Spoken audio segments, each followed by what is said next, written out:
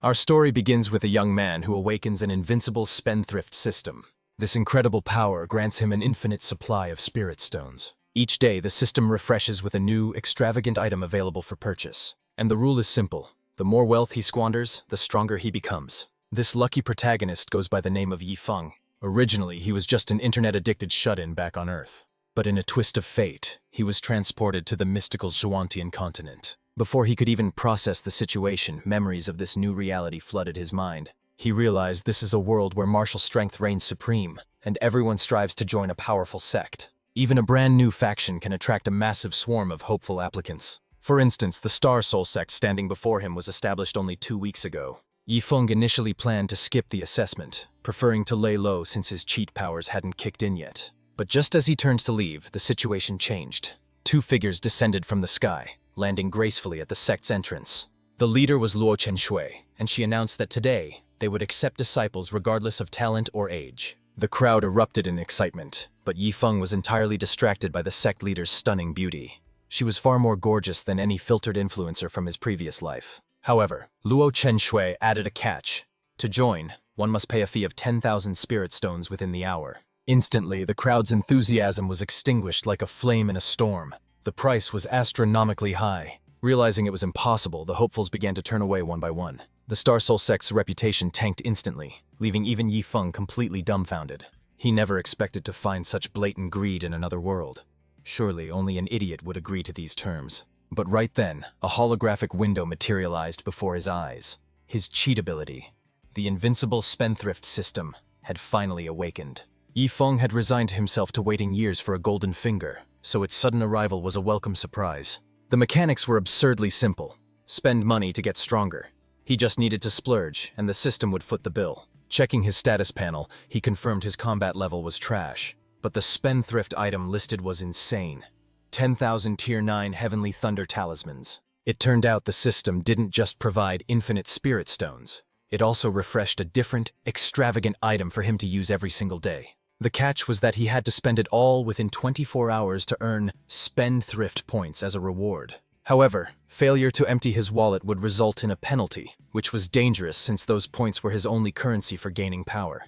With enough points, he could purchase cultivation realms, martial arts, divine abilities, and rare artifacts. Scanning through the strict rules, Yi Feng felt a sudden weight of pressure settling on his shoulders. Just then, the system issued his very first mandatory task: join the Star Soul sect immediately. Meanwhile, the sect leader, Luo Chengqiu, had set those outrageous entry requirements on purpose. It was actually a rebellious maneuver against her father. Her father, Luo Wuming, led a supreme faction on the continent, and had forced her to establish this sect solely to temper her character. But Luo Chengqiu had no interest in management.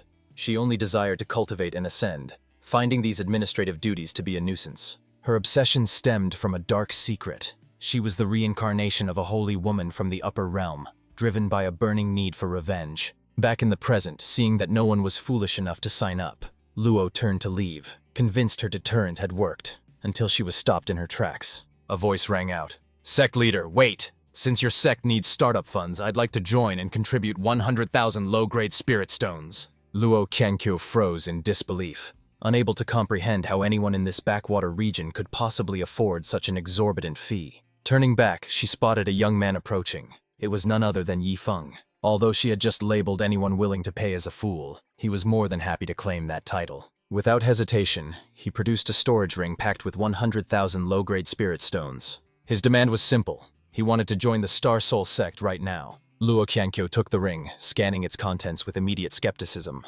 But her jaw dropped. It actually held the funds. She couldn't believe such a wealthy, generous fool actually existed in a place like this. Incredulous, she questioned his sanity, warning him that their sect didn't even have a physical headquarters anymore. Yi Feng waved it off, boasting that his wealth could easily rebuild the sect, leaving her feeling utterly defeated yet desperate to change his mind. She insisted that they had absolutely no resources to offer. Joining them would only be a burden to his future. But thanks to his prodigal system, resources weren't an issue. He boldly declared that he would bankroll the sect's entire future himself. Luo Qianqiu's blood pressure spiked in frustration, and Yi Feng finally noticed her distinct lack of enthusiasm. She barely managed to suppress her rising anger. She wondered where this lunatic had come from. Truth be told, she didn't actually want anyone joining her crumbling sect. Her internal conflict raged so hard she was practically on the verge of strangling him right there. However, bound by her promise, she relented. He could join, but she refused to offer any guidance. He would have to cultivate entirely on his own. Hearing these harsh terms, Yifeng paused, momentarily taken aback. But upon reflection, he realized he didn't need a teacher anyway. Seeing him hesitate, however, Luo Qianqiu hopefully assumed he was reconsidering his decision. To her dismay, he nonchalantly accepted. Internally, he was ecstatic. A sect that let him complete system tasks without interference was exactly what he needed.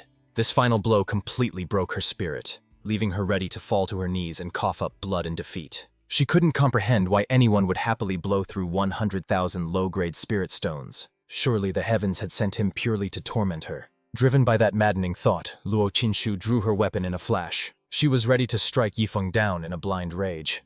But Old Bai quickly intervened, pleading that the sect desperately needed to accept at least one disciple to survive. Yifeng watched the chaos unfold in utter confusion, unable to understand why his lavish spending hadn't made her ecstatic. After cooling her temper, Luo Qinshu had no choice but to accept Yifeng, though she agreed to his admission with a heart full of resentment. Yifeng, meanwhile, had successfully completed his task and earned 200 spendthrift points, officially kicking off his journey of extravagant waste. Eager to keep the momentum going, he asked the system for more missions. He didn't know what the points were for yet, but he was desperate to stockpile them. The system explained that in the absence of active tasks, he could simply improvise squandering resources to earn points, prompting Yifeng to immediately hatch a new plan. He boldly approached Luo Qinshu and reasoned that since he was the sole disciple, he should naturally become her direct disciple, but she shot him down instantly. Allowing him into the sect was already a headache, but elevating him to the status of a direct disciple was absolutely out of the question. Undeterred, Yifeng revealed his true strategy. He simply wanted to purchase the prestigious title for a hefty price. Both Luo Qinshu and Old Bai froze, stunned that someone would actually try to bribe their way into a direct discipleship. Once the shock wore off, Luo Qinshu let out a laugh, realizing this guy was truly one of a kind. Deciding to call his bluff, she quoted an exorbitant price of 100,000 high-quality spirit stones in exchange for the title. Yifeng stood there dumbfounded, finding the situation almost too good to be true. Misinterpreting his silence for defeat, Luo Qinshu felt a surge of smug satisfaction. She was convinced she had stumped him, knowing that even established third-rate sects wouldn't have that many high-quality stones in their vaults. However, the tables turned instantly when Yifeng revealed he wasn't shocked by the high price, but by how incredibly cheap it was. Eager to seal the deal and demonstrate his sincerity, Yifeng immediately produced a storage ring containing 500,000 high-quality spirit stones. Yifeng was secretly delighted, realizing he was truly born to be extravagant after effortlessly splurging yet another wave of spirit stones. Unsurprisingly, the system deemed this spendthrift behavior reasonable and immediately rewarded him with another 200 points. Meanwhile, Luo Qinshu began questioning her life decisions. 500,000 high-quality spirit stones could buy godhood in a third-rate sect, so why did he choose hers? Luo Qinshu sighed deeply, knowing there was nothing she could do now, as words once spoken are like spilled water. Reluctantly, she agreed to accept Yifeng as her primary direct disciple. As a welcoming gift, she handed him the prestigious Mystic Azure Sword. Internally, Luo Qinshu felt utterly humiliated. The dignified maiden of the infinite holy ground had been bought, and if word got out, the shame would be unbearable. Yet Yifeng was almost in tears because receiving the sword displeased the system, which deducted 20 points that could only be restored if he returned the gift within an hour. Yifeng was incredibly frustrated, cursing this darn system for being far too nitpicky. Desperate to fix this, Yifeng immediately bowed low and presented the Mystic Azure Sword back to her with both hands. Luo Qinshu looked at him in total puzzlement, asking him what on earth he was doing. It turned out Yifeng's intention was solely to spend money, and the idea of getting something for free was unacceptable. Luo Qinshu became furious, snatching back the sword and retorting that if he thought money could buy everything, he clearly didn't deserve her goodwill. Annoyed, she couldn't help but wonder what kind of disciple returns a seventh-order spirit tool, a sect treasure that others would kill for. She flew away with a face full of resentment, leaving a puzzled Yifeng to ask Old Bai if the sect master was stupid for passing up easy money. Old Bai hurriedly urged him to keep quiet, warning that if the sect leader heard such insolence, it would be the end of them both. Old Bai then pondered to himself, wondering how this seemingly ordinary person possessed such enormous wealth. However, he realized this might be good. The young lady's cultivation had been stagnant, and this chaotic young man might be the key to breaking her stalemate. Old Bai then hurriedly escorted Yifeng back toward the sect grounds. Out of sheer boredom during the trip, Yifeng sat on the flying sword and started counting the passing birds. He sat so still that he even allowed a bird to build a nest right on top of his head. To kill some time, he asked the system how to actually utilize his spendthrift points. A status panel materialized, revealing a balance of 400 points, earnings he hadn't even touched yet, proving the sheer advantage of having a cheat system. The system broke down the cultivation hierarchy: Spirit C, Chi Activation, Merging Spirit, Foundation, Divine Repository, Purple Mansion, Original Spirit, Void Penetration, and finally, the Tribulation Crossing Realm. Crucially, points could be exchanged for power.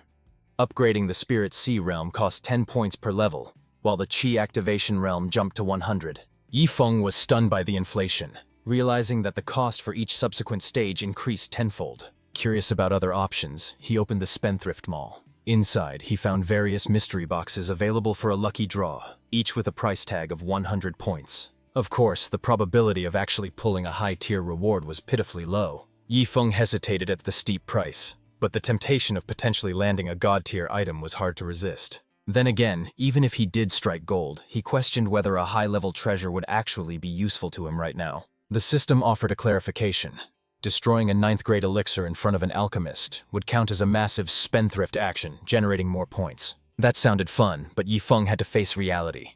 He was currently just a weak mortal. Flaunting that kind of wealth in front of powerful cultivators would only get him killed. Prioritizing survival, Yifeng immediately dropped 90 points to boost his cultivation straight to the 9th level of the Spirit Sea realm. The sudden fluctuation of energy instantly caught Old Bai's attention. He whipped around in shock, realizing that this kid was actually forming his Spirit Sea right then and there. He immediately halted their flight to observe. He extended his senses, probing the swirling spiritual energy surrounding Yifeng.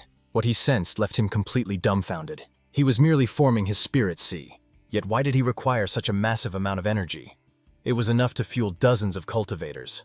Meanwhile, within his own consciousness, Yifeng was equally baffled.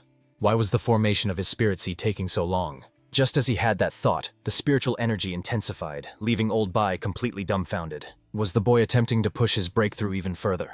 Typically, the first step of cultivation involves forming a spirit seed to lay a solid foundation. It requires a secluded environment and potent elixirs to maximize the Spirit Sea, followed by a long period of stabilization. Yet, Old Bai hadn't seen Yifeng take a single pill, and he was somehow doing all of this mid-flight. Moments later, the elder was left speechless again as Yifeng's realm began to skyrocket. He soared from the first level of the Spirit Sea realm straight to the peak of the 9th level in a heartbeat. Old Bai was absolutely terrified by the display. What kind of monstrous genius was this kid? Once the breakthrough finally settled, Yifeng opened his eyes. However, he looked unsatisfied. To him, 10 minutes was an eternity. By his logic, shouldn't it have been instantaneous? He turned with an innocent expression and asked, "Old Bai, it took 10 minutes to clear 9 realms. Will the sect master think I'm a failure?" Old Bai was at a loss for words, wondering if Yifeng was humble bragging. If that was a failure, then what did that make everyone else? In the past, even with infinite resources, it had taken Old Bai 8 months to make that same climb. Suddenly he realized why Yifeng had rejected the manuals and weapons. He must already possess a supreme technique of his own. Yet, Yifeng remained confused, claiming he didn't have any special technique at all. Hearing this denial, Old Bai wore a look of utter disbelief and decided to verify the truth himself. He stepped forward to personally examine Yifeng's body, leaving the elder shocked once again. Yifeng possessed no spiritual roots, yet his Spirit Sea was as vast as an endless ocean. Completely baffled, Old Bai decided to wait until they returned to the sect so the mistress could examine him herself. Shortly after arriving back at the Star Soul sect and meeting with Sect Master Luo Chenshui, Old Bai relayed the news of Yifeng's breakthrough, noting his massive Spirit Sea despite his total lack of roots. Luo Chenshui was completely taken aback by this report. She decided to personally inspect his cultivation base. To her surprise, Old Bai was right. She asked incredulously, "Yifeng, without spiritual roots, how did you manage to break through?"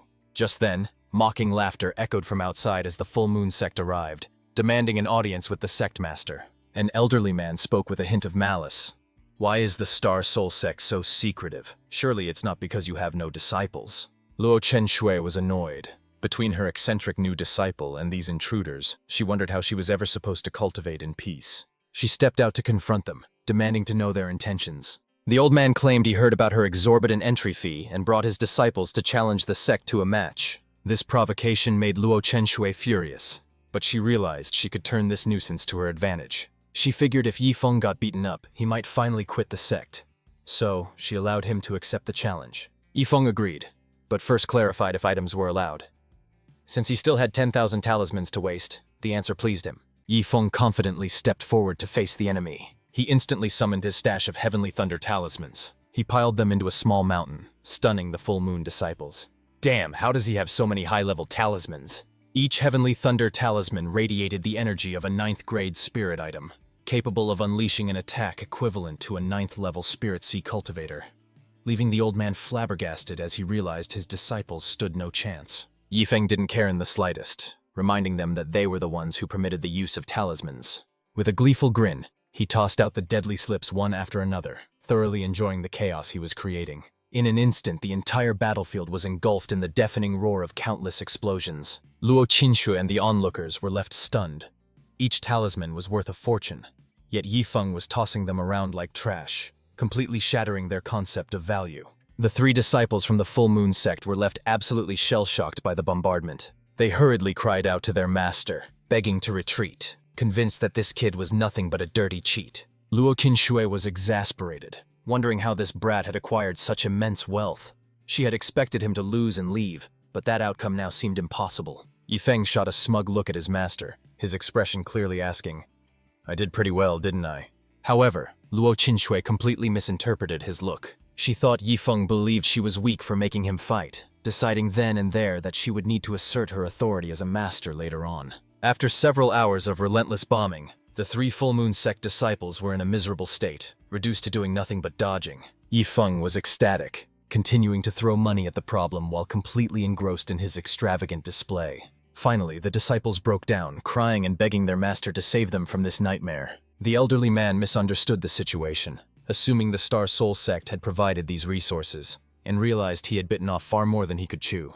Cutting his losses, the old man decided to grab his disciples and flee immediately. Seeing them attempt to escape, Luo Qinshui decided it was her time to shine, stepping forward to teach the old man a lesson by revealing her true cultivation base. The old man was struck dumb with terror. She was strong enough to annihilate his entire sect single-handedly, though she mercifully decided not to go that far. Instead, she demanded that each of them leave an arm behind as the price for their lives. Faced with overwhelming power, they had absolutely no choice but to comply. Finally, Luo Qingshuang ordered the group to leave. Witnessing this display, Yifeng felt a chill run down his spine. He hadn't realized his beautiful master could be so ruthless. Luo Qingshuang maintained her composure and told him to retrieve the remaining talismans, though internally she felt helpless that she still couldn't drive Yifeng away. However, at this juncture, Yifeng had a peculiar request. He still had over 9,000 Heavenly Thunder talismans left, far too many for him to throw by himself. So he invited Luo Qingshuang to join in on the fun. Faced with this request, Luo Qingshuang was rendered speechless, but since he didn't care about the waste, she decided not to argue. She agreed to Yifeng's proposal, curious to see just how long this spendthrift could keep up the act. Together, the two began hurling the Heavenly Thunder talismans into the distance. Witnessing such a spectacular scene, Luo Qingshuang was suddenly reminded of a memory from her past life. It was a time when her junior sister had asked her to set off fireworks together. She recalled her sister's words, "If we can't enjoy ourselves to the very end, wouldn't life just be painful?" Reflecting on it now, she felt that her junior sister actually made a lot of sense. Meanwhile, Old Bai was nearby. He was just about to drift off to sleep inside his sack. Suddenly, he was completely baffled by continuous explosions, leading him to believe there was an enemy attack. Upon realizing the deafening noise outside was caused by Heavenly Thunder talismans, he quickly threw on his clothes to investigate the source of the commotion. When he arrived, he was stunned to see Yifeng and Luo Qingshuang mindlessly tossing valuable talismans, realizing the master had completely succumbed to this wasteful behavior. She simply looked at him and said nonchalantly, "We're just disposing of some extra Heavenly Thunder talismans." Seeing the excitement, Yifeng invited Old Bai to join in on the chaotic fun. But the elder was furious, smacking Yifeng on the head and shouting that each talisman cost a fortune, scolding them for wastefulness that not even a wealthy sect could afford. He then turned his rage toward the young lady, demanding to know why she was participating in such absolute folly. However, Old Bai's righteous indignation instantly evaporated the moment Yifeng produced 100,000 high-grade spirit stones. Smiling slyly, Yifeng apologized for waking him and offered the fortune as compensation, so the elder could buy some nutritional supplements. Without skipping a beat, Old Bai tore open his shirt to flex his muscles, suddenly brimming with energy. He immediately dove into the pile, eager to help them squander their wealth. He tossed the talismans with such terrifying speed that even Yifeng was shocked. Truly, money makes the world go round. A system notification popped up awarding Yifeng 100 wasteful points. confirming that bribing the elder to help destroy money was a valid strategy for the future. Once the dust finally settled, Old Bai began to question his life choices, never imagining he would be this exhausted just from throwing paper around. Still, he reminded Yifeng that if there was any more well-paid manual labor in the future, his old but capable hands were available. Luo Qinshu watched in silence, convinced that the Star Soul sect was destined for absolute chaos. She teased Old Bai for selling his dignity as a senior elder so cheaply, but he shamelessly retorted that he was merely upholding the vigor of the elderly. The system chimed in again with another 1,000 wasteful points, giving Yifeng exactly enough to break through to the 9th level of the Qi activation realm. He planned to use the leftover points to gamble on opening some treasure chests later. Yifeng realized that with only 3 people in the sect, relying on Old Bai alone wouldn't be efficient enough to burn through his resources quickly. He needed more disciples to multiply his spending speed, envisioning a future where he covered the entire sect's expenses to farm points effortlessly. As if summoned by his thoughts, a young man suddenly appeared at the entrance. He looked at them hopefully and asked if the sect was still accepting new disciples. The moment the new disciple, Wu Feng, stepped into the Star Soul sect, he immediately sensed that something was wrong, noticing the ground was riddled with craters. He saw an old man who appeared to be on his very last breath, a woman radiating a fierce and intimidating aura, and a man who honestly looked a bit simple-minded. Wu Feng instantly pegged the sect as unreliable and wondered if it was too late to turn around and run. Yifeng welcomed him warmly, explaining that entry required a contribution of 100,000 low-grade spirit stones, or high-grade ones to become a direct disciple. He proudly introduced himself as Yifeng, the eldest disciple, leaving Wu Feng completely dumbfounded by the sales pitch. Yifeng watched him with anticipation, desperately hoping the boy was broke so he could step in and sponsor the entry fee himself. However, the system rejected the expense as unjustifiable waste, forcing Yifeng to quickly fabricate a lie about feeling a brotherly connection with the stranger. To his surprise, the system actually accepted this ridiculous excuse. Meanwhile, Wu Feng was already preparing to slip away, convinced that this money-hungry sect was a total scam. But Yifeng wasn't about to let his golden ticket vanish, especially since the boy was key to his plan for squandering resources. He swiftly locked Wu Feng in a tight headlock, physically preventing the terrified disciple from escaping. Just then, Wu Feng received a telepathic transmission from his grandfather in the shadows, ordering him to stay put until he returned. With his grandfather's command absolute, Wu Feng had no choice but to cease his resistance. Meanwhile, at the sect entrance, the old man observed the Star Soul sect, recognizing it as the place founded by Luo Wuming's daughter. Seeing that Old Bai was also present reassured him, making him comfortable enough to leave Wu Feng in their care. Yifeng then dragged the boy to Luo Qingshui, insisting on taking him as a junior disciple since he looked so obedient. Wu Feng was completely at a loss, unable to fathom why his grandfather would dump him in such a sketchy place, but he had to obey.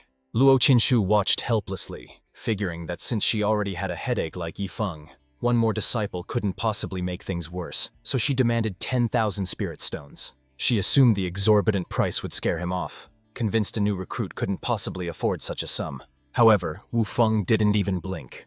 He was loaded and promptly handed over the 10,000 stones, loudly declaring his absolute determination to join the Star Soul sect. Luo Qinshu was completely baffled.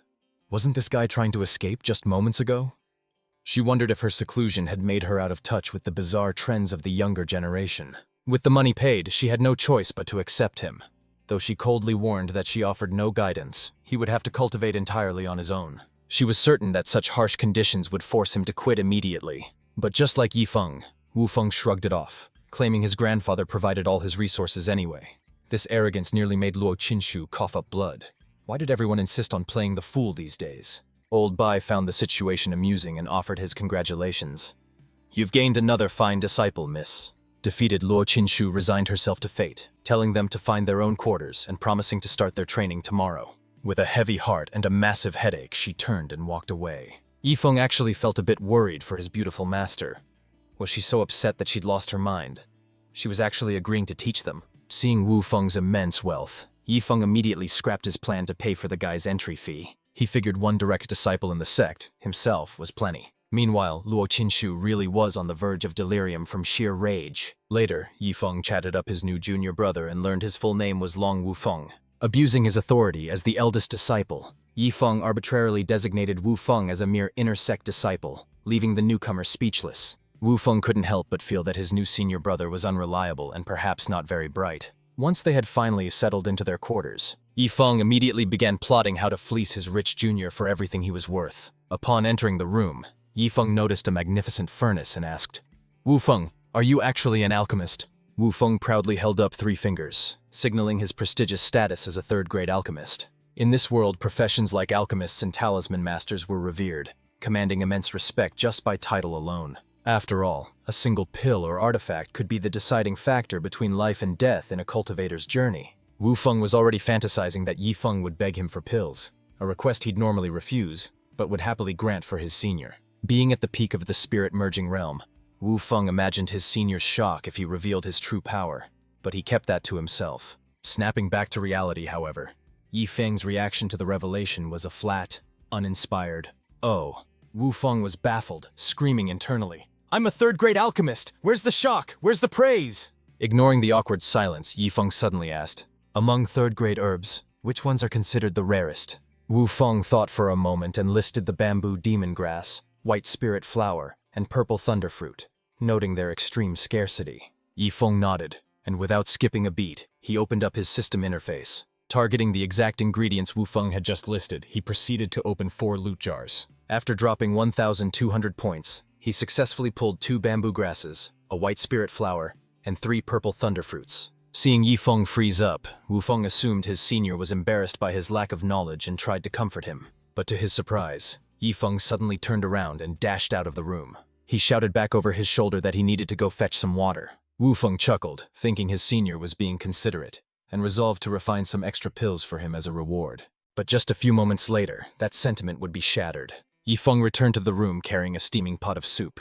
Wu Feng's eyes nearly popped out of his head when he saw the legendary priceless herbs floating casually in the broth. Wu Feng hurriedly fished the herbs out of the soup after confirming they were the real deal. He felt like he was about to explode, screaming, "Brother, you've wasted absolute treasures!" But without warning, Yi Feng snatched the herbs right back from Wu Feng's hands. He casually remarked, "My mistake. I heard brewing spiritual herbs helps cultivators, so I didn't think these were anything special." As he spoke, Yi Feng threw the herbs down and crushed them under his foot, grinding them into the dirt for good measure. Panicking, Wu Feng shouted for him to stop and lunged forward. He desperately tried to salvage whatever was left of the precious plants, but upon closer inspection, not even a trace of the herbs remained intact. Wu Feng felt completely numb from the shock. Yi Feng, however, had successfully wasted resources and earned himself 1,500 spending points. He chuckled, feeling that his wastefulness had been profitable. He had only destroyed 3 herbs, leaving him with 6. Meanwhile, Wu Feng felt utterly dejected.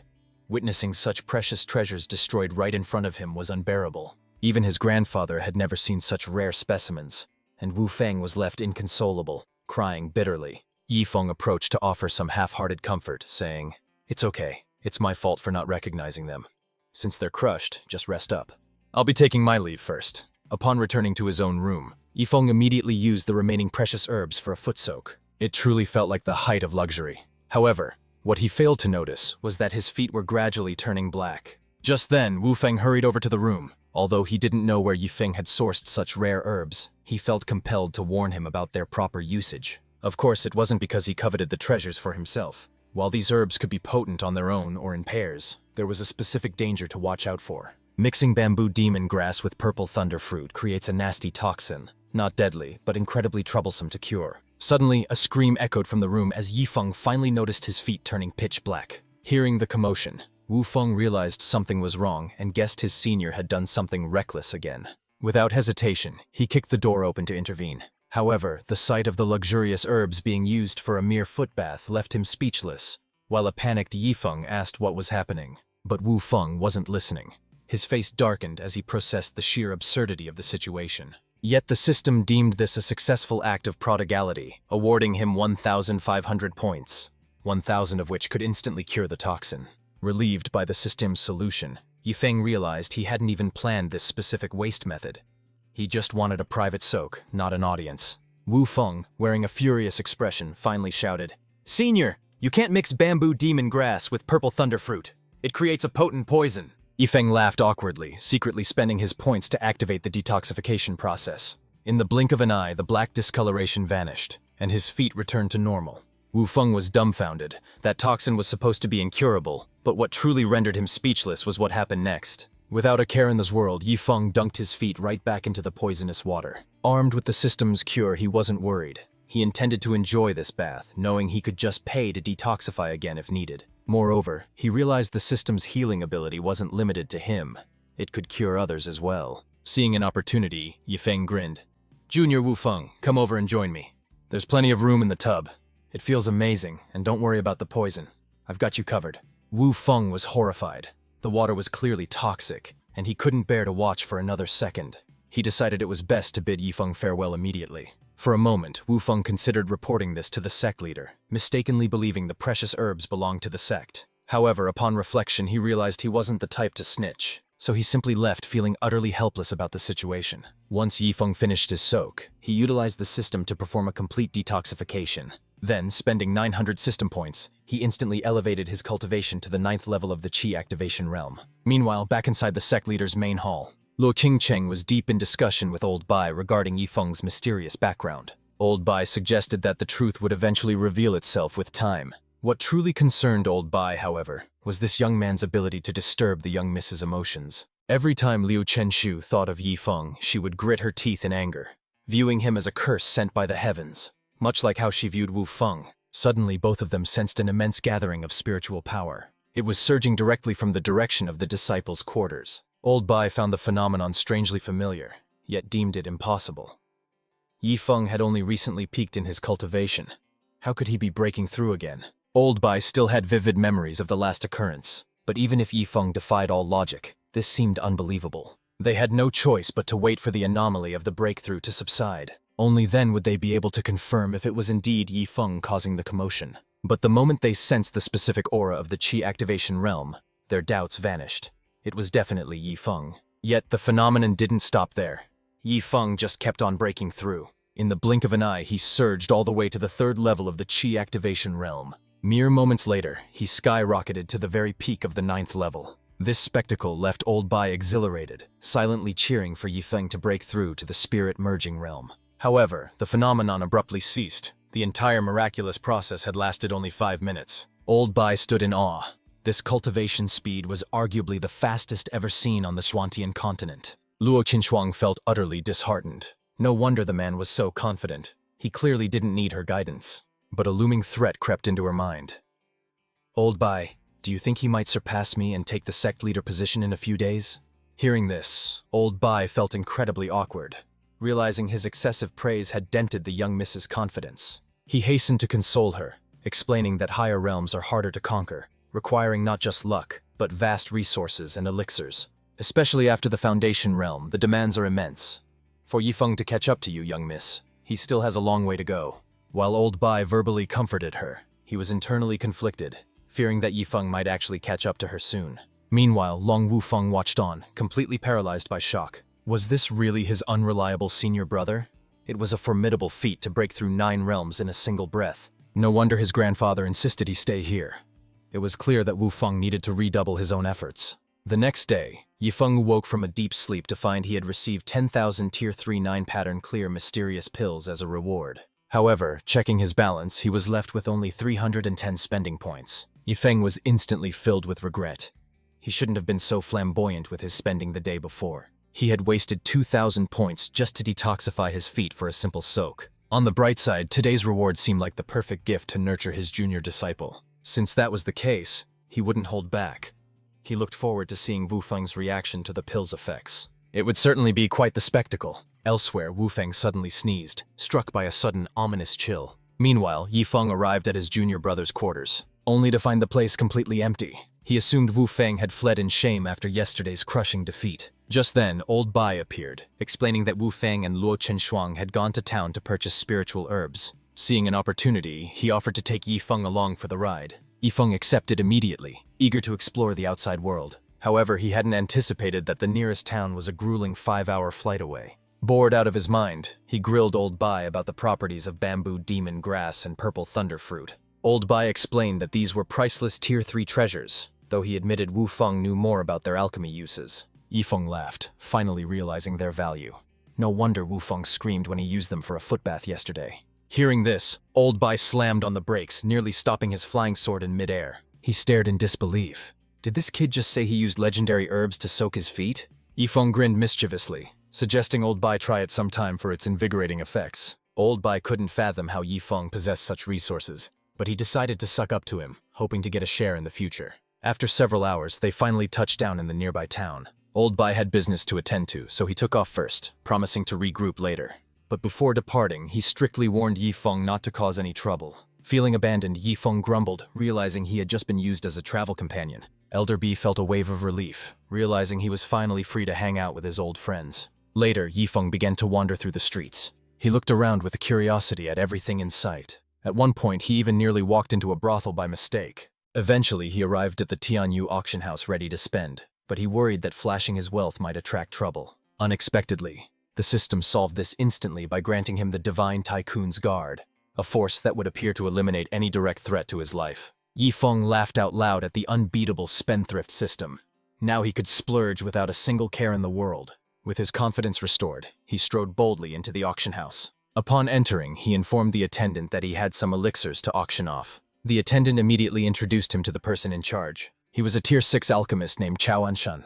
Yifeng presented the item he wanted to sell, the clear mysterious pill. At first glance, Chao Anshan was unimpressed, noting that a mere third-tier elixir wasn't worth much. However, upon closer inspection, he was completely taken aback to discover it was a 9-striped clear mysterious pill. Confused by the old man's shock, Yifeng asked if the pill was really that impressive. Chao Anshan excitedly explained that it was extremely powerful, as the refining process is so intricate that one mistake usually ruins the batch. He added that the 9-striped version maximizes the effects, and he had only ever seen 8-striped ones in the market. However, Yifeng still looked completely clueless about the significance of the stripes. Chao Anshan had to explain that a perfect elixir has 10 stripes, with each stripe representing 10% of its efficacy. Yifeng barely listened to the explanation, thinking the appraiser was far too long-winded. Watching the man boast endlessly, an impatient Yifeng finally cut to the chase. He simply asked how much the pill would actually sell for. Chao Anshan finally quoted a figure, stating that a standard third-tier pill usually fetched around 100,000 spirit stones.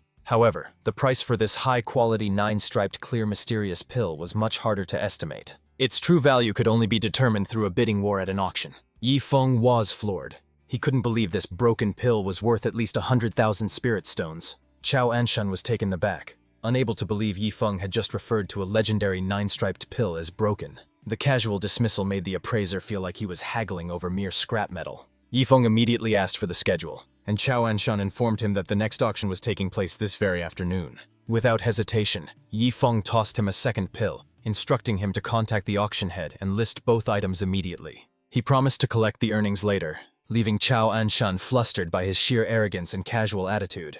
As he walked away, Yifeng could be heard muttering about which fool would actually pay money for such a useless pill. This left Chao Anshan completely perplexed, wondering if he was the fool for valuing it so highly. Meanwhile, Yifeng casually popped another clear mysterious pill into his mouth as a snack while he walked. After all, he still had a quota of 10,000 pills to finish eating today. Suddenly, his attention was caught by a stray dog wandering nearby. Seeing the poor creature looking so pitiful and hungry, he stopped. Yifeng generously pulled out a large meat bun and fed it to the animal. He decided right then and there to adopt the dog, mentally naming it Little Yellow.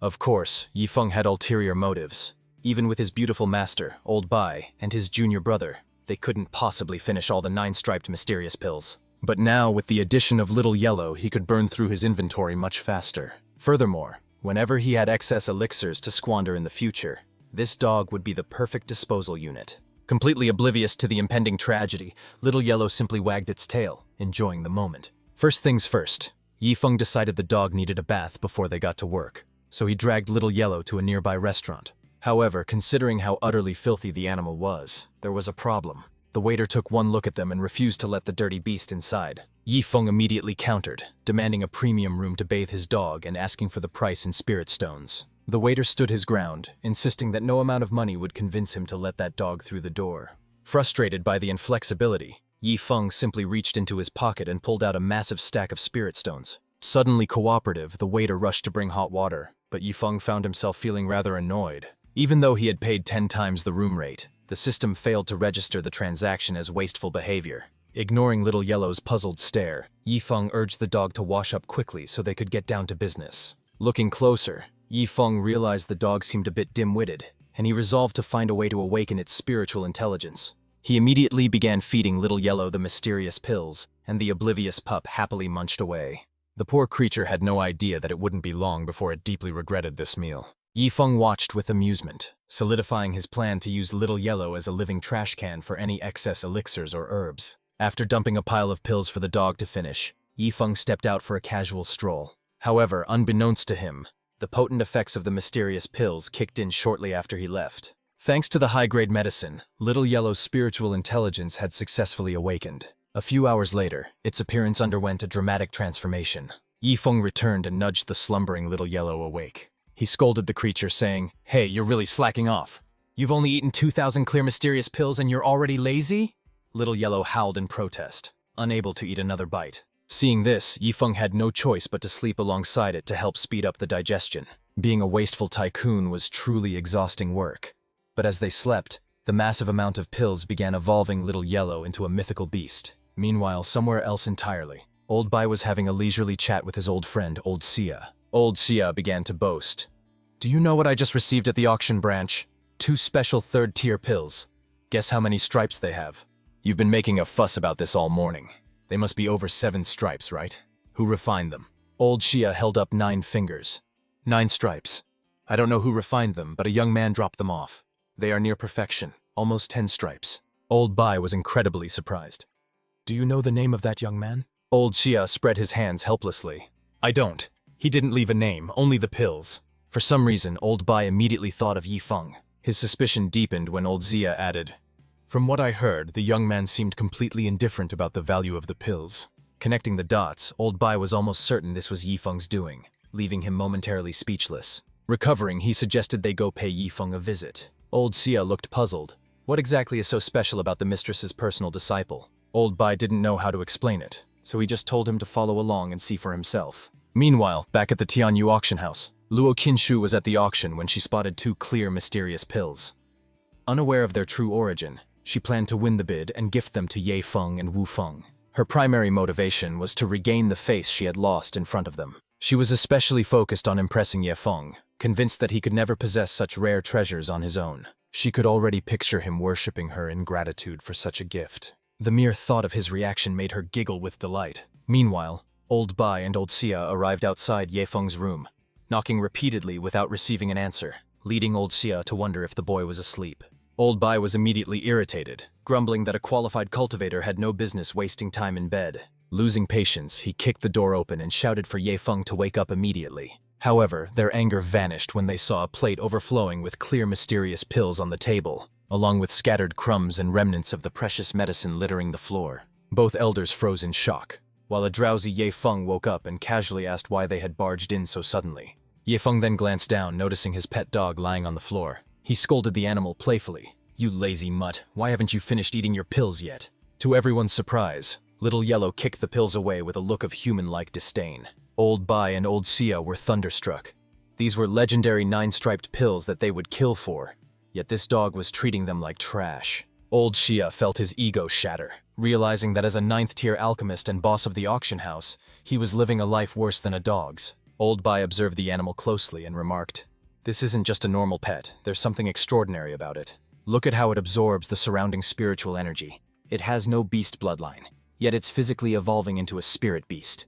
Its body has been cleansed to the point where there are absolutely no impurities left." Trembling in disbelief, Old Zia turned to Ye Feng and asked, "Just how many of these priceless pills did you feed to this dog?" Ye Feng pondered for a brief moment before giving a nonchalant reply. "Not many. I'd say roughly 2,000 or so." Upon hearing that number, Old Sia nearly coughed up a mouthful of blood in sheer shock. Unable to contain his rage, he grabbed Old Bai by the collar and roared, "Over 2,000?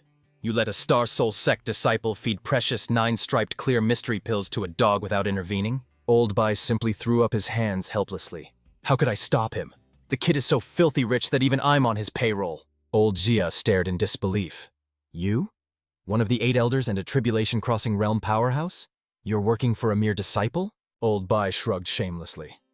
"I have no choice. He just pays too well." Seizing the moment, Ye Feng turned to Old Bai with a grin. "Since you're here, I have another favor. Same terms as before.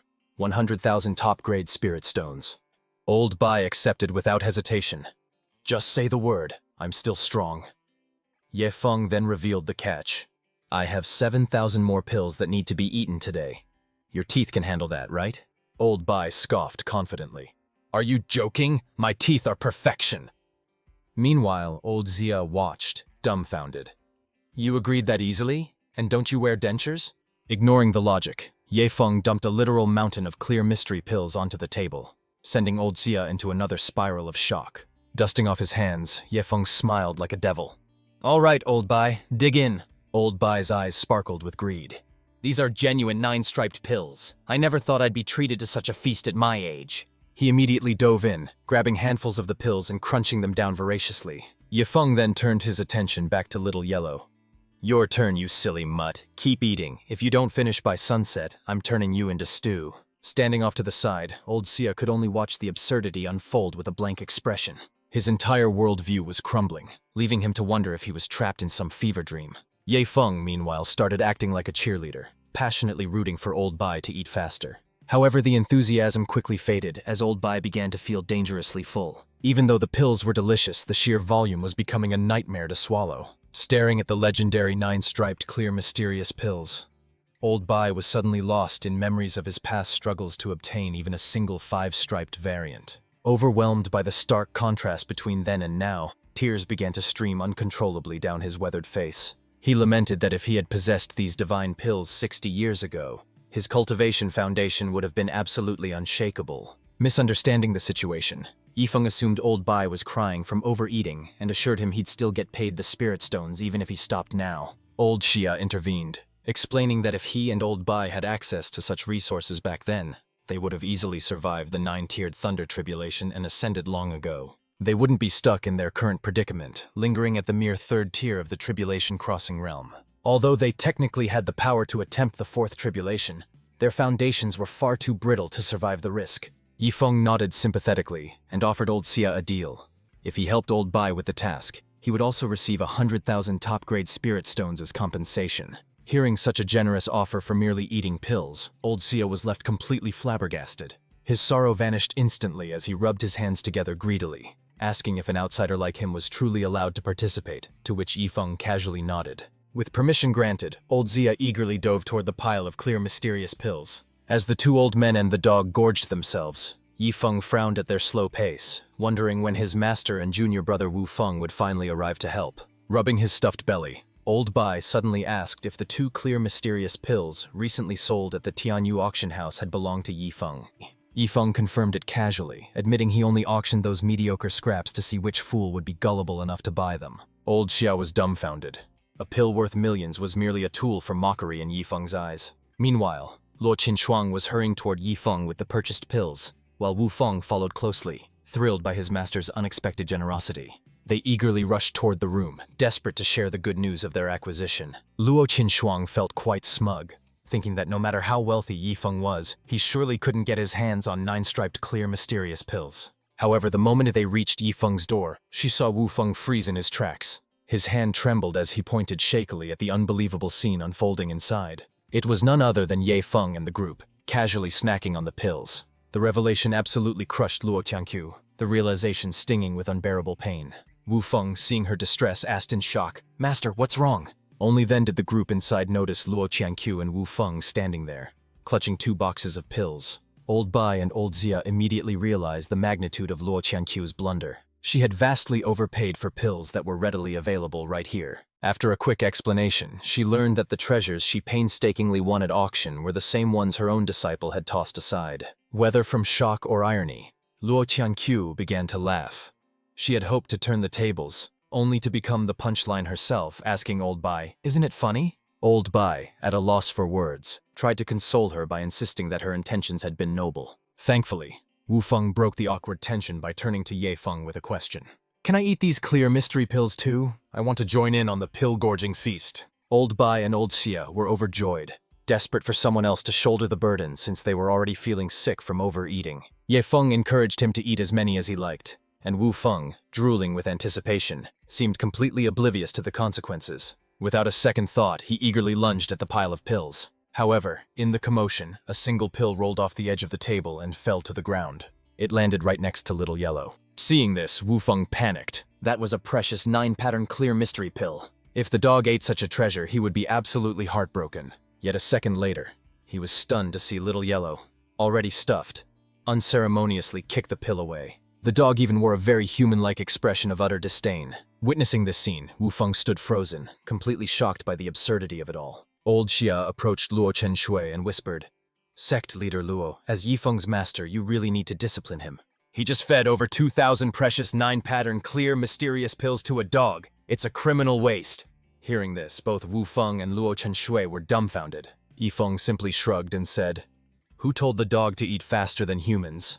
Prompting Wu Feng to feel a sting of envy. He was actually living a life less fortunate than a dog. Yifeng then pointed to the massive pile of pills remaining and urged everyone to keep eating. Luo Chenshui was speechless as she surveyed the scene, wondering how on earth she ended up with a disciple like him. An hour later, Old Bai, Old Xia, and Wu Feng admitted defeat, clutching their stuffed bellies, unable to take another bite, leaving Yifeng frustrated with over 2,000 pills still remaining. Desperate, he turned to his master, looking at her with wide, pleading eyes. Luo Chenshui firmly refused. The very idea was ridiculous and would completely undermine her dignity as a master. Yifeng could only beg for her help, explaining that without her, he would fail to complete his urgent task. Luo Chenshui suggested he simply keep the remaining pills, offering to send them to her father's sect later where they could cultivate countless talents. Yifeng would have agreed, but with only one day left on his deadline, delivering them in time was impossible, yet he wasn't willing to give up. Luo Chenshui then offered to buy the remaining pills at 10 times the market price to send them to her father's sect herself. But the moment she spoke, she received skeptical looks from Old Bai and the others, as if asking, "Are you sure you want to talk money with Yifeng?" Luo Chenshui felt incredibly embarrassed, suddenly remembering that wealth was the one thing her disciple certainly didn't lack. In a final attempt to persuade Luo Chenshui to consume the remaining pills, Yifeng tried a different tactic. He arranged the pills into a romantic heart shape on a plate, surrounded by roses that instantly filled the room with a floral scent. Blushing at the gesture, Luo Chenshui finally reached out and picked up a clear, mysterious pill. Under these circumstances, she felt she had no choice but to start eating. Finally, the massive stockpile of clear, mysterious pills was finished, with each person having consumed roughly 2,000 pills. Yifeng finally received his payout. 300 prodigal points for hiring the 2 elders, another 1,000 for consuming the daily items, plus 3 ninth-grade soul-returning herbs and 5 gold silkworm star-shining stones. The day's extravagant spending had been executed to perfection, and Yifeng was pleasantly surprised by the unexpected bonus rewards. Meanwhile, Luo Qinshu began to lament his position to Old Bai, questioning if his role as a sect master held any meaning at all. He didn't offer guidance or resources. Instead, he just profited off Yifeng, leaving Old Bai to admit that the boy acted less like a disciple and more like the sect's god of wealth, albeit an incredibly wasteful one. Just then, Yifeng turned to Old Xia and casually asked if he knew anything about the 9-leaf soul-returning herb. Old Xia's eyes lit up with excitement the moment he heard the name, claiming he was intimately familiar with it. He explained that it was a legendary spiritual herb, immediately launching into a lecture to educate Yifeng on its significance. Each leaf on the soul-returning herb represents its potency, and while Old Xia had never even seen a single leaf variety, a 9-leaf version was unheard of. This herb serves as the core ingredient for crafting the fabled soul-returning life-saving pill. As long as the victim has been dead for less than 24 hours, this pill can resurrect them even if their soul has been annihilated. It is that powerful. For experts in the Tribulation Crossing realm, this medicine is a lifeline. Even if they fail their tribulation, the pill preserves their soul, allowing them to reconstruct their body and return to life. Essentially, it grants the user the ability to hop back and forth between the land of the living and the underworld at will. "But why do you ask?" Old Bai suddenly interjected, sensing something suspicious and wondering if Yifeng actually possessed such a treasure. He covertly whispered to Old Xia, asking if he was familiar with bamboo demon grass, white spirit flowers, and purple thunder fruit.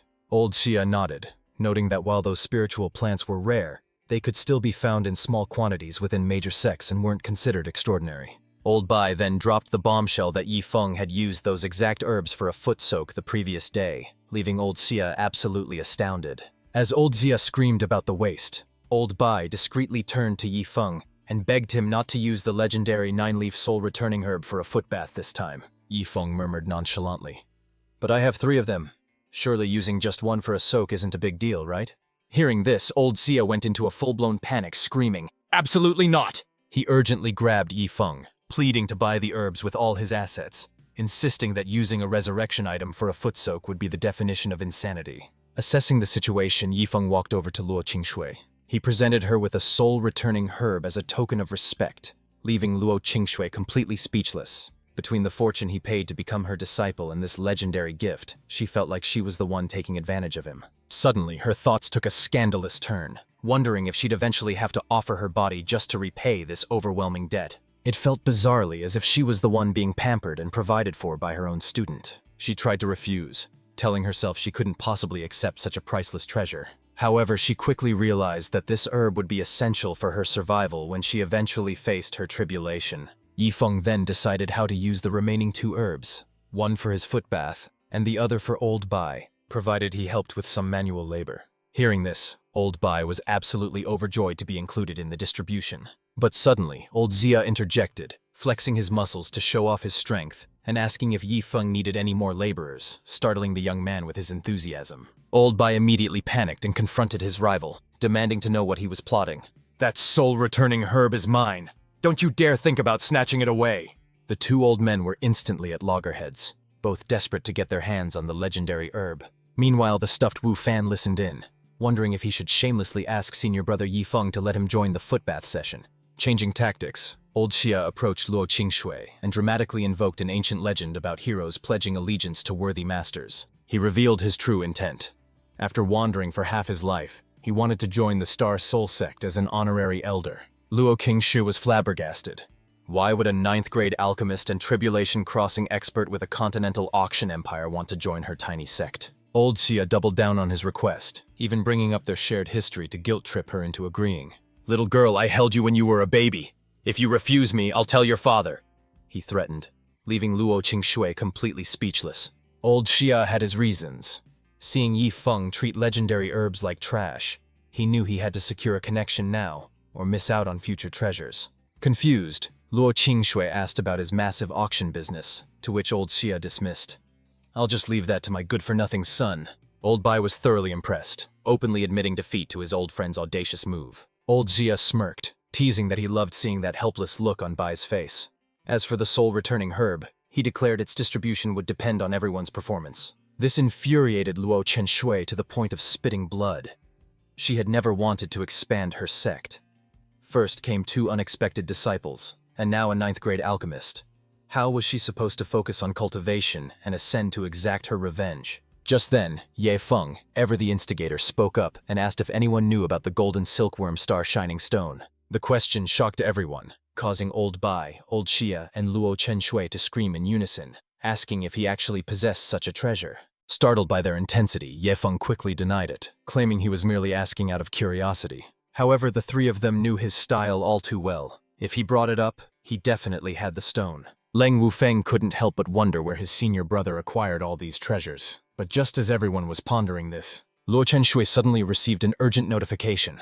It seemed there was a pressing issue back at the sect. Realizing the urgency, they immediately rushed back home. It turned out her father had arrived with important matters, though she suspected he was actually there to inspect the sect's progress. A few hours later, upon their return to the Star Soul sect, they were greeted by her father, Luo Wuming. He didn't waste a second before scolding her, stating that she had disappointed him greatly. Seeing her father in such a state, Luo Qingshui feared that something catastrophic had occurred. But Luo Wuming simply vented his petty frustrations, complaining that he had visited during the sect's recruitment day, only to find no one there to even serve him tea. He had prepared gifts and waited an entire day in an empty hall. If he hadn't messaged her, he would likely still be sitting there. Luo Qingshui felt completely embarrassed by the misunderstanding. She quickly introduced Ye Feng and Leng Wufeng to her father, proving that contrary to his belief, she had indeed accepted new disciples. She felt a wave of relief, realizing she could use them as a shield to deflect the tension. Hoping to appease her father, she quickly added, "Please don't be upset. Look, I've even taken Yifeng as my direct disciple." Although Luo Qinshuang was the reincarnation of a holy maiden, she had been an orphan in her past life, so she desperately wanted to cherish this bond with her parents now. Following her gesture, Luo Wuming scrutinized Yifeng, visibly surprised by what he saw. His daughter had always been indifferent to worldly matters, so he never expected her to actually accept a personal student. He immediately inquired about the boy's spiritual root, only for Luo Qinshuang to admit that he didn't have one. Pressing further, Luo Wuming asked about his talent, but she frankly replied that he possessed no innate gifts either. A look of utter bewilderment washed over Luo Wuming's face when he learned that Yifeng's cultivation was also painfully average. Losing his patience, Luo Wuming snapped, "What on earth possessed you to make him your direct disciple?" Yifeng stepped forward and bluntly explained, I bought the position for 500,000 high-quality spirit stones, leaving Luo Wuming flabbergasted by the absurdity of it. He sighed at his daughter. If you needed money, you should have just asked me. There was no need to resort to this. Suddenly, the atmosphere shifted as Old Bai and Old Xia began aggressively vying for Yifeng's favor. Old Xia hurriedly pulled out a stool for Yifeng to rest on, causing Old Bai to scold him for abandoning all martial etiquette. Not wanting to be outdone, Old Bai immediately began offering massages and serving tea to the young disciple. Watching these respected elders act like servants left Luo Wuming completely confused. He shouted, "Bai Tianhong, aren't you an elder of my Star Extreme sect? And Old Xia, what are you doing in my daughter's sect?" After a 30-minute explanation involving the 9-pattern clear mysterious pill and the 9-leaf soul-returning herb, Luo Wuming finally grasped the situation. Amazed, he declared Yifeng a true god of wealth, stating that even his own Star Extreme sect would treat the boy with the utmost reverence. Old Bai nodded in agreement, whispering his suspicion that Yifeng might hail from a certain extraordinary origin. However, Luo Wuming cut him off immediately, warning him strictly not to mention that forbidden place. He looked at his daughter with a warm smile, assuring her that seeing them safe was all the contentment he needed. Later that evening, while Yifeng was resting in his quarters, Wu Feng excitedly rushed in, carrying a basin of hot water prepared for a foot bath. Yifeng immediately saw through his junior's eagerness, asking if he wanted to join, though Wu Feng politely insisted his senior brother go first. Chuckling, Yifeng told him not to be shy and to grab another basin so they could split the 9-leaf soul-returning herb and share the luxury. Moved to tears by this generosity, Wu Feng cried out, praising his senior brother's endless kindness. However, unbeknownst to them, Old Bai and Old Xia were perched on the rooftop, secretly watching the entire scene. Seeing Yifeng use such a legendary priceless herb just to soak his feet made Old Xia's heart ache with phantom pain. By the time the next day arrived, the effects of the soak had fully set in. The legendary spiritual herb lived up to the hype. A simple foot bath had significantly purified both his body and soul. He checked his stats to find he had 2,510 waste points, and the daily shop refresh offered 10,000 fragments of Underworld Sword Intent. Intrigued by the item, Yifeng withdrew a single fragment from his inventory. Since he was unfamiliar with its specific properties, he decided to run a quick test. He beckoned Little Yellow over to serve as his willing subject. Carefully, he placed the Underworld Sword Intent fragment directly onto the creature's forehead. A sudden gust of wind surged through the room as the profound concept of the Sword Intent flooded Little Yellow's mind. However, to the naked eye, Yifeng couldn't discern any physical changes in the dog. Still, relying on his years of experience as a scholar, the imposing name alone told him this was an incredibly valuable treasure. He asked the system if he could use the item personally, but was rejected. Absorbing it himself would cost a massive amount of points. Troubled by the cost and unable to test it on humans, he decided to just hug Little Yellow and retreat to his room to think. Elsewhere, Luo Wuming proposed sending Yifeng and Wufeng into the Heavenly Dao battlefield to sharpen their skills. Although Luo Chenshui trusted Yifeng completely, she couldn't help but worry about Wufeng's safety in such a dangerous place. Luo Wuming assured her that he would assign elite inner disciples to escort them, yet he questioned her blind faith in Yifeng. After all, wasn't he just a mortal who could be killed by the weakest beast? Luo Chenshui revealed that while Yifeng lacked spiritual roots, he had reached the peak of the Qi activation realm, possessing a spirit sea 20 times larger than her own, a claim that left Luo Wuming in utter disbelief. How could a mere mortal without spiritual roots possibly possess a spirit sea 20 times the size of a prodigy's? Suddenly, a terrifying surge of sword intent erupted nearby, cutting their conversation short. The explosive energy immediately drew the attention of the pair, as well as Wu Feng and Elder Xia. Sensing danger, the group immediately rushed toward the source of the disturbance. Convinced that an expert master of the Underworld Sword Intent was launching an attack, they readied their weapons for battle. However, when they arrived at the scene, there was no enemy expert to be found. Luo Chenshui squinted her eyes and pointed out, "Wait, isn't that just Yifeng?" Everyone stared in confusion as they saw Yifeng casually playing frisbee with a dog that was radiating the terrifying sword intent. The sight left Luo Wuming and the elders completely paralyzed with shock. The legendary master possessing the Underworld Sword Intent was a dog. It was a scene so absurd that no one in the cultivation world would believe it without seeing it with their own eyes. Yifeng looked at them with a puzzled expression, asking why they had gathered, prompting Luo Chenshui to ask if Little Yellow had somehow comprehended the sword intent on his own. Yifeng scoffed at the idea, replying that the dog was far too stupid for that. He had simply used some spare fragments of Underworld Sword Intent on the animal to spice things up. Upon hearing this casual admission, the group was left dumbfounded by the sheer extravagance of such an act. Yifeng grew nervous as he noticed the sect master and Elder Zia staring at him with looks of absolute horror and judgment. Luo Chenxue hurriedly explained that Underworld Sword Intent was an extremely rare treasure, and obtaining it within the Heavenly Dao battlefield depended entirely on immense luck. Yet he had casually wasted such a priceless artifact on a pet dog, crossing the line between being wealthy and being absolutely reckless. Curious, Yifeng asked about the Heavenly Dao battlefield, prompting Luo Chenxue to explain the situation. She revealed that their home, the Xiantian continent, was merely one of many lower realms, all of which had access to this battlefield, with entrants separated by their strength. While its origins remained a mystery, the battlefield was legendary for its abundance of cultivation resources, ancient legacies, and priceless treasures. However, danger lurked everywhere, not only from interdimensional threats, but also from powerful native beasts that could easily end a cultivator's life. Just then, Yifeng's system triggered a new mission. Enter the second layer of the battlefield and slay 100 peak chi activation beasts for a massive reward of wasteful points. Though tempted, Yifeng hesitated. He had spiritual power in spades, but zero combat experience or martial skills. Suddenly, Luo Wuming interrupted, asking how many Underworld Sword Intent fragments Yifeng had fed the dog, noticing the beast was on the verge of breaking through to the Sword Heart realm. It was baffling. Even the Star Extreme sect's ancestor took centuries to reach that level with inferior intent, yet this dog's progress was simply defying the heavens. Yifeng laughed casually and replied, "Not many, just about 10,000 pieces." The group froze, staring daggers at Yifeng with looks that suggested they wanted to tear him limb from limb. 10,000 pieces was an insane amount of wealth to waste on a dog when cultivators would kill for just a single fragment. Yifeng offered a defensive apology, though internally he had no regrets, and was just glad he hadn't asked these stingy people for help earlier. Barely containing her rage, Luo Chenxue urged her father to take Yifeng away before she lost control and slapped him into oblivion. Luo Wuming sighed and led Yifeng away from the group. Curious, Yifeng asked their destination, to which Luo Wuming explained that the Star Soul sect was just a training ground for his daughter.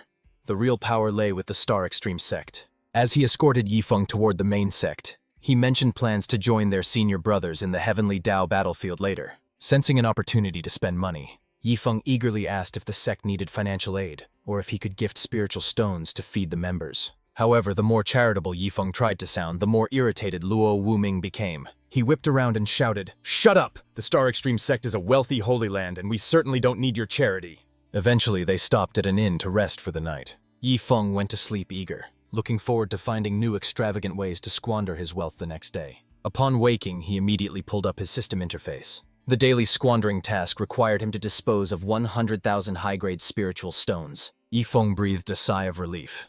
Burning through that amount wouldn't be difficult at all. Next, he decided to draw a new ability, specifically targeting an upper-tier human-level martial skill. After spending 100 prodigal points, he secured the Fire Dragon Fist technique on his very first try, a stroke of luck he rarely experienced. However, his excitement was short-lived when the system warned that the technique strictly required fire elemental spiritual energy. Panic set in as Yifeng realized that, without a spiritual root, he had no natural way to access that specific element. Fortunately, the system chimed in with a solution. He simply needed to convert his energy type. To his astonishment, he discovered that his unique spiritual energy was malleable enough to mimic any attribute he desired. Just as he prepared to unleash the Fire Dragon Fist for a test run, Master Luo Wuming called out to him, signaling that it was time to resume their journey. As they flew, Yifeng began casually tossing handfuls of high-grade spiritual stones into the open air. Luo Wuming looked back from his flying sword in utter confusion. "Yifeng, what are you doing?" To which the boy replied, "I'm bestowing gifts from the heavens for the lucky to find." Visibly irritated, Luo Wuming scolded him. "Even if you're wealthy, you shouldn't be this wasteful. You'll regret this extravagance when you have nothing left." Yifeng's expression suddenly turned serious. "Master, do you know what the greatest tragedy in life is? For a swordsman it is dying without grasping the sword's essence. For an alchemist it is perishing before brewing a legendary elixir. So for me, Master, the ultimate tragedy would be to die with all my money left unspent." With that profound justification, Yifeng continued scattering his fortune to the winds as they traveled. Before long, the duo finally arrived at their destination, the Star Extreme sect. Compared to the desolate Star Soul sect, this place was the absolute epitome of luxury and grandeur. Luo Wuming approached Manager Song first. He entrusted Yifeng to the manager, explaining that in a few days, the boy would join the sect disciples heading to the Heaven's Way battlefield. With that business concluded, he swiftly departed, leaving Yi Feng to bow respectfully and ask Manager Song for his guidance. As his accommodations were being arranged, Yi Feng's ears perked up at the sound of a nearby commotion. Upon inquiring, he learned that the outer and inner sect disciples were holding their competition today, and he was welcome to watch. Just then, his system triggered a new mission. Hold a battle platform and defeat 100 opponents of the same realm to earn 500 points, with a penalty of 500 for failure. Thrilled by the chance to farm some easy rewards, Yi Feng eagerly accepted the challenge. He immediately made his way to the arena.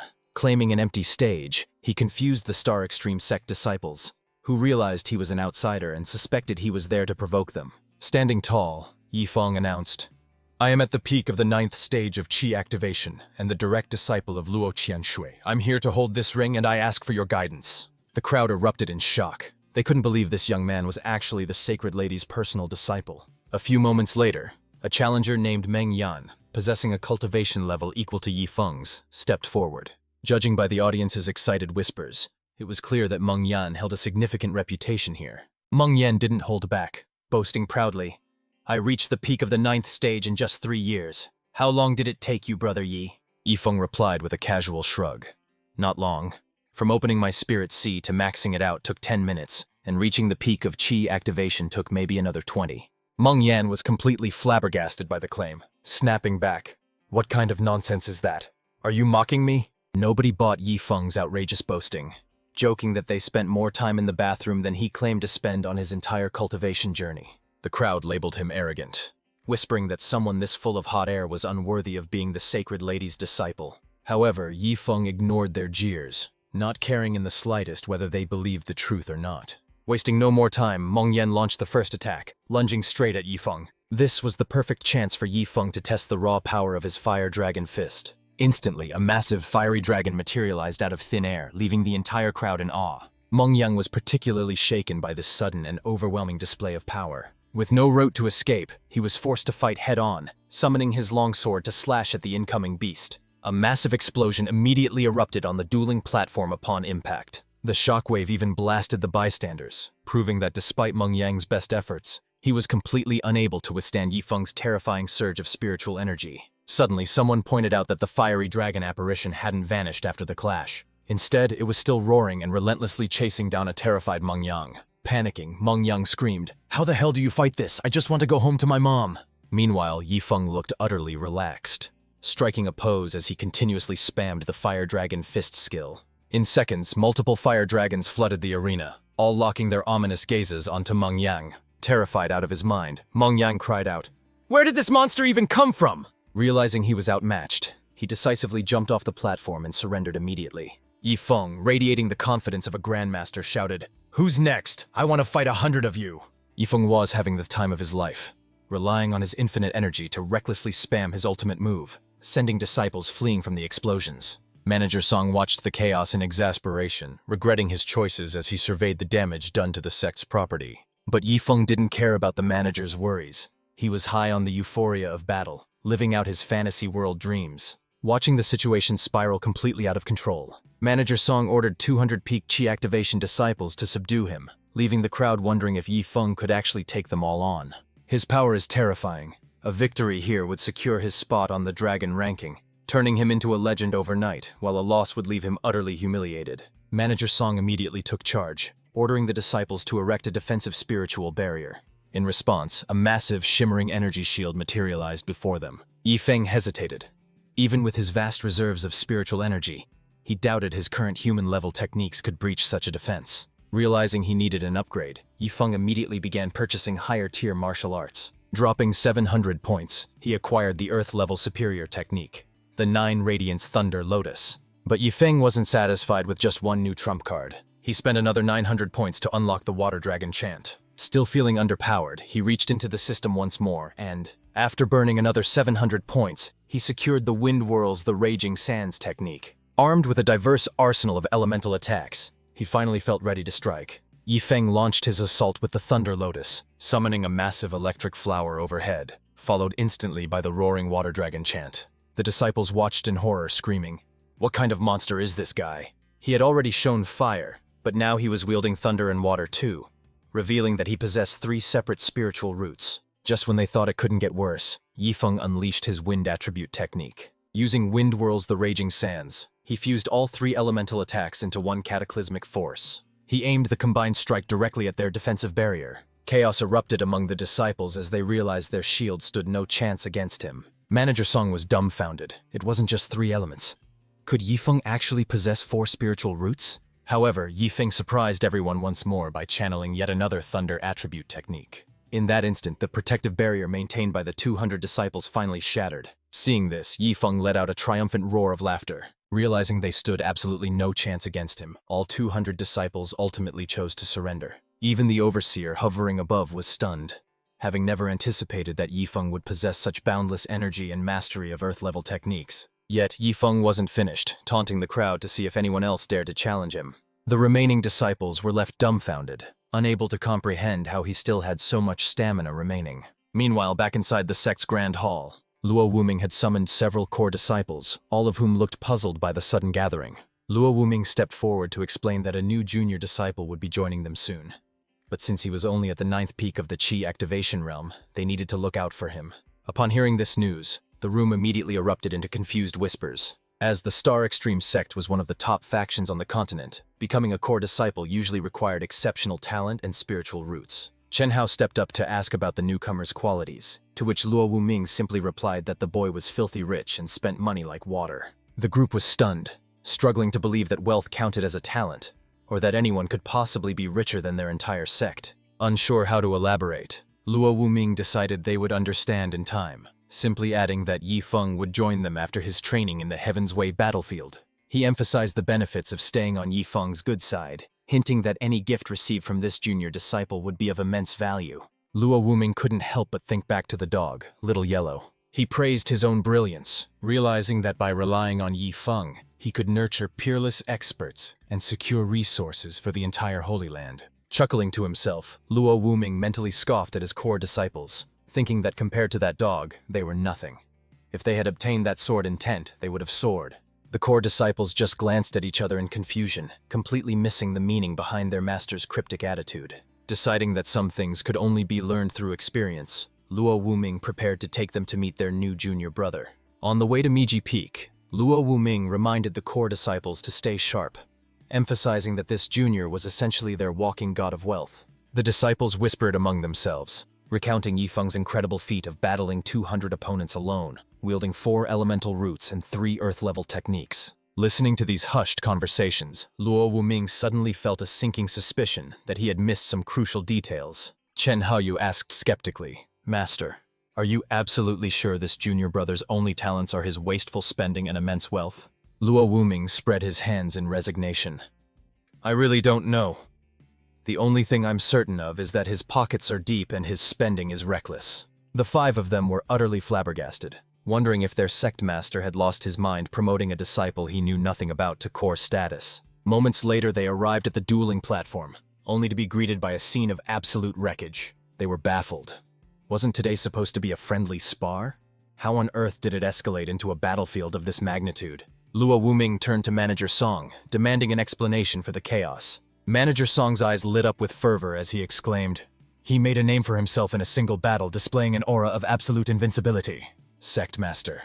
Yifeng single-handedly fought against over 200 disciples of the same realm and crushed them overwhelmingly. The core disciples stood there, completely stunned, struggling to believe that Yifeng had actually defeated 200 peers all by himself. Luo Wuming urgently pressed Manager Song for every specific detail. 2 minutes later, the full picture of the chaotic brawl became clear to him. Suddenly, he recalled his daughter mentioning that Yifeng's spirit sea was 20 times larger than hers, a claim he had dismissed but now fully accepted. Since his daughter's capacity was already 20 times that of an average person, Yifeng's reserves were effectively 400 times that of a normal cultivator. Reflecting on recent events, he realized he had completely neglected to inspect Yifeng's spirit sea personally, a massive oversight on his part. The core disciples gathered around, feeling utterly overshadowed and wondering if human spiritual energy could truly reach such a terrifying level.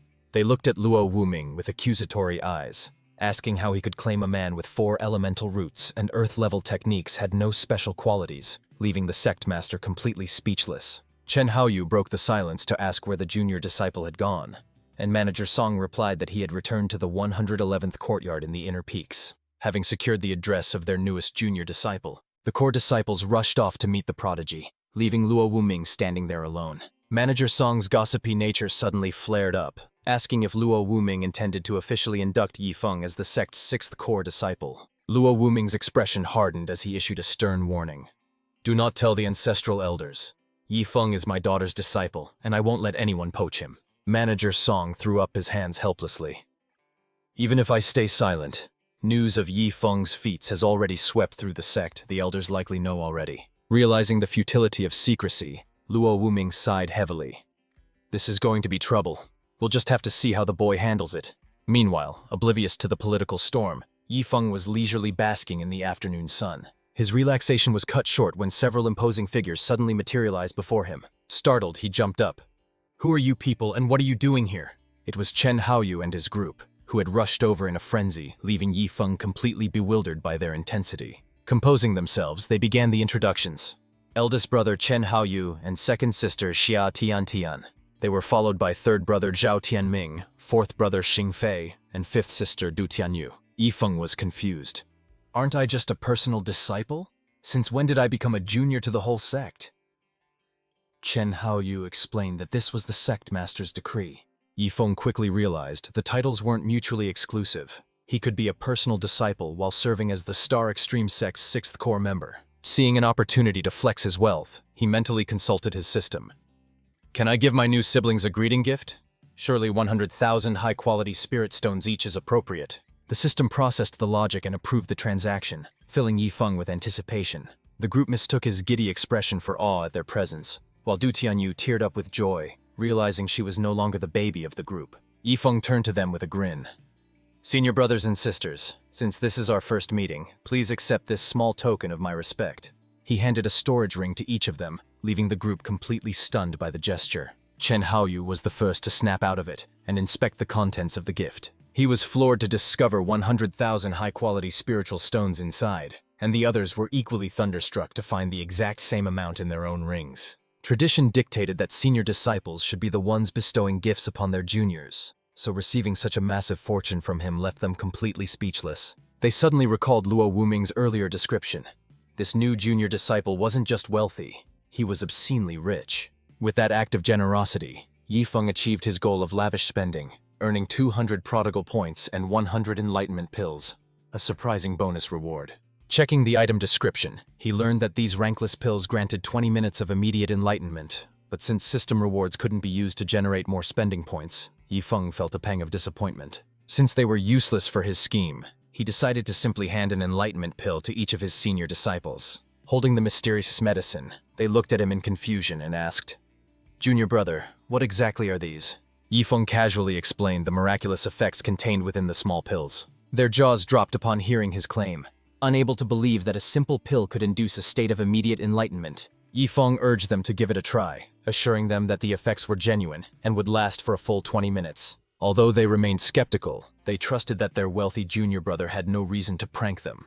Decisively, they swallowed the medicine, and in the very next instant, all 5 disciples slipped into a profound state of enlightenment. Just then, Luo Wuming happened to walk by and was stunned by the scene. But before he could speak, Yifeng signaled him to stay quiet. Luo Wuming whispered to ask why everyone was cultivating in the room, prompting Yifeng to explain the power of the enlightenment pills. Seeing the results, Luo Wuming felt an intense desire to try one. So Yifeng handed him 5 pills, while casually mentioning that the rest were reserved for his pet dog. Luo Wuming almost choked, rebuking him immediately. "You're feeding such precious treasures to a dog. Have you lost your mind?" Yifeng just shrugged helplessly. Since the pills didn't count toward his wasteful spending points, they were essentially trash to him. Determined to prevent Yifeng from squandering such heavenly resources on a mere pet, Luo Wuming stepped in. He offered to purchase every single one of Yifeng's remaining enlightenment pills, asking for a price and even jokingly suggesting a family discount. However, Yifeng flatly refused, insisting that he needed to feed his dog to avoid feeling guilty, all while imagining his pet complaining that it didn't even want the pills. Seeing Yifeng's firm resolve, Luo Wuming dropped the subject and instead informed him that the 5 great ancestral elders requested an audience likely to take him on as a personal disciple. Shortly after, the 2 of them arrived at the secluded cave mansion located on the back mountain. Luo Wuming respectfully led Yifeng inside to pay his respects to the sect's 5 most venerable masters. The great ancestral elder, Luo Qianqing, spoke first, praising Yifeng for battling 200 peers solo and mastering 3 advanced earth techniques with the talent of a quad spirit root. Eager to verify this prodigy's potential, the elders immediately gathered around Yifeng to inspect his constitution. Moments later, they confirmed that Yifeng was indeed at the peak of the Qi activation realm and possessed an incredibly formidable spirit Qi. However, they were stupefied when they couldn't detect a single spirit root in his body, despite the fact that he should have possessed 4. The ancestral elders were in total shock. How could Yifeng manifest 4 different types of elemental Qi without any spirit roots at all? Furthermore, how had he managed to form a spirit Qi and cultivate this far without the fundamental requirements? Yifeng replied nonchalantly, claiming he didn't know the details. Only that ambient spiritual Qi rushed into his body whenever he willed it, regardless of his lack of roots. To demonstrate, he gathered Qi between his palms, effortlessly cycling the energy through thunder, fire, water, and wind elements right before their eyes. The scene left the 5 great ancestral elders dumbfounded, as such a bizarre anomaly was completely unheard of in their lifetimes. While the elders stood frozen in shock, Yifeng was busy calculating how to complete his lavish spending task, considering a gift of 1 million high-quality spirit stones per elder. However, his system immediately rejected the proposal, deeming that amount insufficient for a true spendthrift. Annoyed at being looked down upon by his own system, Yifeng decided to raise the stakes. He upgraded his offering to 1 million top-quality spiritual stones per person, which the system finally approved. With the task validated, Yifeng boldly prepared to make the donation that would shake the sect to its core. He produced 5 storage rings and handed them over, apologizing for the meager gift of 5 million top-quality stones due to his rushed arrival. The ancestral elders were left completely bewildered, their minds unable to process the wealth sitting in front of them. They stared incredulously at the rings, wondering how a mere Qi activation disciple could possibly possess a fortune that rivaled the entire sect. Noticing the elders' frozen expressions, Luo Wuming stepped forward. "Elders, haven't you been stuck at a cultivation bottleneck for decades?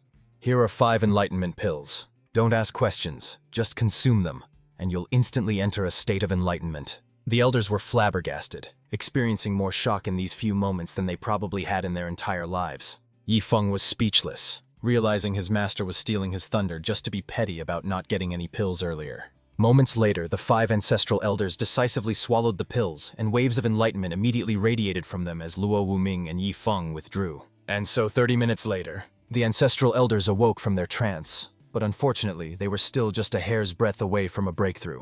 Luo Changqing approached the pair and urgently inquired, "How many more of those enlightenment pills do you have?" Faced with the Grand Elder's question, Luo Wuming didn't hesitate to promptly throw Yifeng under the bus. "Yifeng still has quite a few, but he plans to feed them to his dogs," Luo Wuming revealed with a mischievous grin. Hearing this, the 5 ancestral elders were collectively dumbfounded. "What? Feed supreme treasures to dogs?" Grand Elder Luo Changqing stepped forward sternly. "Yifeng, our teachings forbid bullying the young, so the pills are yours, but feeding them to dogs is absolutely forbidden." Under their intense gaze, Yifeng's heart pounded. "I still have 90 left. I guess feeding them all to dogs is wasteful, so how about I keep 40? Seeing Yifeng's compromise, Luo Changqing shifted his rage toward Luo Wuming. "As sect master, why aren't you curbing your disciples' wasteful habits?" "Grand Elder, don't blame me. This kid used a 9-leaf soul-returning herb for a foot soak." Yifeng sighed, realizing his master was addicted to selling him out. As expected, upon hearing about such extravagance, Luo Changqing was so infuriated that he literally spat blood. This left Yifeng feeling rather embarrassed, wondering if it was really necessary to be so overly dramatic. Regaining his composure, Luo Changqing pleaded with Yifeng again.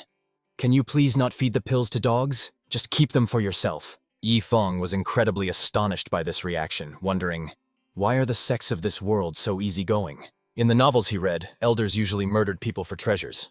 Yet these 5 weren't trying to seize anything by force. Looking back, his beautiful master claimed she wouldn't guide them. Yet she spent a fortune on clear mysterious pills for their sake, while old Bai, who constantly joked about slacking off, was always there to help. Even during the recent martial platform event, his senior brothers and sisters took pride in Yifeng, despite suffering defeat at his hands. Now even the sect master and the 5 great ancestral elders were treating him with such warmth and kindness. Honestly, belonging to such a sect filled Yifeng with contentment, so he decided to settle in and live the comfortable life of a pampered disciple. He chose to hand over 70 enlightenment pills to the sect, though he decided to keep the remaining 20 for himself. After all, if he wanted to live comfortably as a prodigal son, the sect needed to be strong. So donating a few treasures wasn't a bad investment. Seeing this generosity, Luo Chenxing was deeply moved, shouting "good" 3 times. It was truly the sect's great fortune to have such a disciple. Afterward, Luo Chenxing shot Luo Wuming a stern look, warning him that given Yifeng's contributions, he had no right to punish the boy unless he violated ancestral laws. In that moment, the usually imposing Luo Wuming acted like a submissive junior, quickly bowing his head to express his understanding. With that matter settled, Yifeng's meeting with the 5 great ancestral elders officially came to an end. Luo Wuming felt triumphant regardless. He would never mistreat Yifeng anyway, considering he viewed the boy as his personal god of wealth. Suddenly, Yifeng accidentally pulled out a golden silkworm star-shining stone. The rare item immediately caught the sharp eyes of the ancestral elders who hadn't yet left the room. Yifeng laughed it off, claiming it had slipped out by mistake and was nothing more than a broken stone they should ignore. Luo Wuming immediately started cursing, accusing the rascal of lying about having no star-shining stones, but Yifeng just pouted and insisted it was junk. The 5th elder, an artifact refiner, frantically offered to buy the desired mineral at any cost, but Yifeng refused, explaining that he needed the stones to pave his toilet floor. Upon hearing such a wasteful justification, Luo Wuming was so enraged he nearly spat out a mouthful of blood. The other ancestral elders were equally infuriated, gasping for air at the sheer audacity of his statement. Qi Yunjiang forced a smile, trying to explain the stone's value to refiners, but Yifeng simply daydreamed about how magnificent his dazzling golden toilet would look once finished. Luo Wuming screamed that the stones were for absorbing tribulation lightning, not hiding in a toilet, but Qi Yunjiang caught the key detail. Yifeng could get more, and promised to donate the leftovers once his bathroom was complete. Hearing this, Chu Yunshan kept shouting "good" repeatedly, suddenly backing Yifeng's plan, which left Yifeng completely bewildered. It also confused the other ancestral elders and Luo Wuming. Luo Chenxing quickly pulled Chu Yunshan aside and whispered, "Old 5th, have you gone mad? That is golden silkworm star shining stone, and you want to let him build a toilet with it?" The other elders and Luo Wuming began whispering among themselves, unsure of what was happening. Chu Yunshan retorted, "Are you guys clueless? Once Yifeng builds that toilet, we can hide inside to withstand the tribulation lightning. If a single stone is that durable, imagine an entire room. We can just squat in there and ascend safely. Isn't that brilliant?" Luo Wuming was stunned. "Wow, is that really possible? With a golden toilet like that, we wouldn't even need to waste our life-saving treasures during the tribulation." Yifeng suddenly felt a chill run down his spine, sensing that these old men were plotting something truly unsavory. Having agreed to the golden toilet plan, Luo Chenxing immediately instructed Luo Wuming to ensure the god of wealth, Yifeng, remained safe in the upcoming Heaven's Way battlefield. However, Yifeng insisted on going alone, claiming he needed to rely on his own strength. In the Qi activation realm, he was practically invincible. Luo Wuming tried to dissuade him, saying, "This is no child's play. Listen to the elder and take some senior brothers for protection." Luo Chenxing pondered for a moment upon hearing the boy's determination. Yifeng interjected firmly, "If I bring a crowd with me, the cultivation experience will be meaningless." Finally, Luo Chenxing relented. "Fine, go alone, but trust no one. Rest here for 2 days, and on the 3rd, head to the Heaven's Way battlefield teleportation tower." Yifeng had his own reasons for this. Taking a large group of senior brothers along likely meant he would end up protecting them instead of the other way around. Besides, if he truly ran into danger, he still had his unbeatable, godly, wealthy guard squad. In fact, he was looking forward to finally seeing them in action. After paying his respects to the ancestral elders, Yifeng returned to his residence, only to find several senior brothers and sisters waiting for him. They swarmed him enthusiastically. "Junior brother, do you have any more enlightenment pills?" They were astounded by the remarkable effects and, despite the shamelessness of it, were desperate for just a few more. Yifeng shook his head, explaining he didn't have many left. He originally had 90, but he had already handed over 70 of them to the ancestral elders. Senior sister Xiao Tiantian immediately tried a different tactic. "Can you spare just one of the remaining 20 for me, please? Meow." She acted cute and coquettish, but Yifeng remained unmoved. "I can't. I need to keep these for my dog.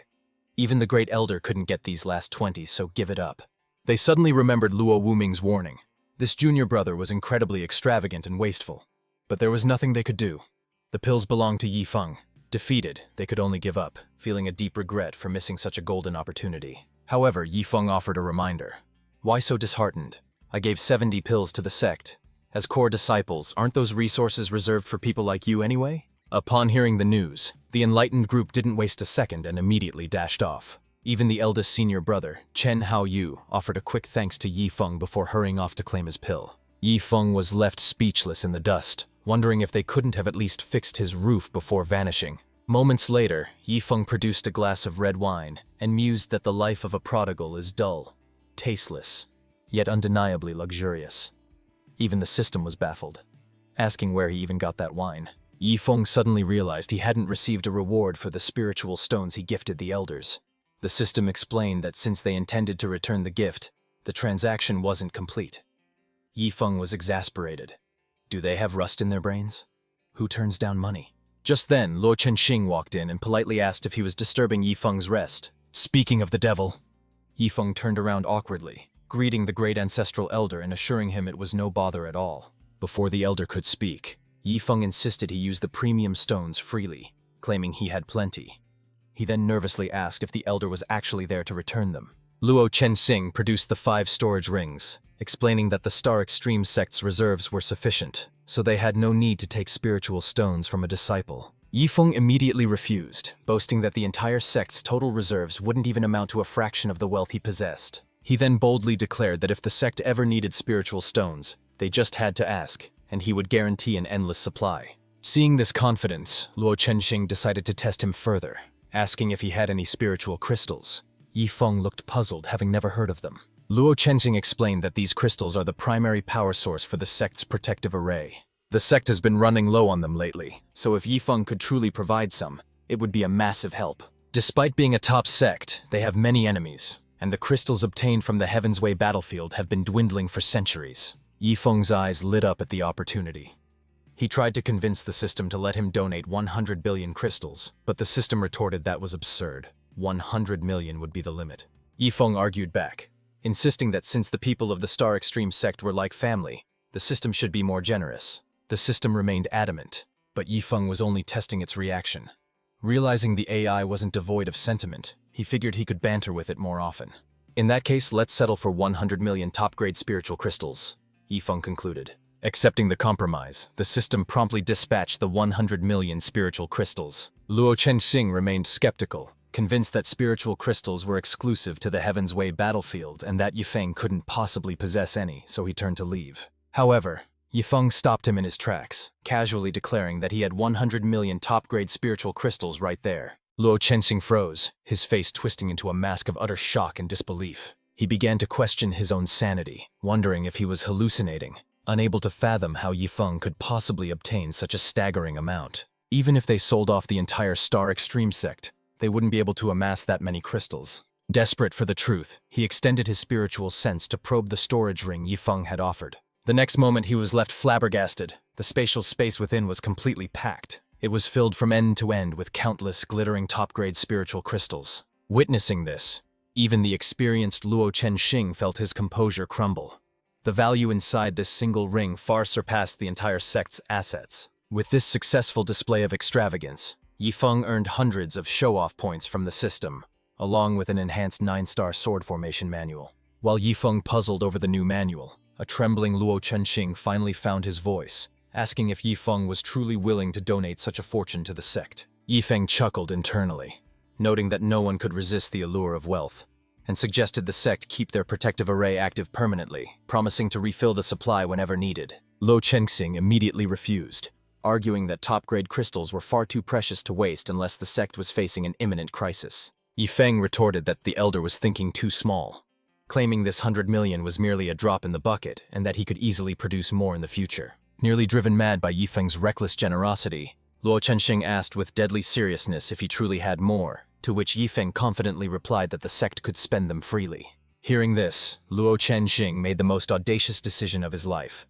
From that day on, the Star Extreme sect's 9-star sword formation would remain permanently active. Yifeng was taken aback, suddenly realizing that the sect's protective array was actually the 9-star sword formation. He immediately pulled out his system reward, the enhanced secret manual, and urged the great ancestral elder to take a look. Luo Chenxing examined it closely, his astonishment growing as he realized that while this enhanced version consumed 10 times the energy, its power was also amplified tenfold. Luo Chenxing lowered the manual, looking at Yifeng with eyes full of curiosity and awe. Great Ancestral Elder, please don't ask. If you do, my answer will simply be, I don't know. Yifeng anticipated questions about the item's origin and decided to shut them down immediately. Seeing Yifeng's firm stance, Luo Chenxing wisely chose not to press the issue further. Instead, he promptly produced a token. From this moment on, you are an honorary elder of the Star Extreme sect. Yifeng was baffled by the sudden promotion. Why was he being handed such a prestigious title out of nowhere? The Great Ancestral Elder clarified. It's not just a title. You will stand on equal footing with the 5 Great Ancestral Elders. Even Luo Wuming will have to address you as Elder Yi. Although the idea of outranking his own master was amusing, Yifeng quickly declined. He had no desire for such a lofty position.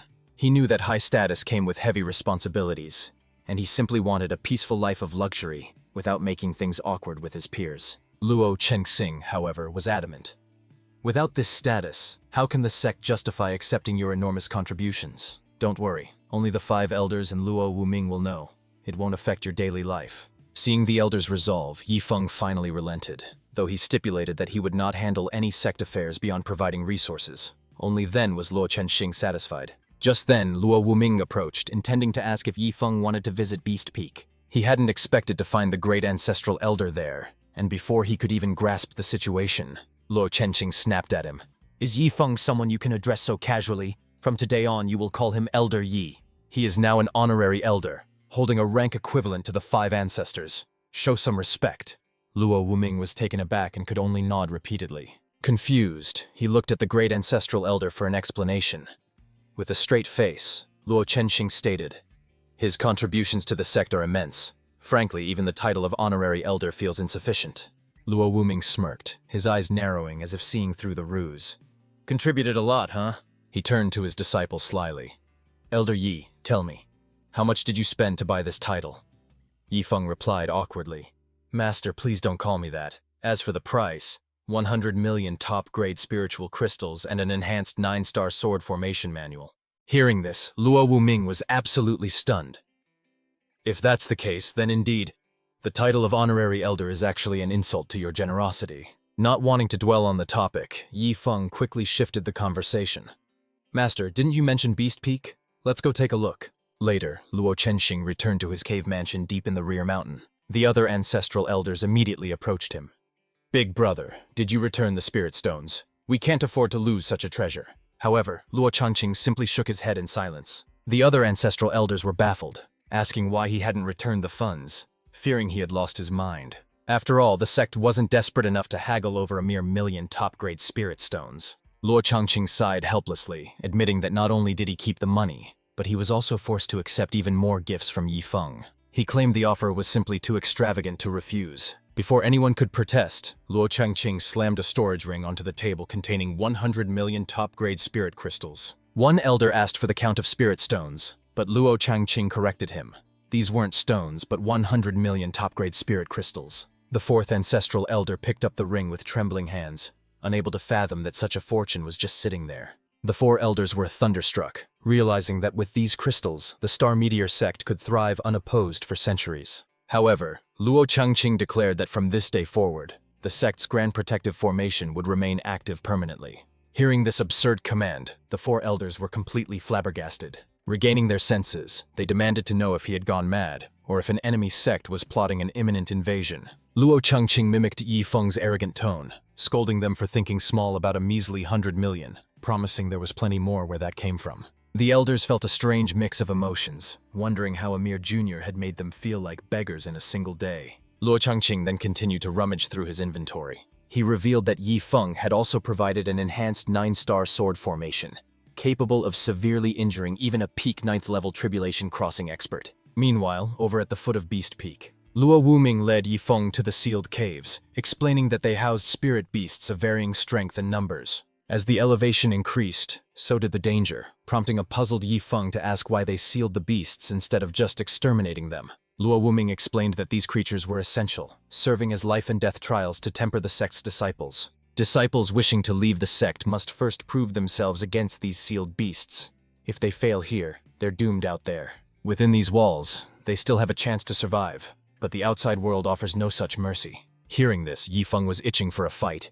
With a life-or-death battle approaching, he wanted a warm-up, but Luo Wuming shut him down, insisting these beasts were for the other disciples. Given Yifeng's overwhelming strength, slaughtering hundreds of beasts at this level would be a breeze and a complete waste of resources. Undeterred, Yifeng demanded a tougher challenge against a merging spirit realm beast, but Luo Wuming feigned deafness, suddenly commenting on the lovely weather. Realizing his master was ignoring him, Yifeng checked his status. With a prodigal score of only 2,810 points, he needed to make a drastic move and fast. The next day, having returned from Beast Peak, he managed to acquire the corpse of a Purple Thunder Mad Lion, though he had no clue how to properly process the high-ranking carcass. Seeking answers, he approached senior brother Chen Haoyu, who explained that while one could use spiritual energy to extract the beast's essence blood, it was only useful for body cultivators. Intrigued by the terminology, Yifeng pressed further, asking what exactly defined a body cultivator. These warriors use specialized techniques to refine their physical forms, absorbing the energy of heaven and earth to evolve their bodies into terrifying weapons of war. Chen Haoyu clarified that for such cultivators, the refined essence blood of powerful beasts is the ultimate resource. Yifeng then asked a bizarre question. What if he just roasted and ate it? Chen Haoyu stared at him in utter confusion, unable to comprehend where his junior brother got such ridiculous ideas. He explained that eating the meat directly would waste 99% of its power, which is fine for weak trash, but a sin for high-level beasts. Yifeng ignored the warning and asked if the sect had any body cultivators. Chen Haoyu confirmed that the fifth ancestral elder, Chu Yunchan, was a body cultivator at the Tribulation Crossing realm, but just as he prepared to gossip about her past, Yifeng promptly walked away, having zero interest in listening to a long-winded history lesson. Watching Yifeng leave, Chen Haoyu furrowed his brows, wondering if his junior really possessed a high-realm beast corpse, and if he was actually crazy enough to barbecue it. Yifeng marched straight to the dueling arena, causing the surrounding disciples to panic, assuming he was there to hand out another beating. Some immediately dropped to the ground and surrendered, knowing they stood absolutely no chance against him. But Yifeng wasn't looking for a fight. He leaped onto the stage and made a loud announcement. "Forget dueling today. Help me slice up some meat and I'll treat every single one of you to a barbecue." With the entire crowd watching in astonishment, he suddenly summoned the massive corpse of the Purple Thunder Mad Lion. The sheer weight of the beast instantly crushed the newly repaired arena floor beneath it. Staring up at the colossal carcass, the surrounding disciples were left completely dumbfounded. Yifeng hopped onto the beast and called out, "Senior brothers and sisters, give me a hand slicing this thing up. It's too much for one person." Hearing the offer, the crowd roared with excitement. However, they immediately hit a snag. The Mad Lion was such a high-tier beast that their weapons couldn't even scratch its hide. Blades snapped on impact, leaving the disciples on the verge of tears as they mourned their shattered equipment. Seeing the awkward situation, Yifeng turned to his system, asking for something sharp enough to do the job. The system immediately loaned him a set of 100 daggers, but looking at the rusty, jagged scrap metal in his hands, Yifeng seriously doubted they would work. Still, with no other choice, he dumped the bag of worn-out blades in front of the disciples and told them to switch tools. The crowd eyed the battered junk skeptically, wondering if he was joking. But their doubts vanished the moment a disciple struck. The beast's impenetrable scales sliced open like soft tofu. The cutting power was terrifyingly efficient, bringing a satisfied smile to Yifeng's face. That smile faded when he saw a disciple testing the edge on his own skin, causing Yifeng to yell at them to focus on the lion. Still, he had to admit that these rusty blades were deceptively overpowered. He hoped to buy them, but the system coldly reminded him they were merely a loan. If he didn't return every single one, he'd lose a massive amount of points, proving once again how stingy this system truly was. Armed with the miraculous daggers, the crowd made short work of the Purple Thunder Mad Lion, dissecting it in record time. The roasted meat was fragrant, filling the air with a tantalizing aroma. It felt like an ancient bonfire feast, and the disciples eagerly relished every single bite. After all, this was high-grade monster meat, a rare delicacy they might only taste once in a lifetime. Meanwhile, just 10 miles away from the Star Extreme sect, a solitary figure tore through the sky with incredible speed. This was Luo Kai, a muscular cultivator boasting an 8-pack, who murmured Luo Wuming's name like an old acquaintance. However, spotting the Star Extreme sect's active protective barrier left him puzzled, wondering if they were in danger. Yet, that didn't seem to be the case, as he was the only presence in the vicinity. Regardless, he decided to charge straight toward the renowned 9-star sword formation. Assuming it was still at its old power level, he intended to test his physical durability against the barrier. But the next moment left him dumbfounded and completely caught off guard by the formation's drastically enhanced power. A baffled expression crossed his face as he wondered who could have possibly upgraded the array to this extent. Detecting the disturbance, Luo Wuming flew out and shouted, "Luo Kai, have you gone mad? Can't you see our protective barrier is active? How dare you challenge it head-on?" Luo Kai grumbled that he hadn't expected the upgrade, but Luo Wuming cut the nonsense and told him to state his business. Seeing this, Luo Kai revealed his true purpose. He came to brag about the 80 top-grade spiritual crystals he'd earned in the Heavenly Dao battlefield. Luo Wuming dismissed it as no big deal and turned to leave, stunning Luo Kai, who expected him to beg for a loan. Getting serious, Luo Kai asked why the defensive formation was active, and who had upgraded it to such a terrifying level. Luo Wuming casually replied that they simply had too many spiritual crystals and were burning them to power the formation regardless of the tenfold cost. Hearing this, Luo Kai was furious, accusing Luo Wuming of being incredibly smug about his newfound wealth. Luo Wuming smiled faintly, dismissing the massive sum as if it were pocket change, noting that 100 million crystals would only last a few months. On the surface, Luo Kai feigned calm, claiming he just wanted a drink, but internally he was reeling. Luo Wuming never lied about such matters, meaning the 100 million crystals were real. Putting the shock aside, Luo Kai followed his friend to find a place to chat. However, as they walked, a tantalizing and powerful aroma drifted toward them. Suddenly, Luo Kai's expression changed frantically as he recognized the scent of a purple thunder mad lion. Without hesitation, he bolted toward the source of the smell. Upon arrival, he witnessed a group of disciples in the middle of a feast. Luo Kai stood frozen in disbelief. It really was the legendary purple thunder mad lion. Even Luo Wuming was taken aback. This beast had survived 9 thunder tribulations, a terrifying entity on the brink of ascending to the upper realm. Yet now it was being casually roasted and devoured. Thoroughly confused, Luo Kai wondered what the disciples were thinking. But then he took a closer look at the grill. He grabbed Luo Wuming, demanding to know when the Star Extreme sect became rich enough to eat such powerful beasts, but the sect leader only sighed, blaming a certain prodigal disciple. Just then, Luo Kai witnessed a terrifying detail that made his heart skip a beat. A lowly Chi activation disciple was holding a plain black dagger, yet he sliced through the indestructible scales of the purple thunder mad lion as if they were nothing. Luo Kai was floored. Eating the lion was one thing, but a dagger that cut through divine scales like tofu? He told his friend the sect felt alien to him, prompting a panicked Luo Wuming to contact the 5 ancestral elders. He urgently transmitted a message. "Get over here. That kid Yi Feng is wasting resources again. He's feeding a 9 tribulation purple thunder mad lion to the disciples, and if you don't hurry, it'll be gone." Confused, Luo Kai asked why the sect leader couldn't handle this Yi Feng himself, to which Luo Wuming let out a heavy, defeated sigh. Not only is he the 6th core disciple, but he donated that 100 million and upgraded our sword formation. He's an honorary elder now, so even I have to address him as Elder Yi. Upon hearing the transmission, Qiun Shan let out an anguished cry from the back mountain. He shouted furiously about the wasted value of a 9 tribulation beast before tearing across the sky to reach the scene. Fortunately, the other ancestral elders managed to restrain him in time, knowing that acting on impulse would be a disaster. Luo Changqing looked puzzled, noting that a high-level beast corpse is obviously invaluable, especially for a body cultivator like him. In fact, its value likely exceeds even that of a rare enlightenment pill. Chu Yunshin immediately wailed in despair. The sect possessed only one such treasure, yet half of it had already been roasted and devoured by the disciples. The other elders felt a similar pang of heartache, realizing they would be just as furious in his shoes. But Chu Yunshin admitted defeat. Since Yi Feng had personally offered it to the disciples, they had no right to interfere. Luo Changqing reflected and agreed. After accepting so many gifts from Yi Feng already, it would be shameless to confiscate the beast corpse.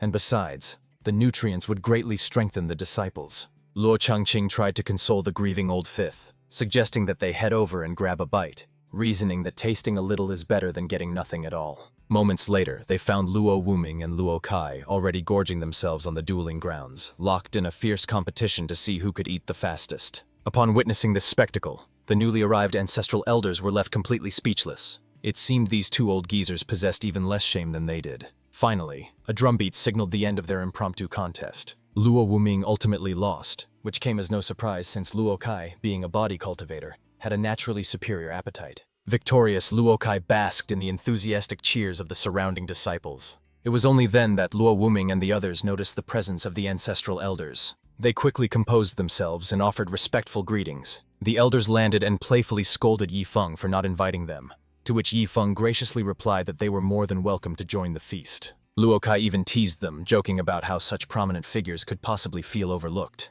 After an hour of digestion, the elders enjoyed a grand feast, and when Chu Yunchen asked to keep the skeleton, Yi Feng was delighted to have someone else handle the cleanup. Luo Wuming then introduced his old friend Luo Kai to Yi Feng, describing him as a fourth-level tribulation-crossing body cultivator, though Yi Feng was confused as to why his master's father insisted on using such formal titles. It seemed they had no choice in the matter, as the great ancestral elder had already made the hierarchy crystal clear. The two exchanged respectful greetings, and for the first time, even Luo Kai began addressing him as Elder Yi. Yi Feng laughed, noting that as a friend of his master's father, Luo Kai was naturally his senior. Hearing this, Luo Kai felt his brain short-circuit. The relationship hierarchy was an absolute mess. Luo Wuming quickly explained that the boy was his daughter's senior disciple, making him the master's father, though it was a long story. Just then, Yi Feng received a system reward for the lavish Purple Thunder Mad Lion Feast. 200 drops of essence blood from a beast that had survived the 9 heavenly Tao tribulations. Unfamiliar with the concept of the 9 heavenly Tao tribulations, Yi Feng asked the system for clarification. The system explained that when a cultivator or beast on the Shuantian continent reaches the peak of the 9th level tribulation crossing realm and seeks to ascend further, they must endure the 9 heavenly Tao tribulations, which are vastly different from ordinary trials. Yi Feng finally understood. It was essentially a higher tier of power beyond the peak of the tribulation crossing realm. Luo Kai then excitedly approached, thanking nephew Yi Feng, admitting that without him, he never would have tasted such a precious beast. However, he lamented that the valuable essence blood had been wasted in the cooking. Dazed by the enthusiasm, Yi Feng pulled out his new reward and asked, "Senior, are you talking about this?" Upon closer inspection, Luo Kai confirmed it immediately. The aura was unmistakable. This was refined essence blood from the Purple Thunder Mad Lion. Yi Feng offered to share it, but mentioned he needed to save some for his pet dog. Luo Kai paused, confused, asking if dog was a nickname for a friend. Luo Wuming interjected, explaining that it wasn't a person, but an actual stray dog that was evolving into a spirit beast after swallowing countless 9-pattern mysterious pills. Luo Kai was taken aback, finding it impossible to believe that a regular stray dog would receive such extravagant benefits. Yi Feng reassured him that it really was just a dog, leaving Luo Kai muttering in disbelief that this had to be a joke. Seeing Luo Kai frozen in that state of shock, Yi Feng simply excused himself and walked away. Luo Wuming, witnessing this, decided to take Luo Kai somewhere to offer him a special opportunity. Luo Kai snapped back to reality and followed, though he remained puzzled, wondering what kind of opportunity this small sect could possibly possess. Meanwhile, back at Luo Wuming's residence, Luo Wuming produced a pill for his friend, but Luo Kai eyed it suspiciously, fearing it might be poison. Wuming scoffed, assuring him that he wouldn't offer such a treasure to anyone but his closest brother. He explained that it was a legendary enlightenment pill, a rarity Luo Kai had likely never witnessed. Stunned, Luo Kai stared blankly, struggling to believe such a thing actually existed. "Just try it, you'll thank me later," Wuming insisted. Trusting his friend, Luo Kai tossed the pill into his mouth without a second thought. The effects were instantaneous, sending his consciousness into a rapid swirling vortex of clarity. He immediately dropped into a cross-legged position, surrendering himself to a profound state of deep meditation. 20 minutes later, Luo Kai opened his eyes, radiating an aura of immense satisfaction and newfound power. Wuming gloated, revealing that the pill came from Yi Feng, who had donated 70 to the sect while casually keeping 20 just to feed his dog. He listed others who had benefited, like Xiao Tianyu and Bai Tianhong, noting how they had abandoned their previous posts to join the Star Soul sect as elders just to be closer to Yi Feng's resources. Upon hearing this, Luo Kai stood up and walked away in silence. Confused, Wuming called out, "Hey, we haven't even had our drinks yet, where are you going?" Luo Kai looked back with a pained expression. "What is there to drink at a time like this?" Wuming was completely bewildered. "We were just chatting. Why are you suddenly getting angry?" Luo Kai spoke somberly about his loneliness, lamenting that he had no family and wishing he had a daughter like Luo Qingjue. Thinking he had touched a nerve, Wuming prepared to apologize. But Luo Kai suddenly shifted gears, declaring that since Wuming's daughter had founded a sect, he would join as an elder to finally find a home. With that, he soared into the sky. Wuming was livid, realizing his friend was just chasing Yi Feng's handouts. "You shameless opportunist, get back here!" He fumed at Luo Kai's hypocrisy, mocking the man who once claimed to love freedom and refused to join any faction, knowing full well he was just targeting Yi Feng. Despite his ridicule, Wuming was secretly envious. If not for his status as the sect master's father, he would have joined the Star Soul sect as an elder long ago. Snapping back to reality, Wu Ming remembered the urgent matter of the demonic beast essence and rushed off to inform the 5 ancestral elders. Meanwhile, Yi Feng was singing to himself out of boredom when his door was violently kicked open by senior brother Chen Haoyu. Chen stormed in, furiously questioning him. "Little junior brother, I knew you were extravagant, but this is pure madness." Yi Feng responded with eerie calm. "Steady now, don't panic. But look, you've broken my door again." It turns out Chen Haoyu had already researched the Purple Thunder Mad Lion in the scripture vault and heard rumors of Yi Feng's reckless spending. Yet, when confronted, Yi Feng simply replied with a nonchalant, "I know." Defeated, Chen Haoyu realized he couldn't reason with a prodigal like this. If he didn't adjust his attitude before reaching the Star Soul sect, he might actually die of frustration. Without even a goodbye, Chen Haoyu staggered away, completely dumbfounded by the interaction. Yi Feng sighed, complaining that the man had broken his door and left without so much as an apology. Just as Yi Feng finished patching the wood and settled in for the night, the door was brutally kicked open once again. This time, it was the 5th ancestral elder, Chu Yunzhang, bellowing, "Yi Feng, are you asleep?" Yi Feng, resigned to his fate and knowing exactly what the elder wanted, didn't waste a single word. He immediately handed over 10 drops of the demonic beast's essence as a tribute to get them to leave. Chu Yunzhang accepted the essence with feigned hesitation, apologizing for the intrusion and promising not to disturb his rest further. As the elder vanished, Yi Feng stared at his shattered doorframe, decided it wasn't worth fixing, and resolved to simply move to a different courtyard. After switching rooms, Yi Feng finally got some sleep, waking up the next morning just in time for the system to refresh with new extravagant items. He found a bundle of mind-calming incense, crafted from the 10,000-year Dark God tree. While it could double cultivation speed, Yi Feng only cared if it would help him sleep better. Meanwhile, outside the courtyard, Luo Wuming and the ancestral elders were secretly staking out the area. Based on Luo Wuming's observations, Yi Feng seemed to have a habit of splurging on extravagant items every single morning. Back at the Star Soul sect, he fed his dog rare sword fragments at dawn, and later casually tossed away high-quality spiritual stones on the road. Then there was yesterday's incident with the Purple Thunder Mad Lion meat, which also occurred first thing in the morning. Luo Wuming suspected that if this prodigal didn't waste resources daily, his mood would sour, a theory the ancestral elders unanimously agreed with. Suddenly, Luo Wuming caught a whiff of a mysterious fragrance, leaving him entranced for a split second. The great ancestral elder immediately recognized the scent as high-grade mind-calming incense and dashed forward in a frenzy. With a deafening boom, Yi Feng's door was obliterated yet again, right as the incense smoldered beside him. Bewildered, Yi Feng snapped back to reality and shouted, "Do you people have a personal vendetta against doors?" Ignoring the outburst, the great ancestral elder took a deep, greedy breath of the mind-calming incense. He wore an expression of pure intoxication, looking utterly content. Surrounded by the 5 ancestral elders and the sect master, Yi Feng was completely baffled by the intrusion. Lo Chenxing asked, "Yi Feng, what spiritual wood is this incense made from?" To which Yi Feng casually replied, "Oh, just the 10,000-year Dark God Black Tree." Luo Chenxing feigned indifference, nodding. "Ah, the 10,000-year Dark God Black Tree. Not bad." But internally, he was screaming. It was 10,000 years old. Yi Feng looked at him, unimpressed, thinking, "Just not bad?" To Yi Feng, if the elders were this calm, the wood must not be that special compared to his other treasures. It seemed they were actually looking down on it. Little did he know, Luo Chenxing was barely holding it together. The tree was priceless. Watching Yi Feng light stick after stick, the elder felt his heart shatter. Impatient with the slow burn, Yi Feng decided to speed things up and brought out a fire tray to incinerate them all at once. Luo Wuming whispered in horror, "There are 100 of them." Luo Chenxing and the other elders were crestfallen. This was supreme mind-calming incense, and he was wasting it like common trash. The sheer anxiety and heartbreak were driving them to the brink of madness. After tossing all 100 sticks into the fire tray, Yi Feng finally drifted off into a peaceful slumber. Luo Chenxing kept his stiff smile, but internally he raged. This wasteful brat burned a fortune just to take a nap. Was he trying to kill them with frustration? Defeated, the elders had no choice but to leave. They stormed out of Yi Feng's courtyard, desperate to vent the anger bottling up inside them. You can only imagine the torrent of complaints that followed. After screaming into the void, Luo Chenxing finally let out a long, weary sigh. The second ancestral elder lamented. "Forget 10,000 years. I've never even seen a tree over 5,000 years old in the heavenly Dao battlefield."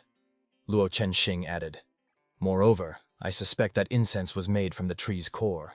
It isn't merely about its age, the quality is unmatched, but it belongs to Yi Feng. Out of sight, out of mind. I'm never coming back here. I can't fathom where he gets these treasures, but his wasteful habits are too painful to watch. With that, the envious elders resolved never to return.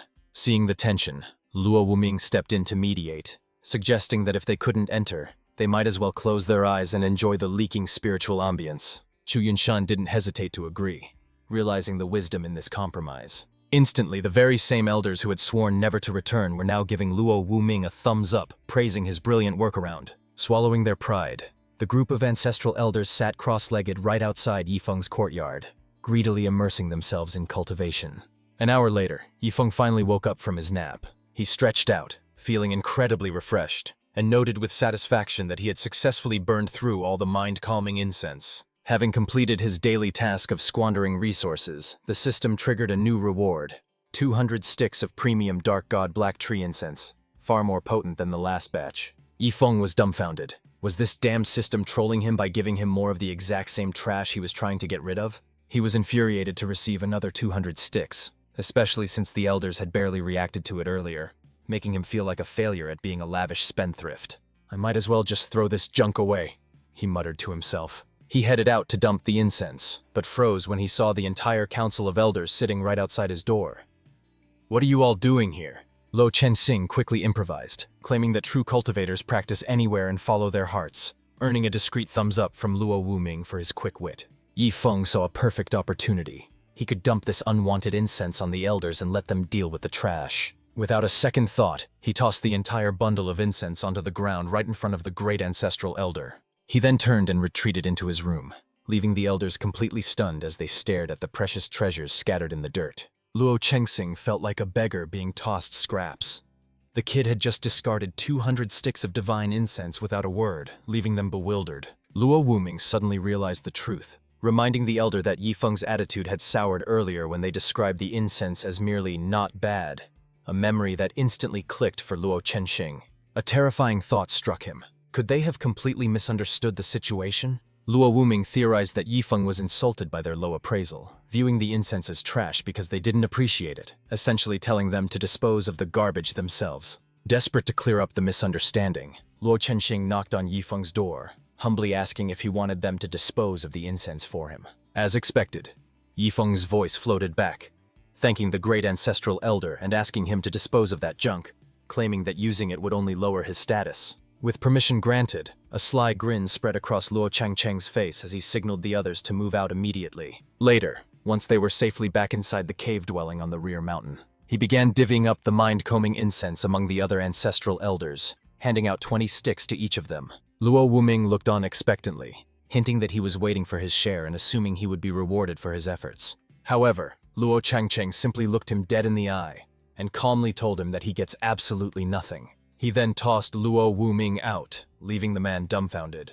They had all begged together, so he couldn't understand why he was being excluded, thinking even 10 sticks would suffice. Back inside, Qi Yunshan pulled out a beggar's outfit and suggested that they commit to the role, proposing they camp out at Yifeng's place every morning to scavenge whatever mediocre treasures he discards. While begging sounded undignified, if it meant acquiring god-tier items daily, he would happily embrace the lifestyle, and the other elders quickly agreed that it was a shortcut to riches. Luo Changcheng knew these old fools too well. They joked about begging, but their true motivation was simply the fear that Yifeng would waste such precious resources. Luo Changcheng approached the window and instructed Luo Wuming to protect Yifeng during his trip to the Heavenly Dao battlefield, an order Wuming immediately accepted, promising to personally escort him to the tower. The following morning, Yifeng woke up in high spirits. He immediately checked his system interface, eager to see what new rewards he had acquired. He discovered a stack of 10,000 second-class 9th-rank Earth prisoner talismans, powerful items capable of trapping enemies within an inescapable earthen cage. To him, this seemed far more intriguing than yesterday's incense, so he decided to keep them hidden for now, figuring they would come in handy during the upcoming battles. Meanwhile, Luo Changcheng stealthily approached Yifeng's residence, hoping to go unnoticed. He mused that since the kid was leaving for the Heavenly Dao battlefield today, there might be a chance to scrounge up some extra benefits before he left. This time, Luo Changcheng deliberately didn't inform the others. Begging was an embarrassing act, so as the great elder, he felt it was his duty to bear that shame alone. However, his plan hit a snag when he unexpectedly bumped right into the second ancestral elder. To his surprise, the second elder had even arrived prepared with a full bedding roll, ready to camp out. Luo Changqing was dumbfounded, thinking, "Second brother, aren't you taking this too far? Why didn't I think to bring a bowl?" The second elder proposed, "Big brother, how about this? Anything we get today, we split 50-50. Luo Changqing nodded. "You really are a good brother." Just then, he spotted another familiar figure approaching in the distance. "Isn't that third brother?" he wondered aloud. The third elder stepped forward awkwardly, clutching a cracked bowl. "Big brother, second brother, I hope you don't mind if I join you." The three exchanged glances, embarrassment written all over their faces. They hadn't expected everyone to have the exact same shameless idea. Suddenly, a slender, elegant leg emerged from behind a nearby screen. The trio blushed deeply, their worldview shattering as they wondered, what kind of tactic is this? To their astonishment, it was the fourth elder, who had resorted to a seductive honey trap strategy, just to beg for treasures. Her appearance left the others in shock. "Fourth sister, please don't do this, we're terrified." She looked just as surprised, replying, "I didn't expect all my brothers to be here." Luo Changqing scanned the surroundings and reasoned, "Since fourth sister is here, surely old fifth is around too." She responded, "Didn't he arrive early?" From behind the courtyard, the fifth elder, Qi Yunshan, stepped out. He was even more professionally equipped, sporting a broken bowl and tattered rags. Seeing this, Luo Changqing exclaimed, "Old fifth, why go to such lengths? It's just begging, not a costume contest." Just then, Luo Wuming stealthily approached, thinking, "Yifeng always oversleeps, so I need to make sure he wakes up early today." But the moment he entered the courtyard, Luo Wuming was completely baffled. He stared at the pathetic state of the elders until the fourth elder greeted him coyly. "Little Luo is here too." Qi Yunshan added, "Do you want a bowl as well?"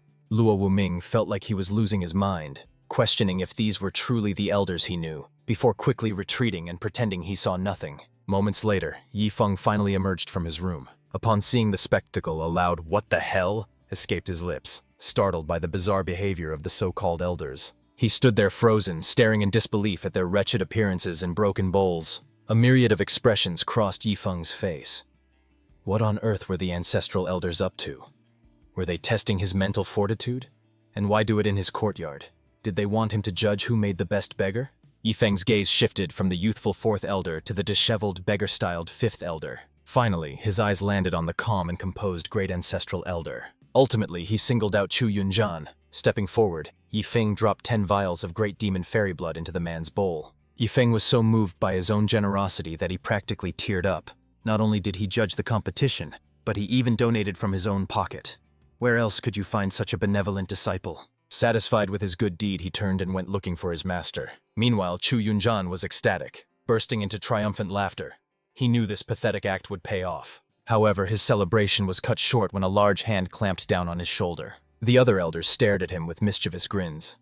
"Old fifth, we share the good times and the bad. We beg together, so don't think you can run off with the loot all by yourself." Chu Yunjan sighed in frustration. If he had known they'd be this shameless, he would have made his escape the moment he got the blood. By now, Yifeng had arrived at the main hall. Upon seeing him, Luo Wuming asked if he had run into the ancestral elders on his way out. Yifeng replied with an innocent face, "I did."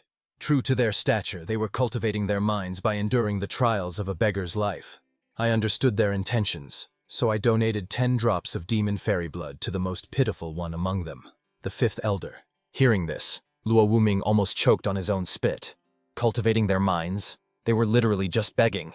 But by indulging them like this, Yifeng was only going to encourage their eccentricity.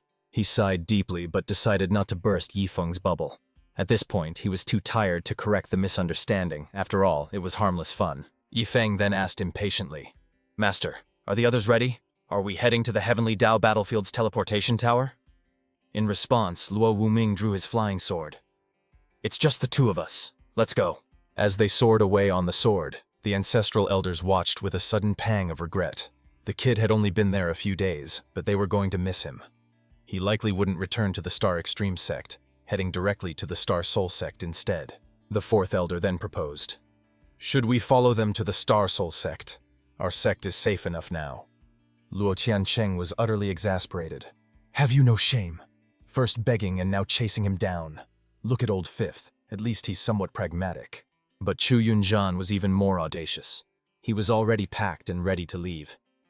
"Elder brother, I leave the Star Extreme sect in your capable hands, thank you." That finally pushed Luo Tiancheng over the edge. Releasing a terrifying aura, he roared, "All of you, stay right here! No one is going to the Star Soul sect. Defy me, and you'll face the consequences. Witnessing this outburst, the ancestral elders froze in genuine shock. It seemed they had finally taken their games a step too far. As they soared through the sky, Ye Feng voiced his confusion about the eerie silence. There wasn't a soul or beast in sight, a stark contrast to the Star Soul sect. Luo Wuming explained that local cultivators likely hunted them all down for practice, noting that beasts in the heavenly Dao battlefield were significantly stronger than their ordinary counterparts. A single creature here could slaughter packs of normal beasts, and the cultivators were equally formidable, though the sheer vastness of the Xuantian continent explained why they hadn't crossed paths with anyone yet. However, the moment the words left his lips, a stunning red-haired beauty suddenly appeared, blocking their path. "Could the two of you entertain me for a little while?" she asked with a flirtatious lilt in her voice. Luo Wuming's expression darkened instantly, recognizing her as a powerful demon, and he ordered Ye Feng to run while he held her off. But the alluring demoness immediately interjected, cooing for them not to leave and to stay as her company instead. Without warning, she unleashed a sudden assault on the duo. The demoness moved with blinding speed, instantly restraining both men before they could react. Luo Wuming looked grim, confirming his fears that she possessed the terrifying power of the 9th layer of the Tribulation Crossing realm. The demoness then proposed a playful trade.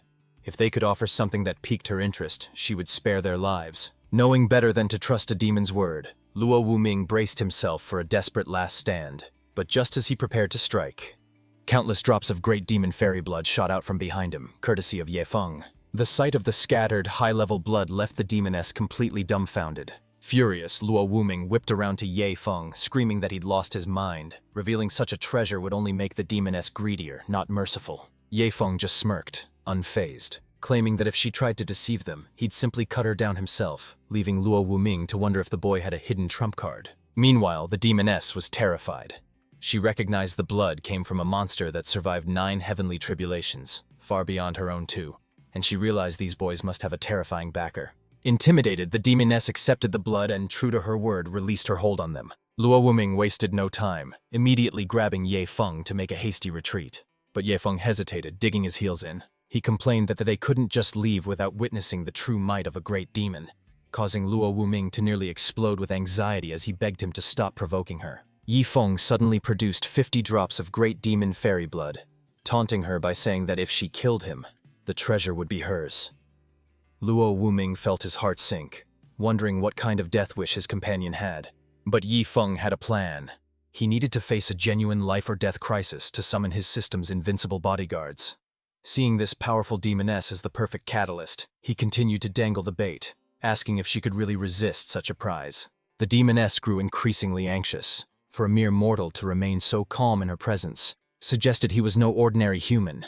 Convinced that a terrifying power must be protecting him from the shadows, she realized that attacking him might seal her own doom. Driven by paranoia, she instantly transformed, casting aside her disguise to reveal her true form, a bloodthirsty mantis demon. Ye Feng stared in awe, thinking the creature looked incredible, while Luo Wuming hurriedly explained that this was a bloodthirsty mantis. It was a tricky abomination that grew stronger by consuming potent blood, making it a nightmare to deal with. Instead of attacking, the demoness snatched the bait and fled, completely ignoring Ye Feng's plan. Once at a safe distance, she looked at the stolen blood and wondered if she had been too cautious, suspecting they might just be lucky fools who stumbled upon a treasure they couldn't protect. Shrugging off her doubts, she stowed the great demon fairy blood away, deciding that escaping with such a prize was a victory in itself. However, her relief was short-lived. Ye Feng, carried by Luo Wuming, came charging after her with relentless speed. The demoness looked back, completely dumbfounded by their audacity. Ye Feng urged the old man to go faster, burning through high-grade spirit stones to replenish Luo Wuming's energy, allowing them to accelerate with renewed vigor.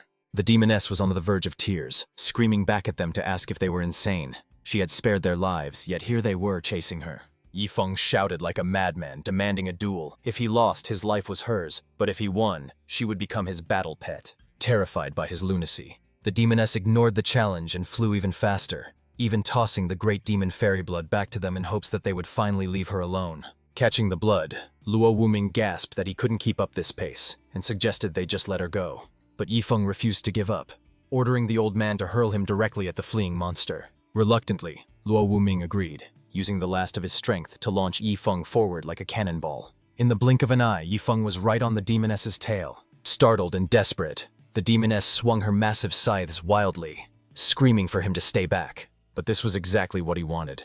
The system detected mortal danger, and in the next instant, the very sky seemed to tear apart, leaving both Luo Wuming and the demoness staring in absolute shock. Suddenly, a figure emerged from the fracture, literally tearing his way through space. A burly, powerful man stepped into the void, grumbling about how noisy the place had become. The imposing, godly, wealthy guard squad had finally made their grand entrance. He immediately bowed to Yifeng, apologizing profusely for his delayed arrival and begging for forgiveness. Yifeng, still gripping the demoness, simply shrugged and assured him that his timing was perfect. The guard stabilized the air so Yifeng could stand, prompting his master to ask if he was the only reinforcement sent. The soldier explained that while the squad has thousands of members, he alone was more than enough for a threat of this level. He glared at the demoness, offering to execute her, which terrified her into instantly begging Yifeng for mercy. Satisfied with this display of power, Yifeng dismissed the guard, instructing him to return only if the demoness tried anything funny. With a mischievous smirk, Yifeng turned back to his captive and laid out her options. She could either become his battle pet, or she could die right here. Without a second thought, the demoness dropped to her knees and swore her absolute obedience. Instantly, a glowing magical contract materialized in the air between them. However, Yifeng stared blankly at it, unable to read a single word of the ancient script. Luo Wuming quickly explained that it was a heavenly Tao blood pact, requiring only a drop of blood to seal her fate. Glancing down at the pitiful, blushing demoness awaiting his judgment, Yifeng didn't hesitate to bite his finger. As the blood dripped onto the scroll, he chuckled, thinking that trading a single drop for a powerful pet was the deal of a lifetime. As the blood was absorbed, the heavenly Tao blood pact triggered a massive resonance. The demoness felt a searing heat coursing through her veins, as if she were being burned alive. Her body trembled uncontrollably, struggling to endure the overwhelming torment of the ritual. Having successfully subdued her, Yifeng approached with a gentle look and said, "From now on, I am your master. My name is Yifeng," causing her to blush deeply. With the demoness serving as their new mount, Luo Wuming was relieved of his driving duties, though he couldn't help but ask, "I know you're from the upper realm, but who exactly are you?" Yifeng hesitated for a moment before replying, "Grandmaster, all you need to know is that I am the direct disciple of the Supreme Master." Satisfied with that answer, Luo Wuming burst into hearty laughter, exclaiming that Luo Qingque had truly found himself an exceptional disciple. Seeing the old man's joy, Yifeng felt a wave of relief, realizing that the Grandmaster didn't actually care about the specifics of his background. Eventually, the group arrived at the Heavenly Tao Battlefield Teleportation Tower, which was already bustling with a massive crowd. Luo Wuming explained that while the battlefield was dangerous, each realm existed in an independent space, offering a layer of safety that reassured many cultivators. Consequently, countless individuals flocked to this location, eager to scavenge for resources and seek out fortuitous encounters. Yifeng calculated that since he could handle 200 senior brothers at once, he should be fine. But he still asked the system if his godly wealth guards could be summoned inside. The system immediately assured him that it was possible, as the guard squad operated outside the battlefield's restrictive rules. Reassured, a smirk played on Yifeng's lips as he thought, "This system is truly impressive. Now I can explore without fear." Making up his mind, Yifeng decided to enter the battlefield alone, ordering Little Blood to escort the Grandmaster back to the sect safely. Luo Wuming was ecstatic, eager to tell the elders that a demon capable of withstanding 2 heavenly Tao tribulations had joined them, ensuring the Starstream sect's rise to prominence. With his arrangements made, Yifeng stepped forward and entered the heavenly Tao battlefield. However, the desolate landscape that greeted him was far different from what he had expected. Suddenly, a voice called out from a nearby tree, "Brother, is this your first time here?" To which Yifeng simply nodded and replied, "Yes." A chubby cultivator named Li Fei jumped down, offering to guide the newcomer, but when he asked about his strength, Yifeng calmly replied that he was at the peak of the Qi activation 9th stage. The two locked eyes for a brief moment, assessing one another, and then, as if striking a pact between old friends, they decided to join forces. Li Fei mused to himself, "Are you naive or just simple? You answer so directly, implies you have a trump card that makes you fearless." Yifeng knew Li Fei was trying to play him, but with his guard squad on standby, he felt safe enough to indulge in some fun, realizing he hadn't actually killed anyone since transmigrating, which felt odd for an isekai protagonist. Li Fei, buzzing with excitement, made a proposal. "I'll lead the way, and whatever resources we find, we split 50-50. Yifeng agreed without hesitation. Internally, Li Fei was plotting.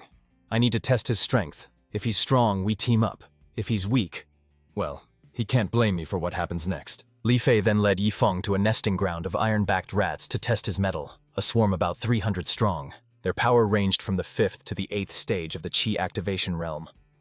"Let's see what you've got," Li Fei challenged.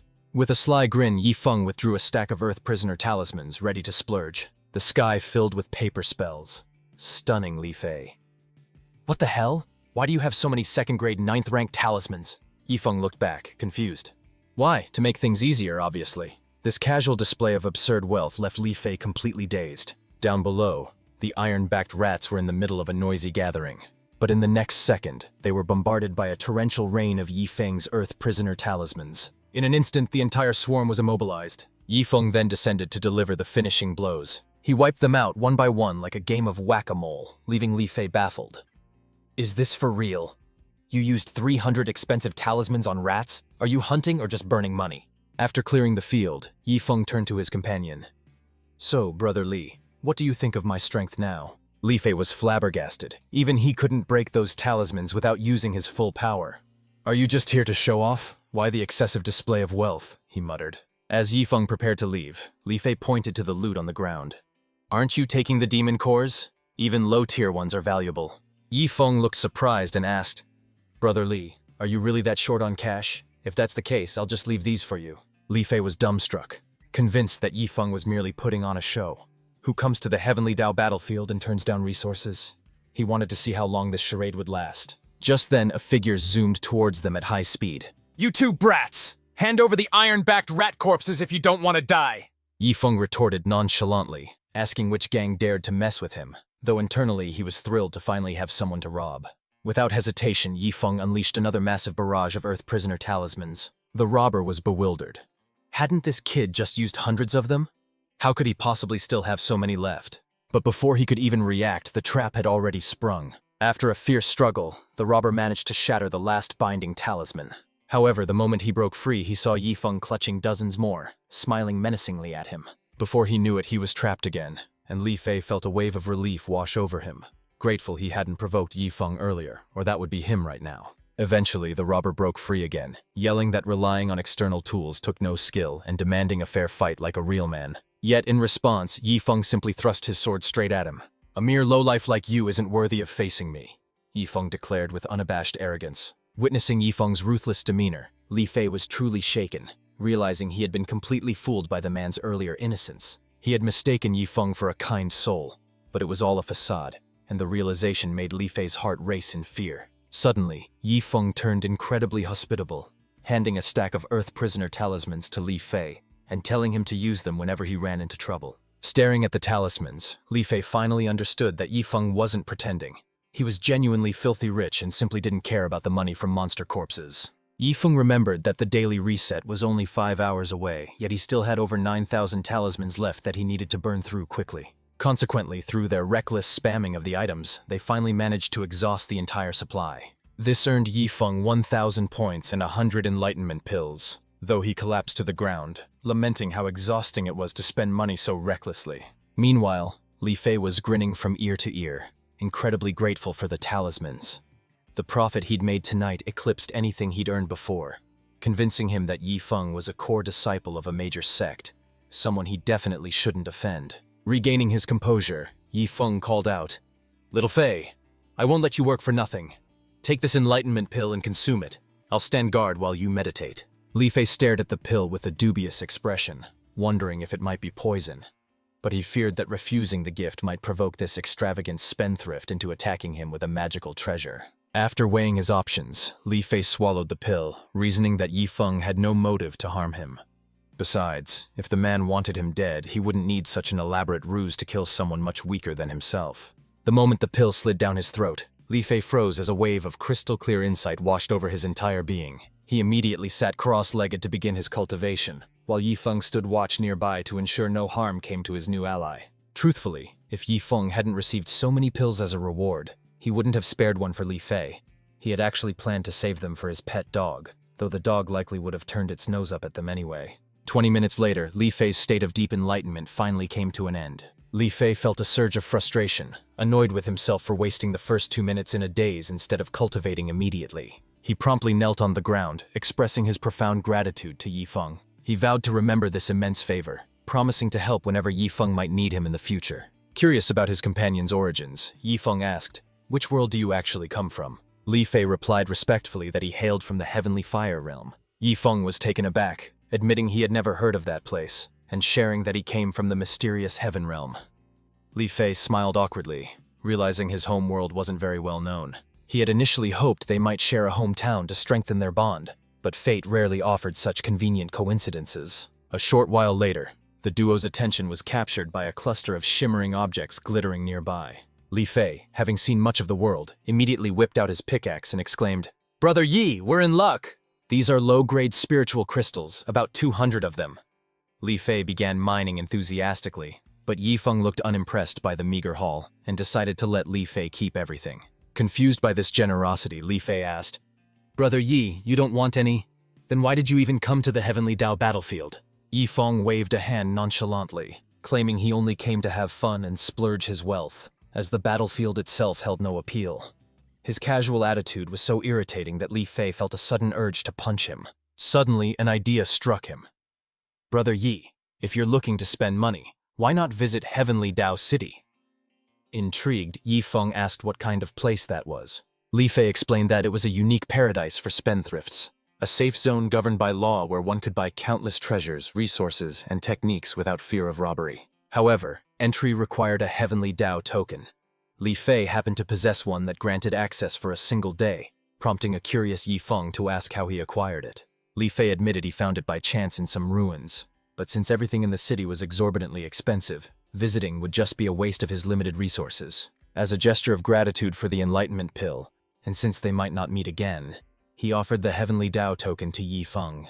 Yifeng told him to wait, insisting that he never took anything for free before tossing him an entire bottle of enlightenment pills in exchange. This unexpected windfall left Li Fei absolutely ecstatic, and he immediately began showering Yifeng with praise. Without wasting time, Yifeng dripped a drop of his blood onto the token to activate it. Instantly, a thick cloud of smoke erupted and completely enveloped him. Taken by surprise, he heard a loud pop before vanishing from the spot entirely. Li Fei looked pleased with himself, thinking he had scored the deal of a lifetime by trading a useless token for 13 precious enlightenment pills. Meanwhile, Yifeng materialized out of thin air in a completely different location. As he stabilized, he took a moment to observe his new surroundings. To his shock, Heavenly Dao City resembled a modern metropolis. If not for the ancient robes people wore, Yifeng would have sworn he had returned to Earth. A wave of elation washed over him, as the modern architecture made this strange place feel surprisingly like home. However, the surrounding practitioners looked down on his low cultivation base, wondering what a mere chi activation cultivator was doing in such a high-level area. His attention was suddenly diverted by the sound of a heated argument breaking out nearby. Turning around, he saw two practitioners bickering who looked strikingly like Super Saiyans from another dimension. Yifeng was confused. Hadn't Li Fei said that Heavenly Dao City was strictly free from all conflict? A bystander clarified that the duo wasn't actually fighting, just having a heated argument. So Yifeng turned to a man leaning against a sedan to ask who he was. The man grinned, offering a ride starting at 5 Heavenly Dao points, prompting Yifeng to realize he was a cabbie and ask what those points actually were. The driver looked exasperated, realizing Yifeng was a complete newbie who didn't understand the currency, and complained about the waste of his time. He drove off immediately, leaving an annoyed Yifeng to mutter about how temperamental the man was over a simple question. He then headed straight toward the Heavenly Dao Bank. He assumed this was the correct place to exchange his resources for Heavenly Dao points. Upon entering the establishment, he received a warm welcome. When Yifeng asked about the points, a staff member named Money Tiger recognized him as a newcomer, but treated him with respect rather than disdain.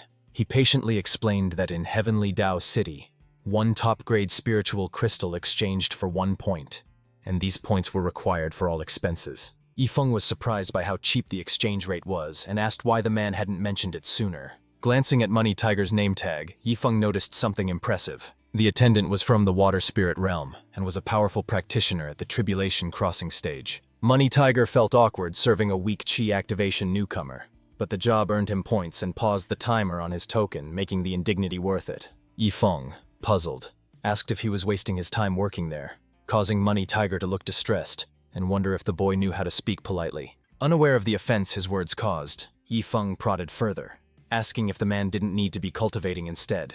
He then asked if spiritual crystals were hard to obtain here, delivering 3 consecutive verbal blows that left Money Tiger speechless. Although irritated, Money Tiger suppressed his anger, intending to process the transaction and send Yifeng away as quickly as possible. However, Yifeng halted him, causing Money Tiger to brace himself, fully expecting trouble. To his astonishment, Yifeng pulled out a ring containing a staggering 100 million top-grade crystals for exchange, making Money Tiger's eyes widen in disbelief and greed. Instantly, his demeanor shifted completely, and he eagerly began the exchange process. Yifeng mused that this world was becoming increasingly fascinating by the second. He decided he needed to acquire more Heavenly Dao tokens to bring his beautiful master here, smiling as he pictured the two of them enjoying the city together.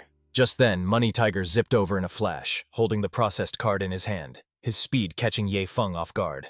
Hoping to leave a lasting impression on this walking god of wealth, Money Tiger eagerly offered to answer any questions Yifeng might have. However, Yifeng was uninterested and casually dismissed him, leaving Money Tiger filled with regret and internally screaming for his god of wealth not to leave. Moving on, Yifeng headed toward a nearby entertainment district. The modern architecture blended seamlessly with the surroundings, leading him to suspect that Heavenly Dao City was built by a transmigrator from another world. He soon came across a machine that promised exclusive merchandise of a popular idol to anyone who participated.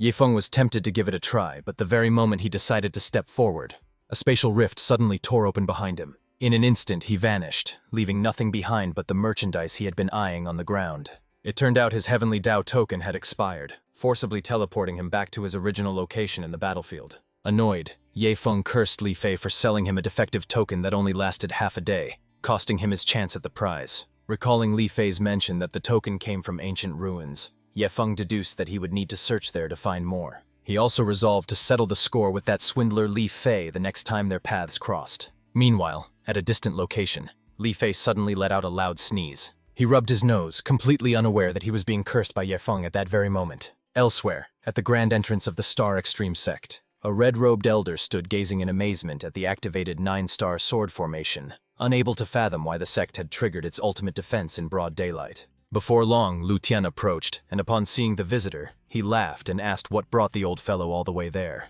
Upon hearing Luo Chenqing's question, the red-robed elder let out a heavy sigh, struggling to find the right words. For 30 long years, he had been toiling away. After finding a token on the battlefield, he was transported to Heavenly Dao City, where he spent 3 decades working non-stop. Through extreme frugality, he managed to save enough to buy 2 defensive artifacts capable of withstanding the Heavenly Dao Thunder Tribulation. Yet when he finally returned to the battlefield, he was shocked to discover that only a single second had passed in the real world. He wanted to explain this bizarre phenomenon to his old friend, but didn't know where to start. Luo Chenqing simply waved him inside, telling him to quit dawdling at the door. As they entered, Bai Gang sensed a potent energy and asked, "Are the crystals powering your sect's protective array actually top-grade spiritual crystals?" Seeing his friend's astonishment, Luo Chenqing smirked smugly. "Correct. We use top-grade crystals for the sect's formation. I bet you've never seen wealth like this, so I'll toss you a few later." Enraged, Bai Gang punched him square in the face. "Have you gone mad? We've been on the battlefield for years and never seen one. Even low-quality crystals are enough, yet you waste top-grade ones like trash? Do you know what they're worth?" Luo Chenqing rubbed his swelling cheek, replying defensively, "Was it really necessary to hit me that hard?"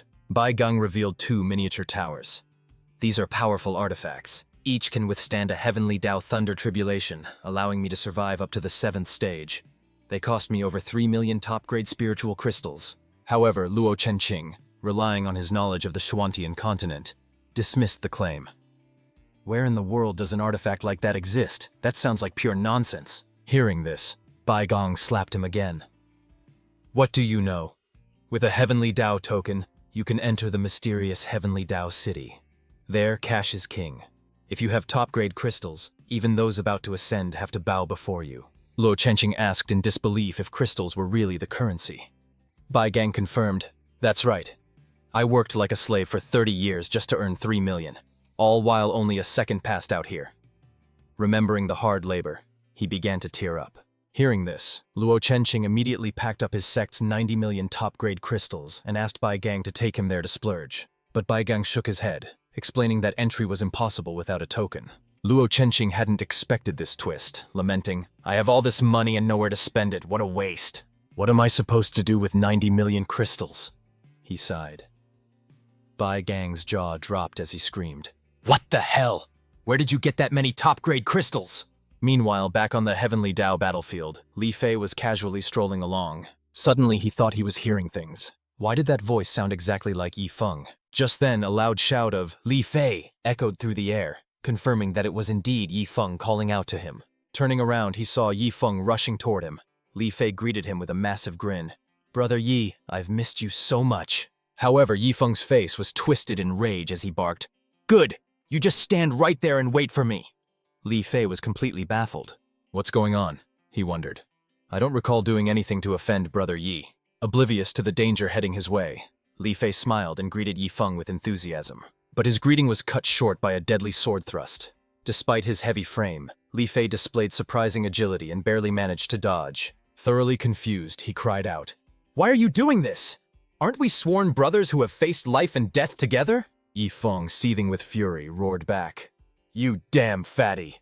I've been hunting you down for ages. How dare you scam me? That Heavenly Dao token only lasted half a day." As Li Fei scrambled to evade the attacks, he frantically explained, "I really didn't know.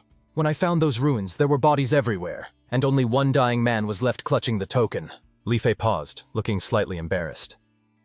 "I used some rough methods to get info on Heavenly Dao City before taking the token. Either he lied, or he genuinely thought it lasted a full day."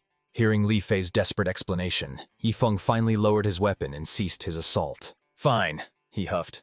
"I'll trust you this one time, you chubby rascal." His curiosity piqued, Li Fei asked, "Brother Yi, what exactly did you do during that half day? What kind of place is Heavenly Dao City?" Instead of answering directly, Yi Feng countered with a question. "Does your realm have technology?" Li Fei scratched his head, completely baffled by the unfamiliar word. "Since you don't know what technology is, it's hard to explain," Yi Feng sighed. "But remember this.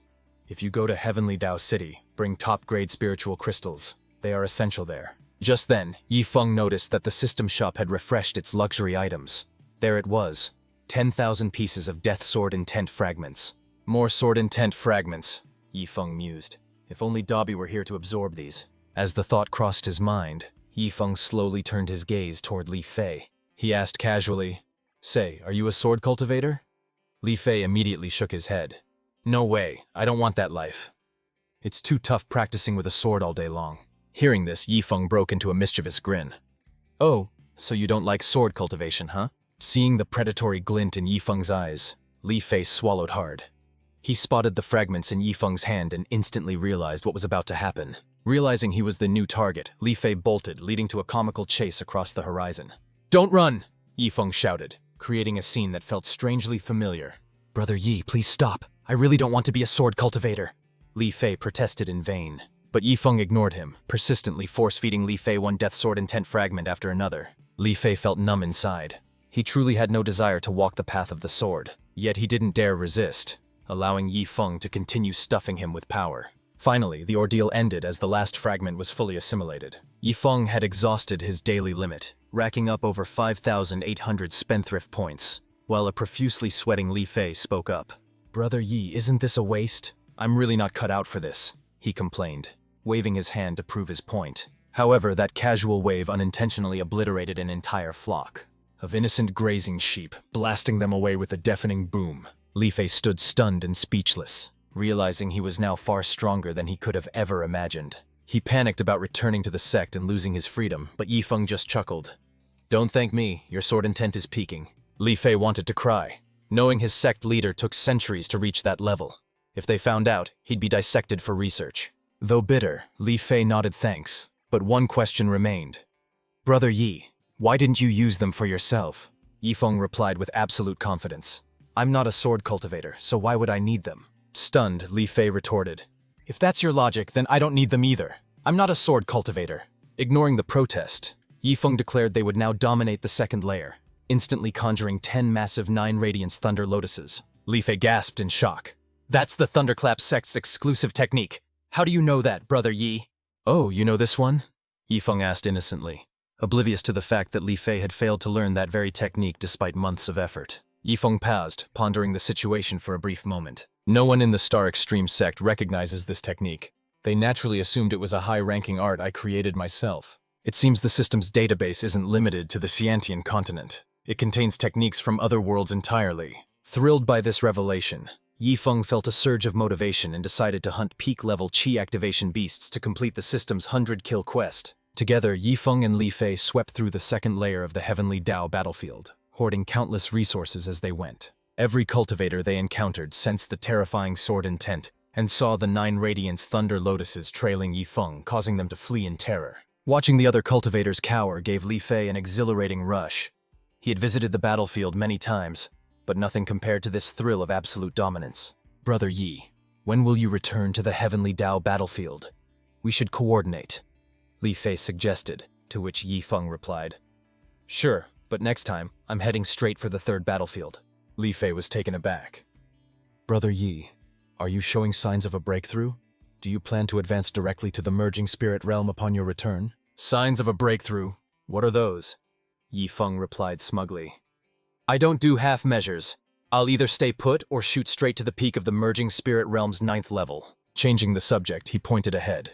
Let's not dwell on that. Those 5 peak-level beasts are mine. You can handle the leftovers. Without waiting for a response, Yifeng launched his 9 Radiance Thunder Lotuses straight at the targets. His spiritual energy unleashed an unending barrage of destruction. He bombarded the creatures one by one, striking with the precision and power of a long-range bomber. The beasts were obliterated before they even laid eyes on their attacker. Stunned, Li Fei remarked, Brother Yi, at this rate I won't even get a chance to lift a finger. Watching Yifeng conjure 10 more Thunder Lotuses, his jaw dropped.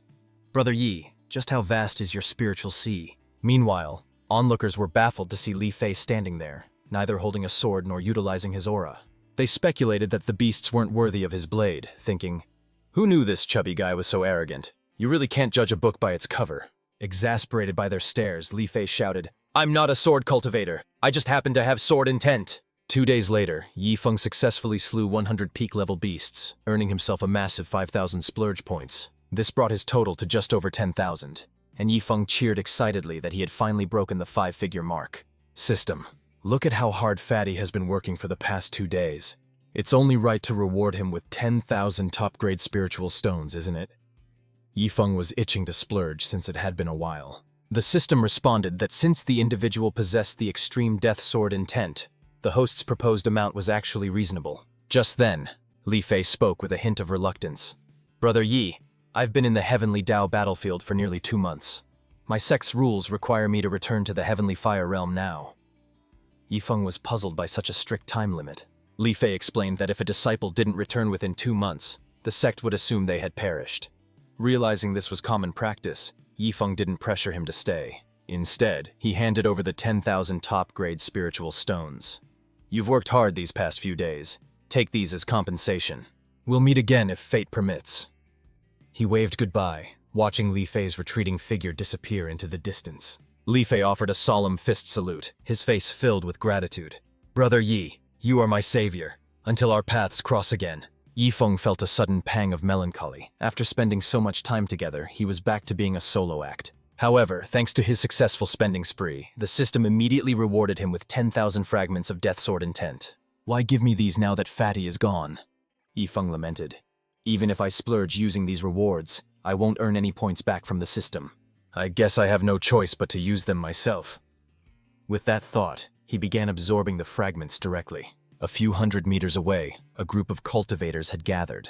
Seeing the chubby sword cultivator leave, they began to harbor ill intentions, assuming Yifeng was completely drained of spiritual energy after days of fighting.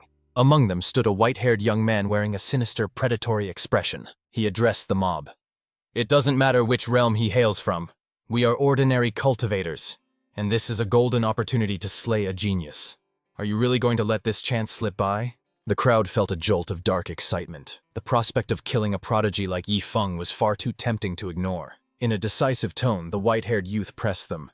To kill or not to kill? A chance like this won't come around a second time.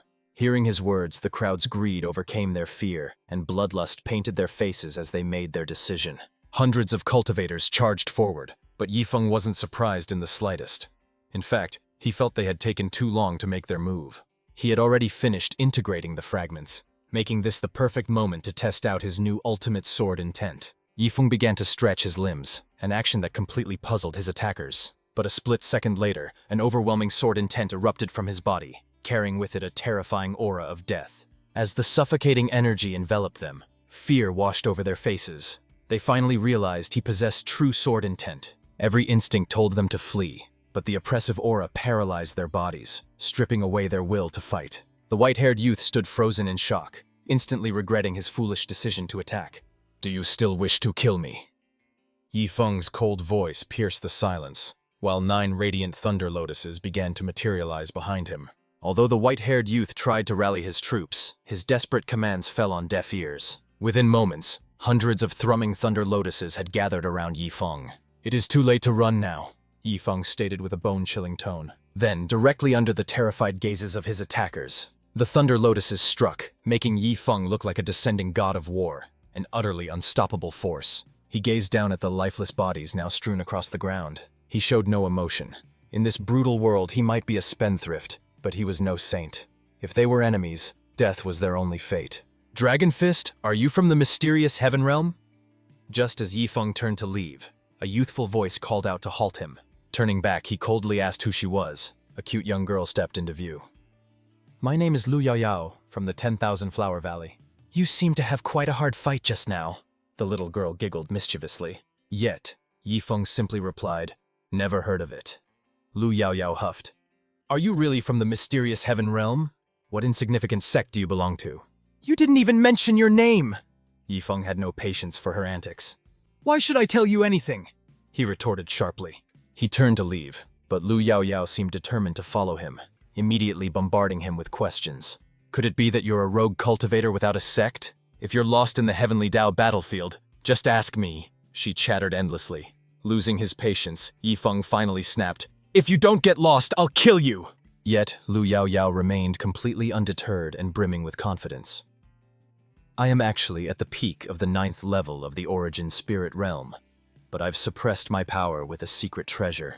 If you lay a hand on me, big brother, you're dead." Yifeng was taken aback by such a bold claim and secretly consulted his system. Is what this little girl saying true? Is there really a treasure capable of deceiving the Heavenly Tao battlefield? The system replied instantly, confirming her statement and identifying the source of the suppression, the purple hairpin adorning her head. Yifeng couldn't hide his shock. How could someone so young match the cultivation of his master, Luo Chenshui? After a moment of thought, he introduced himself.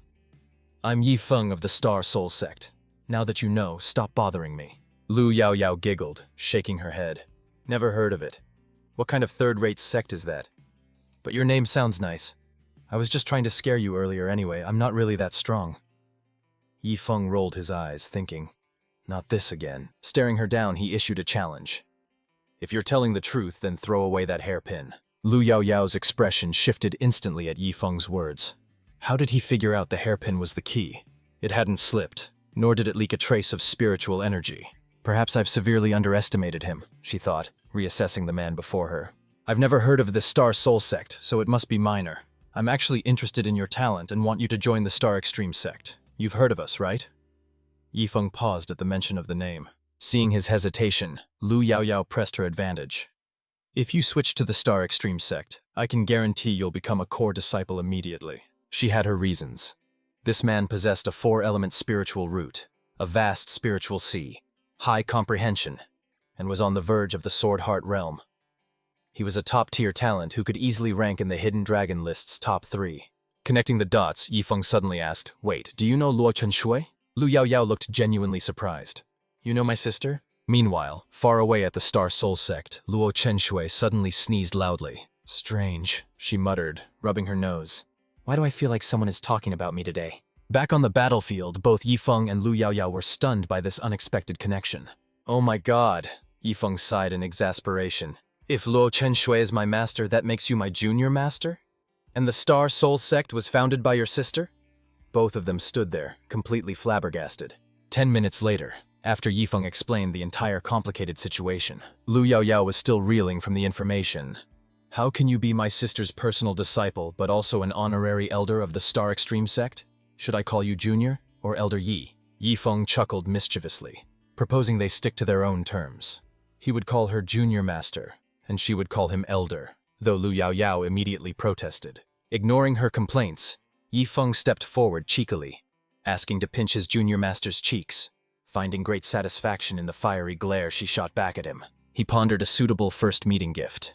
Spiritual stones were too plain, and enlightenment pills felt as casual as candy. leaving him to choose between rare ores or the essence blood of the purple thunder mad lion.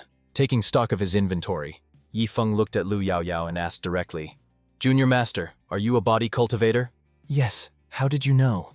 she asked, surprised that he had seen through her, before immediately threatening to tattle to her sister to get justice for his teasing.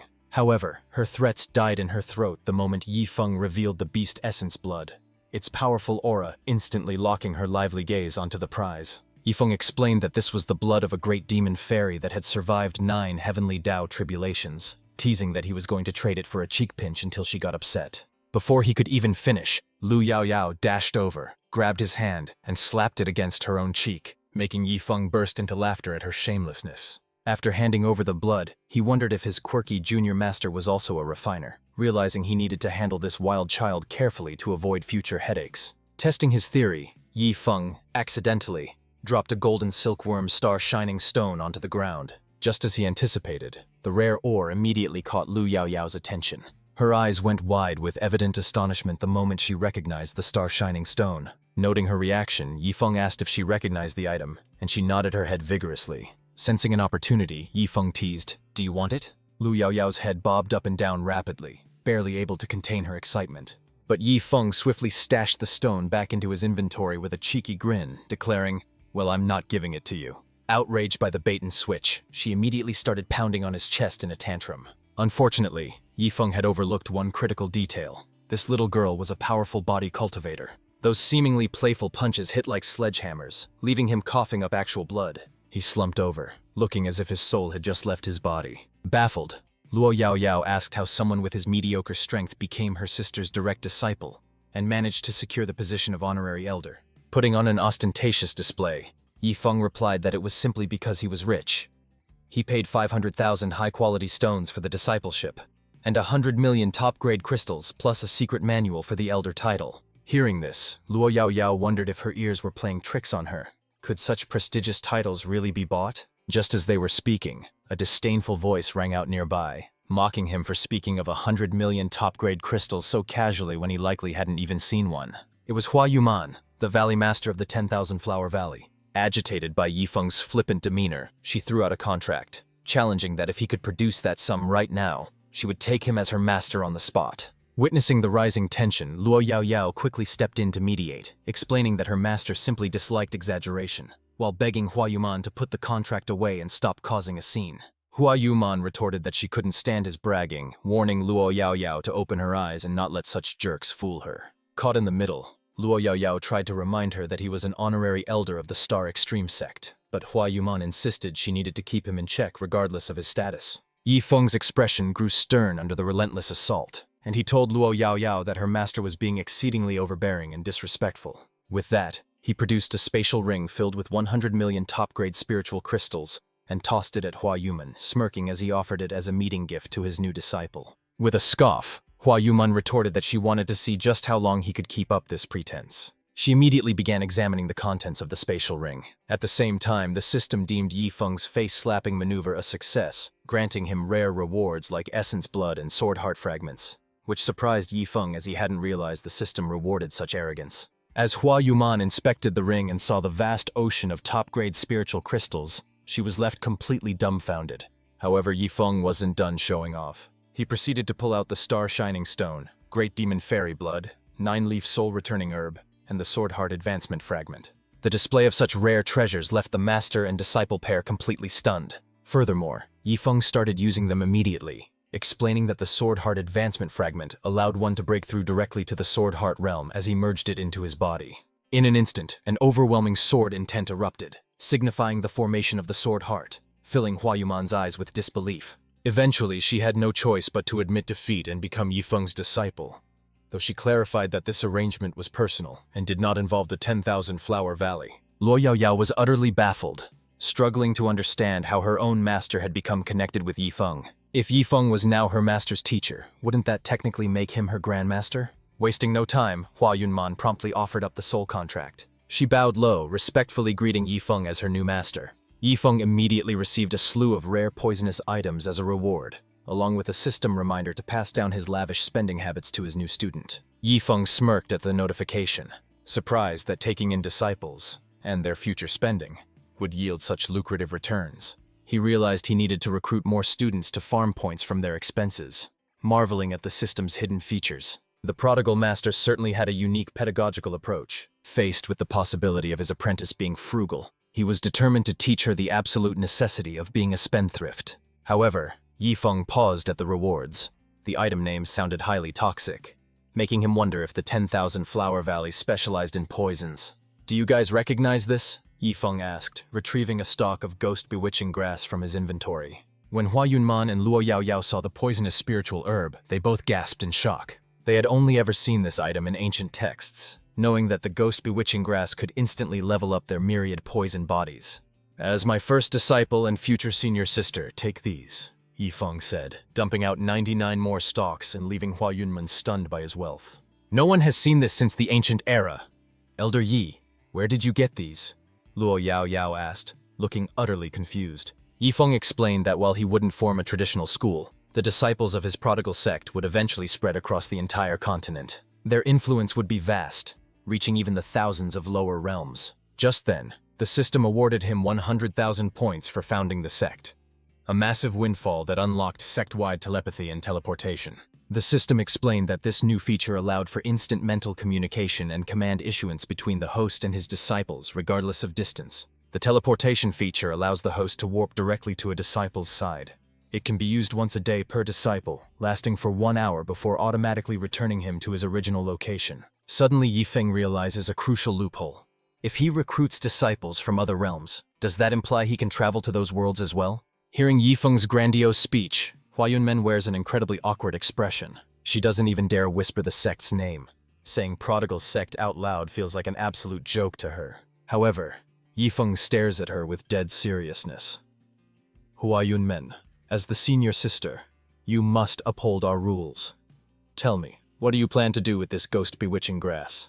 Hua Yunmen looks confused. Is that even a real question? "Aside from what Luo Yaoyao and I need for cultivation, the rest won't be touched without permission. I will store them safely for you, master." But upon hearing this, Yifeng shouts in frustration, calling her completely foolish. "Keep them safe? We are the prodigal sect. Don't you understand the essence of our name? These treasures are meant to be used, not hoarded away." Yifeng is utterly exasperated, practically screaming at her lack of spending spirit. Hua Yunmen feels utterly despondent. She is the dignified master of 10,000 Flower Valley, yet she's being scolded like a child by this young man. Yifeng holds out the ghost-bewitching grass, asking if they fear its toxicity. Hua Yunmen explains that their cultivation actually benefits from poison, but Yao Yao is too young to absorb too much at once. But Yifeng isn't asking them to absorb it. Instead, he casually suggests they use the rare herbs to soak their feet before bed. If you're feeling tired or weary, why not just throw a few stalks in to take a luxurious bath? And if cultivation feels dull or frustrating, just tear a few of them up to vent your emotions. It seems you aren't qualified to be a senior sister yet. I'll have to retrain you. Hua Yunmen asks in confusion. But master, if we do that, 100 stalks won't last more than a few days. Yifeng reprimands her immediately. If you run out, just use something else. Why care about these useless trinkets? Both women are stunned. Did he just call these legendary items useless trinkets? Yao Yao looks at Hua Yunmen in disbelief. She's only read about these rare poisonous herbs in ancient texts. Hua Yunmen is equally dumbfounded, knowing these treasures from the heavenly Dao battlefield don't exist even in their own vaults. Yifeng proudly declares, "These are for you to squander as you see fit. When I get more treasures, I'll hand them over for you to waste as well. Also, make sure you spend those 100 million spiritual crystals. Increase the disciples' wages tenfold. Buy whatever resources you lack and never haggle. The prodigal sect cannot afford to lose face, but remember, squandering doesn't mean being a fool. Do you understand?" This is the first time Hua Yunman has encountered a situation like this, and she's been utterly confused from the very start.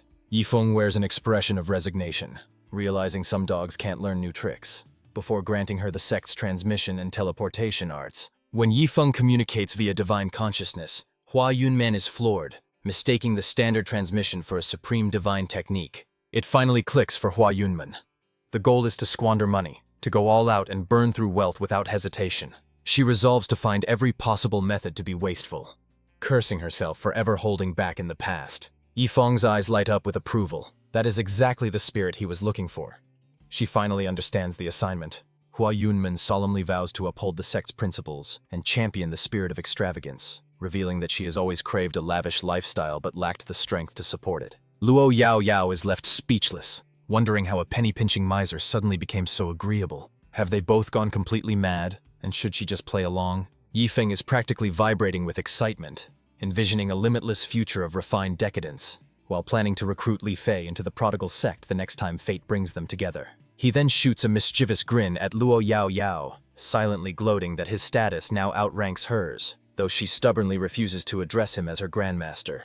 To bribe her, Yifeng casually tosses over 100 million high-quality spiritual stones for her to waste, promising 10 drops of great demon fairy blood if she spends it all, which Hua Yunman urges her to accept. Luo Yao Yao reluctantly takes the stones, stubbornly insisting this doesn't count as a victory for him, while Yifeng smiles knowing that his little junior sister-in-law is incredibly easy to manipulate. Hua Yunman announces they must depart the battlefield since the cultivation-suppressing treasure expires today, prompting a blushing Yao Yao to tell Yifeng to wait for her at the Star Soul sect. Yifeng bids them farewell and prepares to leave as well, realizing that his family hierarchy is becoming a chaotic mess where he's called big brother, elder, and nephew all at once. At this rate, he wonders what on earth his own master will end up calling him in the future. Before departing, Yao Yao makes a playful face at Yifeng, leaving him to awkwardly accept the childish gesture. Armed with 100,000 prodigal points, Yifeng decides to return immediately and boost his strength to the merging spirit realm. Yifeng soon transports back to the outside world, though he has absolutely no idea where he has popped out. Meanwhile, 3,000 kilometers away lies the headquarters of the Star Soul sect. Inside the main hall of the Star Soul sect, Luo Qingqiu looks incredibly surprised. "Uncle Luo, what brings you here?" Luo Kai immediately decides to play the family card. "Qing Shui, think back to your childhood. Didn't I always get you whatever you needed? I've treated you well, haven't I?" Luo Qingshui nods in agreement. Odds in t. Luo Kai then smiles awkwardly and says, "Look, your uncle is getting old and tired of wandering alone. Could you arrange for me to become an elder in your sect?" Luo Qingshui internally rolls her eyes. Wasn't he the one who claimed to love the freedom of a solitary life? Old Sia steps up to interject. "If you need a home, why pester the sect master? Her new sect already has more elders than disciples." Luo Qingshi sighs helplessly. "Uncle Luo, you're a fourth-layer tribulation crossing expert. Joining my sect is beneath you," but Luo Kai shamelessly responds, "I don't mind at all." Just then, a massive, terrifying demonic aura descends upon them. Everyone's expression turns grave, assuming a powerful demon has arrived to cause trouble. However, as the dust settles, they realize it is actually a group of familiar faces. Luo Qingshui stares at them, speechless. "Why have you all come here? And who is that terrifying demon standing with you?" It turns out to be the core disciples of the Star Extreme sect. They explain that they are under orders to stay at the Star Soul sect from now on. Luo Qingshui is completely bewildered. "Why on earth have you all come to the Star Soul sect as well?" Faced with their arrival, Luo Qingshui decisively rejects them. "You are the future of the Star Extreme sect. It is far too risky for you to stay here. If something were to happen to the core disciples, the Star Extreme sect would be devastated. You must hurry back immediately." However, as soon as she says this, the entire group falls silent. Chen Haoyu speaks up. "It's not up to us. The sect master gave us clear orders. Wherever junior brother goes, we follow." Luo Qingshui pauses, confused. "Who is this junior brother? I wasn't aware of any new member joining the ranks." "It's Yifeng," they reply. "Saintess, you may not know, but junior brother fought alone against 200 disciples of the same realm. The 5 ancestral elders have named him the sect's 6th core disciple." The mantis woman then steps forward, assuring Luo Qingshui that no one would dare cause trouble with her guarding the place. Still confused, Luo Qingshui asks, "And who exactly are you?" The woman suddenly blushes, leaving Qingshui puzzled. Chen Haoyu explains. "She is the bloodthirsty mantis, a peak 9th layer tribulation crossing expert who has survived 2 heavenly Dao thunder tribulations. Yifeng casually caught her on the way here to ensure our safety." Hearing this, Luo Qinshuang can already imagine the headache awaiting her. She turns to Luo Kai sharply. "Uncle Luo, don't tell me you're here because of my prodigal disciple too?" Luo Kai stammers, unable to find an excuse. His reaction says it all, and Luo Qinshuang wonders what on earth her disciple has done now. First, old Xia from the Tianyu auction house showed up. Now Uncle Luo is here with the Star Extreme sect's 5 prodigies. That boy even tamed a peak 9th stage tribulation crossing demon. What else is he planning to drag home? Before she can spiral further, Chen Haoyu discreetly pulls Luo Qinshuang aside. He warns her not to scold her junior brother. Although he's her disciple, the ancestors have named him an honorary elder. Even her father would have to address him respectfully as Elder Yi. Luo Qinshuang is stunned. When did the sect create such a position? And how did Ye Feng get it? Chen Haoyu frantically signals for her to keep her voice down. Apparently, Elder Yi bought the title. The sect master refused to disclose the price, insisting on absolute confidentiality regarding the transaction. Luo Qinshuang feels numb, wondering just how deep her disciple's pockets and insanity truly go. Suddenly, her jade communication pendant vibrates. She recognizes the spiritual signature immediately. It's her sister. A playful voice echoes from the pendant. Sister, quick question. What do you call the master of my master? That would be Grandmaster, right? Luo Qinshuang is baffled. You haven't called in months just to ask that. But yes. Luo Yaoyao giggles. Well, surprise, your chief disciple is now my Grandmaster. Just giving you a heads up. He probably hasn't made it back yet, so go easy on him. Luo Yaoyao adds, sounding entirely too pleased with herself. Hearing this absurdity, Luo Qinshuang crushes the jade pendant in her hand out of pure frustration. But the voice persists from the fragments. By the way, my master Huayun joined his new prodigal sect as his chief disciple. We're coming to visit Grandmaster soon, so have some good food ready. That is the final straw. Luo Qinshuang can no longer hold back, and a terrifying aura explodes from her body. She cannot fathom how the valley master of the prestigious 10,000 Flower Valley became the disciple of a mere chi activation cultivator. My good disciple, what have you done? With no other choice, Luo Qinshuang begrudgingly allows Luo Kai and the core disciples to stay, though she coldly states she won't provide a single resource to help them. Seeing the saintess fuming, Chen Haoyu quickly assures her that they don't need resources. They just need a safe place to breathe. Hearing this, Luo Qinshuang finally relents and instructs Old Xia to find them some accommodations. Once the crowd finally disperses, Old Bai asks what is happening, but a resigned Luo Qinshu admits she doesn't know.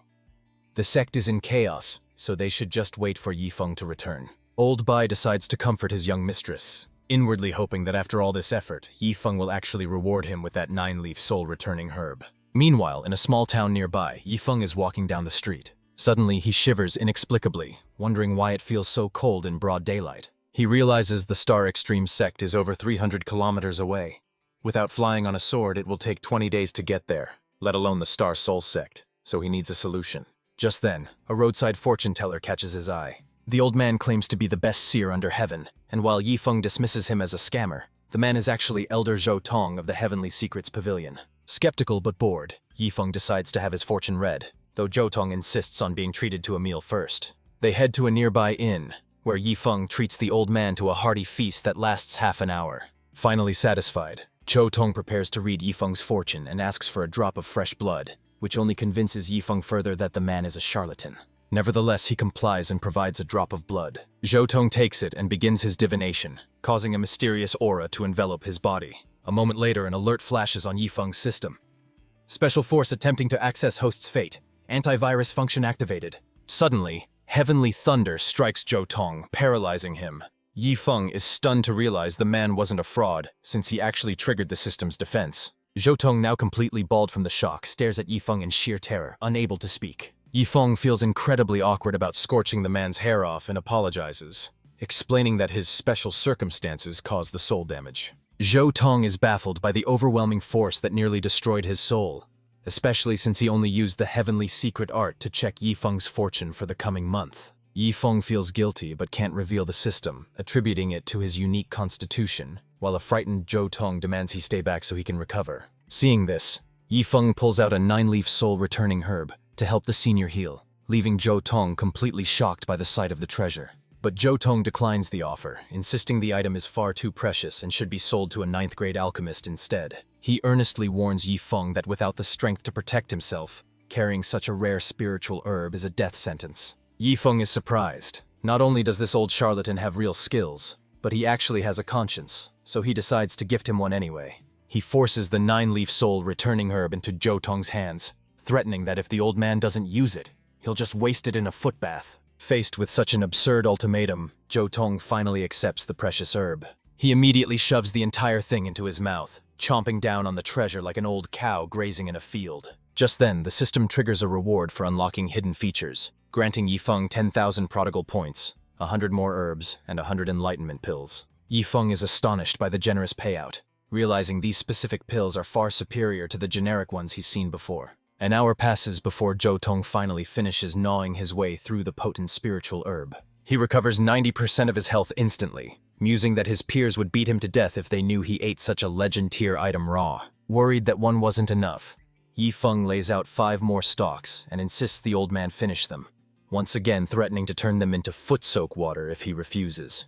But moments later, the bluff becomes reality as the two of them actually sit down for the most expensive foot bath in history. Yifeng preaches that life is meant to be enjoyed to the fullest, a philosophy that Zhou Tong finds himself wholeheartedly agreeing with. However, the old man still feels a twinge of guilt, convinced that using a divine herb to soak his smelly feet is a sin against the heavens. Yifeng then questions Zhou Tong's identity, asking how an elder of the Heavenly Secrets Pavilion ended up starving on the streets. Zhou Tong confirms his rank but remains vague about the details, claiming he came to Maple Leaf City on a classified mission.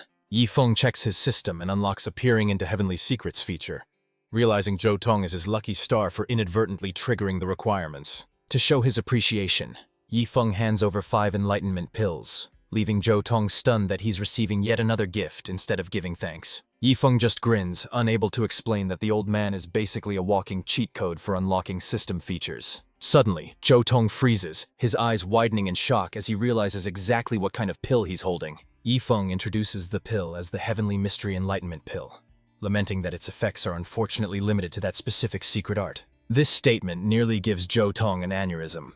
Calling such a rare aid unfortunate is absurd considering that not even 1 in 10 billion people can master that art. Yifeng casually offers him a sample, asking if old Zhou wants a taste, to which the elder admits that refusing would be a bald-faced lie.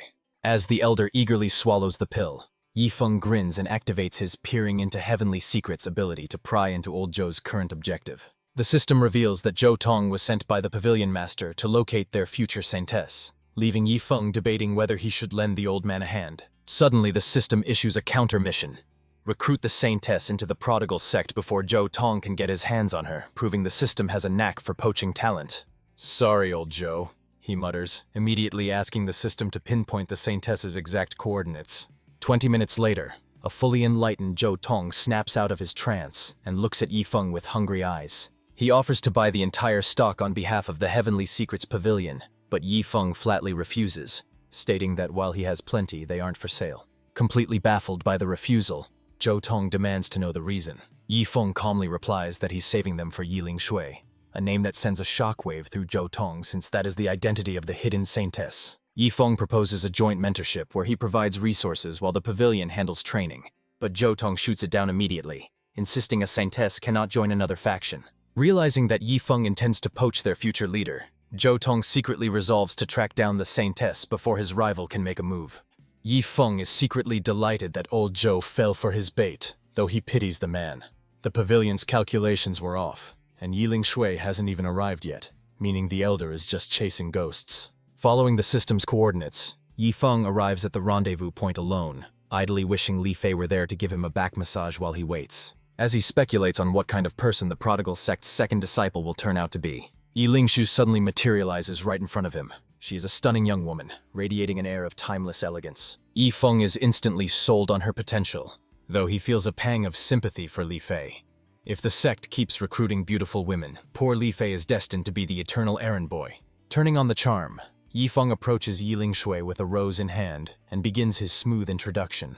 "I am Yifeng, master of the prodigal sect. Fate has crossed our paths, so I wish to accept you as my disciple. Do you accept?" Upon hearing the rather absurd name prodigal sect, Yiling Shui struggles to hold back a snicker, but she ultimately fails, bursting into laughter and making things incredibly awkward for Yifeng. Yifeng presses on, asking if she's impressed, but she just mocks him, amazed that anyone would give their sect such a childish name. Furthermore, she points out that he's only at the Qi activation realm. While strength isn't mandatory to start a sect, she questions what qualifies him to teach her. After all, she is already an elite cultivator at the 8th level of the Foundation Establishment realm. Unexpectedly, Yifeng remarks that her cultivation is actually quite low, leaving Yiling Shui completely stunned by his audacity. Yifeng explains that her senior sister is at the 9th level of the Tribulation Crossing realm, so the gap is large, but assures her their sect doesn't prioritize raw strength. Yiling Su thinks he's delusional. A weakling looking down on her while inventing a god-tier senior sister? If he wasn't handsome, she wouldn't even be entertaining this conversation. Ignoring her silence, Yifeng elaborates on the prodigal sect's tenets, promising to cover all expenses, and asks if she's playing hard to get. Yilingsu is left speechless by the accusation that she is using some sort of push-pull strategy. She wonders what a fool like him has to offer. Frankly, his handsome face is the only reason she hasn't crushed him like a bug for his nonsense. Deciding to call his bluff on the unlimited resources, she declares that if he can produce 100 million top-grade spirit stones, she will acknowledge him as her master. The scene mirrors the recruitment of Luo Qianshu perfectly. It seems the entry price for disciples in this sect always starts at a staggering 100 million. Yifeng sighs, telling her that her vision is too narrow compared to her senior sister, all while sneaking a not-so-subtle glance at her chest. He tosses over the requested amount as a mere meeting gift, leaving Yiling Shui offended by his comment about her being small. However, her indignation vanishes the moment she checks the storage ring, her eyes widening at the mountain of top-grade spirit stones inside. Yilingzu panics, torn between joining a weak master or taking the money and running, though she fears the latter would cause a mental demon to haunt her cultivation. Then she recalls his claim about the tribulation crossing expert. If such a powerhouse joined him, why should she hesitate? She asks how much the senior sister originally demanded.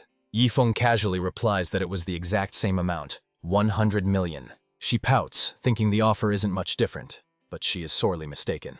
Yifeng clarifies that her senior sister demanded top-grade spiritual crystals, leaving Yiling Shui stunned by the sheer value. The scale of wealth is on a different level. To her astonishment, the senior sister had requested 100 million top-grade crystals. Surprisingly, Yifeng actually felt that 100 million was a meager amount. Yilingzhu approaches skeptically, demanding proof of his wealth, which Yifeng finds amusingly clever compared to others he's dealt with. Without hesitation, he retrieves a storage ring filled with 100 million top-grade spiritual crystals and tosses it to her. Upon verifying the contents, Yiling Shui immediately drops to her knees and respectfully offers the ring back to Yifeng. She formally acknowledges him as her master, making the decisive choice to join the prodigal sect. Simultaneously, the system announces the mission's completion, rewarding him with 30,000 prodigal points, 10,000 enlightenment pills, and a karma Dao pattern. The system explains that fusing with the karma Dao pattern helps negate the negative backlash incurred from peering into heavenly secrets. Yifeng is thrilled by the high-tier loot, while Yiling Shui watches in confusion, wondering why her new master is grinning like an idiot. Regaining his composure, Yifeng instructs her that while she is now a disciple, the prodigal sect has no physical headquarters. She only needs to remember her allegiance. He also reveals that the Heavenly Secrets Pavilion is searching for her as their destined saintess, and he encourages her to join them to utilize her talents. He transfers the Karma Dao pattern to her, explaining its protective effects, though he admittedly chooses a rather invasive method just to take a little advantage of the situation. He then hands over the 10,000 enlightenment pills for her cultivation bottlenecks, promising that the prodigal sect will always provide ample resources. Yiling Shui is stunned by his overwhelming generosity, and begins to suspect that Yifeng is actually a mysterious mastermind orchestrating a grand scheme across the continent. Instead of questioning it, she vows to take control of the Heavenly Secrets Pavilion and turn it into a subordinate force for the prodigal sect. Yifeng looks utterly confused, wondering what kind of twisted logic led her to believe he wanted her to conquer the pavilion. Just as he attempts to clear up the misunderstanding, Yiling Shui interrupts, asking if her senior sister also holds a high position in another organization. When Yifeng reluctantly nods, she wears a knowing "I knew it" expression, and immediately asks for the pavilion's location so she can infiltrate and annex them. Yifeng is completely flustered, stammering, "Can you just let me explain? This is all a massive misunderstanding." Yiling Shui shoots him a knowing glance and whispers, "Master, say no more. I understand the mission. You can trust me." Yifeng is dumbfounded by her dramatics. "Stop overanalyzing everything. What exactly do you think you understand? I'm taking a disciple, not casting a spy thriller. Do I owe you an Oscar?" Meanwhile, down on the town streets, Zhou Tong continues his act as a street charlatan. Yifeng brings Yiling Su to the location and points him out. "See that old fraud? Believe it or not, he's actually an elder of the Heavenly Secrets Pavilion." Her eyes light up with excitement. "The world's greatest diviner. Master, I'll go consult him immediately and reveal my identity." Without wasting a second, she dashes off. Before disappearing, she vows not to let him down, leaving Yifeng to sigh in resignation. "Fine, whatever. Let the Heavenly Secrets Pavilion deal with that headache, not me." Yiling Shui marches right up to Zhou Tong and offers a respectful greeting. Almost instantly, Zhou Tong bursts into laughter and whisks her away, leaving Yifeng baffled by the old fraud's sudden haste. Suddenly, Yifeng realizes he forgot to activate the set communication and teleportation features on her interface. But since they've already vanished into the distance, he decides it's a problem for another day. Meanwhile, Zhou Tong gleefully flees the town with Yeling Shui, thinking, "You think you can snatch our destined saintess? Not on my watch." What the old man doesn't realize is that he's too late. Yeling Shui has already formally become Yifeng's disciple. Later, Yifeng resumes his travels, putting the chaos behind him. As night falls, he decides to stop and rest within a dense forest. He conveniently spots a secluded cave and settles in for the night. Not long after, the silence is broken by the arrival of an old man and a younger companion. The young, rather hideous man is Zhang Heng, the young master of Mirror Moon Mansion, accompanied by his protector, Old Pang.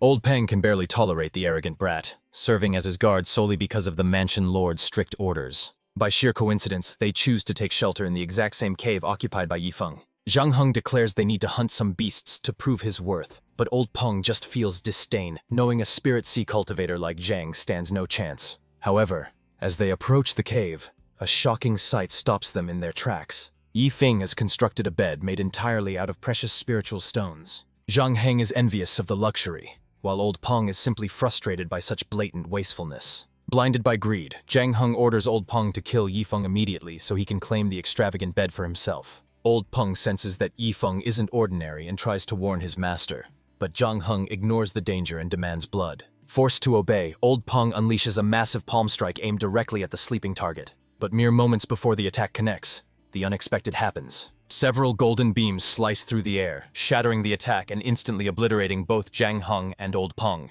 The assailant is none other than guard number 1, who is visibly annoyed that these pests dared to disturb his master's slumber. Suddenly, his attention shifts to a tiny insect hovering near the corpses. He recognizes it as a mother-child bug, a creature used to mark a killer upon the owner's death.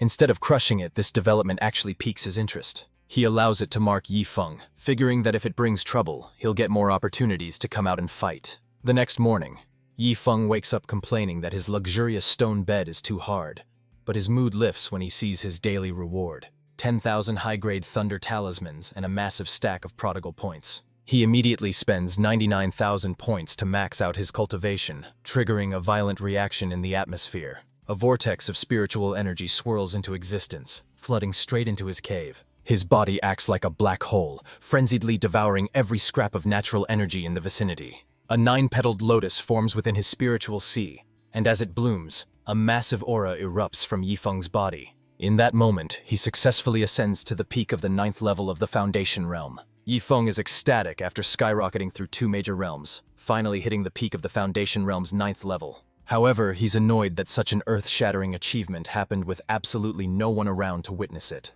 But the moment he steps out of the cave, he stumbles right into the corpses of Zhang Heng and Old Peng, nearly jumping out of his skin. What the hell? I take a nap and wake up to 2 dead bodies? He realizes he did have witnesses, though they aren't exactly talkative now. Unsettled, he examines the instant kill wounds, wondering if his divine guard acted, but the presence of a strange insect leaves him puzzled. Deciding not to overthink it, Yifeng gathers his belongings and quickly resumes his journey. Meanwhile, back at the Star Soul sect, Luo Chenxiu is dreaming of a wedding, where Yifeng slips a 99-carat diamond ring onto her finger and proposes. She gazes at him tenderly and accepts, while Luo Wuming stands on the sidelines, weeping tears of joy. Things escalate quickly as they start planning to have enough children to field an entire soccer team. Suddenly, Luo Chenxiu jolts awake with a loud shout, screaming, "I don't agree!" Just as she sighs in relief, realizing it was all a vivid dream, she finds Yifeng and her sister right next to her, with Yifeng casually asking, "Wife, what's wrong?" Utterly confused and overwhelmed by the hallucination, she faints back into sleep. She wakes up again a moment later, her face completely twisted in confusion. Suddenly, a massive explosion blasts outward from her living quarters. Moments later, a disheveled Luo Chenxiu arrives at the residence of the core disciples. Seeing the saintess in such a state, the disciples immediately ask what happened and where the explosion came from. It turns out the blast was caused by her own inner demons running wild, but she brushes it off and decides to crash at their place for a few days. She demands they make room, and while the 2 women are baffled, they dare not question the saintess's orders. Meanwhile, Yifeng is absolutely exhausted from his journey, desperately wishing a carriage would appear out of thin air. As if on cue, a merchant caravan rolls into view at that exact moment. Wasting no time, Yifeng rushes over to flag them down. The leader, Meng Tianyu, demands to know who he is and why he's blocking the road. Yifeng tries to ask for a ride, but Meng Tianyu cuts him off. scoffing at the idea of letting an unknown stranger join their ranks before preparing to leave. Frustrated, Yifeng watches them pull away, though he admits to himself that he probably wouldn't trust a random stranger either if the roles were reversed. Still, he makes a mental note. Once he hits the next town, he'll buy his own fleet of carriages and hire servants so he never has to walk again.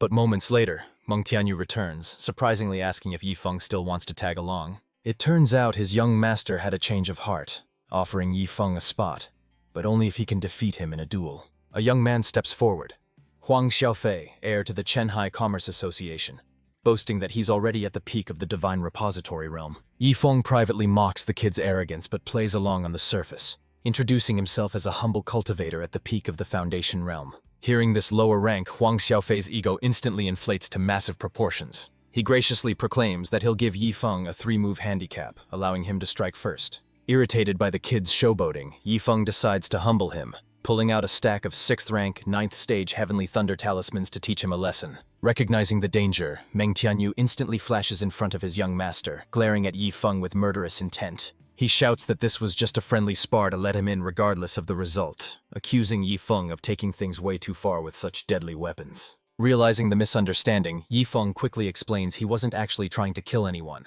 He was just playing around.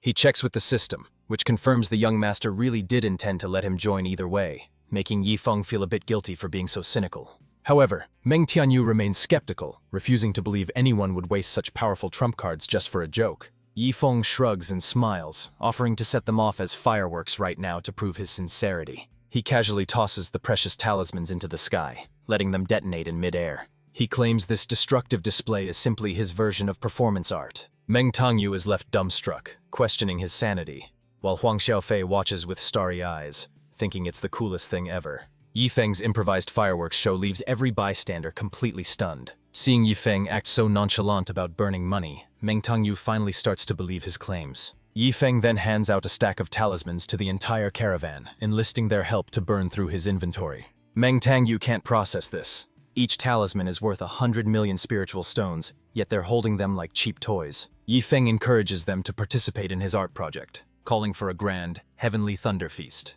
He promises rewards for helping him squander wealth, convincing Meng Tianyu that this prodigal genius must come from a background far superior to their own young master. Just as Meng Tianyu tries to object to the waste, Huang Xiaofei asks for permission, and Yifeng signals for everyone to let them fly. Following Yifeng's lead, the group collectively hurls the valuable talismans into the void.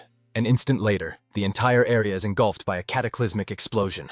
The shockwave is so intense it nearly deafens anything within a mile radius. A massive crater is all that remains, leaving everyone in disbelief that they just evaporated billions in value for a moment of noise. Huang Xiaofei immediately begs Meng Tianyu to testify to his father that compared to Yifeng, his own spending habits are nothing short of frugal. Having successfully squandered the hoard, Yifeng earns 1,000 prodigal points and unlocks a mystical ability, the Good and Evil Buddha. Surprised by the generous reward, Yifeng credits the group's assistance for helping him burn through the stock so quickly. He attempts to consult the system about rewarding each helper with 100 million spiritual stones. The system immediately shuts him down, capping the reward at 10,000 top-grade stones, forcing Yifeng to concede that small steps still count. So Yifeng happily distributes 10,000 top-grade spiritual stones to every person present. He explains that this payout is simply their reward for tossing the talismans earlier. "Don't look down on this small handful of top-grade spiritual stones," he adds casually. The group checks their pouches and erupts in joy. 10,000 top-grade stones is more than a lifetime's wages. Meng Tianyu's mouth twitches as she does the math. 108 people means a loss of over 1,000,000 top-grade stones. Huang Xiaofei marvels at the extravagance, declaring he must tell his father how amateur his own spending has been, leaving Meng Tianyu speechless at his desire to learn such wasteful habits. She scolds him immediately, insisting that at his age, he should be cultivating virtues, not burning money. Watching from the side, Yifeng completely misunderstands the situation, thinking the two are flirting, which nearly shatters his worldview. Meng Tianyu aggressively pinches Huang Xiaofei's cheeks, physically disciplining him for his twisted logic. Just then, a chorus of voices calls out to Meng Tianyu, interrupting the moment. It turns out the Merchant Association members are resigning en masse. With 10,000 stones in their pockets, they've decided to retire immediately. Meng Tianyu stands there, completely dumbfounded and unable to utter a single word. A few moments later, the crowd has vanished, leaving only the three of them in a solitary carriage. Yifeng starts to feel a twinge of guilt. His generosity has unintentionally dissolved the entire merchant team. Suddenly, the system chimes in, awarding him 200 prodigal points and a blood ginseng pill recipe, confirming he really has created a mess. He awkwardly apologizes to Meng Tangyu, calling the workers ungrateful, and admits he's relieved he only gave them 10,000 instead of his original plan of 100 million. Hearing Yifeng casually mention 100 million stones, Meng Tangyu nearly explodes with rage. If he had actually handed out that much money, there wouldn't be any need to run a business association at all. Seeing Meng Tangyu practically coughing up blood from sheer anger, Yifeng panics, unsure of how to fix this. He quickly asks Meng Tangyu what rare and valuable materials are needed to heal her condition. Without waiting for an answer, he begins displaying a vast array of treasures from his inventory. Yet strangely, none of these god-tier items seem capable of healing the injury.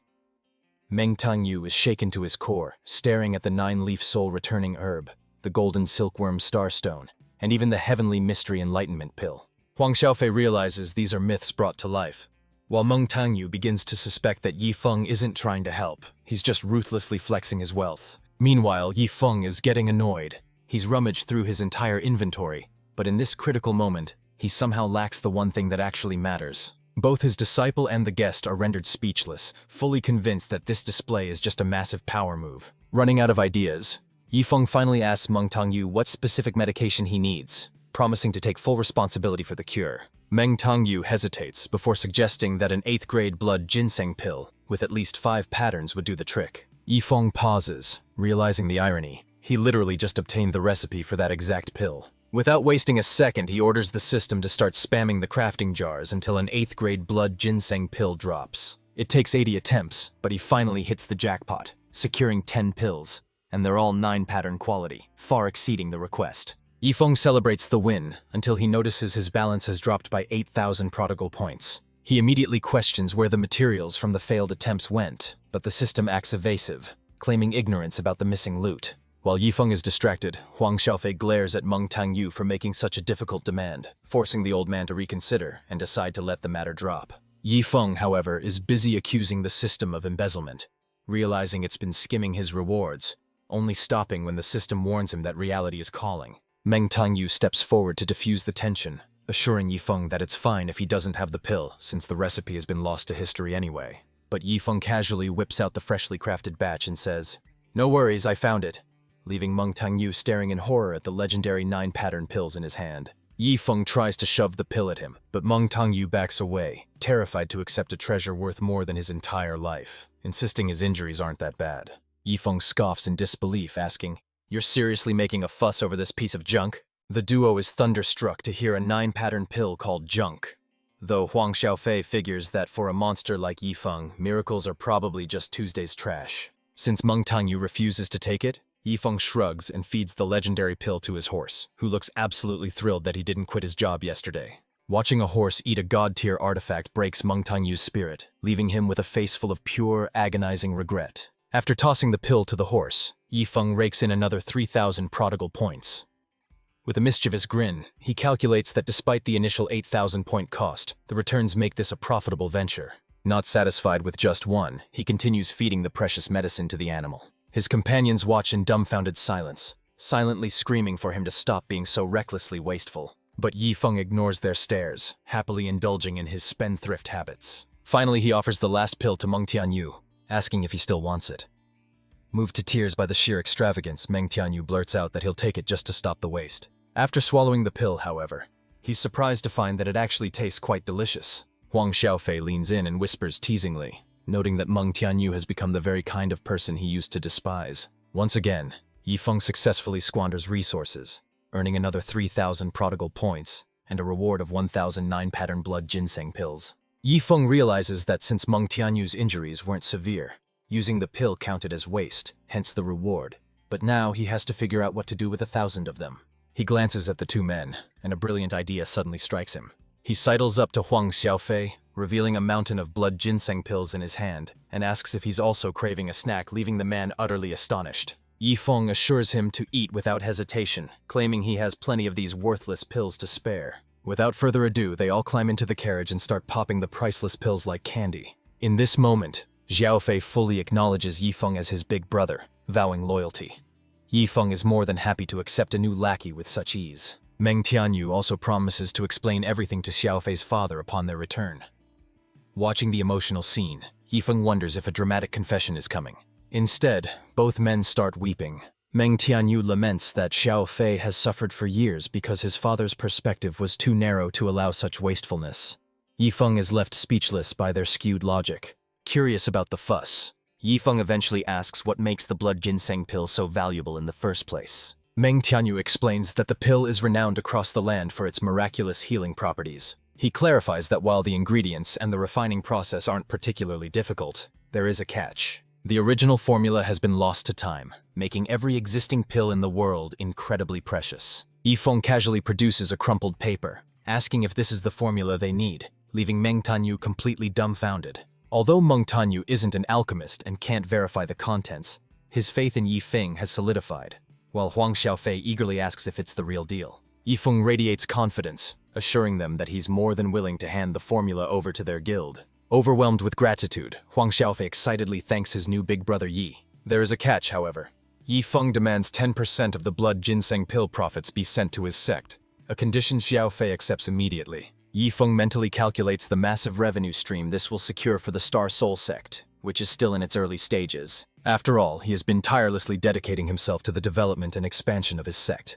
Deal concluded, Yifeng offers to host them at his sect, but not before casually buying out their entire stock of goods just to save time. With the business settled, the group departs, soaring through the skies on Meng Tianyu's flying sword. As they travel, Huang Xiaofei finds himself burning with curiosity about the grandeur of Yifeng's home base. Eventually, the group touches down in a nearby town to rest for the night. Even with the speed of sword flight, the journey to the Star Soul sect will take 3 days, but at least Yifeng gets a real bed for now. Meanwhile, Huang Xiaofei contacts his father, the chairman of the Chenhai Commerce Association, to report their success. Meng Tianyu anxiously awaits the verdict, but the expression on Xiaofei's face reveals that the news is anything but good. Xiaofei's father refuses to believe the story, convinced that his son is being scammed by this so-called young master Yi. Back at headquarters, Chairman Huang Deihai thinks his son has lost his mind for trusting an unknown stranger so easily. Furious, he orders his subordinate, Old Meng Haifeng, to immediately retrieve the young master and drag everyone back. Old Meng acknowledges the order, promising to bring them home without fail. Unaware of the drama, Yifeng checks his system interface to see a new reward notification. He has obtained 10,000 fragments of the Battle Holy Body, a physique that grows exponentially stronger the more damage its user takes. Yifeng was stunned by the revelation. Is this thing really that powerful? System, can we negotiate? Can't I use these fragments for myself just this once? However, the system rejected him instantly. Even though the Battle Saint body is strong, it is beneath you. Do not concern yourself with such a trashy physique. Yifeng was left speechless. How could something so powerful be considered trash? If he couldn't use it, who should he give it to? He wandered over to join Huang Xiaofei and the others, finding that breakfast had already been prepared. This warm hospitality immediately reminded Yifeng of his old friend Li Fei. Suddenly an idea struck him. Since he had gifted the sword intent fragments to Li Fei, giving the Battle Holy Body to Huang Xiaofei seemed like a perfect parallel. A mischievous smirk appeared on his face. Sitting down, he asked Huang Xiaofei what he thought of vanguard cultivators. Xiaofei admitted that while he was a slacker, he respected those warriors, though Meng Tianyu interjected that the young master's poor talent and bone structure were the real issues holding him back. Yifeng immediately queried the system, asking if the Battle Holy Body had any specific requirements regarding talent or bone structure. The system replied in the negative. As long as the host engaged in life-or-death battles, their power would soar, allowing them to comprehend powerful martial techniques mid-combat. Yifeng couldn't help but mentally retort. For a trashy physique, the description sounded incredible. Turning back to the group with a smile, he asked Huang Xiaofei if he would be willing to become a frontline warrior. Huang Xiaofei was stunned. Brother Yi, stop joking. Don't play with my life like that. I might be terrible at fighting, but I'm world-class at running away. Yifeng looked at him skeptically, asking if that was really true. Under that intense gaze, Huang Xiaofei began to feel incredibly uneasy. Yifeng then recounted a parable. Once, a handsome man possessed 10,000 sword intent fragments. Instead of using them, he found a fat man who hated swords and forced him to integrate them. The second story involves the Battle Holy Body. That same handsome man possesses it now, but rather than keeping it, he wants to gift it to someone who can't fight but is an expert at fleeing. Huang Xiaofei felt numb. You might as well just say my name directly. He wanted to bolt. He wanted absolutely nothing to do with this physique or the death battles that came with it. Yifeng realized that trying to reason with the cowardly Huang Xiaofei was pointless. Instead, he turned his attention to Meng Tangyu, leaving the final decision in his hands. Meng Tangyu didn't hesitate for a second, promptly accepting the offer on behalf of his young master. Seeing this betrayal, Huang Xiaofei tried to take off. If his father found out he had such a physique, he would be forced onto the battlefield immediately. However, Meng Tangyu wasn't having it. "This is a rare opportunity for you to change your destiny, young master." Huang Xiaofei resisted with everything he had, wanting absolutely nothing to do with the battle holy body. Meng Tangyu immediately tied him up and delivered a few sharp smacks to his backside, scolding the young master for turning down such a godsend. Seeing the struggle, Yifeng ordered Meng Tangyu to restrain the boy, to which the elder readily agreed. Yifeng donned his professional attire, creating an atmosphere less like a power-up session and more like a surgical delivery, while Meng Tangyu urged the young master to endure the pain for the sake of power. Without delay, Yifeng began retrieving the fragments of the battle holy body. He ruthlessly pressed them directly into Huang Xiaofei's skull, repeating the integration process 10,000 times. When Huang Xiaofei passed out cold, a nervous Meng Tangyu asked if this was normal, but Dr. Yi calmly assured him that everything was proceeding smoothly. Suddenly, the sky outside underwent a terrifying transformation, turning a deep, ominous blood red. Huang Xiaofei's body followed suit, undergoing a massive metamorphosis as his skin turned entirely gold, transforming him into a living statue. This sudden and bizarre phenomenon was enough to startle even the two onlookers. Was this the terrifying true potential of the legendary battle holy body? However, Meng Tangyu couldn't help but worry that the young master might squander such a magnificent physique. After all, the boy was naturally lazy and had zero interest in the hardships of cultivation or combat. Meanwhile, Yifeng had maxed out his daily spending, earning 1,000 prodigal points and 3 ninth-order yin-yang maze banners, though he furiously cursed the system for labeling the golden physique as trash despite its flashy effects. He checked the description of the maze banners. Once activated with spiritual power, a single banner could trap a peak tribulation crossing expert in an illusion for 10 hours, though it was a consumable item. This reward instantly lifted Yifeng's spirits. With 3 days left until they reached the Star Soul Sect, these defensive arrays would finally guarantee him a good night's sleep. A moment later, Huang Xiaofei woke up asking if it was over, claiming he felt nothing, and that the physique had surely been wasted on him. Meng Tangyu cut him off immediately, declaring that once they returned the young master to his sect, he would personally request permission to oversee his training through life-and-death duels. He warned that if Xiaofei dared to slack off or cut corners, he wouldn't hold back a single strike. With heartbreaking devotion, Meng Tangyu vowed that if the training killed the boy, he would gladly follow him into death. Witnessing this, Yifeng offered a silent prayer, thinking, "Huang Xiaofei, you're on your own now." With that settled, Yifeng and Meng Tangyu pressed forward on their journey. As twilight descended, they realized it was time to find a secure spot to camp. Yifeng remained puzzled by Huang Xiaofei's silence. Ever since Meng Tangyu whispered something to him yesterday, the boy had withdrawn into a shell of self-imposed isolation. Eventually, they stumbled upon an open meadow and decided it was the perfect place to rest for the night. Suddenly, the sullen Huang Xiaofei looked up with tears in his eyes and demanded, "Manager Meng, start instructing me right now." This request stunned Yifeng. What was going on, and wasn't Huang Xiaofei terrified of the pain? Meng Tangyu noted that the boy had finally come to his senses, and Yifeng decided not to interfere, figuring Huang Xiaofei had his own reasons for seeking punishment. Deciding to help secure the area, Yifeng muttered, "Let's see what this maze array can actually do." As Yifeng planted the maze array banner, a shimmering golden barrier instantly rose up to encircle them. He told the training duo to fight freely within the safety of the barrier, even leaving them 100 blood ginseng pills for recovery. Meng Tangyu nodded, feeling incredibly grateful for Yifeng's thoughtful support. By this point, Huang Xiaofei seemed transformed, seemingly enjoying the brutal process of combat training. The two immediately engaged in full-force combat, trading blows back and forth with intensity. However, Huang Xiaofei was still inexperienced and was easily disciplined by the superior Meng Tangyu. After all, Meng Tangyu possessed genuine skill and didn't hold back. Just then, old Ming arrived in the vicinity, tracking their location. He could clearly hear the distinct sounds of his son, Meng Tangyu, clashing with the young master. But when he peered closer to see the action, the sight left him utterly shocked. He couldn't comprehend the scene, wondering, why on earth are my son and the young master fighting? He realized their sparring match had devolved into a brutal hand-to-hand brawl. Witnessing this savagery, old Ming was convinced they had both lost their minds. Was this young Master Yi mind-controlling them? Whatever the cause, he had to stop it immediately. But the moment he tried to rush in, an invisible maze array slammed him backward. Old Meng was dumbfounded by the barrier, and the screams echoing from inside only spiked his anxiety. In that moment of helplessness, Old Meng began to question reality itself. Why the hell was there an array banner here? He knew nothing of formations, yet he could tell this was absurdly advanced. Then his eyes landed on Ye Feng, who was sound asleep amidst the chaos. That had to be the young Master Yi, the clan leader mentioned. Anyone wielding such a powerful banner was certainly no ordinary mortal. Suddenly, Old Meng noticed that the two brawlers inside had ceased their movements. He let out a breath, assuming his son and the young master had finally exhausted themselves. But his relief was short-lived as Huang Xiaofei unsheathed his blade. Old Meng went numb with terror. They were escalating from a fistfight to armed combat. He watched in horror as Meng Tanyu drew his own weapon to clash against Huang Xiaofei. Fuming, Old Meng pounded on the barrier and screamed for them to stop. But the array sealed off both his physical entry and his voice. 5 agonizing minutes later, they finally stopped, allowing Old Meng's heart to settle before the fear of being held responsible could crush him. Yet, just as he thought the nightmare was over, Huang Xiaofei stood back up. Old Meng stared in disbelief, barely recognizing the boy he'd known since childhood, wondering where those blood ginseng pills came from.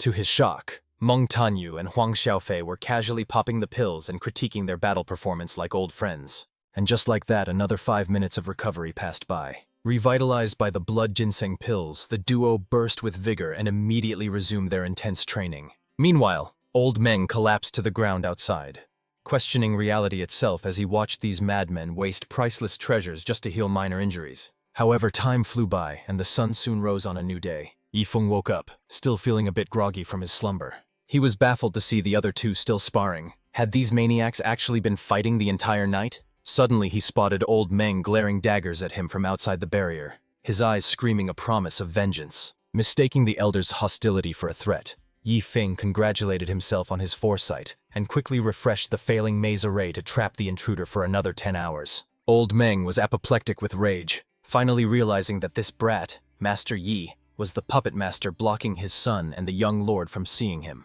But just as he prepared to give Yifeng a piece of his mind, the renewed maze array slammed shut, sealing him off once again. Ignoring the trapped old man, Yifeng gathered Meng Tanyu and Huang Xiaofei, and the trio hastily resumed their journey. He made sure to depart with flair, strutting away right under Old Meng's furious, helpless gaze. Yifeng even glanced back to flip him a universally offensive gesture, muttering, "Idiot," under his breath. Old Meng was left trembling, his blood pressure skyrocketing from pure fury. That look of utter disdain on Yifeng's face was now burned permanently into his memory. Unaware of the truth, Yifeng praised his own vigilance, convinced that without his barrier, those enemies would have slaughtered them in their sleep. Just then, the daily wasteful product refreshed, granting him over 10,000 nine-striped blood ginseng pills, leaving Yifeng stunned and wondering how they could possibly consume them all. Suddenly, a brilliant idea struck him. Why force-feed themselves when he could simply toss them away like he did with the spirit stones? He consulted the system, asking if discarding such rare, lost-art medicinal pills on the side of the road would qualify as valid squandering. He reasoned that even if monsters ate them or strangers found them, it was still a waste for him. And to his delight, the system confirmed his theory. Yifeng grinned, extremely pleased with this new, effortless method of completing his task. He turned his attention to Meng Tanyu and Huang Xiaofei, announcing that it was time for breakfast as he spread a cloth over a nearby rock. Next, he dumped a massive pile of his so-called waste products, the blood ginseng pills, declaring them the morning meal and inviting them to dig in. The two companions stared at the mountain of pills, completely dumbfounded by the sheer extravagance of the scene. Yifeng flashed a sly grin, asking why they hesitated and implying that refusing to eat would be a serious sign of disrespect toward him. Although they were already sick of the pills from their last binge, they dared not offend Yifeng, so they forced themselves to gorge on the elixirs for a full hour. They kept eating until they were stuffed to the brim, unable to swallow another bite. Satisfied, Yifeng announced it was time for exercise. He instructed Meng Tanyu to lead the way while telling Huang Xiaofei to help scatter the remaining 9,000 pills along their path. Huang Xiaofei was shocked, worrying that giving away 9-stripe elixirs for free would ruin the Commerce Association's sales if people just picked them up off the ground. Yifeng sighed, criticizing the young master's lack of business acumen, pointing out that 9,000 pills were a drop in the bucket. Considering the vastness of the mystical heaven continent, such a small quantity wouldn't negatively impact the overall market at all. He bluntly asked if the association's alchemists could even replicate these 9-stripe pills, regardless of having the recipe. Even if they could be produced, few could afford them, meaning the lower-tier 5, 6, and 7-stripe pills would remain the best sellers. Furthermore, scattering these treasures serves as a massive advertisement. The more people find them, the more desire it creates, ultimately boosting sales. By controlling the supply to create scarcity and demand, they would maximize profits.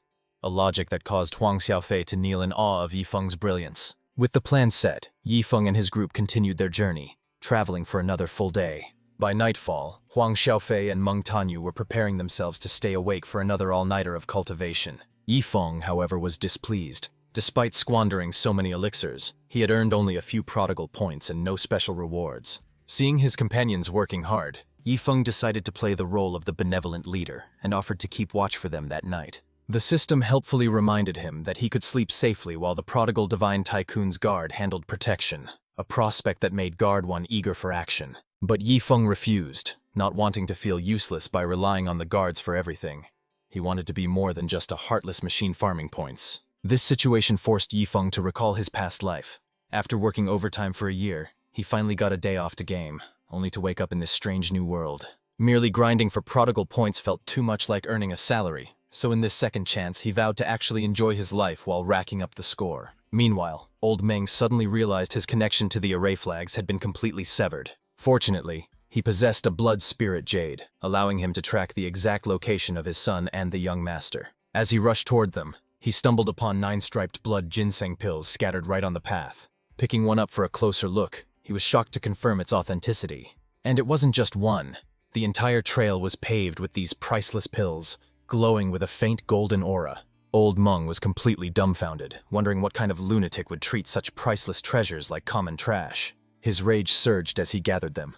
He salvaged 500, but seeing over 2,000 broken ones made him want to strangle the prodigal responsible. After collecting 2,000, Old Meng felt a sense of existential despair. He was so overwhelmed by the sheer waste that he didn't even want to pick them up anymore. Back at the camp, Yifeng, who was supposed to be on guard duty, had dozed off and only just woke up in a daze. He was immediately greeted by a spicy scene. Huang Xiaofei was clinging tightly to Meng Tanyu, and the latter didn't seem to mind one bit. It was an eyesore to watch, and Yifeng was just glad the old man hadn't arrived to ruin the mood. But the moment that thought crossed his mind, Old Meng appeared. The situation instantly shifted, with Meng Tanyu stepping back and placing Huang Xiaofei in front. Old Meng was practically in tears, relieved to have finally caught up after such a grueling chase. However, Yifeng locked eyes with the intruder and reacted instantly. Without a second's hesitation, Yifeng cast yet another maze array. The formation activated immediately, trapping Old Meng in place all over again. Yifeng couldn't help but mock him, shouting, "You old turtle, keep chasing us if you have the guts." Old Meng was left speechless with rage, gritting his teeth as he vowed, "You little rascal, mark my words, no matter where you run, I will kill you." Huang Xiaofei reported his progress, revealing that after 2 nights of training, he had successfully merged 1% with the saintly battle body. Yifeng praised his efforts but insisted they press on without rest, aiming to reach the Star Soul sect by dawn. Xiaofei was confused, noting that Brother Yi usually prioritized his beauty sleep, but Meng Tang interjected, insisting that if the young master made a decision, he surely had a profound reason for it. With that settled, the group continued their relentless march forward. En route, Yifeng opened his system interface to check the daily prodigal item, revealing a heavenly tier high-level skill book known as the Demon's Oppressing Treasure Record. Yifeng was genuinely surprised.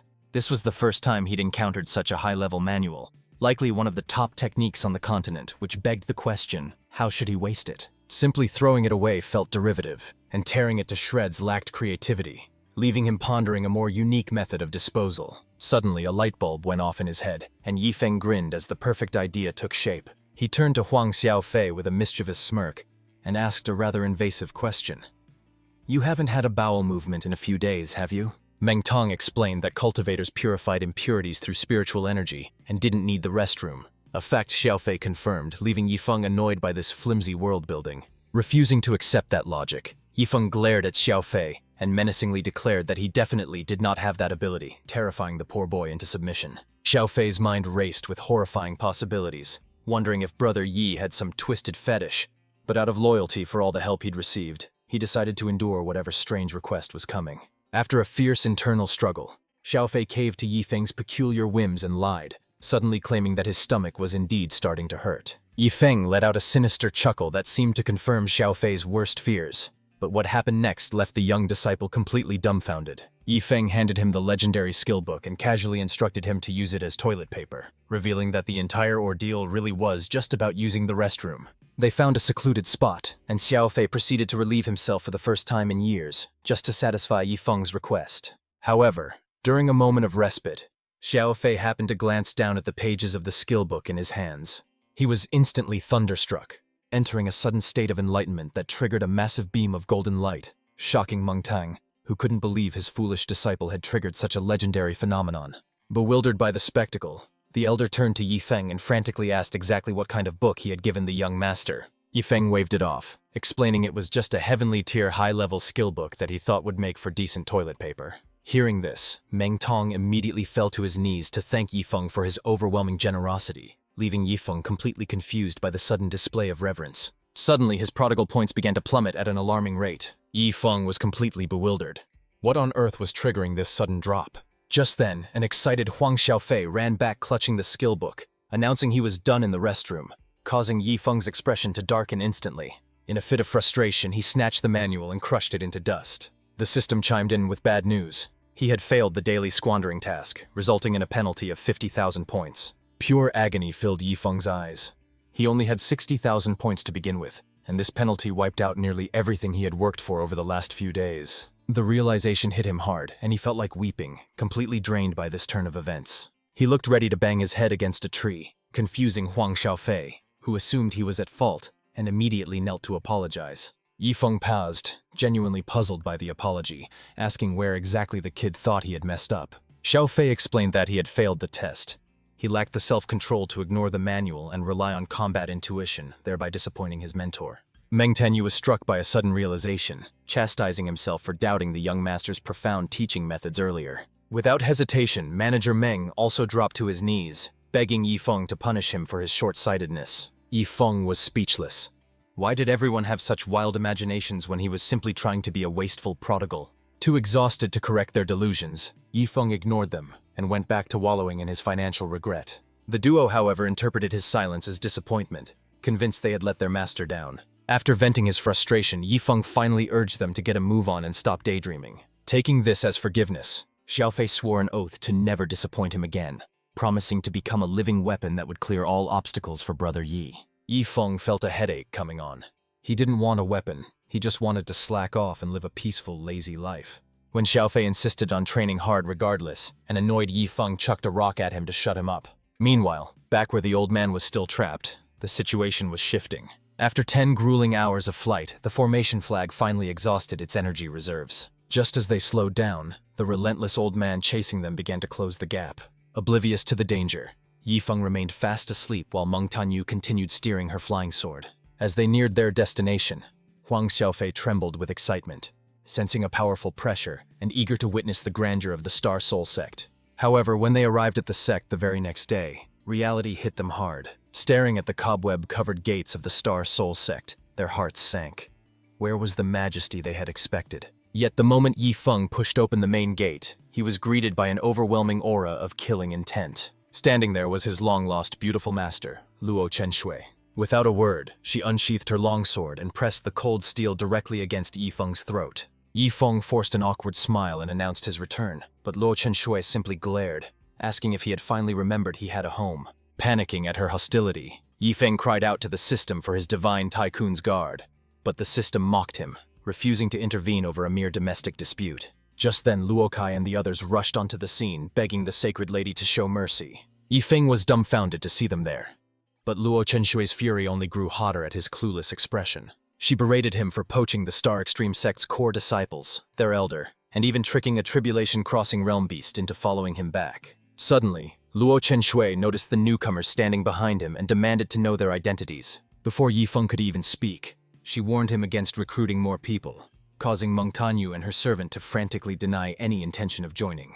Relieved that they weren't new recruits, Luo Chenshui finally lowered her sword, deciding to spare Feng's life in front of the guests as her anger dissipated. Taking advantage of the calm, Old Bai and Old Xia emerged from the shadows after their long absence. Stepping into the spotlight, they fussed over Feng, feigning deep concern for his safety in a desperate bid to curry favor. However, the moment they locked eyes, the two old rivals immediately began bickering amongst themselves. Meng Tongyu and Huang Xiaofei stood frozen in shock. What on earth was a big shot like him doing here? Old Jia glanced at the duo with a puzzled expression, asking if they knew who he was. Meng Tongyu was speechless. As the mastermind behind the prestigious Tianyu auction house, how could they not recognize him? It was bizarre to find him in such a humble sect. Seizing the moment, Ye Feng stepped forward to properly introduce the guests. Master, this is young Master Huang Xiaofei and Chief Steward Meng Tongyu from the Chenhai Commerce Association. They've returned with me specifically to discuss a potential business partnership with you. Assuming they were peddling goods, Luo Chenshui immediately shut them down, explaining that their month-old sect lacked the funds for bulk purchases and that collaboration was off the table. This claim left Meng Tongyu and Huang Xiaofei flabbergasted. How could she plead poverty when her disciples spent money like water? Huang Xiaofei quickly clarified that they weren't selling anything, and instead presented the recipe for the blood ginseng pill, explaining its value in detail. Luo Chenshui realized their intent, and while exclusive rights to a lost pill recipe were tempting, she felt conflicted. Turning the sect into a business empire wasn't exactly part of her original plan. Yi Feng jumped in to persuade her, claiming he couldn't bear to see junior brother Wu Feng crying over poverty, and urged her not to reject this golden opportunity with the Chenhai Association. It is our solemn duty to restore the Star Soul Sect's glory. Come on, Master. Aren't you proud of me? Internally, Luo Chenshui was fuming. Every time this troublesome disciple got involved, her plans to reach the Tribulation Crossing realm and ascend for revenge got pushed further away. Suddenly, the system alerted Ye Feng that Old Meng would arrive in 3 minutes, proving that his preemptive cosmic alert feature was worth every penny. He immediately telepathically ordered Little Blood, his Tribulation Crossing expert, to intercept the gray-robed old man and give him a severe beating, but to stop just short of killing him. Little Blood acknowledged the command and immediately began posturing in front of the core disciples, ready for a fight. Ye Feng watched the display, left slightly speechless by his subordinates' antics. Meanwhile, just outside the perimeter of the Star Soul Sect, Old Meng had finally arrived.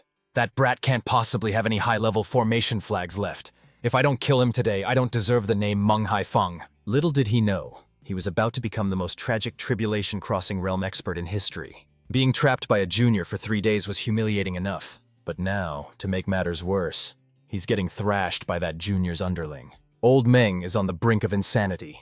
He's been confined within Yi Feng's formation for 3 agonizing days. Suddenly, Little Blood approaches silently from behind, closing the distance with terrifying speed. Sensing a surge of murderous intent, Old Meng spins around in shock, warning the creature to back off unless it wants to die. But Little Blood isn't intimidated, mocking his weak 4th-level tribulation strength for daring to hunt her master, leaving Old Meng wondering what kind of monster he's facing. Ignoring his confusion, Little Blood unleashes a brutal assault, sending Old Meng howling in agony. She sneers with disdain.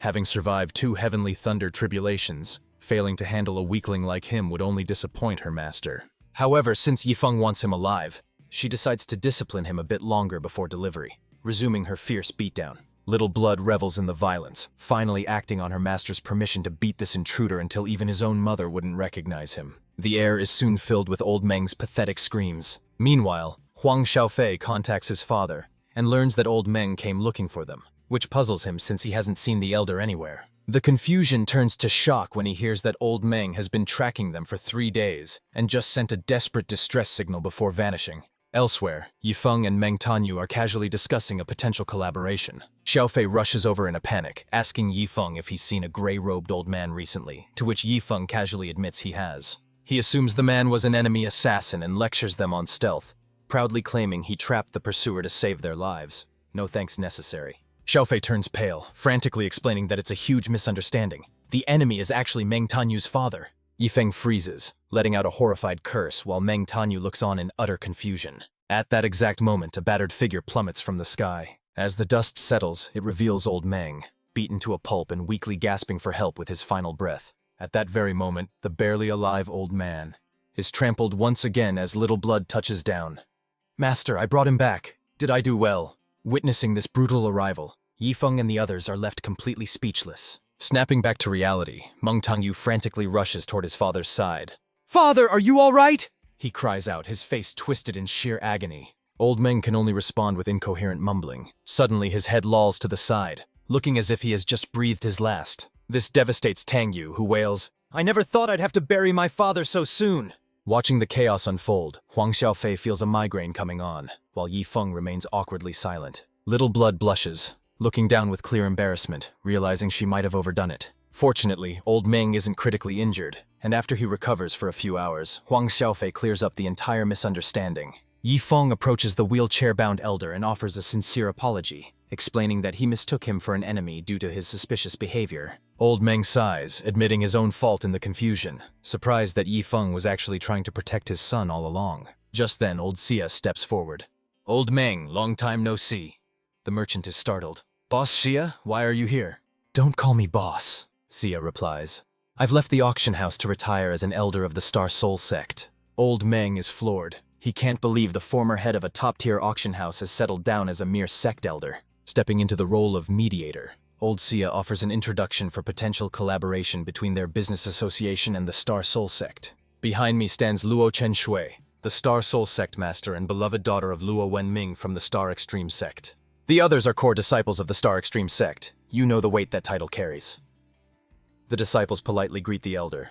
Introductions continue with Tan Hong, Luo Kai, and finally Little Blood, who is revealed to be a great demon. Meng Tanyu is left utterly speechless, realizing that every single person here is a heavyweight in the cultivation world. As everyone inside this guest room chats away, they seem to have completely forgotten that the Star Soul sect has one more disciple, Wu Fan, who is currently eavesdropping from outside. He feels a pang of heartbreak. As the third disciple to ever join the sect, how could they possibly forget his existence entirely? Listening to old Xia's detailed introductions, old Meng is shook to his core, never imagining that such an inconspicuous little sect could house so many legendary figures. Suddenly, a figure enveloped in a tremendous sword aura approaches, startling old Meng once again with the presence of yet another peerless sword cultivator. Meng Tanyu and Huang Xiaofei are dumbfounded, wondering if this newcomer is another titan of the industry or perhaps another of Yi Feng's monstrous disciples. However, as the golden silhouette finally comes into clear view, Meng Tanyu and Huang Xiaofei are left with their jaws on the floor.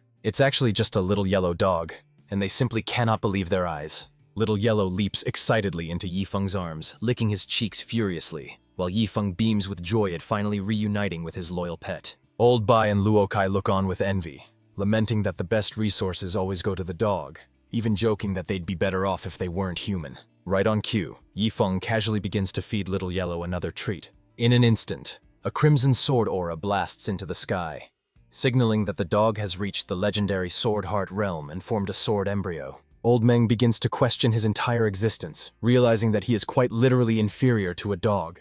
Huang Xiaofei secretly pats himself on the back for his intuition. Knowing Yi Feng gave him the battle-holy body, he knew nothing in Brother Ye's possession could be ordinary. Luo Qinshuang is annoyed but forces herself to stay calm, accepting that while this prodigal disciple is squandering treasures, the great ancestral elder would surely flip out if he saw this. Luo Kai feels validated in his decision to visit. He thought sharing the great demon's flesh was extravagant, but feeding a dog an item that grants the Sword Heart realm is on another level. Core disciple Chen Haoyu steps forward to de-escalate, explaining to the shocked guests that this is just standard behavior for their junior brother. Soon after, Old Meng and the group decide to depart, declining Luo Qinshuang's offer to stay overnight so they can urgently report their safety to the chairman. As they make their way back to the association, Old Meng grills his son and the young master, demanding to know exactly what kind of deal they struck with the Star Soul sect. Frankly, he's still skeptical about the blood ginseng pill formula's authenticity, questioning if their blind faith in Yi Feng is based on nothing but a piece of paper. Hearing this, Meng Tanyu decides it's time for a demonstration and shoots Huang Xiaofei a knowing glance. Huang Xiaofei immediately unleashes the aura of the battle-holy body, proving exactly why they place so much trust in Yi Feng. The old man is thunderstruck, instantly recognizing the legendary physique radiating from the boy. If Yi Feng can grant such power, the formula must be real. Meng Tanyu confirms that the young master has only partially fused with the body, yet his comprehension has skyrocketed to the point where he can master heavenly tier techniques at a glance, causing old Meng to frantically ask where those techniques are now. Huang Xiaofei laughs and admits he used the scrolls as toilet paper, indulging in a rare moment of supreme extravagance. Old Meng nearly coughs up blood, screaming at the sheer wastefulness of such an act. Realizing Yi Feng's background must be unfathomable, he drags the two away to renegotiate with the chairman, offering a mere 10% as an insult, and they need to bump that share up to 30% immediately. Meanwhile, back in Luo Chenshui's study, Yi Feng takes a seat and innocently asks what's on her mind. Luo Chenshui confronts him, admitting she underestimated him. In just a few days away from the sect, he has assumed multiple high-profile identities. From core disciple to honorary elder, founding a sect and even taking a valley master as a student, She glares at him, asking how she should even address him now. Yifeng quickly assures her that titles mean nothing. In life and death, he will always remain her loyal disciple. He even squeezes out a few tears to sell the performance, thinking to himself that as long as he helps strengthen the sect, he'll eventually win her over completely. Luo Chenshui is genuinely moved by his words. Despite the chaos, Yifeng remains her only direct disciple across both of her lifetimes. Yifeng starts explaining that the Valley Master only became his student due to a lost bet, and the honorary elder title was just for fun, arranged by the 5 ancestral elders. Luo Chenshui decides to drop the subject, relaying a message from the great ancestor to save his top-grade spiritual crystals for the future, before asking if he knows about a mysterious location in the Heavenly Dao battlefield. Yifeng immediately realizes she's referring to Heavenly Dao City, which startles Luo Chenshui, leaving her wondering how he could possibly know that name. Yifeng casually admits he's already been there, though his token only lasted half a day, leaving Luo Chenshui flustered since her plan to show off her knowledge has completely backfired. He then regales her with tales of the city, promising that next time, he'll bring back enough tokens for them to explore Heavenly Dao City together. He even plans to employ powerful experts from the Tribulation Crossing realm just to serve her tea. Luo Qinshu is moved once again. Although her disciple is extravagant, his thoughtfulness makes her feel truly fortunate. Seeing this softer side of his beautiful master, Yifeng feels his heart stir, realizing she possesses a hidden gentle charm.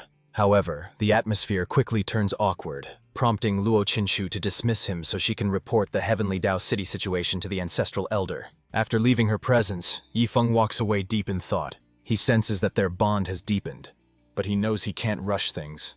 He needs to take this relationship slow. Suddenly, Luo Kai silently materializes behind him, giving Yifeng quite a scare. After a brief greeting, Luo Kai leans in and whispers, claiming he heard that Old Bai and Old Xia haven't been feeling well lately. Offering his services as a body cultivator, he suggests Yifeng rely on him for tasks, since the others are getting frail, leaving Yifeng speechless at the obvious suck-up attempt. But right on cue, Old Bai appears on the rooftop, shouting, "Luo Kai, I knew you were up to no good."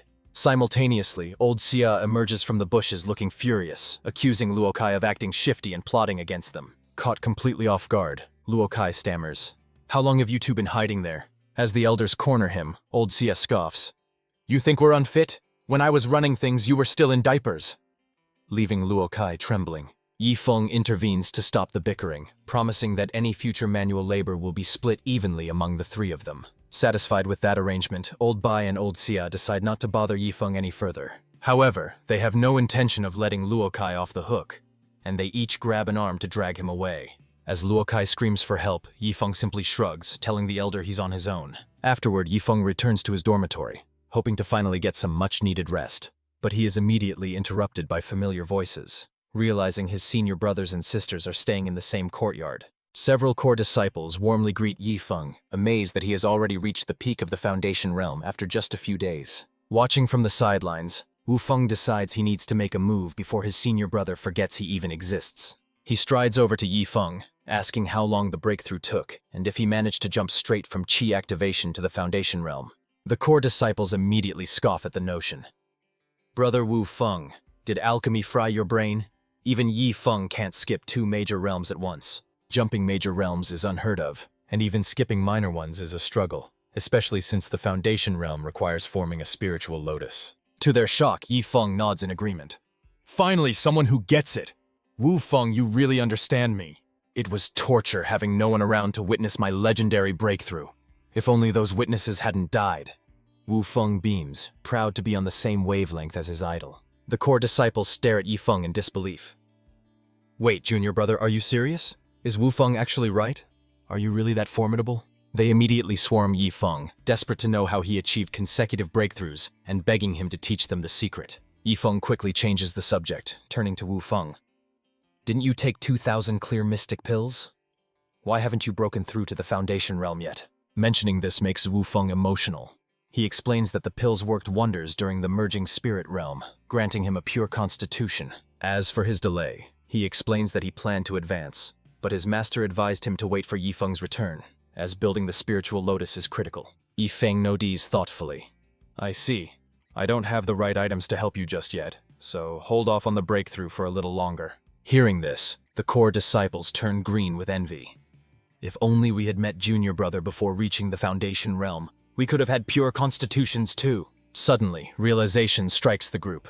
They are at the peak of the Purple Mansion realm but haven't refined their lotuses for the original Spirit realm yet, meaning they still have one chance to improve. Just then, the system issues a bizarre task.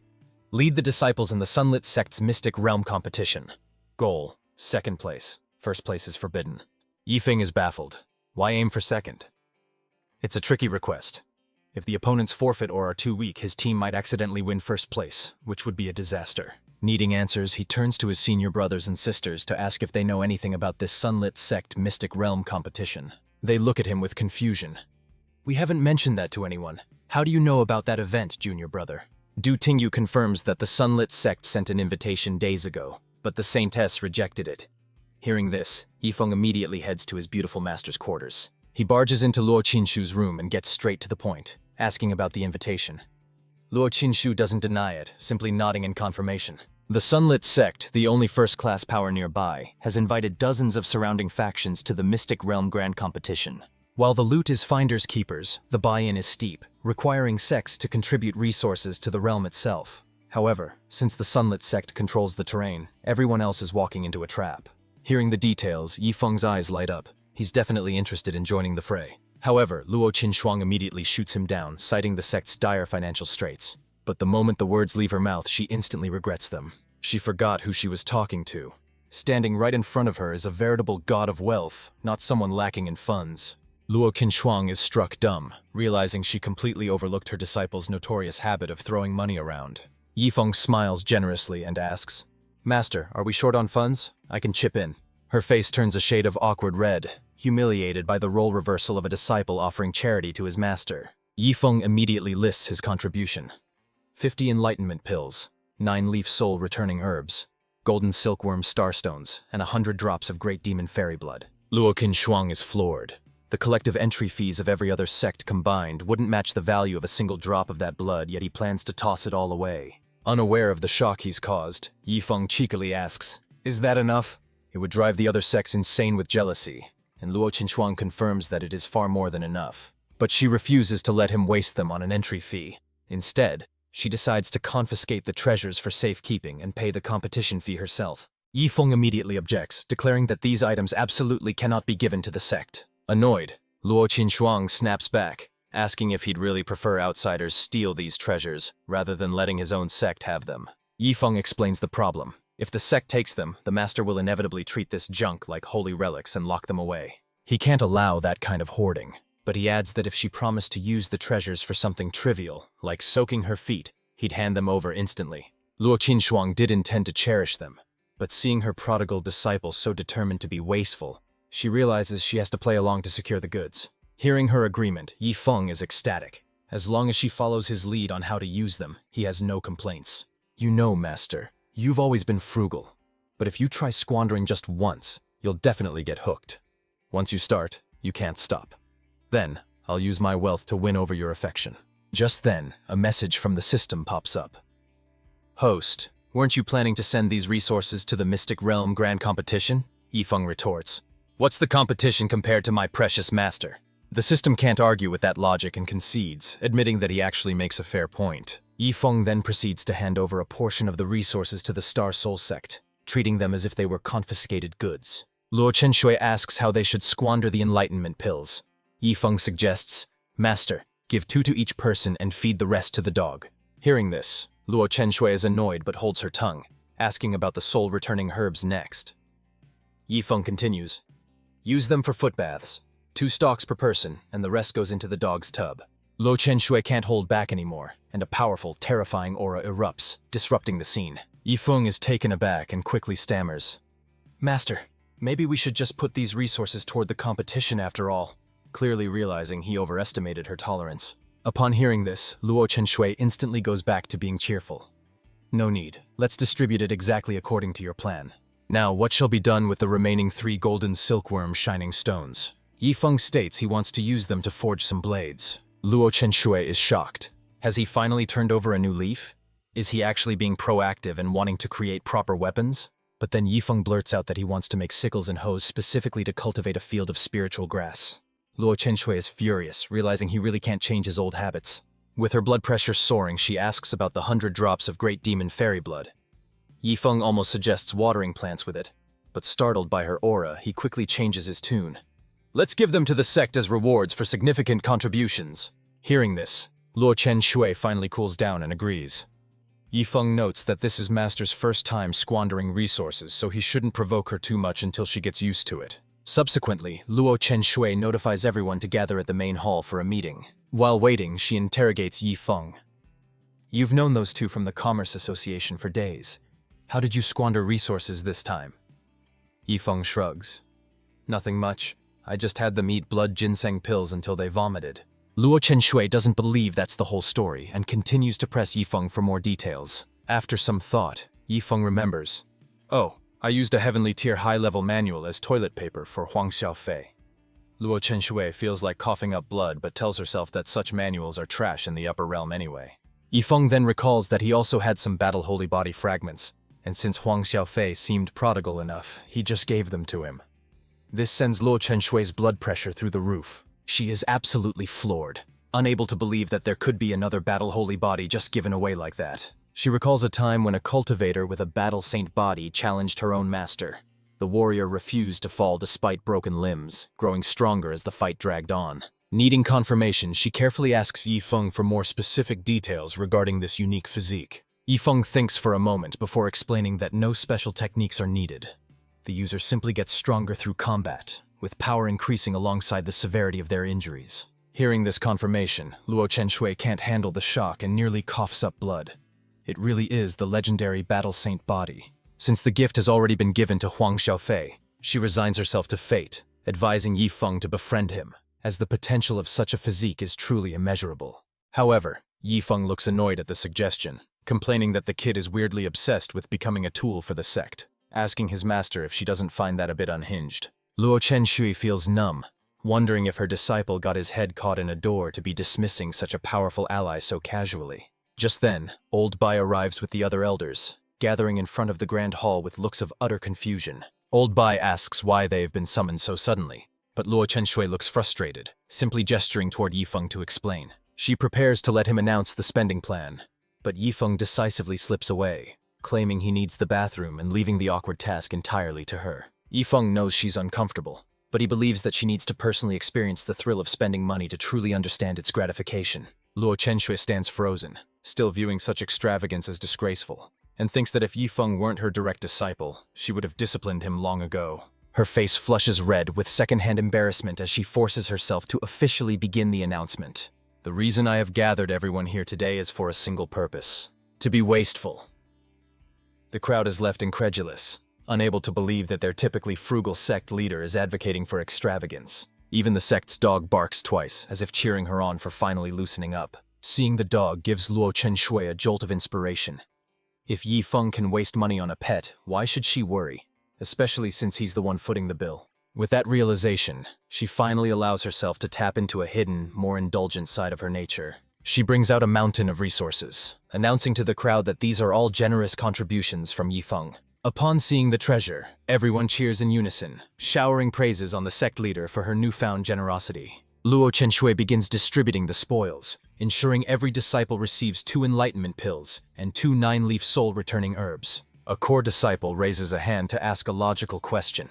Since there are 28 of each item left over, how will the remainder be allocated? Luo Chen Shui gives him a frustrated look and replies bluntly, "How else? Those are all for the dog, of course." The crowd is left dumbfounded, suddenly realizing that their status in the sect is apparently lower than that of the dog. Finally, Luo Chen Shui reveals the great demon fairy blood, declaring that this treasure must be earned through hard cultivation or significant contributions. Luo Kai is the first to agree, praising the sect leader's wisdom, as his primary goal is that blood, and he's thrilled there's a path to acquire it. "If there are no objections, then this meeting is adjourned," Luo Chen Shui announces, handing the resources over to Elder B for distribution. Everyone leaves the meeting feeling highly satisfied, with some even whispering hopefully about potential year-end bonuses. Later, Luo Chen Shui finds herself staring intently at the golden silkworm star shining stone. She ponders how to process the material, as she has never attempted to craft with such a rare item before. Suddenly, she remembers an old acquaintance who possesses the necessary skills to help her. Meanwhile, inside Purple Phoenix City, a young woman is hard at work in the middle of a crafting session. Judging by her tools and intensity, she is undoubtedly a skilled blacksmith. This is Chu Xiao, a freelance cultivator and an old friend of Luo Chenshui. Just then, Luo Chenshui arrives, causing Chu Xiao to look up in surprise and ask, "Sect leader Luo, what brings you here?" Luo Chenshui explains that she has come to request some assistance with crafting equipment for her sect. However, Chu Xiao immediately reaches out to pinch her cheek, teasingly saying, "Long time no see, let me get a feel." Luo Chenshui, you really need to thaw that icy personality. Aside from my father and me, do you even have any other friends who like you? Feeling a surge of pride, Luo Chenshui retorts, "My direct disciple is perfectly capable of tolerating my personality." This immediately piques Chu Xiao's interest in gossip, and she bombards her with questions about the disciple's gender, age, and measurements. "Last time you were with Wu Feng, it turned out he wasn't your top student. You've been hiding this direct disciple from me, haven't you? Learning to hoard talent now?" Luo Chenshui pouts and retorts, "Well, you never asked. Enough about him, he's just a wastrel. Do you have time to help me craft some kitchen knives and hoes?" Chu Xiao, though eager to hear more gossip, decides to focus on the task at hand. "Knives and hoes are minor tasks. They can wait a few days. My grandfather is currently preparing to craft an extraordinary weapon, so we're quite busy." Just then, a figure bursts into the room. "We have time!" It's Chu Xiao's grandfather, Chu Hongshan. "That weapon I'm working on can wait. Help Luo Chenshui with her knives and hoes first." He then turns to Luo Chenshui, making small talk. "How are those 5 old codgers? Are they doing well?" She politely responds that the 5 ancestral elders are in good health. Chu Hongshan then instructs Chu Xiao to go ahead and craft those mundane items for Luo Chenshui, noting that it won't take much time anyway. However, Luo Chenshui clarifies that it's not just about crafting simple ironware. She has a small additional request. "No problem, go ahead," says Chu Hongshan with a jovial smile. Luo Chenshui then reveals the golden silkworm star shining stone.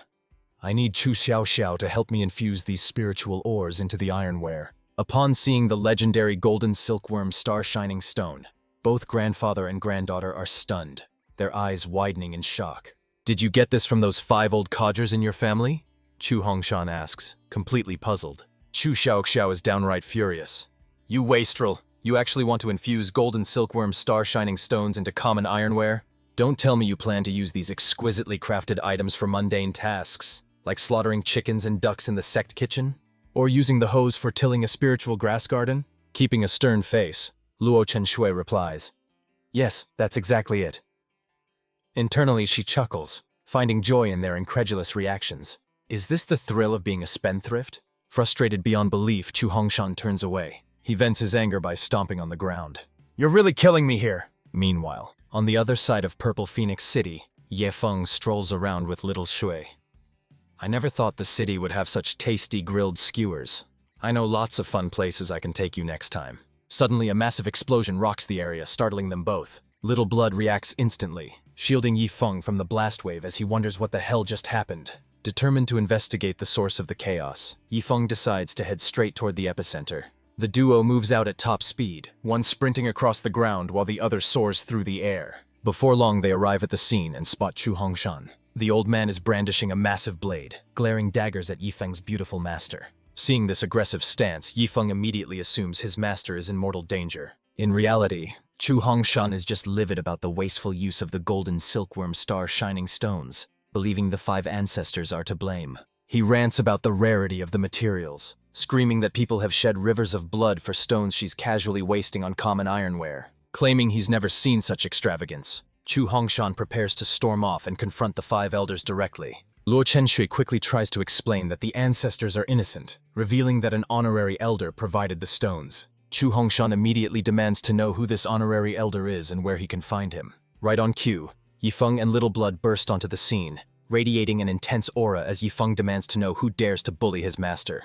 Chu Hongshan looks completely bewildered, staring at the newcomer and asking who he thinks he is.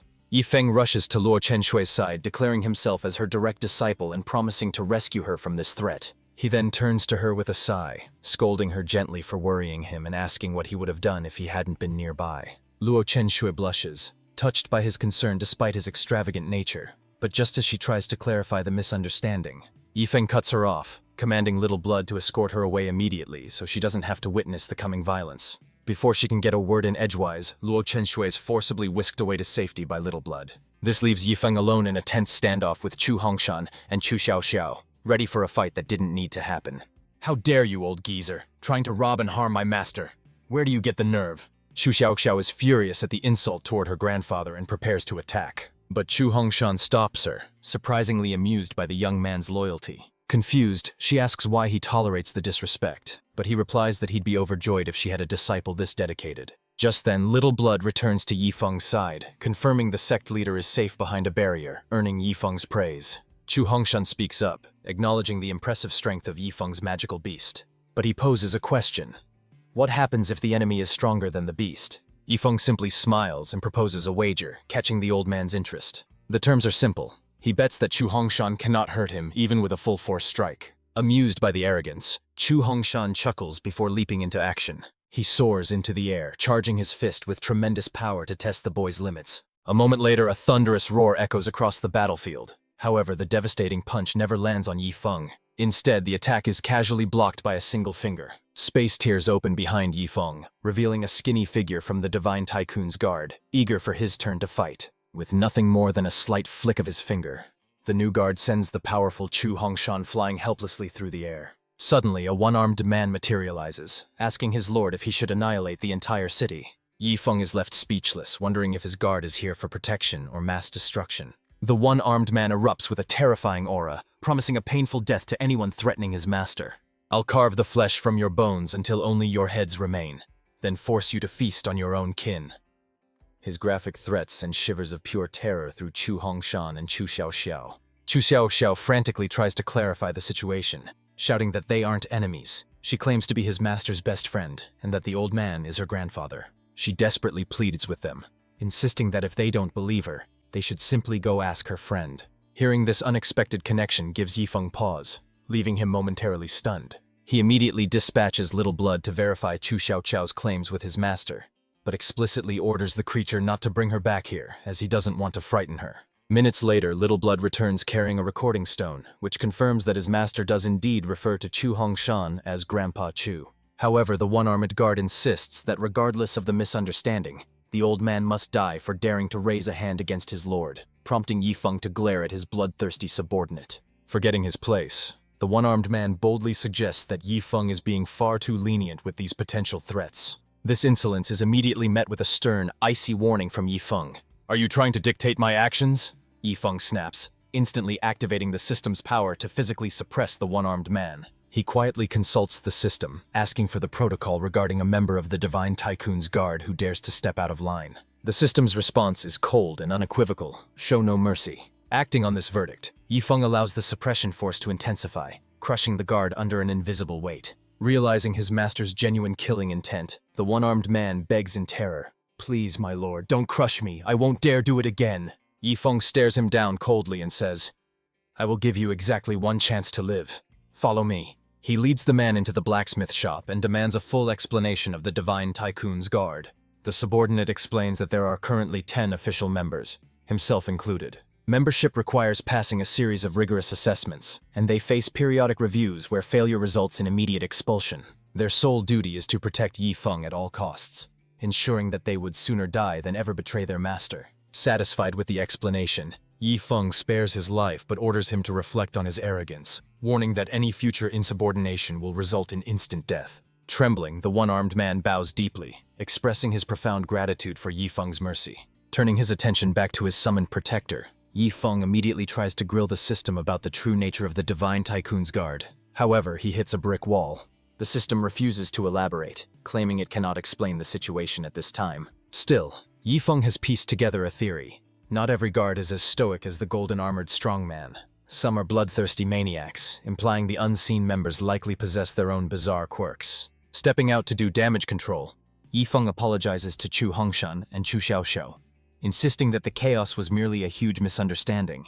To buy their silence regarding the guard, he offers a hefty bribe, 5 pieces of the rare golden silkworm star-shining stone. Suspicious, Chu Xiaoxiao demands to know his true identity and his intentions toward Luo Chenshui, threatening to snitch if he doesn't come clean. Before she can finish her threat, Chu Hongshan clamps a hand over her mouth and hurriedly assures Yifeng that their lips are sealed. Relieved, Yifeng signals Little Blood to fetch Master Luo.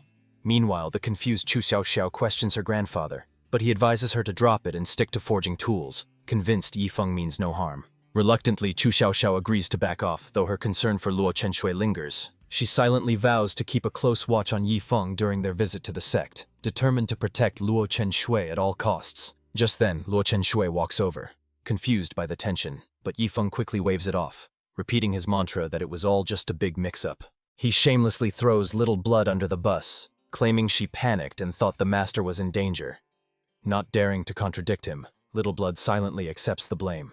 Before Luo Chenshui can ask any follow-up questions, Yi Feng grabs Little Blood and makes a hasty exit. Once the coast is clear, Chu Hongshan turns to Luo Chenshui and remarks that her disciple is truly one of a kind. Circling back to their earlier conversation, he questions her claim about the star-shining stone coming from an honorary elder, noting that her sect doesn't typically have such a rank. Caught in a lie, Luo Chenshui awkwardly admits the truth. The so-called honorary elder is actually her direct disciple, and he was the one who provided the rare stones. Chu Hongshan is baffled as to why the sect leaders would agree to such a ridiculous arrangement, while Chu Xiaoxiao realizes with horror that she might have to address Yi Feng as elder. Luo Chenshui explains the simple reality. He's filthy rich. Yi Feng donated 100 million top-grade spiritual crystals, single-handedly funding the Star Extreme sect's budget. Chu Hongshan nearly chokes, but then nods sagely, noting that 100 million spirit stones is indeed a persuasive sum. Chu Xiaoxiao corrects him immediately. Not stones, but crystals. Hearing this, Chu Hongshan feels dizzy and begs her to stop talking before the sheer scale of that wealth gives him a heart attack. Just then, inspiration strikes Chu Hongshan. He tries to curry favor with Luo Chenshui, arguing that since he treats Xiao Xiao like his own granddaughter, he might as well join the sect too. Luo Chenshui is left speechless. Her Star Soul sect has more elders than disciples, and she certainly isn't running a retirement home. Noticing her hesitation, Chu Hongshan quickly pivots to a more persuasive angle. He argues that as a 9th-grade refining master with vast connections, he would be an invaluable asset to her newly established sect, an offer she finds hard to refuse. Deciding not to overthink it, Luo Chenshui agrees, welcoming Grandpa Chu and entrusting the sect's refining duties to him. Chu Hongshan chuckles mischievously, delighted that his plan has worked. Meanwhile, Chu Xiaoxiao is left confused, feeling as though she was just bundled up and sold as part of a package deal. Meanwhile, back in Earth-sealed City, the elite warriors of Miramune Manor have been fully mobilized. Bystanders look on in shock, wondering who could have possibly provoked such a powerful faction. Rumor has it that this manor's master, Zhang Shufeng, is a formidable figure who has already crossed the first tribulation. They are out for blood, seeking revenge for the death of Zhang Heng, who was killed by a member of the Divine Tycoon's Guard. As Zhang Heng's father, Zhang Shufeng, is taking this personally. He leads a squad of experts from the manor, tracking the energy signature left behind by Yi Feng. At that very moment, Yi Feng and Little Blood are wandering Purple Phoenix City, restless because they haven't found a way to splurge their money. Little Blood racks her brain, trying to think of a place where they can spend a fortune.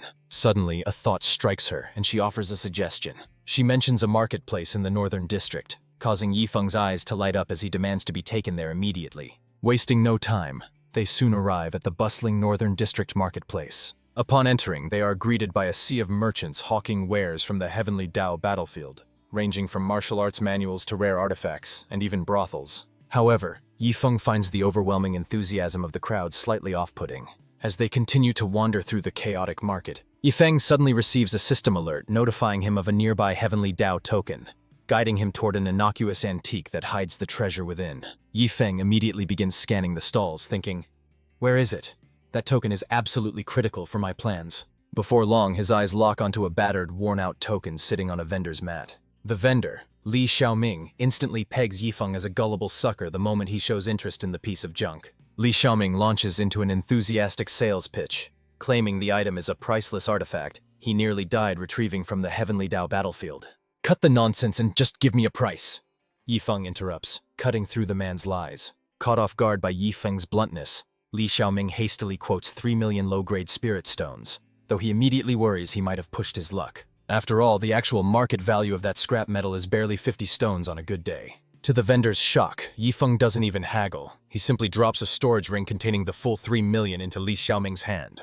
"No need to negotiate, 3 million it is," Yi Feng says calmly, leaving Li Xiaoming completely dumbfounded. Who buys junk without bargaining? Li Xiaoming wonders if the token might actually harbor some massive secret he missed. Desperate to know the truth, Li Xiaoming asks what he missed out on, to which Yi Feng replies, "Value is subjective. To me, this item is vital. In fact, even if you had asked for 3 million top-grade spirit stones, I still would have paid it."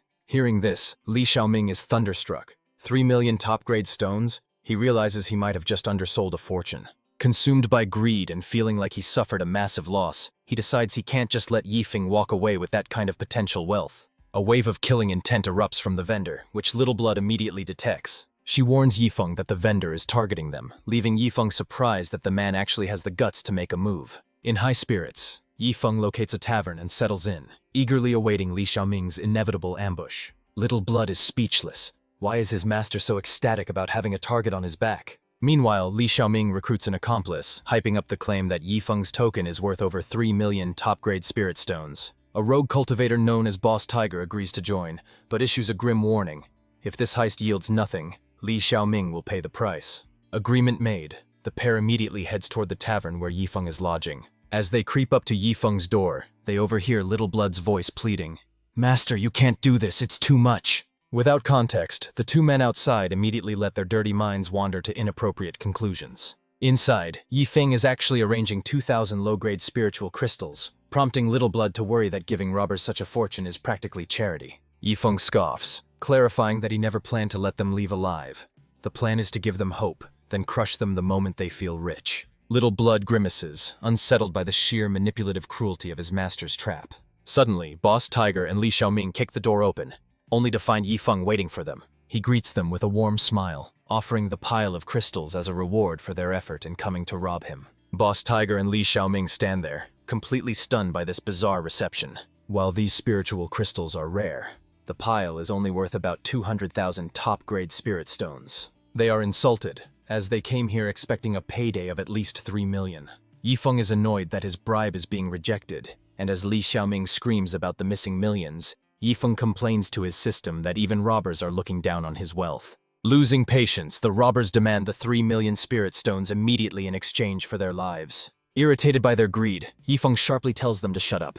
Before they can react, the Divine Tycoon's golden armored guard materializes and seizes both of their heads in his massive hands. With a sickening crunch, he crushes their skulls in an instant. The golden armored guardian manifests behind him with a disdainful snort, scoffing, "You pathetic worms aren't even worthy of robbing my master." Yifeng is stunned, wondering why the Divine Tycoon's guard appeared before he was truly in danger. But the system explains that since this is the first time the big spender has been robbed, it refuses to let such low-class bandits tarnish his extravagant history. Yifeng is left speechless and feeling strangely humiliated, realizing the system is essentially blaming him for getting robbed by nobodies. Little Blood approaches Yifeng, pointing out that the bandits didn't even get the chance to take the spiritual crystals. Suddenly, the system issues a compensation reward: 100,000 spendthrift points, a set of 9th stage 1,000 feather sword array flags, and the 9 dragons burning sky cauldron. The sword array can gather ambient spiritual energy to form thousands of feather-like blades, autonomously slaughtering any living being that enters its range. The 9 dragons burning sky cauldron houses the souls of 9 demonic dragons, capable of refining spiritual herbs and burning the energy of heaven and earth to forge supreme divine pills. Seeing the lavish rewards, Yifeng's mood instantly lifts, admitting that this damn system actually has a conscience after all. Satisfied with his haul, he makes his way back to the Star Soul sect.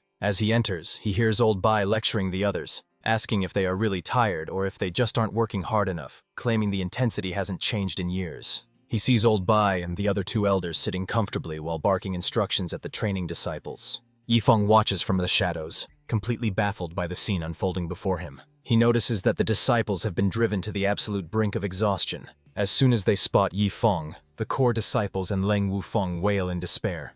"You're finally back! Save us! The 3 elders have gone insane." The other disciples swarm him as well, pleading, "Junior brother, you have to help us! If this keeps up, we're going to die!" Bewildered and overwhelmed by the mob, Yifeng tries to pry them off, shouting, "First, let go of me!" At that moment, the 3 elders approach with a mischievous twinkle in their eyes, greeting him. "Yifeng, you've finally returned." Old Bai chuckles menacingly. "Yifeng, now that you're back, perhaps we should arrange a special training regimen for you too." Yifeng recoils in horror, backing away as he yells, "Stay away from me! I don't want to train!" However, what happens next leaves him completely dumbfounded. The elders immediately switch gears, serving him tea and giving him massages like shameless sycophants. Luo Kai, failing to read the room, asks, "Weren't you planning to have Yifeng join the training?" The 2 elders laugh and reply, "You're too naive. This man is a god of wealth. How could we make him suffer? Go play in the mud." Feeling completely played by his colleagues, Luo Kai grumbles, "So that's how you want to play it, huh?" Disregarding everything else, he marches over and suddenly scoops Yifeng up into the air. The core disciples mentally praise Luo Kai, assuming he is finally going to be fair and force Yifeng to train alongside them. However, after lifting Yifeng, Luo Kai unleashes his Vajra palm to blast the ground beneath them. A moment later, Luo Kai presents his handiwork to Yifeng, saying, "Here you go." It turns out he's also desperate to suck up to the tycoon. He sculpted the dirt into a sparkling golden chair, declaring it the only seat fitting for such a spender. Yifeng is delighted, praising Elder Luo's consideration, while the core disciples stand there, completely dumbfounded. As the disciples look at Luo Kai with utter disdain, the elder snaps back to his strict persona and orders them to intensify their training immediately. Hearing the phrase intensify training sparks an idea in Yifeng's mind. He remembers the 100,000 feather sword array flags he received and asks the system if their power output can be adjusted. The system confirms it's possible for 10 hours, though others would need to mark the flags with blood to control them since they aren't the host. Elated by this news, Yifeng mutters that it's perfect, confusing everyone around him who wonders what he's plotting.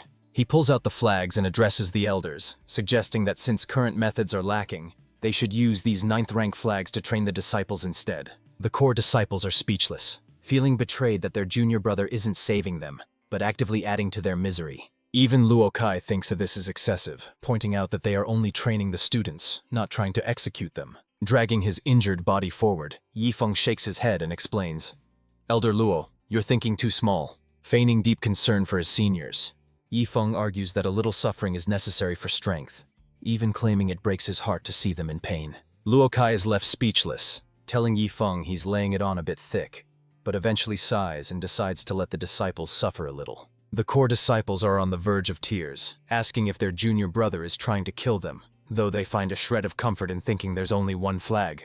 That hope is crushed when Yifeng sheepishly pulls out a stack of backup flags, explaining they expire every 10 hours, causing the disciples to nearly cough up blood in despair.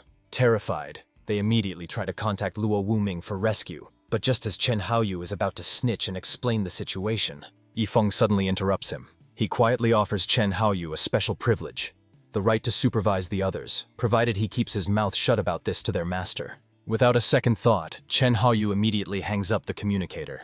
He instantly feigns righteousness, declaring that as the senior brother, it is his solemn duty to guide his juniors through this training exercise. Meanwhile, back at the Star Extreme sect, Luo Wuming is utterly confused by the abrupt hang-up, debating whether he should go pick them up or not. Suddenly, the great ancestral elder appears to ask about the commotion, and Luo Wuming explains that the core disciples were asking to return. However, the scene is bizarre, as the great ancestral elder and his entourage are dressed in ragged beggar clothes, each clutching a broken bowl. This leaves Luo Wuming completely baffled, unable to comprehend why the dignified elders look like homeless vagrants. Seizing the chance, the great ancestral elder claims he needs to take his visiting friend, Old Bai, to meet Yifeng, though Old Bai looks confused since he never asked for such a thing. The other elders are furious, realizing the sly old fox only detained Old Bai to create an excuse to visit Yifeng himself, cursing his shamelessness. With his excuse secured, the great ancestral elder bolts out of the sect, traveling at a terrifying speed to reach his destination. He drags Old Bai along so fast that the poor guest begins to suffer from severe motion sickness mid-flight.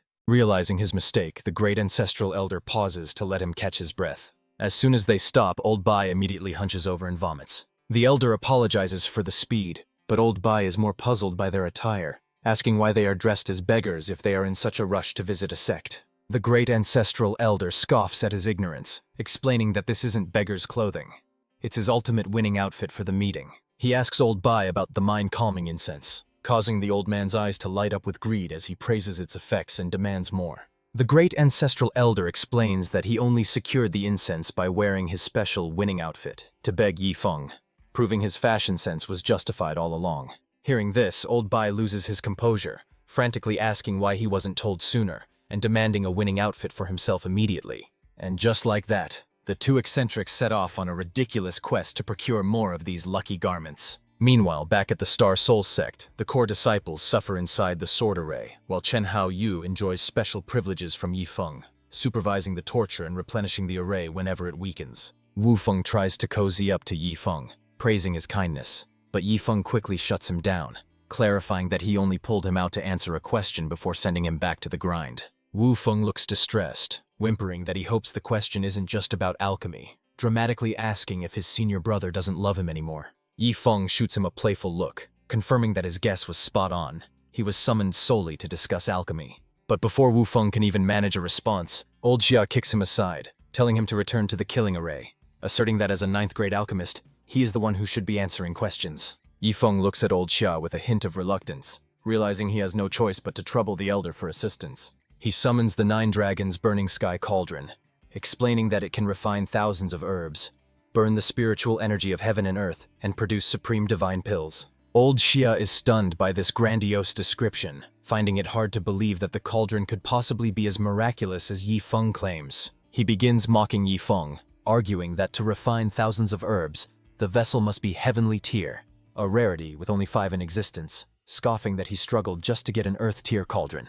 He adds that burning heaven and earth's energy requires a cauldron spirit, something unheard of, and dismisses the creation of divine pills as nothing more than a legend. Yifeng remains brimming with confidence, telling old Xia that his skepticism only confirms that this artifact surpasses the heavenly tier, before telling him to watch closely. With a surge of power, he activates the artifact, releasing the 9 dragon souls from within. Instantly, the atmosphere shifts as the entire sky is engulfed in a roaring sea of fire. Watching from a distance, Luo Qinshuang is shaken to her core, unable to comprehend how genuine dragon souls could appear in this lower realm. After demonstrating his point, Yifeng calmly retracts the dragon souls, letting the flames die down. Both of them stare at the furnace cauldron in utter silence. Yifeng is thrilled after testing the 9 dragons' burning sky cauldron, immediately fantasizing about using it for barbecues, which confirms old Xia's worst fears that he would use a divine artifact for something so wasteful. Just then, Luo Chenshui rushes over and blurts out, "Yifeng, I knew it was you!" She asks if this is the artifact that just released the massive spirit,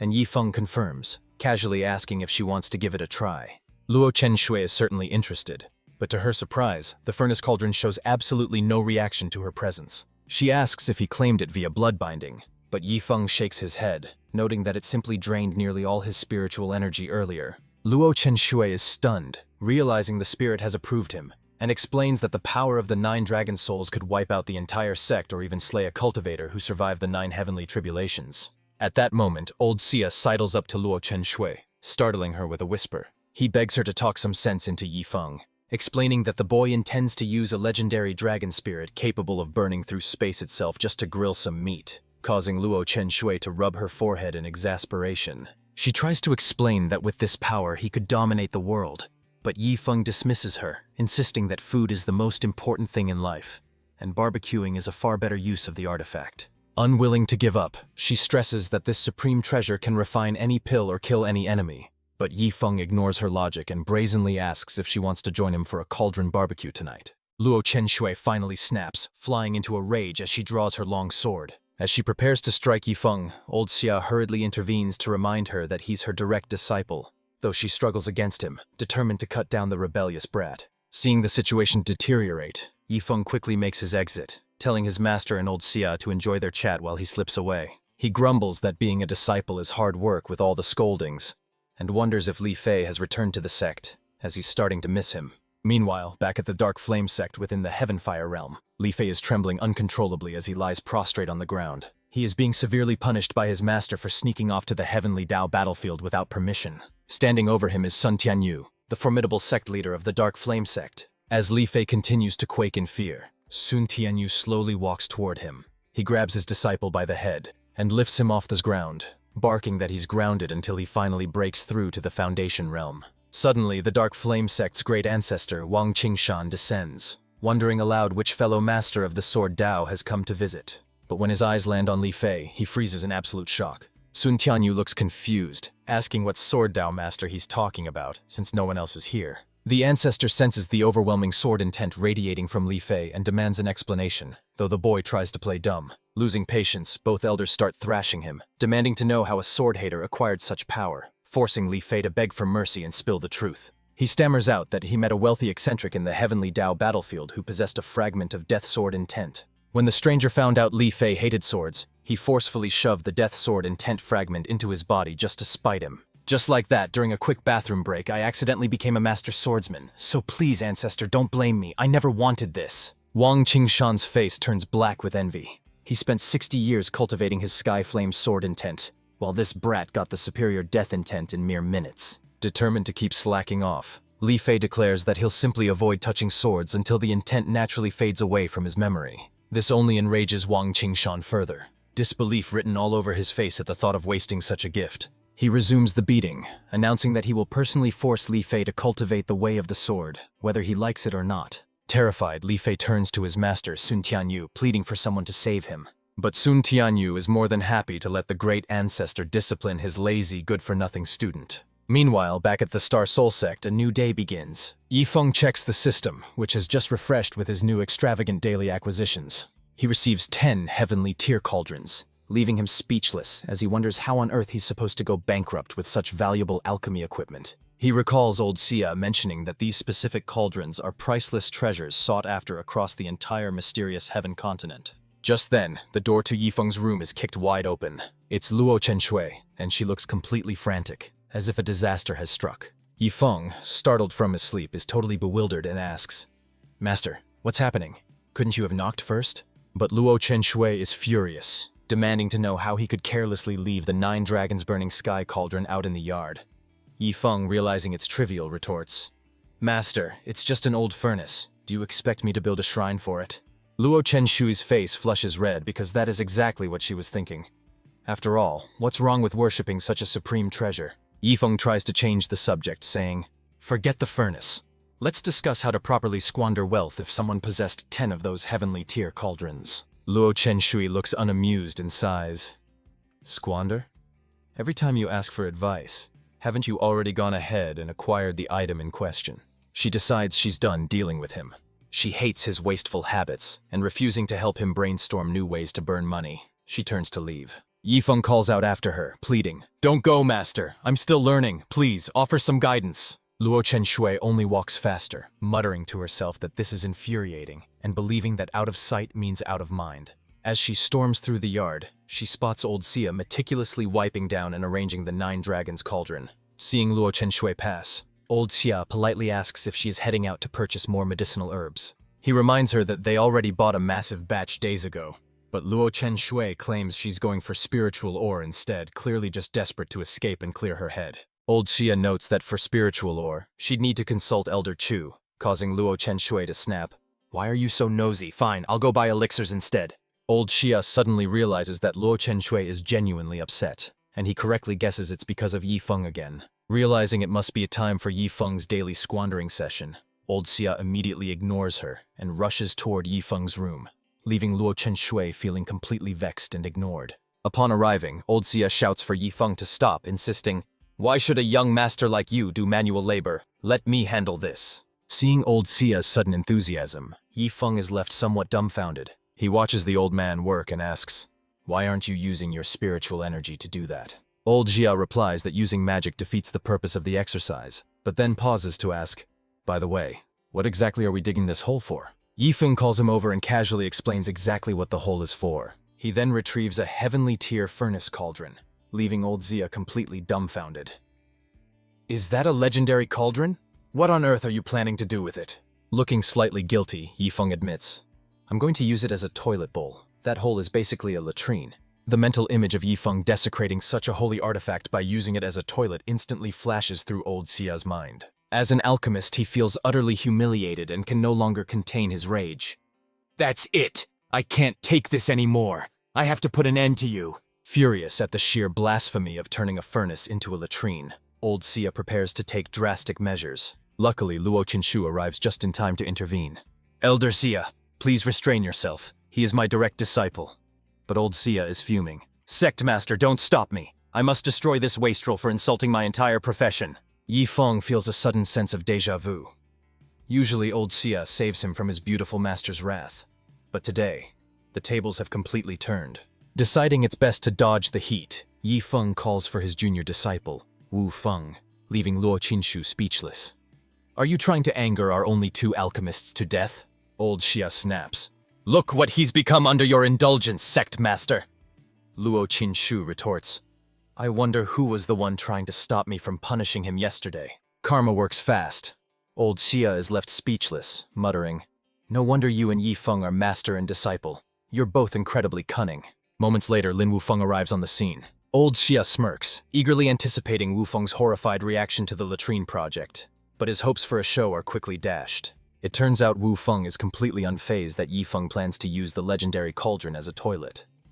Baffled, Old Xia asks, "Wait, how did you already know?" Wu Feng smirks. "Because my senior brother just gave me a heavenly tier furnace cauldron to use as a water tank in my yard." Old Xia is utterly disheartened. "Like teacher, like student. You've picked up Yi Feng's bad habits too. This is driving me insane." "Get lost, both of you!" he shouts, though he's the one who can't stand to be there anymore. It is actually Old Xia who departs in a state of dejection, crushed by the fact that a mere disciple has a legendary cauldron while he, a 9th grade alchemist, has none. However, when he returns to his own quarters, he finds Chu Hongshan exclaiming, "Elder Xia, why is there a heavenly tier furnace cauldron sitting in your yard?" Hearing this, Old Xia's mood instantly flips, and he rushes over with pure joy. Indeed, he finds a heavenly tier furnace cauldron waiting there, accompanied by a note marking it as a gift. It seems Yi Feng hadn't forgotten him after all. Old Xia is so moved that he tears up, prompting Chu Hongshan to warn him not to drown the priceless cauldron in his drool. Realizing he's making a scene, Old Xia quickly wipes his face and regains his composure. Seizing the moment, Chu Hongshan expresses his desire to study the artifact. He's always wanted to craft one, but every specimen he's encountered was already owned by someone else. Old Xia agrees immediately, echoing Yi Feng's casual attitude. "Take the thing. Otherwise, I'll just use it as a water tank."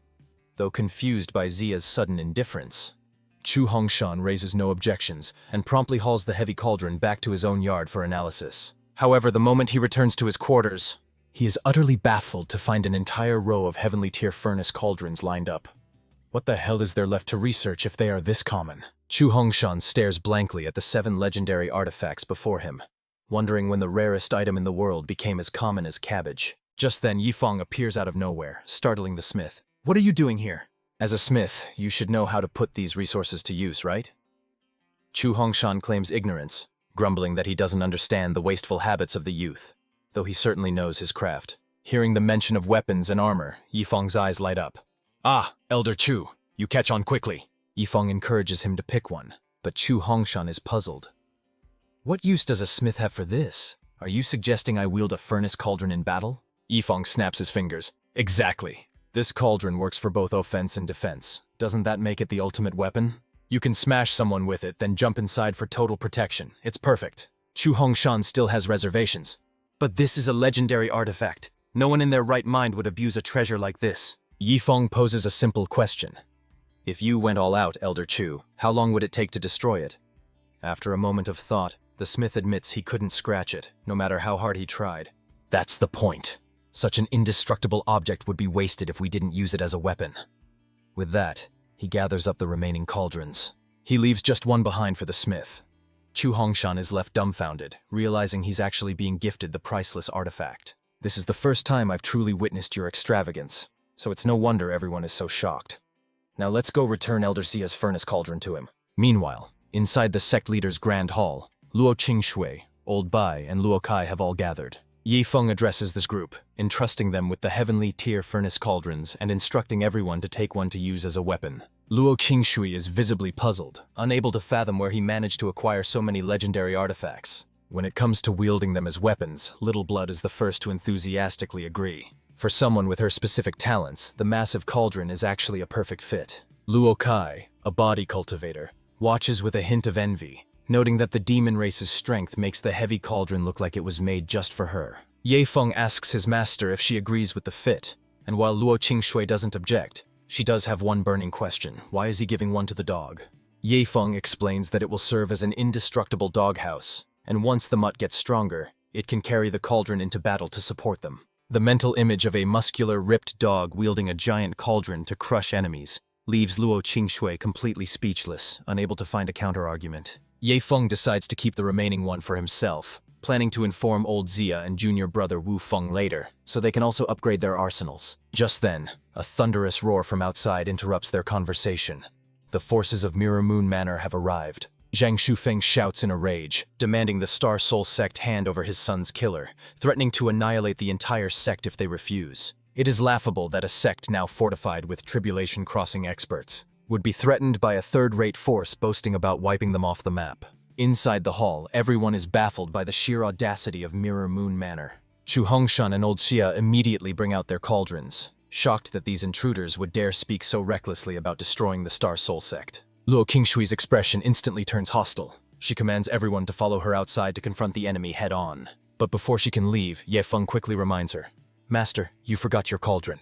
The serious atmosphere they had just established was instantly ruined by the sight of those ridiculous cauldrons. Meanwhile, the people from Mirror Moon Manor still hadn't realized what kind of titan they had provoked, with one subordinate suggesting they simply wipe the sect out. Zhang Shufeng laughed cruelly, saying there was no rush. He didn't want them to escape. He wanted them to die in absolute terror. Just then, Old C and the other elders marched out, each one hoisting a massive cauldron on their shoulders. The Mirror Moon disciples immediately burst into laughter, mocking the lunatics of this shabby sect for dragging cookware into a battle. Luo was absolutely mortified by the display, regretting that she had ever agreed to Yi Feng's request to bring the cauldrons. However, Zhang Shufeng ordered his men to stop laughing, as he suddenly sensed that something was terribly wrong.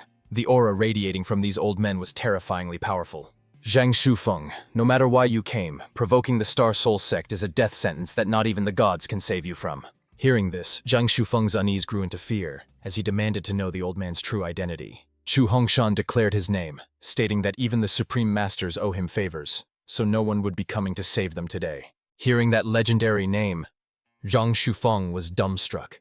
He couldn't believe such a solitary figure had joined a sect, and he desperately begged for a chance to explain. Chu Hongshan cut him off coldly, telling him to get to the point immediately. Zhang Shufeng hurriedly explained that he was only here for revenge, having tracked his son's killer to this location using a mother-child tracking bug. In response, Chu Hongshan simply threw his head back and burst into laughter. "Who do you think you're fooling? If you're going to make up an excuse, at least try to find a better one. Your son had a protector, and my Star Soul sect only has 2 low-level disciples. How could a Foundation Realm cultivator possibly kill your son?" Zhang Shufeng had to admit the logic was sound, but he insisted that the signal from the tracking bug clearly pointed to this location. Chu Hongshan told him to drop the act, claiming he knew exactly what kind of dirty reputation Mirror Moon Manor had. He turned to his disciples and asked if anyone had killed the boy, and they all shook their heads in unison, feigning complete ignorance. Witnessing the scene, Zhang Shufeng panicked, desperately claiming that the accusations were lies. Luo Qingshu couldn't be bothered to argue, simply signaling for everyone to take immediate action. Too late, the Mirror Moon Manor disciples realized that these unassuming old men were actually tribulation crossing experts. In the blink of an eye, they were violently introduced to the heavy alchemy cauldrons. Luo Kai grinned with satisfaction. Smashing enemies with a giant cauldron felt surprisingly good. He watched Old Bai and Old Xia swinging their vessels with terrifying force, mocking him. "Don't get cocky just because you're a body cultivator." Although Luo Qingshu felt a bit embarrassed by the unrefined tactic, she secretly enjoyed seeing her alchemy cauldrons put to such effective use. She briefly imagined herself fighting like that, a beauty wielding a giant pot, but quickly banished the thought to avoid being labeled a violent brute. Yi Feng wondered if they had truly come for revenge, but Luo Qingshu dismissed it as nothing more than a ridiculous excuse for aggression.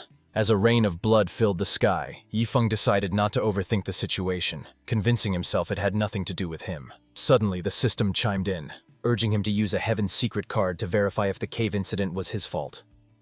Yi Feng was annoyed.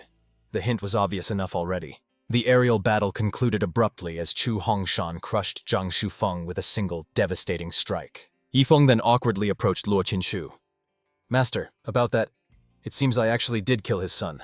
Luo Qingshu froze, completely thrown off balance by the confession. "What? You really did it? So they weren't provoking us for nothing," she exclaimed. When asked how, Yi Feng shrugged. "I just took a nap and somehow he ended up dead." Just then, the elders returned carrying half of Zhang Shufeng's corpse. "Sect Master, justice is served. Old Xia suggests we visit their manor soon to finish the job."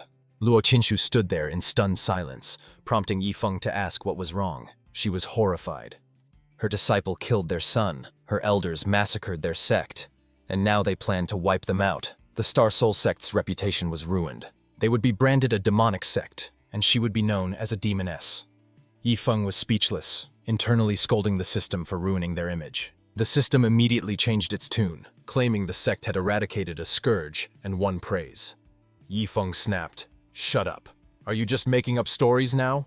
Luo Qingshu felt utterly helpless. She was a master with no sense of achievement and a sect leader filled with frustration. Yifeng then recalled the Secret Realm Sect competition and asked when it was scheduled to begin. Luo Qinshu replied that it starts in 7 days, instructing him to take the resources, pick an elder, and head out a day early, as she wouldn't be attending. Yifeng was puzzled. His beautiful master seemed to despise dealing with troubles, but what urgent matter was actually keeping her occupied? Determined to uncover her secret, Yifeng activated the Heaven's Secret function, though the system warned that the sheer volume of data would consume all his daily chances. The results were shocking. Luo Qinshu was originally the saintess of the Upper Realm's boundless sanctuary, besieged by the Void Sword sect, Penglai Isle, and the Heavenly Martial sect. Tragically, she had been forced to preserve her soul within a secret treasure to escape death. She eventually reincarnated as the current Luo Qinshu, with her sole purpose being to accelerate her cultivation. Her goal was to ascend back to the Upper Realm and exact her revenge, a revelation that initially didn't surprise Yifeng too much. However, the system mischievously added that Luo Qinshu once had a Dao companion, causing Yifeng to instantly lose his composure and shout, "What did you just say?" Thankfully, the system was just trolling. Luo Qinshu had remained single across all her lives, leaving Yifeng speechless that the system would waste resources just to scare him. Still, reflecting on his master's tragic past life, Yifeng felt a wave of sorrow and etched the names of those 3 hostile forces into his memory. He vowed that one day, he would ascend with the Star Soul sect and slaughter every single person who dared to bully his future wife. Suddenly, the system chimed in, congratulating the host on confirming a Dao companion and rewarding him with 100 million marrow cleansing elixirs. These unranked elixirs could completely purge bodily impurities to create a pure spirit body, though they required massive quantities to work and apparently tasted terrible. Yifeng complained that the reward was a bit late since he'd already chosen his partner, to which the system cheekily replied, "I'll be faster next time you find a wife." Yifeng mentally kicked the system, snapping that he only had room in his heart for his master. Looking at the mountain of pills, his first thought was to feed them to the dog, a realization that would have made his junior brother Wufeng weep with jealousy. Ultimately, Yifeng decided against wasting them and planned to distribute the marrow cleansing elixirs to his master and the disciples instead. Just as he made up his mind, Yifeng spotted Little Blood passing by. He proceeded to tear up Little Blood's clothes, intending to use the shreds as makeshift wrappers for the elixirs. Little Blood was stunned and asked why he didn't use the old men's robes instead, but Yifeng simply dismissed them as being too smelly. Though furious, she couldn't argue. That outfit cost 2 million top-grade spirit stones and she barely scratched it in battle, yet now her master had reduced it to rags. Afterward, Yifeng sought out the group of elders. He retrieved a massive handful of marrow-cleansing elixirs and presented them to the group. While newcomers Chu Hongshan and Luo Kai were oblivious, Old Bai and Old Xia, who knew the excruciating pain these pills caused, turned pale at the sight of the pile. Yifeng then checked his interface, confused as to why his rewards hadn't triggered despite having seemingly used up all of today's squandering items. The system helpfully reminded him that there was still 1 furnace cauldron left unused in his inventory. He had almost forgotten about it. He just needed to find a way to squander a furnace cauldron quickly. Yifeng immediately marched off carrying the heavenly tier furnace cauldron, leaving the elders puzzled about his intentions. Moments later, he stood before Zhang Shufeng's corpse and violently smashed it with the cauldron, blaming the dead man for wasting his precious squandering time. Witnessing Yifeng's rage for the first time, the terrified elders wondered if he was lashing out because they were eating the pills too slowly. Chu Hongshan, recalling the terrifying power of Yifeng's divine tycoon guard, didn't want to take any chances. Desperate to avoid angering Yifeng further, the elders ignored the bitter taste and began frantically stuffing the elixirs into their mouths. Meanwhile, having successfully destroyed the cauldron, Yifeng received a notification of completion, earning him 1,000 points and a Twilight Mystic robe, a gift clearly meant for his master. The system described the robe as a female garment crafted from Twilight Mystic crystals, offering temperature control, supreme comfort, and unbreakable defense. Visualizing her in it, Yifeng nearly got a nosebleed, and decided he needed to deliver it to his master immediately. The system immediately issued a new task: deliver the robe to Luo Chenjue for a massive reward of 500,000 points, leaving Yifeng astonished and suspecting the system was toying with him. The system claimed it was helping him live a shameless life, but Yifeng hesitated, wondering if it was appropriate since she was currently his master, not his wife. Just as he was debating whether to accept the task, Luo Chenjue suddenly appeared nearby and asked, "Yifeng, what are you doing?" Without thinking, Yifeng blurted out, "Wife, why are you back so soon?" Luo Chenshu froze, completely taken aback. "What did you just say?" The nearby elders heard it too, staring at Yifeng in absolute astonishment. Luo Chenshu glared at him with a dark expression, demanding to know who he was calling wife, while Yifeng trembled and claimed it was a misunderstanding. Are you sure about that? She asked coldly, releasing a terrifying aura to suppress him. Sweating profusely, Yifeng begged, "Master, please, just listen to my explanation." The elders gossiped on the sidelines, amazed that this young man had the guts to flirt with the sect leader. However, catching Luo Chenshu's icy glare, they instantly shut their mouths to avoid inviting trouble. She turned back to him coldly. "Yifeng, if it's a misunderstanding, then explain what exactly you're holding." Yifeng awkwardly stuttered, "Wife, this is..." which only made her snap. "You're still calling me that?" He quickly shifted to a serious tone, explaining that the garment was made of twilight mystic crystal, a defensive treasure rare enough to rival the Bone Sanctuary's collection. She was skeptical at first, until she actually sensed the energy pulsing from the fabric. Luo Chenshu was floored. It genuinely possessed the authentic aura of twilight mystic crystal. Given the material's rarity, she began to wonder if Yifeng was actually the reincarnation of a celestial holy sun. Torn between embarrassment and the treasure, the allure of the mystic crystal won out, and she decided to accept the gift. However, she issued a strict warning that Yifeng was never to address her as wife again. Yifeng grinned mischievously, realizing the bribe had worked, and wondering if he should push his luck further. He boldly grabbed her hand and proposed a compromise on nicknames. But a blushing Luo Chenshu threatened to revoke his disciple status if he dared cross the line. Unfazed, Yifeng invoked his rank as an honorary elder, technically ordering her not to fire him. Luo Chenshu pouted, feeling cornered and sullen. "You actually dare to threaten me?" Seeing that his honorary elder status wasn't working, Yifeng invoked his grandmaster authority until Luo Chenshu finally admitted defeat, sighing, "Fine, call me whatever you want." She fled the scene with a flushed face, leaving Yifeng absolutely delighted. Indeed, having thick skin is the ultimate key to winning over a wife. Just one twilight mystic crystal and she lets me call her wife. Maybe next time I can steal a kiss, and after that, the bridal chamber? Yifeng chuckled like a fool. But right in the middle of his fantasy, Yifeng suddenly remembered something important. Where on earth did those elders go with the marrow-cleansing elixirs? Later, Yifeng headed over to the disciple courtyard. He instructed junior brother Wu Feng to head to the sect's main hall, hinting that there was a good surprise waiting for him. However, Wu Feng was confused the moment he stepped inside. Why were all the senior brothers gathered there? The next second, Wu Feng suddenly dropped to his knees, startling Yifeng. "Junior brother, what are you doing?" Wu Feng began to weep openly. "Eldest brother, please forgive my narrow-mindedness." Yifeng looked at him, puzzled. "What's wrong with you?" Wu Feng mocked himself like a clown. "When I saw you spend 100,000 spirit stones to become Master's disciple, I thought you were just a rich fool. But as it turns out, I was the fool all along." The core disciples gathered around, chiming in. "It had to be you. Spending a fortune just to secure the Saintess as a wife? Only you could conquer the Ice Goddess." Yifeng realized his secret was out. A disciple stared enviously. "I never thought the legends of a domineering disciple winning over a cold master could actually be true." Hearing this, the other brothers immediately clamored for Yifeng to write a guidebook so they could learn his techniques. As the group headed to the main hall, Yifeng's face darkened. He wondered which elder had leaked the news. They were definitely not getting any elixirs now. The moment Yifeng arrived at the sect's main hall, chaos ensued. Chu Xiaoxiao glared at him frantically. "Yifeng! What did you do to my sister, Luo Qinshu?" But she was quickly held back by Chu Hongzheng. Yifeng smirked smugly. "Just speak your mind.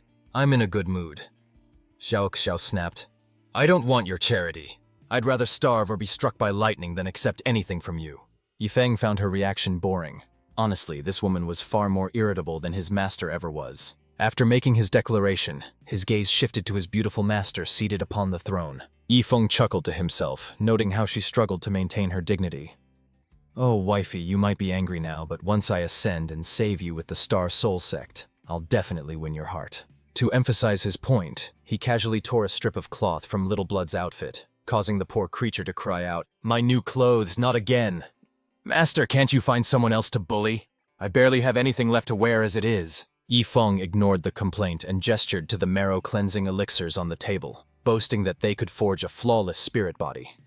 Naturally, the gluttonous dog immediately trotted over. Yifeng promptly kicked the beast away, scolding, "Get lost, you stupid mutt! You're at the back of the line today." The onlookers found this incredibly satisfying, relieved to see that the era of the dog being treated better than the humans had finally come to an end. Chu Xiaoxiao, however, remained skeptical and warned Luo Qingshui, "Don't touch those things, we absolutely shouldn't eat them."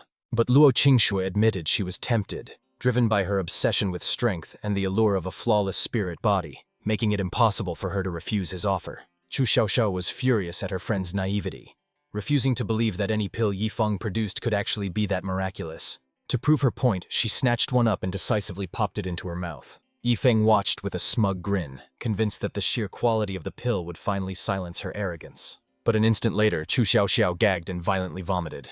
"That is absolutely revolting," she cried, looking as if she had just swallowed poison. Yifeng scratched his head in genuine confusion, wondering if the taste could really be that horrific. Needing a second opinion, he grabbed the dog and forced a marrow-cleansing elixir down its throat to test the effects. Upon swallowing the pill, even the dog's expression twisted into a look of sheer agony. It immediately began retching uncontrollably before its entire body went stiff and toppled over. Yifeng tried to cheer the animal on, but seeing it lie motionless, he began to wonder if the stupid mutt was just playing dead. He decided to feed it another pill just to be sure, leaving the crowd amused that the pampered pooch was finally getting a taste of harsh reality. Yifeng spent half an hour stuffing the dog with elixirs until it looked more like a pig, scolding the ungrateful mutt for not appreciating the training resources. Turning his attention inward, Yifeng questioned the system, asking how many pills each person would need to achieve a flawless, impurity-free physique given their different body types. The system coldly replied that all beings are equal, mandating a flat rate of 100,000 pills per person, a number so astronomical it terrified Yifeng, who wondered if the dosage alone would kill them. Meanwhile, a weeping Chu Hongshan was desperately trying to revive his granddaughter. Despite forcing down hundreds of pills with no visible effect, Yifeng awkwardly broke the news that they still had about 100,000 to go. Hearing that figure, Chu Xiaoxiao instantly snapped out of her feigned coma in sheer horror, joining her grandfather and the rest of the stunned crowd in total disbelief. Blushing with secondhand embarrassment, Yifeng doubled down, explaining that consuming 100,000 pills was the only path to a perfect, impurity-free body. The core disciples began to wail in despair, realizing the sheer physical impossibility of consuming such a mountain of pills. And that wasn't even considering the flavor, which was objectively worse than eating actual excrement. However, the Saintess Luo Qinshua saw things differently. Knowing the immense value of a pure physique in the celestial heights, she considered suffering through 100,000 pills a small price to pay for such power. Chu Xiaoxiao, on the other hand, had a complete mental breakdown, sobbing that the filth was polluting her soul, and that she would rather die than eat another bite. Yifeng shook his head, remarking that the younger generation lacked resilience, before popping a pill into his own mouth to demonstrate. An instant later, he was vomiting violently, convinced that while he'd never tasted feces before, this elixir definitely tasted worse. He mentally screamed at the system, questioning how anyone could survive eating 100,000 of these vile things when even a few hundred seemed like torture. The system merely reminded him of the terrifying potential of a pure physique, forcing Yifeng to realize that, despite the taste, these dung-flavored pills were mandatory. Seeing Yifeng retching, Chu Hongshan tried to gently suggest they give up on the impossible task, prompting Yifeng to ask the crowd if they were truly ready to quit. When every single person vigorously agreed that they never wanted to touch the pills again, Yifeng's expression shifted. He adopted a grave demeanor, accepting their refusal but insisting on issuing one final warning before they stopped. To coerce Chu Hongshan, Yifeng invoked the terrifying one-armed madman who had previously crushed the elder, threatening that for every pill they skipped, the madman would pay them a visit. Yifeng ominously added that while the madman might appear, he could only guarantee that Elder Chu would remain barely alive. Terrified by that prospect, Chu Hongshan instantly surrendered, obediently accepting the foul elixir from Yifeng and preparing to suffer. Luo Shenshui was completely bewildered, wondering who this one-armed madman actually was. She was even more shocked to see her best friend, Chu Xiaoxiao, frantically stuffing marrow-cleansing elixirs into her mouth. She couldn't understand. Was the one-armed man that Yifeng mentioned really terrifying enough to cause this reaction? While Chu Hongshan, his granddaughter, and Little Blood gorged themselves, Old Bai and Old Xiao were confused, but seeing the strongest among them so terrified left them no room to argue. They had no choice but to join in, and after half a day of non-stop consumption, the group finally took a breather. Chu Hongshan, stuffed to the brim, finally explained that after killing Zhang Chufeng, he was terrified of the retaliation from Shu Chengfeng. Yifeng asked about the 3 favors owed, but Chu Hongshan explained that favors are useless in a blood feud. Killing Shu Chengfeng's man meant war. Suddenly, the system triggered a new mission. Yifeng was to lead 10,000 reserve members of the Divine Tycoon's Guard to annihilate the Dark Sorcery sect for a massive reward. This jogged Yifeng's memory regarding the discrepancy between the Golden Armor Guard claiming there were thousands of members, while the one-armed man insisted there were only 10. It turned out the Golden Armor actually signified reserve status, and only by discarding it could one become an official member, proving the one-armed man's immense strength. But Yi Feng realized something crucial and snapped at the system, asking why he was only sent a mere reserve during his first encounter with danger. The system casually replied that it was a random draw, adding that even a reserve was overkill for this continent, leaving Yi Feng speechless at the system's lack of concern for his safety. He decided to drop the argument, noting that with the mission reward, he'd finally have enough points to break through. But he wondered why he needed 10,000 troops for one sect. The system dismissed his concerns, stating that the reserves had simply been cooped up training for too long and needed some fresh air. Yi Feng was still worried about the timeline, questioning if he could complete the slaughter before the Mystic Realm Grand Tournament began in 7 days. The system assured him that the guards could literally tear through space to teleport him directly to the tournament, giving Yi Feng a devious idea to loot the realm's resources before anyone else arrived. Lost in his scheme, Yi Feng accidentally called out "wife" to Luo Chen Shui, causing her to instantly unsheath her longsword in a threatening display. Daring him to say it again, she forced Yi Feng to quickly correct himself, addressing her as master before asking for permission to leave with Elder Chu. Luo Chen Shui agreed immediately, which actually depressed Yi Feng, causing him to ask if she wasn't the least bit worried about him facing danger. Luo Chen Shui simply scoffed, sarcastically asking why she, a mere junior, should worry about a grandmaster heading out on a mission. Before leaving, Yi Feng distributed storage rings to the group, each packed with 100,000 marrow-cleansing elixirs for them to snack on at their leisure. Little Blood was exasperated, complaining that if Yi Feng had rings all along, there was no need to tear up his clothes earlier. Yi Feng then announced his departure to the disciples and signaled for Chu Hongshan to tag along. The disciples were secretly thrilled, relieved that they wouldn't have to force down those poop-flavored pills for a few days. Outside the main hall, Yi Feng eyed Chu Hongshan's vehicle with curiosity, asking what sort of contraption it was. Hongshan explained that it was a flying spiritual artifact, capable of endless flight as long as it was fueled by spirit stones. Yi Feng was delighted. He had been looking for a way to burn through his excess wealth, so he offered to cover the fuel cost, happy to skip learning tedious flying sword techniques. However, Hongshan cautioned that as a mere third-grade artifact, its speed only matched the peak merging spirit realm. Good for sightseeing, but not for racing. Yi Feng frowned at the lack of horsepower, asking if the slow bucket of bolts could actually reach the dark sorcery sect within 7 days. Hongshan was taken aback, asking if they were going there to find Qin Feng, but Yi Feng brushed off the question, insisting only on knowing if they could make the deadline. When Hongshan admitted the artifact couldn't make it unless he physically flew there himself, a devilish idea sparked in Yi Feng's mind. He decided to compromise. Hongshan would fly behind and push the vessel manually, allowing Yi Feng to enjoy the ride at breakneck speed. Poor Hongshan never imagined that a grand cultivator like himself would be reduced to a human rocket booster. As twilight approached, Yi Feng decided they had made enough progress and suggested finding a town to rest for the night. They soon located a settlement nearby and touched down to find accommodation. Hongshan couldn't escape his fate, as even during their downtime, Yi Feng nagged him to keep consuming the marrow-cleansing elixirs. While strolling through the town, Yi Feng's thoughts drifted to his eldest disciple and his master's sister back at the Huayun sect. He realized he needed to deliver their share of the elixirs, or else he'd be failing his duties as a responsible master. Without hesitation, he activated his sect teleportation skill, locking onto the coordinates of the Huayun sect. A spatial vortex swirled open, depositing Yi Feng instantly within the sect's grounds. Unfortunately, his timing was impeccable in the worst way possible. He had teleported directly into a bathroom while someone was bathing. Yi Feng felt a wave of awkwardness wash over him. "Eldest disciple, why don't you turn around? Let your master help scrub your back." Startled and frightened, Huayun men lashed out with a kick, screaming, "Go to hell, you lecher!" In that split second, time seemed to freeze for Yi Feng, giving him a crystal-clear view of everything, both what he should and absolutely shouldn't have seen. The sight nearly caused a nosebleed. He never expected such a benefit from his eldest disciple, but just as her kick was about to connect, the one-armed man from the Divine Guard suddenly tore through space to appear. And naturally, Yi Feng couldn't let an outsider witness this compromising scene. Seizing the moment before the intruder could fully emerge from the spatial rift, Yi Feng delivered a fierce kick to send him back. Yi Feng was left speechless, annoyed that this one-armed pest always seemed to show up just to ruin his good moments. However, in the very next second, Huayun Men's foot continued its trajectory straight toward his face. The impact was solid, knocking him out cold instantly. Once she realized it was actually Yi Feng, Huayun Men felt deeply embarrassed. "Master, next time, could you please notify me before barging in?"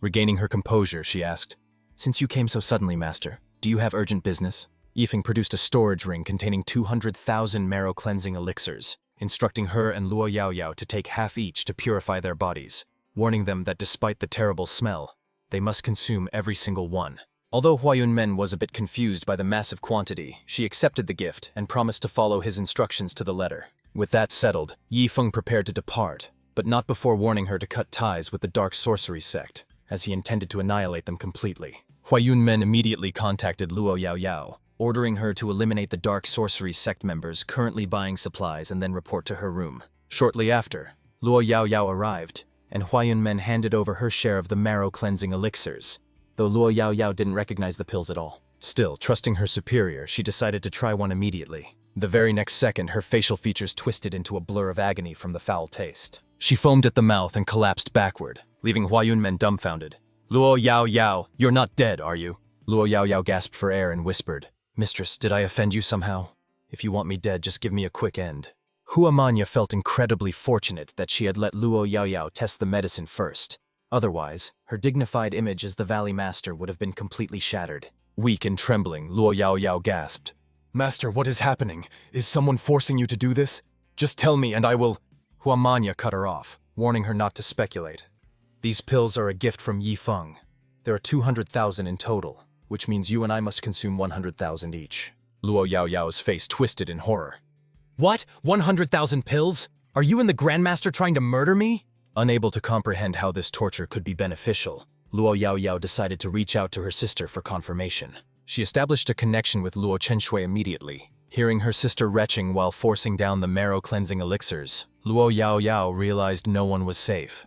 Resigned to her fate, she sighed, "Fine, master, let's eat." The following morning, Yifeng woke up in high spirits, eager to see what new item the system had refreshed for him to squander. It turned out to be 10,000 fragments of artifice enlightenment, items capable of enhancing one's crafting skills to the point of creating living artifact spirits. Yifeng was genuinely surprised. Creating artifact spirits was deemed impossible in the lower realms.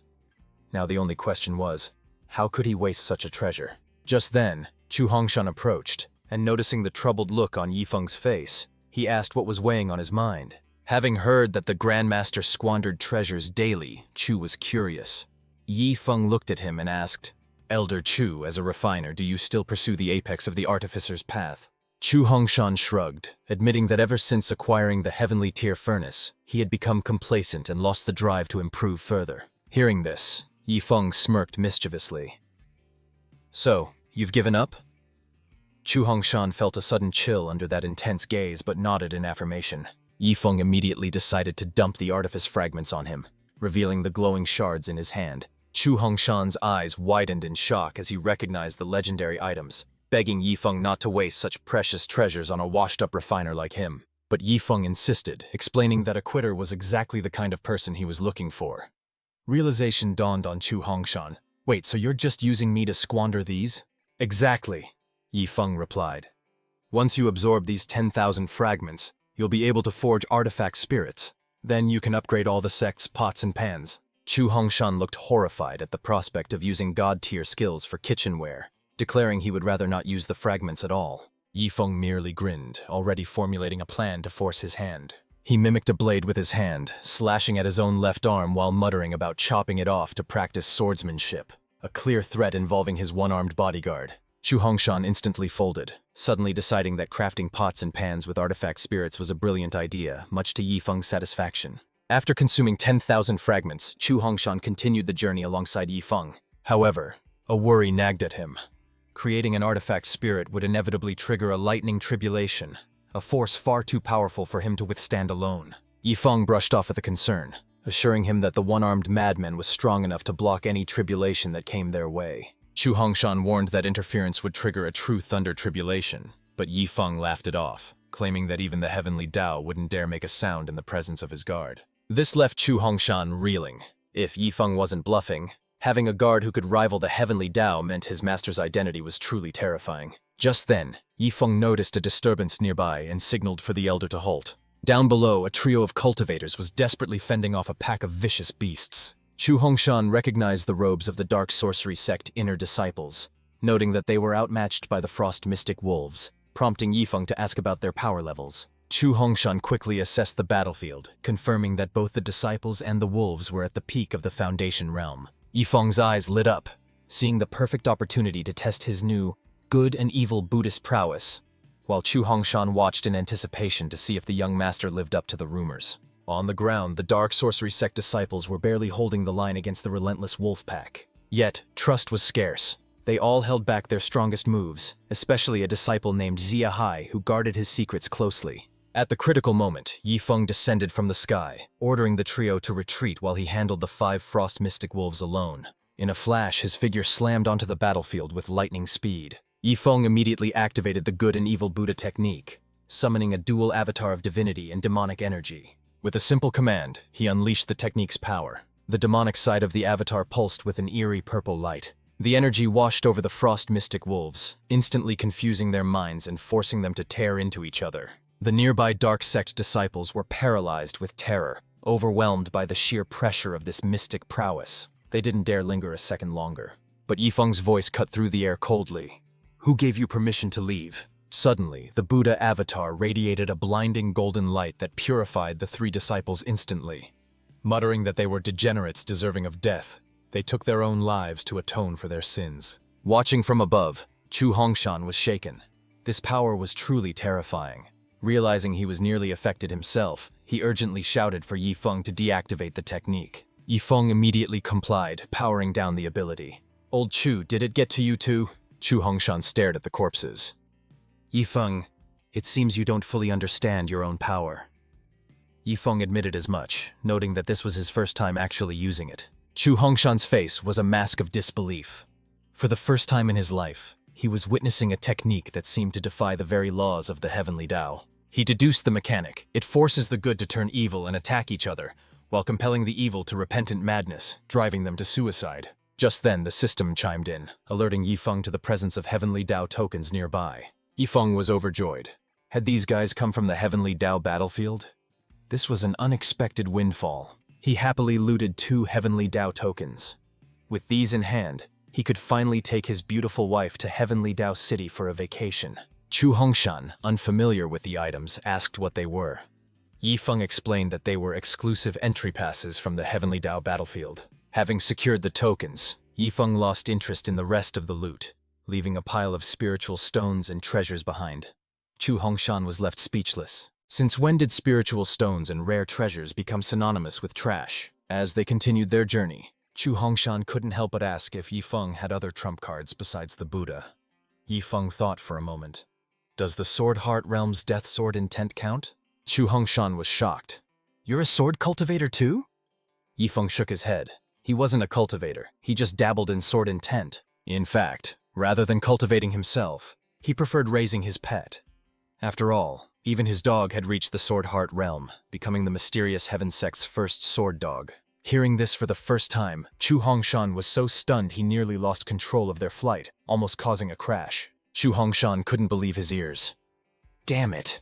If a dog could break through to the Sword Heart Realm, why was he still stuck despite all his efforts? Was his comprehension really worse than a dog's? Just then, Chu Hongshan's communication token buzzed. It was Chu Tianfeng contacting him. Yifeng warned him to wash his neck and wait, declaring that in 6 days he would completely wipe out the Dark Sorcery Sect. Meanwhile, inside the Dark Sorcery Sect's main hall, the threat of total destruction echoed through the air. Sect Master Chu Zhenfeng was furious that a mere old codger dared to challenge him, immediately ordering all followers to return so he could witness exactly how Chu Hongshan planned to destroy them. At the same time, over in the Heavenly Secrets Pavilion, Great Elder Sun Li was visibly startled by his latest divination. He had deduced that in exactly 6 days the Dark Sorcery Sect would be completely annihilated. Zhou Tong was shocked, realizing that their pavilion's secret treasure, loaned to the Dark Sorcery Sect's old master at a high cost, was now at risk of being lost forever if they didn't retrieve it before the destruction. Just then, Yifeng's second disciple, Yi Lingshui, strolled in, complaining that despite being there for so long, the Great Elder still wasn't paying her enough attention. The other disciples were speechless. Ever since she arrived, she had monopolized their resources and was pampered like a grand ancestor, yet she still felt neglected.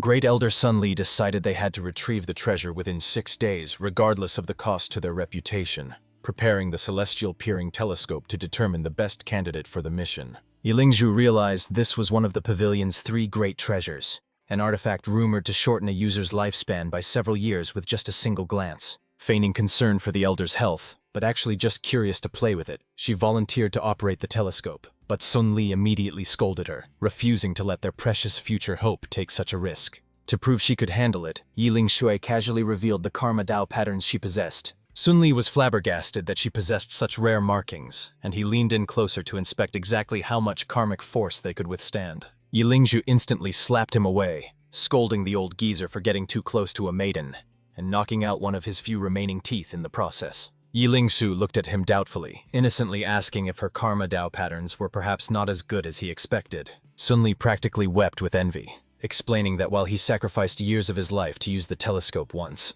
her patterns allowed her to use it 10 times a day without suffering any karmic backlash at all. Only then did Yiling Shui realize just how powerful the gift from her master Yi Feng really was, causing Sun Li to treat her with even more reverence than before. She then turned her attention to the celestial peering telescope, which looked suspiciously like a modern astronomical device. Yiling Su happily hopped on to try it out, leaving Sun Li speechless as she treated the sacred artifact like a mere toy. Half an hour later, the results were finally in. The best candidate for the Dark Sorcery Sect mission was indeed Yiling Shui, who promptly ordered Zhou Tong to accompany her. Everyone stared at the floor, which was littered with records from the celestial peering telescope, completely baffled by the sheer length of the list. Wasn't she supposed to simply determine the best candidate for the mission? Sun Li was stunned. He had miscalculated. Yiling Shui had activated the device 66 times, but do you know what she was actually looking for? Driven by curiosity, the crowd read the logs. Sun Li revealed the truth. She had searched for sect gossip 65 times, leaving no stone unturned. Sun Li read the findings aloud. One member had committed adultery 177 times, while another was raising a son who wasn't his own. The worst offender was Zhou Tong. In 3 years, he visited brothels 1,095 times, scammed people 93 times, and fathered 4 illegitimate children. Using a divine tool for this was truly like using a cannon to kill a mosquito. The crowd looked mortified. It was practically a public execution of their character. Their only small mercy was that Zhou Tong wasn't present to hear it. However, Yiling Shui was already exposing these secrets directly to Zhou Tong's face, even revealing that the genetic cause of his baldness traced back to his great-great-grandfather. Listening to this absurd waste of resources, Zhou Tong couldn't help but think of Ye Feng. Why were their behaviors so eerily similar? A realization struck him, and he asked, "Saintess, do you happen to know a man named Ye Feng?" Yiling Shui, intent on keeping her cover, naturally wouldn't admit that Ye Feng was her master. Zhou Tong breathed a sigh of relief when she stayed silent, thinking, "Good, it's better that you don't know him." Meanwhile, Ye Feng received a notification about Yiling Shui's extravagant spending, earning him 800 prodigal points and 200 golden silkworm star-shining stones. The alert instantly woke him from his nap. My second disciple shows such promise, he thought. She even knows how to help her master waste resources. Curious, Ye Feng asked the system exactly how she had managed it, and the system detailed Yiling Shui's massive invasion of privacy. Ye Feng applauded the effort. That's my girl, truly worthy of being the disciple I favor most. Ye Feng then handed the 200 precious stones to Elder Chu. Chu Hongshan was stunned. Are these really for me? Ye Feng told him not to overthink it. When you return to the sect, use these star-shining stones to build latrines. I want a luxury latrine hut. Chu Hongshan was disgruntled, convinced that this wastrel was up to no good again. He scolded him furiously, asking if he knew how precious star-shining stones were, accusing him of knowing nothing but how to cause trouble.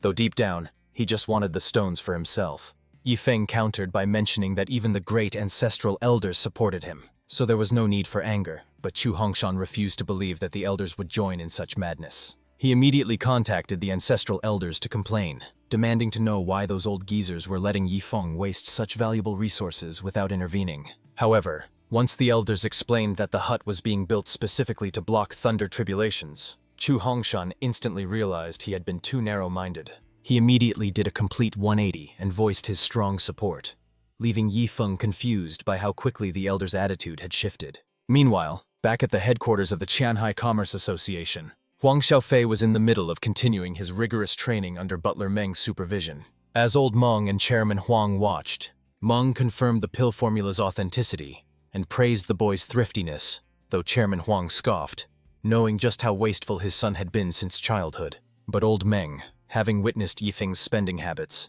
insisted the chairman hadn't seen a true wastrel yet, implying that compared to Yi Feng, everyone else lived like peasants. This piqued Chairman Huang's curiosity about Yi Feng, and he decided to visit the Star Soul sect personally to meet this legendary prodigal. Time passed, and as another day dawned, the silence was shattered by the sudden boom of thunder. It sounded intense enough to make anyone wonder if a powerful cultivator was undergoing a tribulation nearby. Upon waking up, Chu Hongshan spotted Yifeng holding a stack of talismans, and curiously asked what exactly he was up to. Yifeng didn't just explain. He demonstrated by tossing them into the air, unleashing massive bolts of thunder tribulation energy. Chu Hongshan was terrified, unable to comprehend how the heavenly Tao thunder tribulation could be sealed into paper talismans, convinced he must still be dreaming. He tried to go back to sleep to escape the madness, but Yifeng stopped him, insisting it was real, and that today they were going to make a grand entrance. Watching the thunder tribulation talismans detonate across the sky, the elder worried they might misfire and kill them, though Yifeng assured him the clouds were under his control. But a second later, a bolt of lightning struck right next to Chu Hongshan, causing him to scream and question Yifeng's definition of control. At that exact moment, the great elder of the heavenly secret pavilion suddenly spat out a mouthful of blood. Shocked, he wondered who could possibly possess the power to control the heavenly Tao. Meanwhile, in the guest room of the dark sorcery sect, Xiao Tong advised Ye Lingshu that they should grab the secret treasure and flee immediately. But Ye Lingshu, casually playing with crickets, replied that there was no rush. They would strike when the sect's crisis truly began, just as she had deduced using the heavenly mystery secret art. Upon hearing that this plan was guided by the heavenly mystery secret art, Xiao Tong finally relaxed his guard. At the same time, outside the gates of the dark sorcery sect, Yifeng and Elder Chu had just arrived. Yifeng turned to Elder Chu, telling him to prepare himself to witness his very first transformation. Without wasting another second, Yifeng initiated his grand transformation sequence. This took Chu Hongshan by surprise, as he hadn't realized Yifeng possessed such a unique ability. Moments later, Yifeng emerged clad in a brand new suit of armor, forged from gold silkworm and star-shining stones. Unimpressed, Chu Hongshan sarcastically remarked that such precious materials would have been better used to build a latrine. Yifeng struck a cool pose and declared, "Elder Chu, today I will show you that even the heavenly Tao is nothing to fear." As he summoned his golden armored guards, the sky tore open with numerous spatial rifts, creating a truly magnificent spectacle. Paired with Yifeng's flamboyant attire, he instantly became the absolute center of attention. In an instant, 10,000 guards descended from the rifts, every single one of them decked out in gleaming golden armor.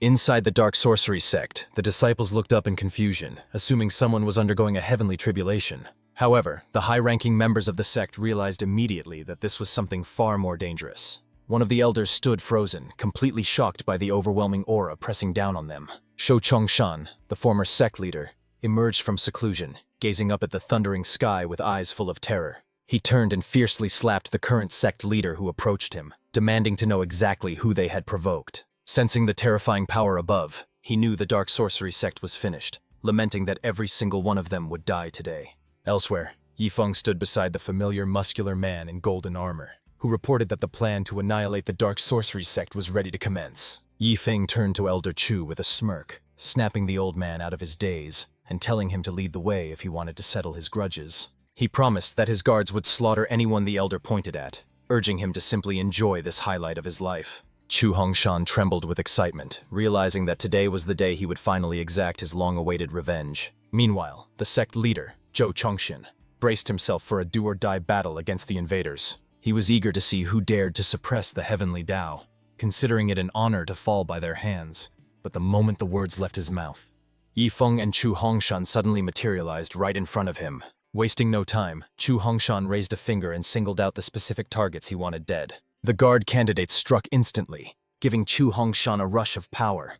He never dreamed he would one day command such overwhelming forces. Zhou Chongxian, recognizing the elder's voice, was stunned and roared in outrage at the old man's audacity. Unimpressed by the outburst, Yifeng signaled the golden-armored guard to eliminate the sect leader immediately. When the guard asked for specific execution methods, Yifeng was momentarily baffled, retorting that he didn't care how it was done as long as the enemy died. The guard glanced at the clouds above and suggested using the heavenly Tao thunder tribulation to wipe out the entire dark sorcery sect at once. Yifeng praised the suggestion, impressed that someone with such a righteous appearance could come up with such a ruthless plan. However, a system alert suddenly warned Yifeng that his disciple, Yi Lingshui, was currently visiting the sect, cautioning him to avoid accidental friendly fire. Startled, Yifeng quickly assigned guards to shield her before giving the green light, causing the heavenly Tao thunder tribulation to crash down upon the evildoers. Zhou Chongxian watched in utter disbelief as the heavens themselves turned against his sect. He realized with horror that his own demise would arrive in the very next second. Meanwhile, inside a guest room, Yi Lingshui was leisurely sipping tea, while her companion, Xiao Tong, paced around in deep concern over the commotion outside. Amazed that the Santis was calm enough to drink tea, Xiao Tong couldn't sit still and decided to head out to investigate the chaos himself. But the moment he steps outside, a terrifying scene unfolds as the thunder tribulation rains destruction down upon the dark sorcery sect. This sight instantly kills any desire Zhou Tong had to join the fray, prompting Ye Lingshui to laugh and ask, "Elder Zhou, are you not going out anymore?" Zhou Tong, clearly petrified, shakes his head and replies, "I'm not going out there. It's definitely safer to stay inside." Ye Lingshui had anticipated this chaos, though she was still puzzled why the celestial peering telescope guided her here, instructing her to hide and wait for someone to deliver a treasure. Before long, the dark sorcery sect is reduced to ruins. Watching his legacy crumble, a weakened Zhou Chongxian stands in utter disbelief, refusing to accept his fate. But Yi Feng shows no mercy and orders 2 members to take him down. However, right at that moment, the system triggers an alert. A specific treasure required by his second disciple, Ye Lingshui, is currently in Zhou Chongxian's possession. Yi Feng immediately assumes the old villain stole his disciple's item, so he orders his subordinates to hold off on killing him and instead give him a severe beating. Zhou Chongxian is completely bewildered, wondering why he has to be humiliated before death, as he has no idea who Yi Feng's disciple is or what he supposedly stole. But no one gives him a chance to explain as the candidate members start stomping on him, shouting, "You dare offend our master, you old fool!" As Yi Feng instructs them to increase the intensity, the golden-armored strongman watches from the sidelines, noting that the old guy is stubborn and refuses to confess. This infuriates Yi Feng, who can't believe the thief won't admit his crime, so he orders the golden-armored strongman to jump in and loosen the old man's bones. The massive warrior swoops in like a bird of prey, and the brutal beating continues relentlessly for a full hour. Zhou Chongxian still doesn't confess, which actually earns Yi Feng's admiration. Though in reality, the poor villain isn't being stubborn. He genuinely has no clue who the disciple is because nobody bothered to tell him. Yi Feng finally speaks up, admitting he doesn't know the treasure's name, but clarifies that his disciple is Ye Lingshui, the saintess of the Heavenly Secrets Pavilion. With a face swollen like a pig's head, Zhou Chongxian produces an item, explaining that he only borrowed it, and that Ye Lingshui has been silently mooching off his sect for 3 days without saying a word. He really was wrongly accused, and although the misunderstanding is cleared up, it becomes obvious that Yi Feng was fully aware he was just toying with Zhou Chongxian the whole time. After all, his subordinates rarely get a chance to come out and stretch their legs, so Yi Feng thought it would be a pity not to let them have their fun a little longer.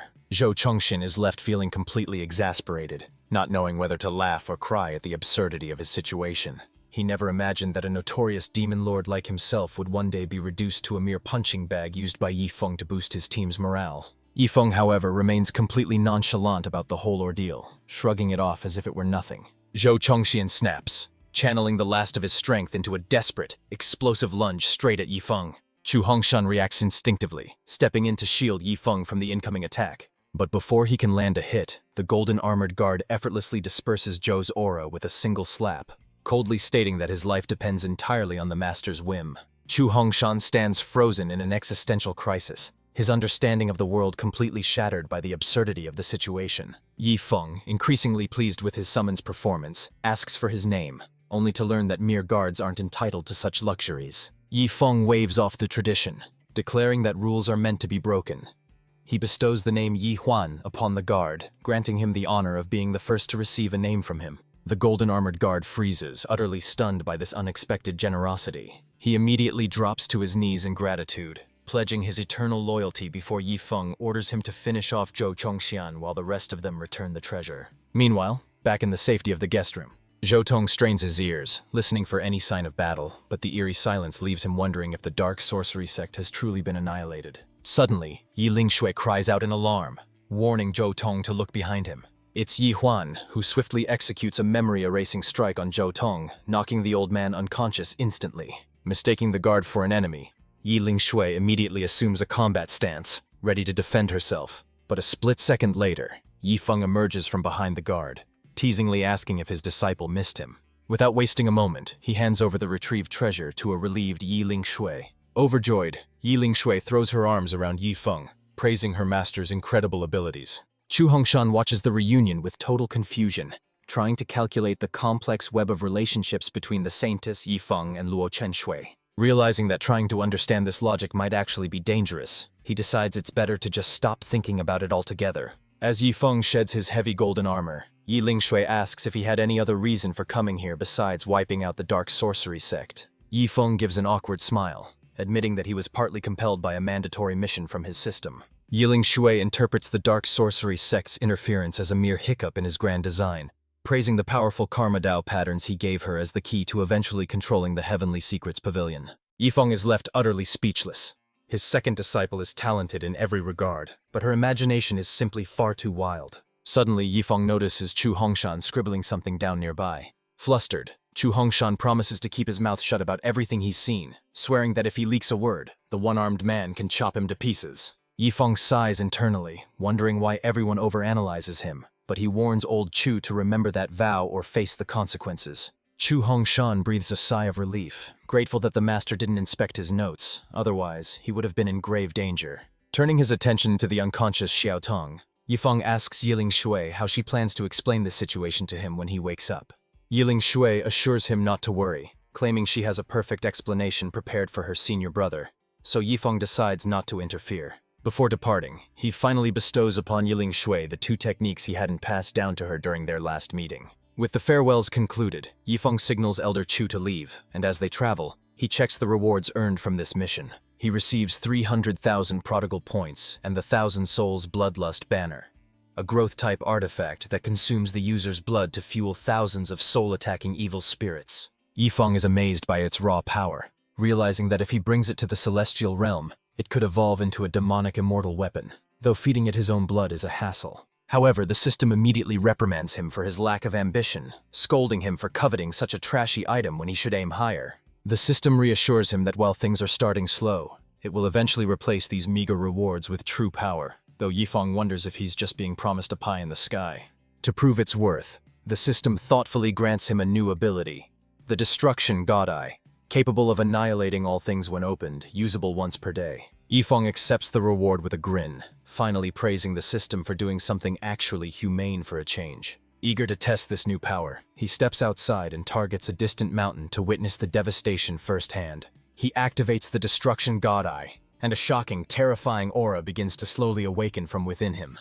In the next second, a mysterious and unfathomable force erupts from his gaze, surging directly toward the mountain. However, from Chu Hongshan's perspective, Yifeng just looks like a blinking idiot, leaving the master to ask if he seriously didn't see the power just now. Chu Hongshan stands bewildered, having missed the action entirely.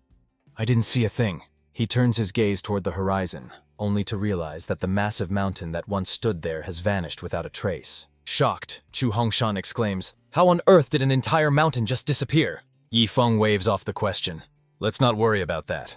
Elder Chu, take this 1,000 Souls Bloodlust banner as a reward. It's a growth-type artifact that scales even to celestial levels." Chu Hongshan hesitates, looking at the ominous item. "Doesn't using this effectively make me a demonic cultivator?" Yifeng reassures him immediately. "Relax, the spirits sealed inside are heinous demons. Just feed them your blood daily, and their power will grow alongside yours." Relieved to hear he's only enslaving monsters, Chu Hongshan accepts.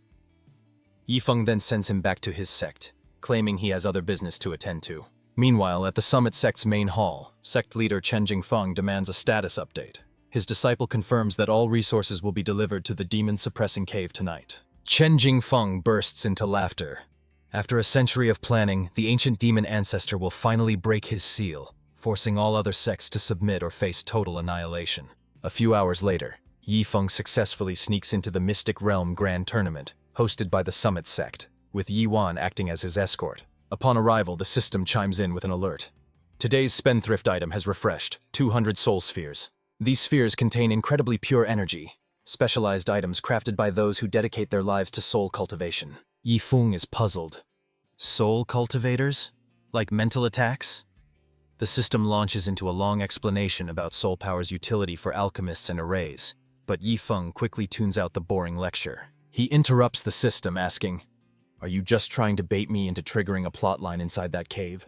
The system admits it freely, adding that an unusual power intrusion has automatically triggered the antivirus function. Yifeng notes that he really needs to investigate that feature later. Inside the cave, An old man named Xiao Chen mutters to himself, I may have been sealed for 200 years, but refining these soul spheres makes it all worth it. Just then, Yifeng strolls in and asks casually, Hey old man, what are you counting over there? Xiao Chen frantically hides the soul spheres, eyes wide with shock. You! How did you get in here? Yifeng shrugs. I just walked in. Xiao Chen is baffled. This place is protected by the Golden Will Emperor's formation. How could you possibly just walk in? Believing the ancient barrier had finally failed. Seeing Yifeng stroll in effortlessly, Xiao Chen assumes the prison that held him for centuries has shattered, and he rushes toward the exit in a frenzy. But with a deafening boom, he slams face first into the invisible wall, realizing with horror that the seal is still very much intact. Yifeng watches in surprise, realizing just how powerful the force confining this old man actually is. Defeated and broken, Xiao Chen slumps to the cold ground. Tears stream down his face as he howls in despair, wondering how many more eternities he must endure in this cage. Curious, Yifeng activates his system's heavenly secret function to uncover the old man's true identity. The scan identifies him as Xiao Chen, the ancient demon ancestor, a peak tribulation crossing expert who was sealed away 2 centuries ago by the Emperor's avatar for offending a disciple named Ding Yi. Noticing that Xiao Chen is a soul cultivator, a mischievous idea forms in Yifeng's mind. Wasting precious soul spheres in front of him should definitely trigger the spendthrift achievement. Grinning, Yifeng approaches and asks if the elder knows about soul spheres, to which Xiao Chen scoffs, claiming he possesses quite a few himself. Taking the bait, Yifeng retrieves a massive soul sphere from his inventory and asks, Well, elder, have you ever seen one quite this size?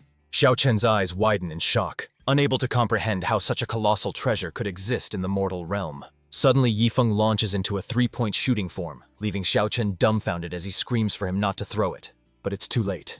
The sphere arcs through the air and shatters against the wall with a crisp snap. Xiao Chen screams that the sphere is fragile, but Yifeng argues it's better to have fun than hoard useless burial objects, lying that he's also trapped here because of Ding Yi. Hearing the name Ding Yi, Xiao Chen's anger vanishes, replaced by surprise as he asks if Yifeng also offended that wretched disciple. It explains how Yifeng entered the formation, and Xiao Chen swears vengeance on the incompetent Ding Yi, a sentiment Yifeng readily agrees with. With the tension broken, Xiao Chen recalls Yifeng's earlier comment about finding joy through the soul spheres. Yifeng tells him to pay close attention, warning that he's only going to demonstrate this technique once. With a flourish, he pulls a full-sized basketball hoop out of thin air. They prepare to play a game of basketball, using the soul spheres as the ball. Although Xiao Chen finds the activity bizarre, he also finds it oddly empowering. As the match heats up, Yifeng eventually secures a victory by a narrow margin.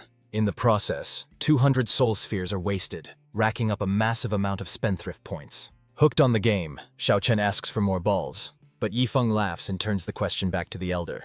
Xiao Chen admits he has plenty, but they are far too small to be used for basketball. A grin spreads across Yifeng's face as he suggests they switch sports to table tennis instead. Without missing a beat, the two begin a high-speed ping-pong match right there inside the cave. After a few exhilarating hours, both are exhausted, and Yifeng praises the elder's impressive spin shots. However, Xiao Chen's mood quickly darkens as he remembers that despite the fun, the ceiling formation remains intact. He asks if the sunlit sect still exists, which Yifeng recognizes as the leading force in the Mystic Realm Grand Tournament. Xiao Chen reveals that he tricked those wicked disciples by posing as an ancient demon ancestor, scamming them into gathering resources for him. Intrigued by the old man's ability to manipulate the sunlit sect, Yifeng decides he absolutely must recruit this talent. Turning back to the immediate problem, he asks Xiao Chen if there is truly no way to shatter the seal. Xiao Chen points hopelessly to a crystal core above, admitting he has failed to break it countless times. Curious to see if his power rivals the Celestial Heights Emperor,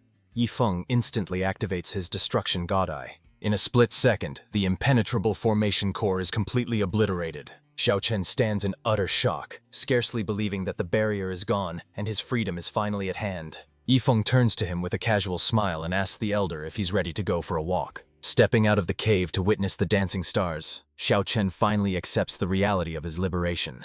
In that fleeting moment, Xiao Chen feels a surge of vitality, as if his youth has returned, and he thanks the young man for saving him. Yifeng is confused, wondering who this handsome stranger is supposed to be. But the moment he rubs his eyes to double-check the sight, the illusion vanishes, revealing the scruffy old Xiao Chen again.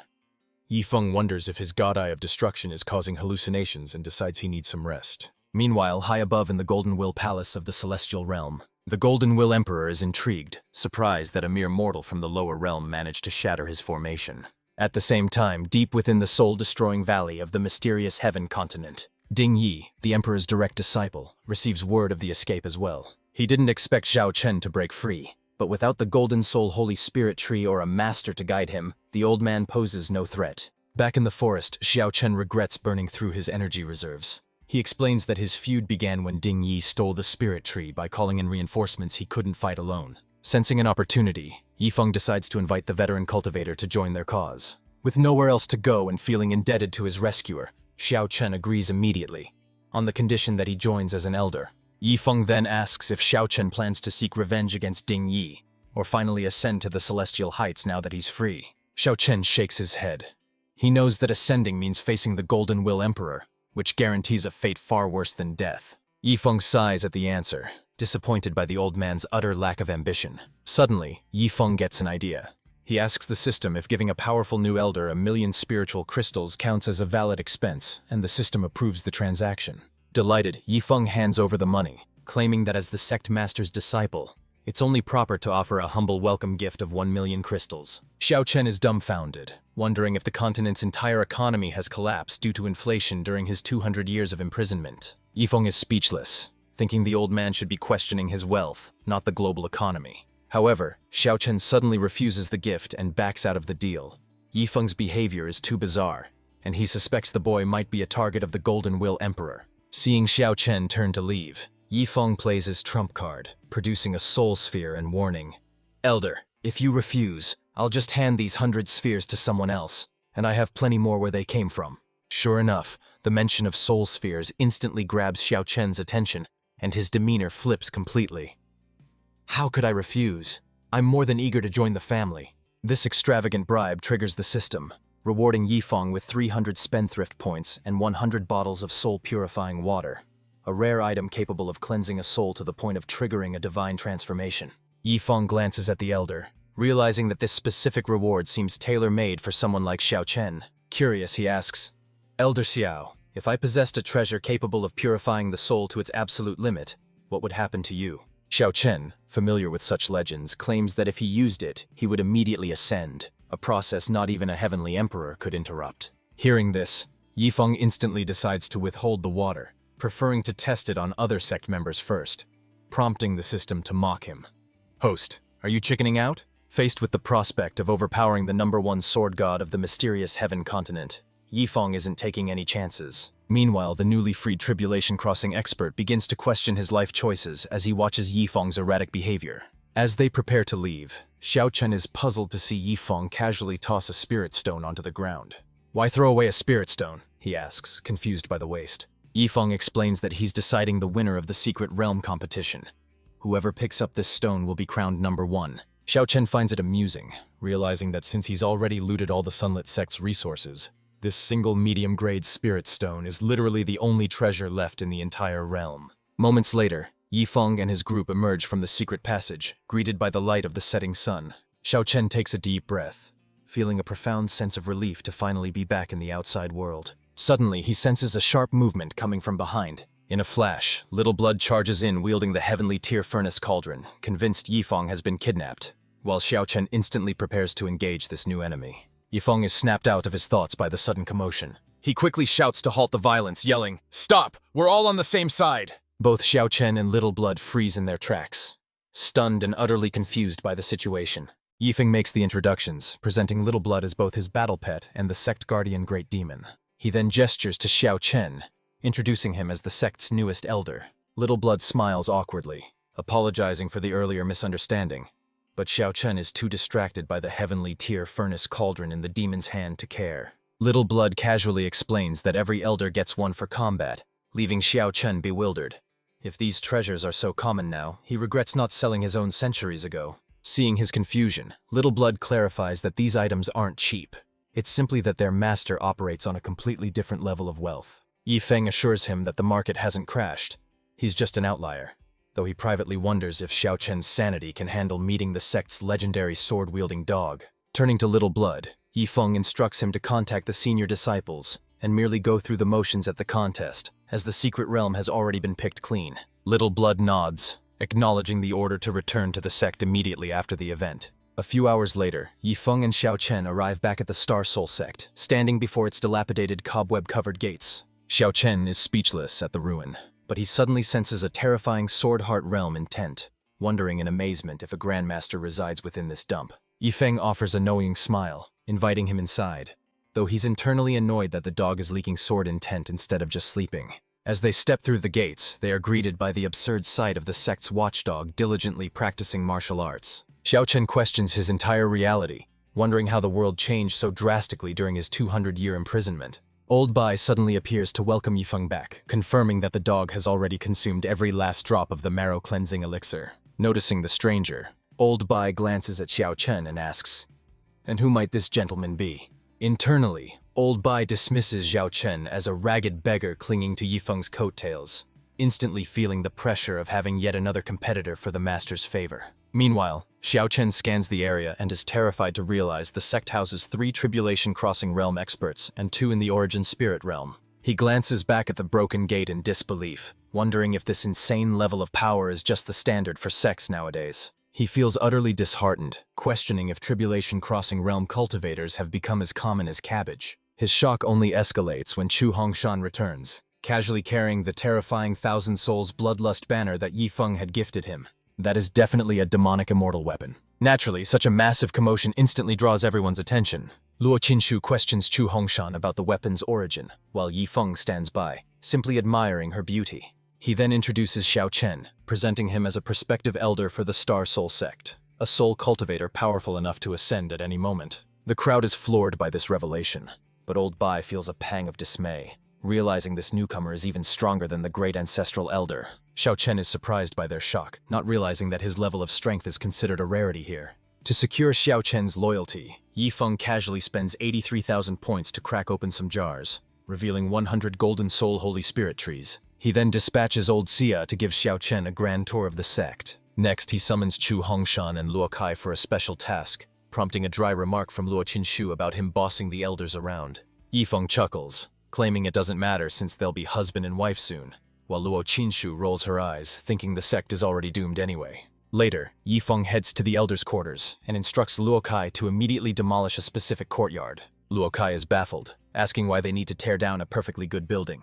But Yifeng insists he wants to build a fresh residence for Elder Xiao using his own wood. Exasperated, Luo Kai mutters about Yifeng's fickle behavior, wondering if the boy has some strange obsession with collecting powerful old men. Though jealous of the new elder, Luo Kai and Chu Hongshan grudgingly start the work, until Yifeng suddenly realizes something. He asks the system if he should compensate them, and the system agrees, awarding each elder 10 drops of great demon blood. Luo Kai is instantly energized, thrilled by the prospect of obtaining such a rare treasure. Yifeng then unveils the Golden Soul Holy Spirit trees, all 9,000 years old, leaving Luo Kai confused as to whether these are the building materials. Yifeng confirms this and orders them to use every single log, prompting the 2 elders to confidently promise they'll finish by evening. Once Yifeng leaves, Luo Kai asks how they can possibly fit so much wood into one courtyard, but Chu Hongshan is convinced this is a test to earn the demon blood.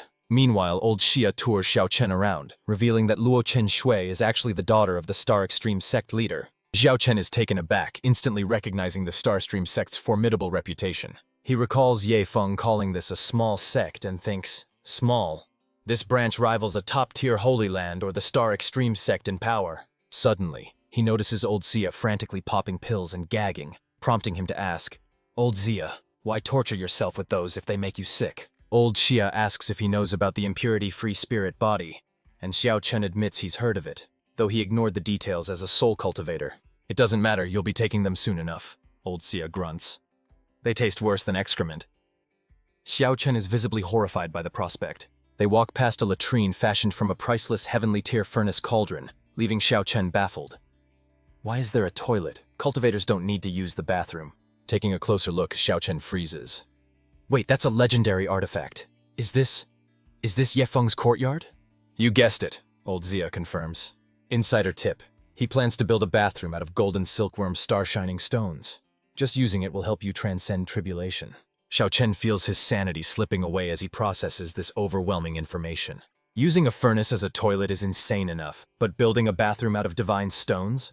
I survived 18 thunder tribulations, yet you people live like this? Calm down, Elder Xia, Old Xia says, handing him an enlightenment pill. Take this to settle your nerves. It's a welcome gift bought with my sect points. Xiao Chen takes the pill, initially suspecting it might be some kind of prank. But the moment he swallows it, his eyes widen as he is instantly swept into a profound state of enlightenment. Incredible, right? Old Xia explains. Yifeng provides these. He even feeds them to his dog to make it smarter. Xiao Chen asks, why doesn't anyone stop his spending? Old Xia gives a knowing smile. Do you really want to stop the gravy train? You're here for the soul orb, aren't you? Yifeng treats his people well. Realizing he's already benefited from the extravagance, Xiao Chen admits defeat and decides to keep his mouth shut. Old Xia chuckles. Don't be so stiff. We all joined for the benefits. As they arrive at the elder residence area. Ahead, Luo Kai and the disciples are busy constructing the new courtyard, using lumber that radiates a strange energy. What kind of wood is that? Xiao Chen asks, though even old Xia seems unsure of the material's origin. But then it clicks. Xiao Chen gasps in recognition. Wait, aren't those Golden Soul Holy Spirit trees? Witnessing the scene, Xiao Chen begins to panic. He desperately urges Luo Kai and the others to halt their actions immediately. But they ignore his pleas, adhering to Yifeng's orders and chopping even faster in response to the urgency. Xiao Chen is distraught, warning them that destroying such a rare Golden Soul Holy Spirit tree will invite heavenly condemnation. However, since the wood is for his own courtyard, the workers point out that he is the one who should fear divine retribution, leaving Xiao Chen speechless. Regaining his composure, he suddenly snatches Luo Kai's axe, declaring that he'll do the work himself out of a passion for carpentry, prompting Luo Kai to ask if he still fears judgment. Xiao Chen turns with a mysterious smile, joking that after being struck by heavenly lightning so many times, he's simply gotten used to it. Hours later, thanks to the collective efforts of several elders, the brand new dazzling Golden Soul Holy Spirit treehouse is fully constructed. The sect's other elders watch with extreme envy, feeling as though they are living in slums compared to the luxurious treatment of a soon-to-be ascended master. Suddenly, Luo Kai has an epiphany, looking toward Old Bai and Chu Hongshan with a knowing gaze. He claims to finally understand why certain elders receive such special treatment. He concludes that the rest of them have simply been too lax in their cultivation. He points out that despite Elder Chu's superior power, his lack of comparable rewards implies he hasn't yet reached the absolute peak. They interpret this as a hint from Yifeng to cultivate harder, though Xiao Chen knows the truth. Yifeng is just being extravagantly wasteful. Meanwhile, back at Yifeng's residence, he wakes up to the news of the treehouse's completion, only to discover that the system registered no wasteful actions, meaning 0 rewards. Yifeng finds this unacceptable, accusing the sly system of swallowing his rewards since chopping down a sacred tree should definitely count as waste. However, because Xiao Chen personally accepted and built the house, the system judged it as useful. Yifeng never expected the elder to be so open-minded about the sacred material. Realizing he miscalculated, Yifeng acknowledges that Elder Xiao is truly unpredictable, especially given how he previously toyed with his own soul ball. That night, 2 uninvited guests, the great ancestral elder and his friend Old Bai, arrive outside the walls of the Star Soul sect. They slipped inside, careful not to alert anyone just yet. But hiding in the shadows, Chu Hongshan watched their every move, initially mistaking them for enemies. The great ancestral elder scanned the area, mapping out the disciples' quarters and the sect's layout. However, Chu Hongshan soon recognized the intruders. It was the great ancestral elder and his companion, Bai Gong. Suddenly, the 2 visitors arrived outside Xiao Chen's residence, mesmerized by the radiant Golden Soul Holy Spirit treehouse. They stood frozen in place, their faces twisted in absolute shock. The great ancestral elder gasped, "This courtyard, it's just too damn luxurious." Bai Gong was frustrated. "Is luxury all you see? That's Golden Soul Holy Spirit wood. I worked 30 years to save 3 million spirit stones, and I couldn't even afford a single fence post here." The elder was stunned by the value, but Bai Gang suddenly shouted, "Does the Star Soul sect need a chef? I need a place to cook. You get it, right?" The great ancestral elder sneered at him. "So you just want to mooch off them? You've refused to cook for me for years, claiming I wasn't worthy." Their bickering was cut short when Elder Xiao appeared. "You two, there are plenty of rooms in my villa. You're welcome to stay." The 2 experts jumped out of their skin. Neither of them had sensed his presence until he spoke. Xiao Chen looked at the scruffy elder and wondered, is this man also like me, an expert sealed away for hundreds of years?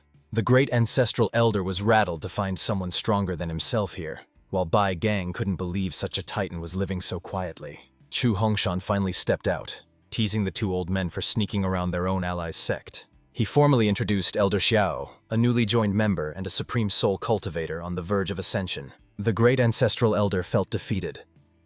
What has Luo Qingcheng built? This sect is only months old and it's already surpassing the ancient giants. If this continues, she really will become the empress who unifies the entire mysterious heaven continent. Bai Gong made up his mind instantly. I'm staying at the Star Soul sect. Even if the heavenly emperor comes, I'm not leaving. The head chef position is mine. The great ancestral elder then turned to Chu Hongshan. And you, old man?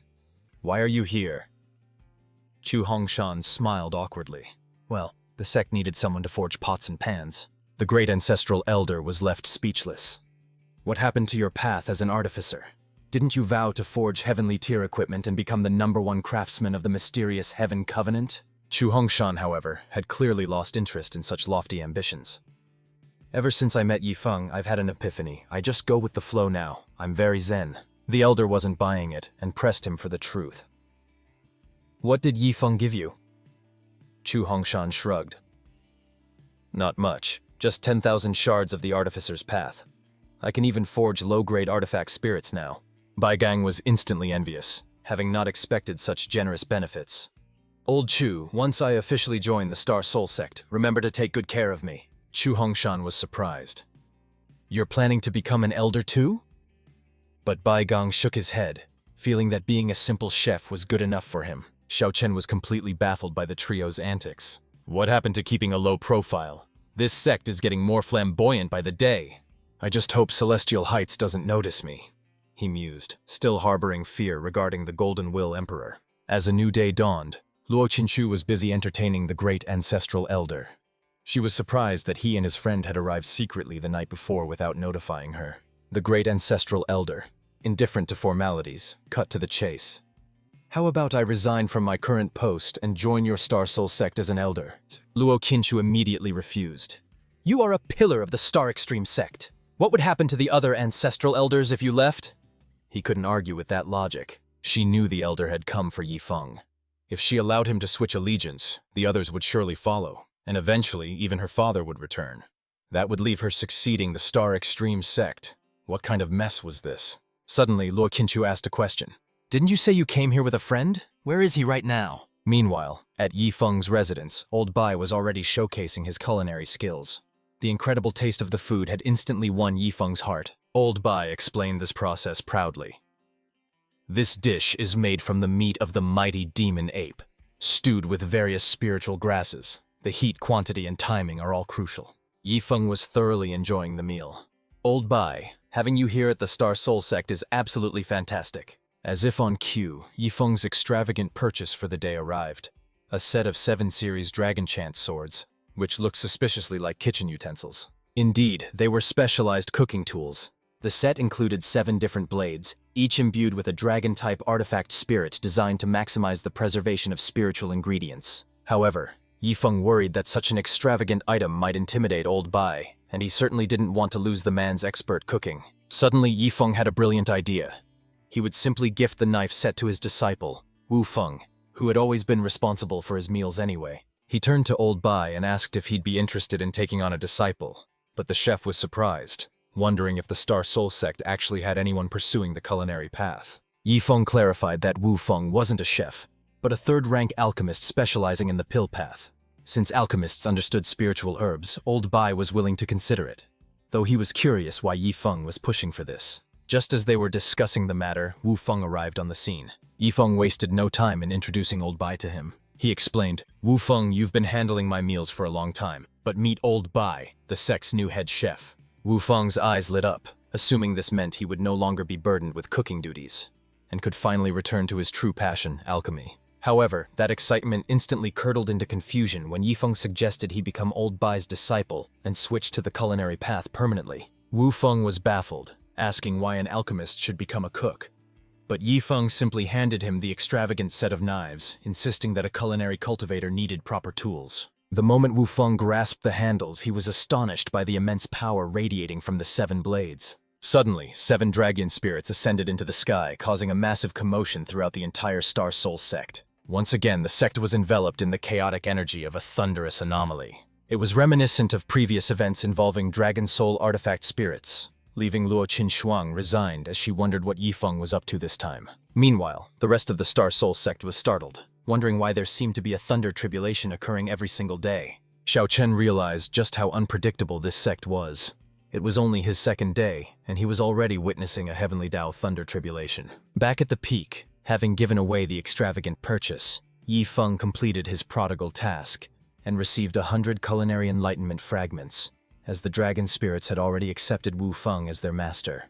Wu Feng stood bewildered, grateful for the powerful spirit-imbued tools, but he was now faced with the impending challenge of a heavenly Dao thunder tribulation. Old Bai was overwhelmed with emotion, thinking that if he could own such a set of knives, getting struck by lightning would be a small price to pay. Yi Feng, however, just wore a dismissive smile, regarding the heavenly Dao thunder tribulation as something trivial. All around them, the sect members braced themselves for the impact of the impending storm. Suddenly, the massive cloud was cleaved in two by a single, devastating sword strike. Chu Hongshan looked up and instantly recognized the silhouette standing in the sky. It was the one-armed guard from the Divine Tycoon's estate, the very same man who had effortlessly overpowered him before. The warrior arrogantly challenged the heavenly tribulation itself, and the cloud, seemingly terrified by his overwhelming aura, actually retreated, dispersing without daring to unleash a single bolt of lightning. With the crisis averted in an instant, the mysterious one-armed swordsman vanished as quickly as he had appeared. Luo Chenshua was left thunderstruck.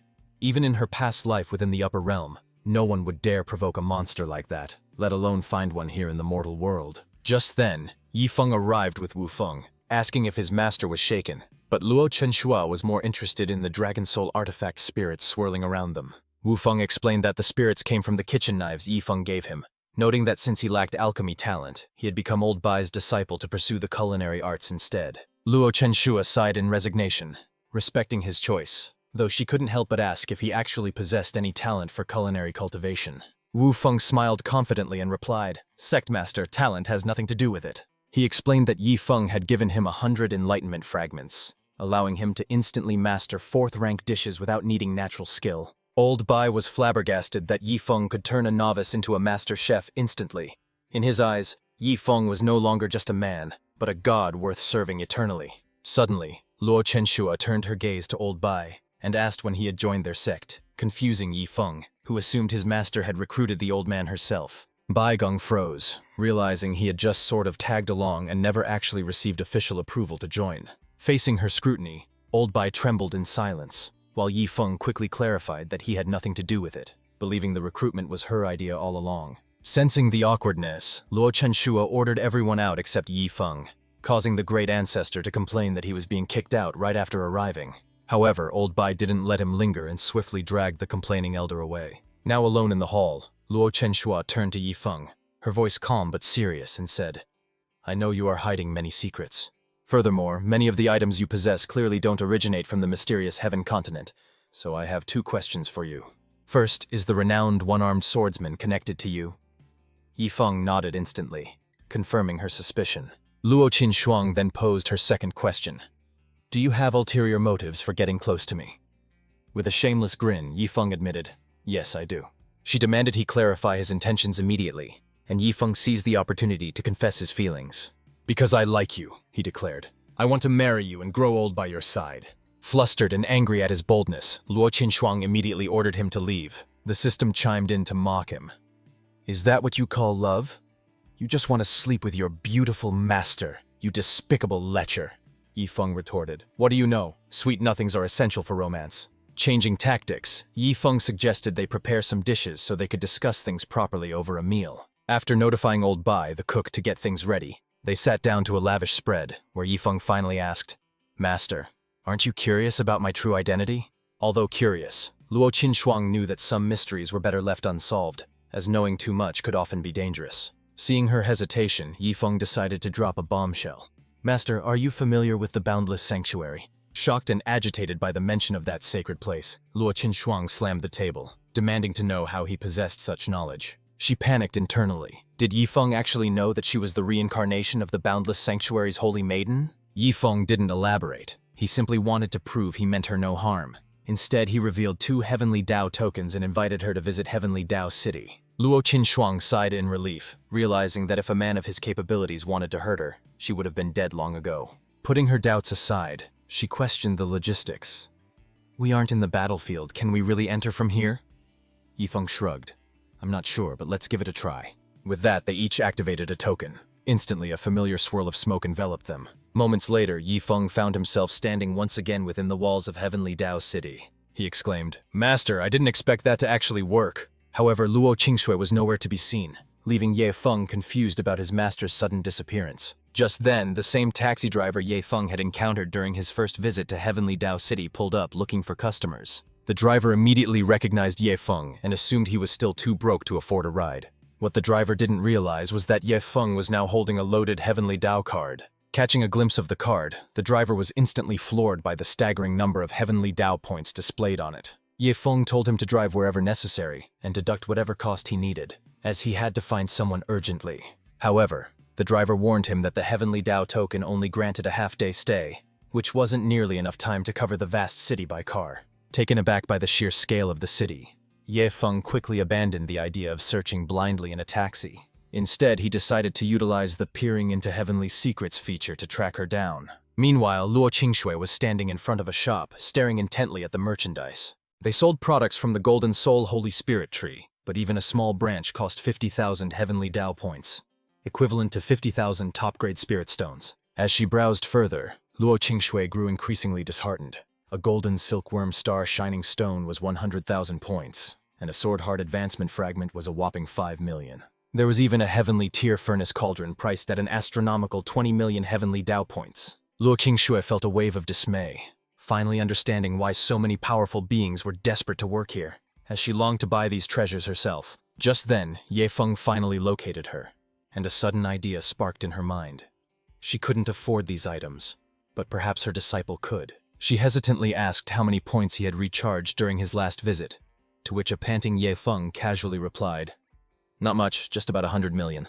Luo Qingshui was completely thunderstruck. 100 million? Ye Feng reminded her that their time was limited, urging her to start shopping, specifically for the golden silkworm star shining stone he needed for his cottage renovations. With a plan in place, the pair immediately headed toward the central business district of Heavenly Dao City. Luo Qingshui was in high spirits, sweeping the shelves and buying out every last spiritual herb the store had to offer. The clerk was none other than Li Fei.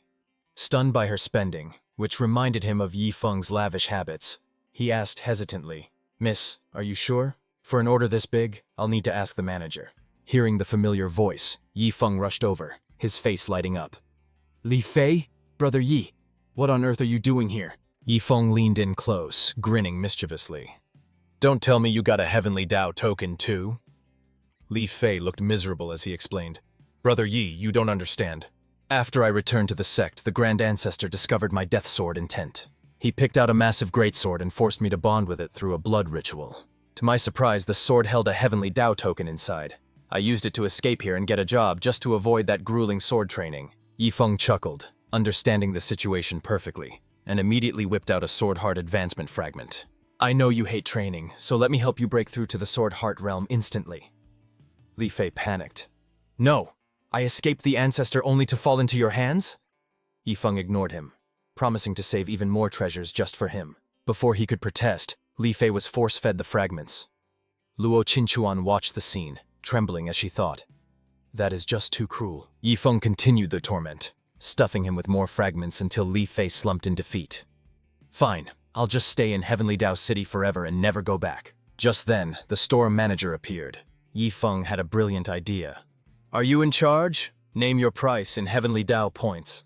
I'll pay whatever you want as long as you fire Li Fei right now." The manager hesitated, valuing Li Fei's work ethic. "It's not right to fire a good employee without cause." Yi Feng didn't blink. "I'll compensate you 10 times his salary." The manager's moral compass vanished instantly. "Young master, you have a keen eye. I always knew Li Fei was destined for greater things. Who am I to hold him back?" Li Fei wasn't about to let the manager profit from his suffering. "I resign voluntarily. I'll go back and cultivate, all right?" The manager watched in despair as his tenfold bonus evaporated. Later, as they walked through the streets, Li Fei asked, "Who is this lady?" Yi Feng introduced her. "She is my master, and the sect master of the Star Soul sect." Luo Qinchuan left the two men to catch up while she went off to continue her shopping spree alone. Suddenly, the system issued a warning. Even in Heavenly Dao City, purchases had to be wasteful, and gifts had to be squandered, otherwise he would face penalties. Yifeng asked if squandering items here would earn him prodigal points. The system replied with a smirk that while there were no points to be gained, he could still enjoy the sheer pleasure of being wasteful. Changing the subject, Yifeng asked about entertainment.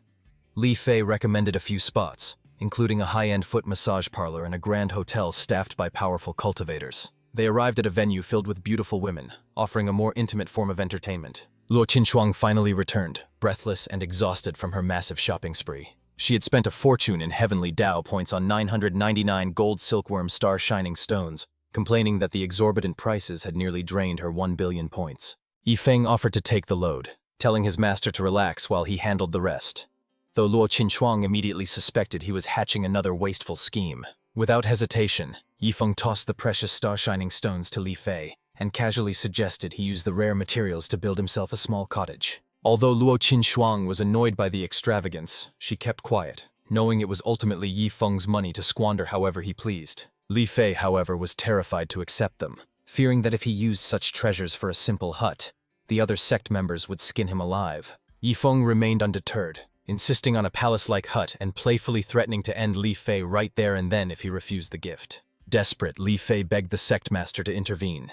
But Luo Qinchuang sarcastically reminded him that she had no authority left after selling Yifeng his direct disciple status. Li Fei was left speechless, realizing that the greedy master and the wasteful disciple were actually a perfect, albeit abnormal, match. Half an hour later, Luo Qinchuang found herself in a state of utter bliss. The group had decided to visit a high-end foot massage parlor. It was her first time experiencing such a service, and the sensation was incredibly relaxing. Li Fei was equally elated, marveling at the luxury of having an ascended master massage his feet, and finally understanding the true joy of being rich. Luo Qinchuang savored the moment, admitting that since her reincarnation, she had focused solely on cultivation and never allowed herself to relax like this. Suddenly, she realized Yifeng was missing, but Li Fei casually informed her that he had run off to play with a nearby claw machine. At that very moment, Yifeng was frantically feeding coins into the machine, unable to comprehend how he could spend 10 billion heavenly Dao points and still fail to win a single prize. Li Fei approached to warn him that the time limit on their heavenly Dao token was rapidly running out. Frustrated, Yifeng cursed his luck, wondering why he couldn't snag the North Black Doll and convinced that the machine was rigged against him. Suddenly, they realized that Li Fei had completely vanished. Luo Chen-shui assumed the system must have transported him away already. She glanced curiously at the claw machine, prompting Yifeng to encourage her to give it a try. Intrigued, she admitted she wanted to play, but with their heavenly Dao token time running out, it would have to wait. As the teleportation began, Yifeng suggested holding hands to stay together, though Luo Chen-shui wondered if they'd return to their starting point. Yifeng didn't actually care about the destination. He was just thrilled at the chance to hold his beautiful master's hand. Fate had other plans, however, and he materialized directly inside a bustling brothel. Despite his clever hand-holding strategy, they were still separated upon arrival. Swarmed by eager courtesans and completely out of his depth, Yifeng panicked and bolted for the exit. He barely made it outside before crashing right into a familiar face. It was none other than Elder Zhou Tong from the Heavenly Secrets Pavilion. At that moment, the Elder was being mocked by the women for having empty pockets and no spirit stones. Spotting Yifeng, Zhou Tong laughed shamelessly, joking that he didn't expect to see his young friend in such a place. He teased that they shared similar hobbies and asked for a loan, but an annoyed Yifeng insisted his presence was purely accidental. Just as Yifeng questioned how he'd wound up back in Purple Phoenix City, his second disciple, Yi Lingshui, appeared. Finding her master standing outside a brothel, she stared at him with deep suspicion. The situation worsened when the courtesans called out for Yifeng to visit again, leaving him scrambling for an excuse. Disgusted, Yi Lingshui remarked that she never imagined her master was that kind of man. After a desperate explanation, she finally believed him, though she was shocked to learn about the Heavenly Dao battlefield and city. Yifeng remained puzzled by Zhou Tong's presence, but the elder couldn't bring himself to reveal the truth just yet. Zhou Tong thought to himself, "I was harmed the last time I tried to divine the future, so I absolutely cannot let Yifeng know I'm heading to the Star Soul Sect to borrow the Heavenly Tier Furnace Cauldron." Yet despite Zhou Tong's obvious reluctance, Yifeng persistently tailed right behind them. Irritated, Zhou Tong snapped, "Young friend, isn't this excessive? Why are you following us?" Yifeng retorted, "Who says I'm following you? Do you own the road? If anything, you're blocking my path." Not wanting to argue further, Zhou Tong summoned a flying spiritual artifact and invited Yi Lingshui to board. However, Yi Lingshui, desperate to spend more time with Yifeng, feigned sudden air sickness and refused to set foot on the artifact. Zhou Tong was baffled. Airsick, you flew for 3 days straight last time without a single complaint. Suddenly, Yifeng interjected. Are you guys passing by the Star Soul sect? If so, give me a lift. That ride looks big enough.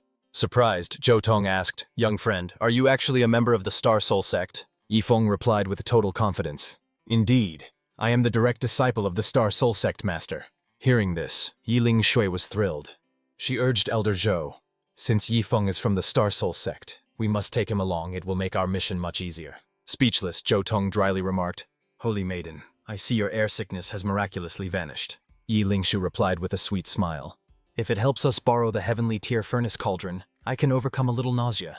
Realizing their objective, Yifeng casually noted, Oh, you're here for the heavenly tier furnace cauldron? My sect has plenty of those. I can easily get one for Yiling Shui. He turned to reassure the elder, saying, Elder Zhou, we know each other well enough. I'll handle borrowing the furnace for you personally. Zhou Tong was overjoyed, expressing his deep gratitude. That is wonderful. I owe you a massive favor, young friend. Just ask if you ever need anything. A few hours later, the trio arrived at the Star Soul sect, only to find the entrance covered in thick cobwebs. The dilapidated site left Yi Lingshui questioning if this was truly the home of a sect master. Zhou Tong, however, went on high alert. Despite the humble appearance, he sensed the terrifying presence of several tribulation-crossing realm experts inside. Before Zhou Tong could ponder this contradiction further, a figure flew out from the gate. It was the great ancestral elder. He rushed over to Yifeng, urgently demanding a heavenly tier furnace cauldron of his own. Yifeng, Chu Hongshan, and Bai Gong had all chased him down wielding these furnaces, and he needed a weapon to wash away the humiliation. Zhu Tong stood there in shock. Weren't there only 4 of these legendary artifacts in the entire continent?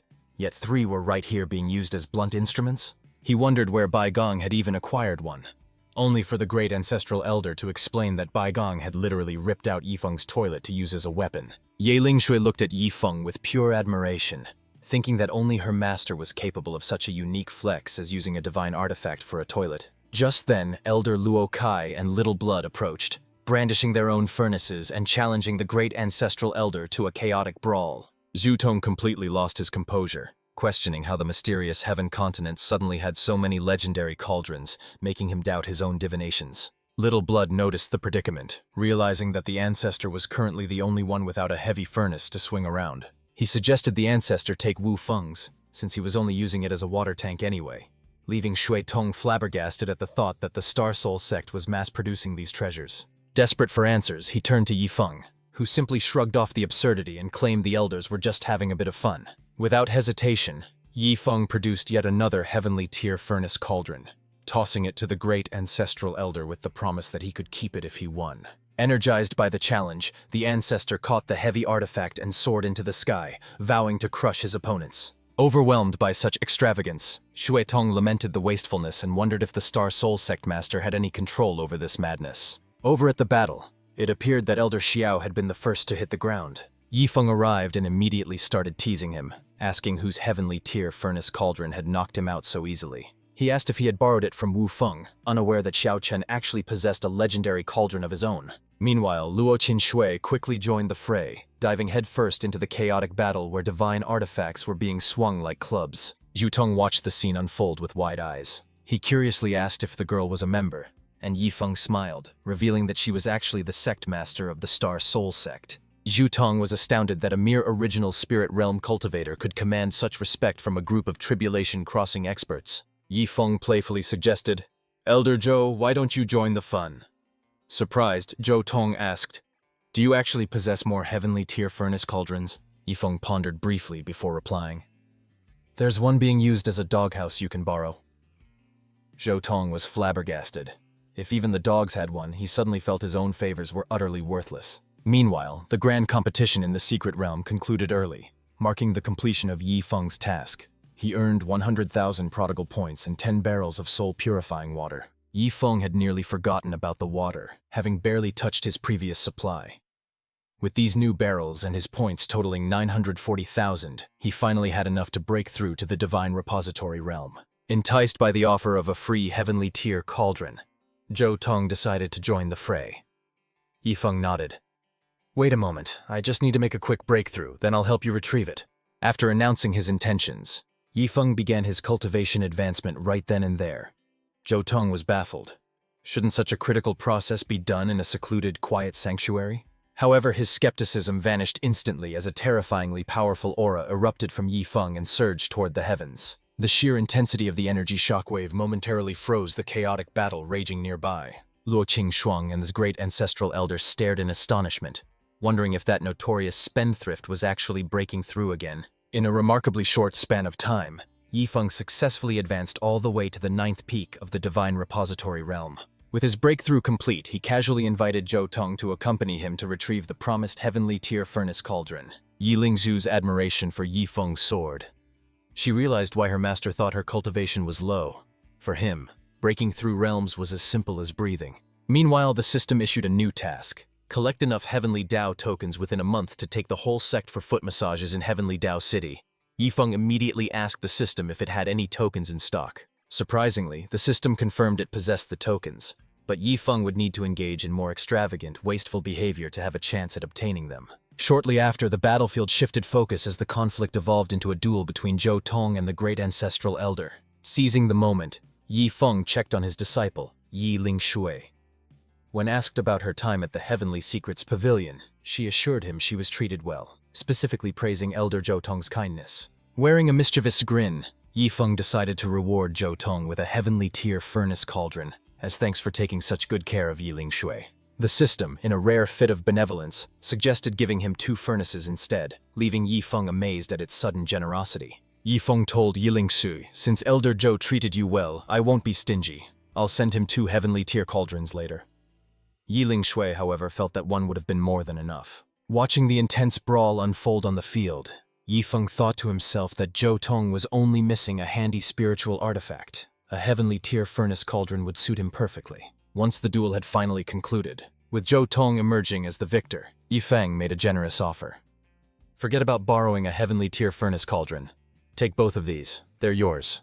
Don't ask why, I just felt like it." He shoved the 2 legendary artifacts toward a stunned Zhou Tong, who stammered, "One is more than enough for the Heavenly Secrets Pavilion. Young friend, you are far too generous." Yi Lingsu stepped in to clarify, explaining that one cauldron was for his personal use as a weapon, while the other was a gift for his sect. Deeply touched, Zhou Tong responded. "Young friend," he said, bowing deeply, "if there is ever anything I can do for you, just say the word." Yi Lingzu's imagination ran wild, convinced that Yifeng was strategically buying Zhou Tong's loyalty to eventually take over the Heavenly Secrets Pavilion. Master is always thinking so far ahead, she thought admiringly. For Yifeng, however, this was just another trigger for the system, rewarding him with 100,000 prodigal points. He was pleasantly surprised to see the rewards scaling up after his recent breakthroughs. With the precious cauldrons in hand, Zhou Tong and Yi Lingshui departed on a flying spiritual artifact to report back to the pavilion. Meanwhile, Yifeng listened to the elders discuss the battle, realizing Zhou Tong had only won because the elders went easy on him as a guest. The great ancestral elder and Bai Gang, however, had borne the brunt of the chaos, proving that friends hit each other the hardest, with the ancestor even eager for a rematch. Seeing the bruised and swollen elders, Yifeng spotted another opportunity. He proposed to the system that since they were training so hard, surely giving them tens of thousands of top-grade healing pills wouldn't be excessive. The system skeptically questioned if the brawl was actually training or just goofing off, but Yifeng insisted they were honing their combat skills. Convinced, the system agreed and awarded him 30,000 flame blood vitalizing pills, with the strict condition that they must be consumed within a day. Just then, old Zia pulled out a single flame blood vitalizing pill and began flaunting it in front of the group, shouting, "Everyone, look at this! This used to be one of my most treasured pills, but now, it's nothing more than a snack to me," old Zia declared with immense pride. "After all, aside from Yifeng, I'm the richest one here. I just love seeing your beaten and bruised faces while I enjoy this luxury." But in the next second, Luo Chenshui and Yifeng appeared behind him. "So, old Xia, you seem to enjoy our miserable state?" Yifeng teased with a sly smile. "It looks like you don't need my help then." Old Xia had gotten a bit too carried away, completely forgetting that the sect master and Yifeng were standing right there. Yifeng then asked the system, "Old Xia has already consumed a pill and recovered. How should this be counted towards the quota?" The system chimed in with a notification. "Target locked. Condition met. Beaten and bruised. Host, please proceed with your wasteful conduct." Yifeng knew exactly what had to be done. "Old Xia, you can't escape now," he declared. Immediately, little Shui and Luo Kai charged in with a furnace, targeting Old Sia. Old Sia, the master insists you take your pills. You asked for this, so prepare yourself for the full experience. Old Sia stood frozen in shock. Wait, what are you trying to do to me? Before he could react, a storm of fists rained down upon him. A few minutes later, the battered Old Sia was unceremoniously dumped in front of Yi Feng. His face was swollen beyond recognition. Old Sia was utterly bewildered. Why is this happening? I've already recovered. Yi Feng grinned. Because true recovery requires my pills. Old Bai burst into laughter. Ha ha ha! Old Sia, you really had that coming. But his amusement was short-lived. Old Bai, don't get too comfortable. You're part of this too, Yi Feng declared. Luo Qinshu then interjected. Yi Feng, the taste isn't bad. Maybe we should save these for the dog instead. Old Bai quickly seized the opportunity to agree. Exactly. You always give the leftovers to the dog, don't you? Yi Feng wanted to agree, but the system demanded he treat the injured, not the dog. A storage ring materialized in his hand. Master, your injuries linger. How could I prioritize the dog? Here are 30,000 pills. For your health, please finish them all before dawn. Luo Qinshu was flabbergasted. 30,000 pills? On that day, the sect was reminded of the sheer terror invoked by Yi Feng's elixirs. Luo Qinshu was numb with regret. They never should have started that brawl. He established a new iron rule. Anyone causing a chaotic fight would be expelled. Meanwhile, Yi Feng suddenly remembered his junior brother. Speaking of which, what has Wu Feng been up to? I should go check on him. Elsewhere, the long-forgotten Wu Feng was actually hard at work honing his culinary skills. Yi Feng tracked him down immediately. Junior brother Wu Feng, you've just switched to the path of a chef. Are you adjusting well? Wu Feng beamed. Big senior brother, the path of cooking is far more fascinating than alchemy. Before, I needed supervision to cultivate. But now I have the freedom to cook whatever dish I desire. Yi Feng was surprised. Could it be that you've discovered a hidden genius for this? Wu Feng nodded earnestly. It's true. Even though Master only taught me briefly, I mastered it instantly. This isn't about the culinary enlightenment fragment. It's pure natural talent. I used to think you were only good at squandering resources, senior brother. But now I realize your wisdom runs deep. Even Old Bai admits you have a unique vision. You saw at a glance that I was destined to be a chef. Yi Feng felt a bit embarrassed by the praise, waving it off. I'm just idling away. You're flattering me too much. At that moment, Chu Xiao Xiao appeared, calling out, Junior brother Wu Feng, I finished washing the vegetables. Yi Feng looked surprised. How did you two end up working together? Wu Feng replied awkwardly. Actually, she's just here because she's greedy for food. Yi Feng smiled mischievously. I see. In that case, junior brother, you'll have to work extra hard to feed her. Chu Xiao Xiao was startled by the sudden intrusion, wondering why the sect master was meddling in the kitchen. She was quite wary of Yi Feng, especially given the powerful guards backing him. The one-armed man had terrified her previously, and she feared Yi Feng might summon him on a whim. However, Yi Feng casually remarked, Chu Xiao Xiao, I almost forgot about you. You seem to be the only one in the sect with nothing to do. Speechless, she stammered. I am the Inner Door Executive. I oversee the training of the 5 heavenly prides. Yi Feng dismissed her protests. Since you seem so free, I have a new task for you. Making tea. He decided to entrust her with the soul-purifying water, adding, Anyone who wants tea can come to you. Chu Xiao Xiao felt overwhelmed and slightly humiliated, realizing she had essentially been demoted to a combination of a cook and a tea lady. But just as Yi Feng brought out the soul-purifying water, the heavy container burst right through the roof of the house. The crash startled Wu Feng and the others, leaving Chu Xiao Xiao dumbfounded. Yi Feng, your huge barrel just wrecked the roof. How am I supposed to brew tea with this? What kind of water is it? Yi Feng was also taken aback. I didn't expect this barrel to be quite that heavy or large. He then instructed, Anyone can drink this water, but Elder Xiao must not, or he might accidentally ascend. Puzzled, Chu Xiao Xiao asked, What kind of strange reason is that? And besides tea, what is this water for? Yi Feng responded indifferently, Do whatever you want with the rest. Meanwhile, not far from the Star Soul sect, Huang Xiaofei, his father Huang Duhai, and old Meng were approaching. Huang Duhai cautioned them, We'll arrive soon. Don't speak when we get there. I'll test the waters first. Curious about Yi Feng's true identity, Huang Duhai planned to offer a 50% profit share to the sect for the blood ginseng pill. They noticed a significantly stronger aura of cultivators compared to their last visit. Old Meng was surprised, wondering if the Star Soul sect had recently recruited new powerhouses. Spotting the visitors, Luo Chenshui quickly instructed, "It's Huang Xiaofei and his group. Elder Xiao, please conceal your aura. They are guests of our Star Soul sect." Just as Old Meng was about to introduce their president, Huang Duhai, he was abruptly interrupted. They retreated hastily, leaving only a polite excuse. "Sect leader Luo, we were just passing through. We'll return with proper gifts next time." Watching them flee, Xiao Chun munched on an elixir, completely baffled. "Sect leader, what was that about?" Old Meng was equally confused. "President, why leave? I thought we were here to negotiate the blood ginseng pill deal." Huang Dahai looked utterly defeated. "Negotiate what? Did you see what they were snacking on? Those were 9-pattern, 9-grade flame blood vitalizing pills. A single one is worth dozens of ours, and they were popping them by the handful like common candy. Against a sect with that kind of foundation, even 10 years of our profits would look like pocket change. We need to rethink our strategy and find a gift that actually shows sincerity." Huang Dehai couldn't stop thinking about the mysterious Yi Feng. The sheer number of 9-pattern elixirs was terrifying. The entire mysterious heaven continent couldn't match such wealth. Meanwhile, Elder Xiao, having gorged himself on too many potent pills, began to feel an intense thirst. Suddenly, the rich, inviting aroma of freshly brewed tea drifted his way. He followed the scent to Chu Xiao Xiao. "Xiao Xiao, that tea smells incredible. Pour me a bowl quickly. My throat is parched." But the girl shook her head. "I'm sorry, Elder Xiao, but you aren't allowed to drink this." Xiao Chen paused, confused. "Why not? Is it not done brewing?" Chu Xiao Xiao relayed her master's orders faithfully. "Yi Feng said everyone in the sect can have some, except you.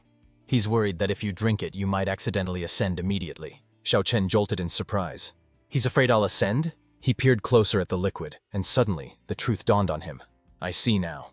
This tea is brewed with soul-purifying water. No wonder Yi Feng forbade me. It's too potent. But Xiao Xiao, such water is incredibly rare. You really shouldn't waste it like this." Chu Xiao Xiao simply pointed to a barrel the size of a house behind her. "Elder Xiao, are you sure it's rare? We have plenty." Xiao Chen felt like he'd been slapped by reality. He staggered away, swaying slightly on his feet. "Never mind. Just keep making the tea. I need to be alone for a while." As the sun dipped below the horizon, Xiao Chen sat alone, questioning the very meaning of his existence. "I regret it," he muttered. "I should never have joined this sect. Having my worldview shattered on a daily basis is just too much for my heart to handle." Suddenly, a familiar, chilling voice pierced the air. "Xiao Chen, so this is where you've been hiding." He instantly recognized the voice of his nemesis, Ding Yi. Ding Yi materialized before him, sneering. "Xiao Chen, I must admit, I never expected you to escape the soul-devouring Great Array. You've actually surprised me. But look at you now. The man once hailed as the most handsome soul cultivator is reduced to looking like a filthy old beggar. How tragically ironic. Xiao Chen, you'd better run now. I'll even give you a sporting chance." But Xiao Chen, fueled by pure hatred for his nemesis, had absolutely no intention of fleeing. Seeing this, Ding Yi threatened to use the Star Soul sect as leverage, promising to hunt Xiao Chen down only after he slaughtered the sect that harbored him. This threat pushed Xiao Chen over the edge, causing him to unleash a terrifying soul illusion as he screamed that Ding Yi had crossed the line. Ding Yi was surprised that Xiao Chen played his trump card immediately, mocking him for thinking the tactics of 200 years ago would still work. Retaliating, Ding Yi manifested his own immense soul avatar, dwarfing Xiao Chen's as he challenged his opponent's stamina. Suddenly, the system alerted Yi Feng that Xiao Chen was fighting a losing battle against Ding Yi, a relic who had somehow survived for centuries without ascending. Yi Feng immediately grabbed Little Blood to rush to the rescue, leaving the dragon confused as to how a man on the verge of ascension could be in such danger. Outside the sect, the battle had reached a fever pitch. Xiao Chen was being completely overwhelmed by his opponent's power. He was rapidly losing ground, gasping for breath under the relentless assault. Ding Yi remained arrogantly confident, toying with a soul ball in his hand as he dared Xiao Chen to reveal any other tricks he had accumulated. Xiao Chen scoffed at the display, mocking Ding Yi for taking such pride in a pathetic tiny soul ball. In response, Xiao Chen produced the massive supersized soul ball that Yi Feng had gifted him. Ding Yi was flabbergasted, refusing to believe that Xiao Chen possessed the soul power necessary to refine such a terrifyingly dense object. Xiao Chen sneered, reminding him that he had won 2 centuries ago, and today he would crush him again using every resource at his disposal. He declared that while a soul ball was a precious supplement for Ding Yi, for him it was merely an extravagant weapon. The sheer audacity of the claim left Ding Yi visibly shaken and intimidated. Meanwhile, Yi Feng and Little Blood had arrived, with Yi Feng complaining that this earth-shattering battle was boring him to sleep, while Little Blood marveled at the energy. It turned out that Yifeng couldn't actually see the soul energy, so to him, the two masters just looked like weirdos flailing around like ghosts. From Little Blood's perspective, the clash between the soul illusions was nothing short of awe-inspiring. However, Elder Xiaochun ultimately fell short in the confrontation. His strength had proven inferior to Ding Yi's overwhelming power. Ding Yi wasted no time, raising his hand to deliver the final killing blow. Panic seized Xiaochun as he stared death directly in the face. Suddenly, torrents of searing energy descended from the heavens to intercept the attack. But before Ding Yi could even begin to celebrate his victory, he saw Xiaochun being snatched away by Yifeng and Little Blood. Unconcerned, Ding Yi taunted, "Don't think you're safe just because you have backup. My master spared you only to learn how you broke the soul-devouring array. I'll give you 1 minute. Speak or not, I will turn your rescuers into corpses. I have 1,000 other ways to pry the truth from your lips." Yifeng replied coldly, "Oh, that broken formation? I destroyed the core and saved the prisoner. Do you have a problem with that?" Ding Yi scoffed in disbelief. "You? A piece of trash at the Divine Repository realm? I'd love to see how you manage such a feat." Yifeng pointed past him. "Your golden wheel is giving me a headache. Want me to destroy it just like I did the formation's core?" Ding Yi sneered. "My golden wheel destroyed by you? Go ahead, show me if you can." The moment the words left his mouth, the golden wheel behind him shattered. Yifeng had already triggered his destruction ability. Ding Yi stood there, completely dumbfounded. Just like that, it was gone. Impressed by the spectacle, Elder Xiaochun spontaneously recited a mocking poem about the fragility of the golden wheel and the emptiness of lost cultivation. With his golden wheel broken, Ding Yi was in dire straits. His cultivation was crippled and his body severely injured. Realizing Yifeng was too dangerous, he resolved to flee and beg his master for help. Panic returned to Xiaochun's face as he shouted, "Yifeng, stop him! He's summoning reinforcements!" But Yifeng remained perfectly calm. "Elder Xiao, are you afraid to ascend because of this so-called Great Emperor? Let me put your mind at ease. Join my sect, and I'll take you to the upper realms to live like a king." Shortly after, the space behind Ding Yi began to distort violently. From the rift, the massive projection of the Golden Wheel Emperor materialized. Yifeng quietly communed with the system. "System, hold off on the one-armed maniac for now. I want to test just how strong this Emperor's projection really is." However, the system proposed a different plan. "I have a better candidate who can drag his true body here through the projection, leaving his fate entirely up to you." Yifeng was surprised. "Seriously? Is it an official guard?" Meanwhile, the Golden Wheel Emperor's projection loomed overhead, surrounded by spinning golden discs, exuding an imposing aura. Upon seeing his disciple, he was taken aback. "Ding Yi, where is your golden wheel?" Ashamed, Ding Yi knelt. "Master, I am incompetent. 200 years ago I was defeated, and now my golden wheel has been destroyed." Hearing this news, the Emperor's temper flared. The Golden Wheel Emperor roared in fury. "Who dared to destroy my disciple's weapon?" Yifeng quickly asked the system how the Golden Wheel Emperor's strength compared to the masters of the Boundless Sanctuary. The system replied, "The Golden Wheel Emperor alone could pierce through the entire Boundless Sanctuary." Yifeng was shocked. "Wow, I knew my Divine Tycoon guards were strong, but this is insane." The system explained that the upper realm isn't the limit. Only top-tier fighters from the highest realms can challenge his official guards. It revealed that Yifeng's extravagant spending actually nurtures these guards, unlocking hidden rewards and power for the reserves. Emboldened by his master's presence, Ding Yi pointed an accusing finger. "Master, it was him. He destroyed my golden wheel and rescued Xiaochun, though I don't know how." The Emperor scoffed indifferently. "Mere ants. True or not, they shall die." But as he prepared to strike, Yi Wan, a reserve guard, suddenly materialized behind him. "Ants? Who exactly are you calling ants?" Yifeng looked exasperated. "You again? Why is it always the same people? Besides the one-armed maniac, I haven't seen any new faces." In his frustration, he had completely forgotten a brief cameo by another member earlier. He vented his dissatisfaction. "What is this? You show up, stand there like a wooden post, and forget your lines? Can't the guard offer anything fresh? It's the same two guys. Can't you at least change your outfit or add some flair?" Sensing Yiwan's unfathomable power, the Golden Wheel Emperor panicked. "You fool! What kind of monster have you provoked?" Ding Yi stood baffled, having no idea who they were actually dealing with. While Yi Wan was busy respectfully addressing Yifeng, the Golden Wheel Emperor seized the opportunity to flee. He instantly disowned Ding Yi to save his own skin. "Don't rely on me. From this moment on, our master-disciple bond is severed. Good luck on your own." Yifeng watched the cowardly display, completely unimpressed. Go and drag the real Golden Wheel Emperor here. Are you blind? He's getting away! Yiwan realized the Golden Wheel's projection was attempting to flee. He instantly materialized behind the entity. My master wishes to speak with you.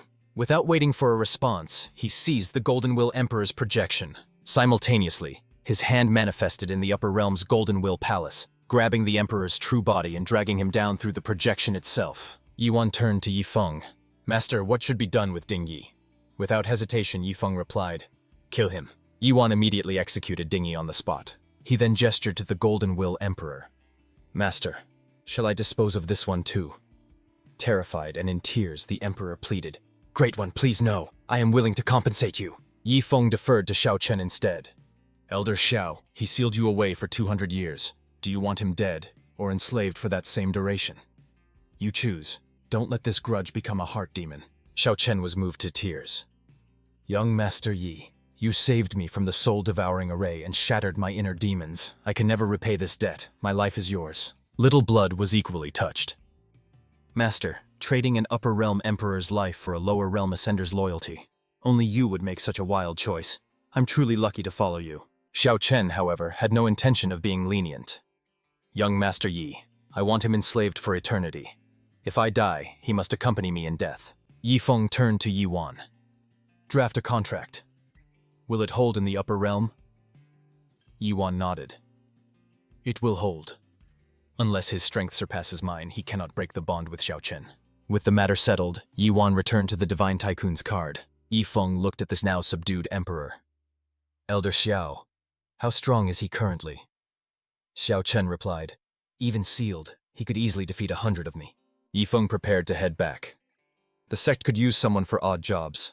Let's keep the Golden Wheel Emperor's true identity a secret for now. Meanwhile, back at the dilapidated gate of the Star Soul sect, Luo Qinshuang was filled with doubt. Why did Elder Xiao leave the sect, and why did Yifeng follow with Little Blood? A bad feeling gnawed at her. Suddenly, she saw Yifeng and the others returning, but she noticed they had brought an extra person along. Her suspicion deepened. Only 3 had left, but 4 returned. She feared her bad premonition was coming true. Yifeng approached her casually. Sect Master, why are you standing out here? Luo Qinshuang, visibly annoyed, cut him off. Never mind why I'm standing here, just explain to me who that person is. The Golden Wheel Emperor stood there, sporting a completely new look, and dressed in the humble garb of a menial worker. Yifeng smiled brightly. Oh, him? Speaking of him, Master, you really ought to praise me for this one. Luo Qinshuang looked at him in disbelief. Praise you? For what? Yifeng explained. Look, we have disciples, executives, and elders, but haven't you felt the lack of a sect servant? Luo Qinshuang was speechless. With the elders already so idle, why would they need a servant? We can't add more people, she argued. The sect is full, and besides, the minimum requirement for a servant should be the tribulation crossing realm. The Golden Wheel was shocked. Since when was that the minimum standard for a mere servant? Yifeng shook his head. Master, you're thinking too small. As the only servant of the sect, this Golden Wheel is a powerhouse ready to ascend at any moment. That's the standard our Star Soul sect should maintain. Luo Qinshuang was dumbfounded. Aren't you worried about pressuring the other elders? Seizing the chance to make a good impression, the Golden Wheel thought, this kid is clearly terrified of this woman. I need to present myself perfectly when she asks for my identity. However, before he could speak, Luo Qinshuang pointed at him. Tell me, how much did it cost to abduct him? Confused, the Golden Wheel stammered. What? Do you people often abduct? He then thought bitterly. I actually wish I had been abducted. Unfortunately, the truth is I was captured and dragged back down from the upper realm, wanting to ensure a smooth future. The Golden Wheel tried to explain himself to the sect leader. I wasn't abducted. The reason I joined the sect as a servant is... But before he could finish, Luo Qinshuang had already turned and walked away, completely uninterested. It's fine. No need to explain. All the elders are weird anyway. If you want to be a servant, so be it. Yifeng yawned, feeling the fatigue set in. I'm so sleepy. Elder Xiao, let the Golden Wheel stand guard for you tonight. I'll arrange his duties tomorrow. I'm going to rest. Xiao Chen and the Golden Wheel were left alone.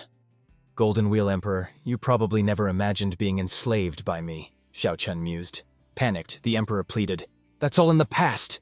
I'll give you whatever you want. However, Xiao Chen was unexpectedly grateful. Don't worry, I won't be too harsh. If it weren't for you, I wouldn't have met young Master Yi. A truly great opportunity. Do your job well, and maybe I'll free you after a few hundred years. The Golden Wheel immediately knelt in gratitude. Thank you, Elder Xiao. He then followed Xiao Chen to his courtyard, but stopped short upon seeing the opulent golden decor, realizing the entire house was built from the rare Golden Soul Holy Spirit tree. The Golden Wheel couldn't help but feel completely overwhelmed. Damn! You're audacious enough to use a 9,000-year-old Holy Spirit tree just to build a house? What was my disciple even fighting for back then? Meanwhile, back in the Heaven Fire realm at the Dark Flame sect, Li Fei had returned, only to find sect leader Sun Tianyu and great ancestral elder Wang Qingxian glaring at him fiercely. You dare to return with such arrogance? Do you require another lesson? Sun Tianyu was determined to put Li Fei in his place once and for all. But just as he prepared to strike, Li Fei calmly stated, I have advanced my death sword intent to the Sword Heart realm. In an instant, great ancestral elder Wang Qingxian intervened, delivering a sharp slap to stop Sun Tianyu. He bellowed, with me here, you won't lay a finger on him. How dare you harm such a talented sword cultivator? Sun Tianyu felt aggrieved but dared not retort. Then, Wang Qingxian witnessed something shocking as Li Fei produced a massive pile of golden silkworm star-shining stones, asking, Li Fei, where did you acquire so many treasures? Li Fei replied with a smile. Master, great ancestral elder, what do you think about using these rare stones to build a simple thatched hut? Both men were left completely speechless by his extravagance. They began to glare daggers at Li Fei, causing him to panic and shout, Master, Elder, I have broken through to the Sword Heart realm. Despite the revelation, Li Fei was promptly beaten within an inch of his life by the two elders. The next day, Yi Feng's prodigal spending quota refreshed, providing him with mind-calming incense, an item he deemed useless. He immediately summoned the great ancestral elder and Elder Bai gang. Both men rushed over with great eagerness. Yi Feng privately asked, System, does gifting these 500 incense sticks to the great ancestral elder, who lives like a beggar, count as wasteful behavior? The system confirmed. Yes, since his mindset is truly that of a beggar, gifting him the mind-calming incense qualifies as wasteful behavior. Thus, the great ancestral elder, fully embracing his beggar persona, received the reward, while Elder Bai Gang was left infuriated by his own slowness. Witnessing this, Yi Feng was left speechless, feeling that the morals of the entire situation were somewhat skewed. Unable to receive anything from Yi Feng, Bai Gang decided to try his luck with Xiao Chen instead. However, he encountered a stranger and asked, Who are you? The man introduced himself. I am Golden Wheel. I joined the sect last night as a servant. Bai Gang didn't find this odd, remarking, A servant?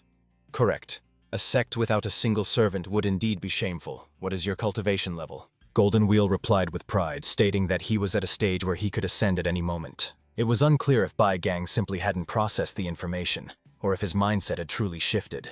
To him, Golden Wheel was just another cultivator. Since Yi Feng didn't value raw strength alone, Bai Gang found the situation surprisingly reassuring. Golden Wheel felt frustrated and belittled by the lack of respect. Despite his prestigious status, he couldn't even boast about it while stuck doing menial chores. While sweeping the floors of the sect's grand hall, he stumbled upon some shockingly familiar techniques inscribed on the walls. They were the Boundless Mystic Spirit Array and the Boundless Mystic Purification Technique. These were the exact same methods practiced by Luo Qingshu. Golden Wheel realized the sect leader's identity was extraordinary. These arts belonged to the Holy Master of the Boundless Sanctuary. Could she be a reincarnated Holy Maiden? Suddenly, Yi Feng entered, making Golden Wheel nervous. Yi Feng announced he was taking junior brother Wu Feng out for training, though Wu Feng seemed less than thrilled about visiting his grandfather. Yi Feng insisted, explaining that since he convinced Wu Feng to switch to the path of cooking, he owed the boy's grandfather an explanation. Luo Qingshu, annoyed at the interruption to her cultivation, granted permission but added a warning. The number of people who leave must equal the number who return. No new members. Yi Feng quickly agreed, promising to only take Little Blood along, though his assurance didn't sound particularly convincing. Later they borrowed Elder Xiao Chen's flying spiritual artifact and set a course for Heavenly Elixir City. Yi Feng's true motivation was a system task requiring him to join an alchemy competition. Just participating would net him 1 million points, an opportunity he couldn't pass up. Thus, Yi Feng and his companions, including Little Blood, rapidly approached Heavenly Elixir City.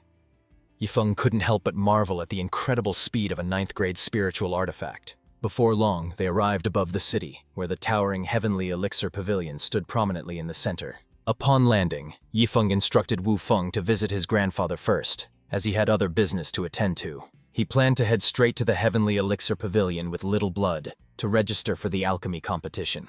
However, Yifeng soon hit a roadblock. To enter the alchemy competition, he first had to clear a preliminary assessment. The enthusiastic examiner, Qinghai, eagerly invited Yifeng to participate, leaving the young man bewildered as he thought, I don't have a clue how to refine elixirs, so how am I supposed to pass? Qinghai tried to reassure him, saying, Don't be nervous. Just refine as you normally would and show me your skills. You may begin. At that precise moment, the system triggered a new task. If the host used the system-provided spiritual grass for the assessment, he would be rewarded with 500,000 squandering points. Yifeng was surprised by the system's generosity, viewing the task as free points. Since the system was practically begging him to refine, he decided to give it a shot. He turned to the examiner and said, Please wait a moment, Elder Qing. I need to use my own furnace for this. Smiling at his companion, Yifeng said, Little Blood, please bring out my furnace. Little Blood immediately produced the legendary Heavenly Tier furnace. This caused Qinghai to wonder if Yifeng was the disciple of some supreme alchemist, especially considering Little Blood's ability to withstand 2 Heavenly Dao Thunder tribulations. Meanwhile, Little Blood patted the furnace sympathetically and whispered, Just endure it for a little while. Qinghai was baffled. Was she talking to the artifact? And why was such a precious treasure covered in scratches? Suddenly, Little Blood pleaded with Yifeng. Master, can we please not use it? Whenever you refine with it, I feel like it gets so dirty. Yifeng pulled her away and replied, Little Blood, I know you like wielding this furnace, but I don't have a spare. She countered.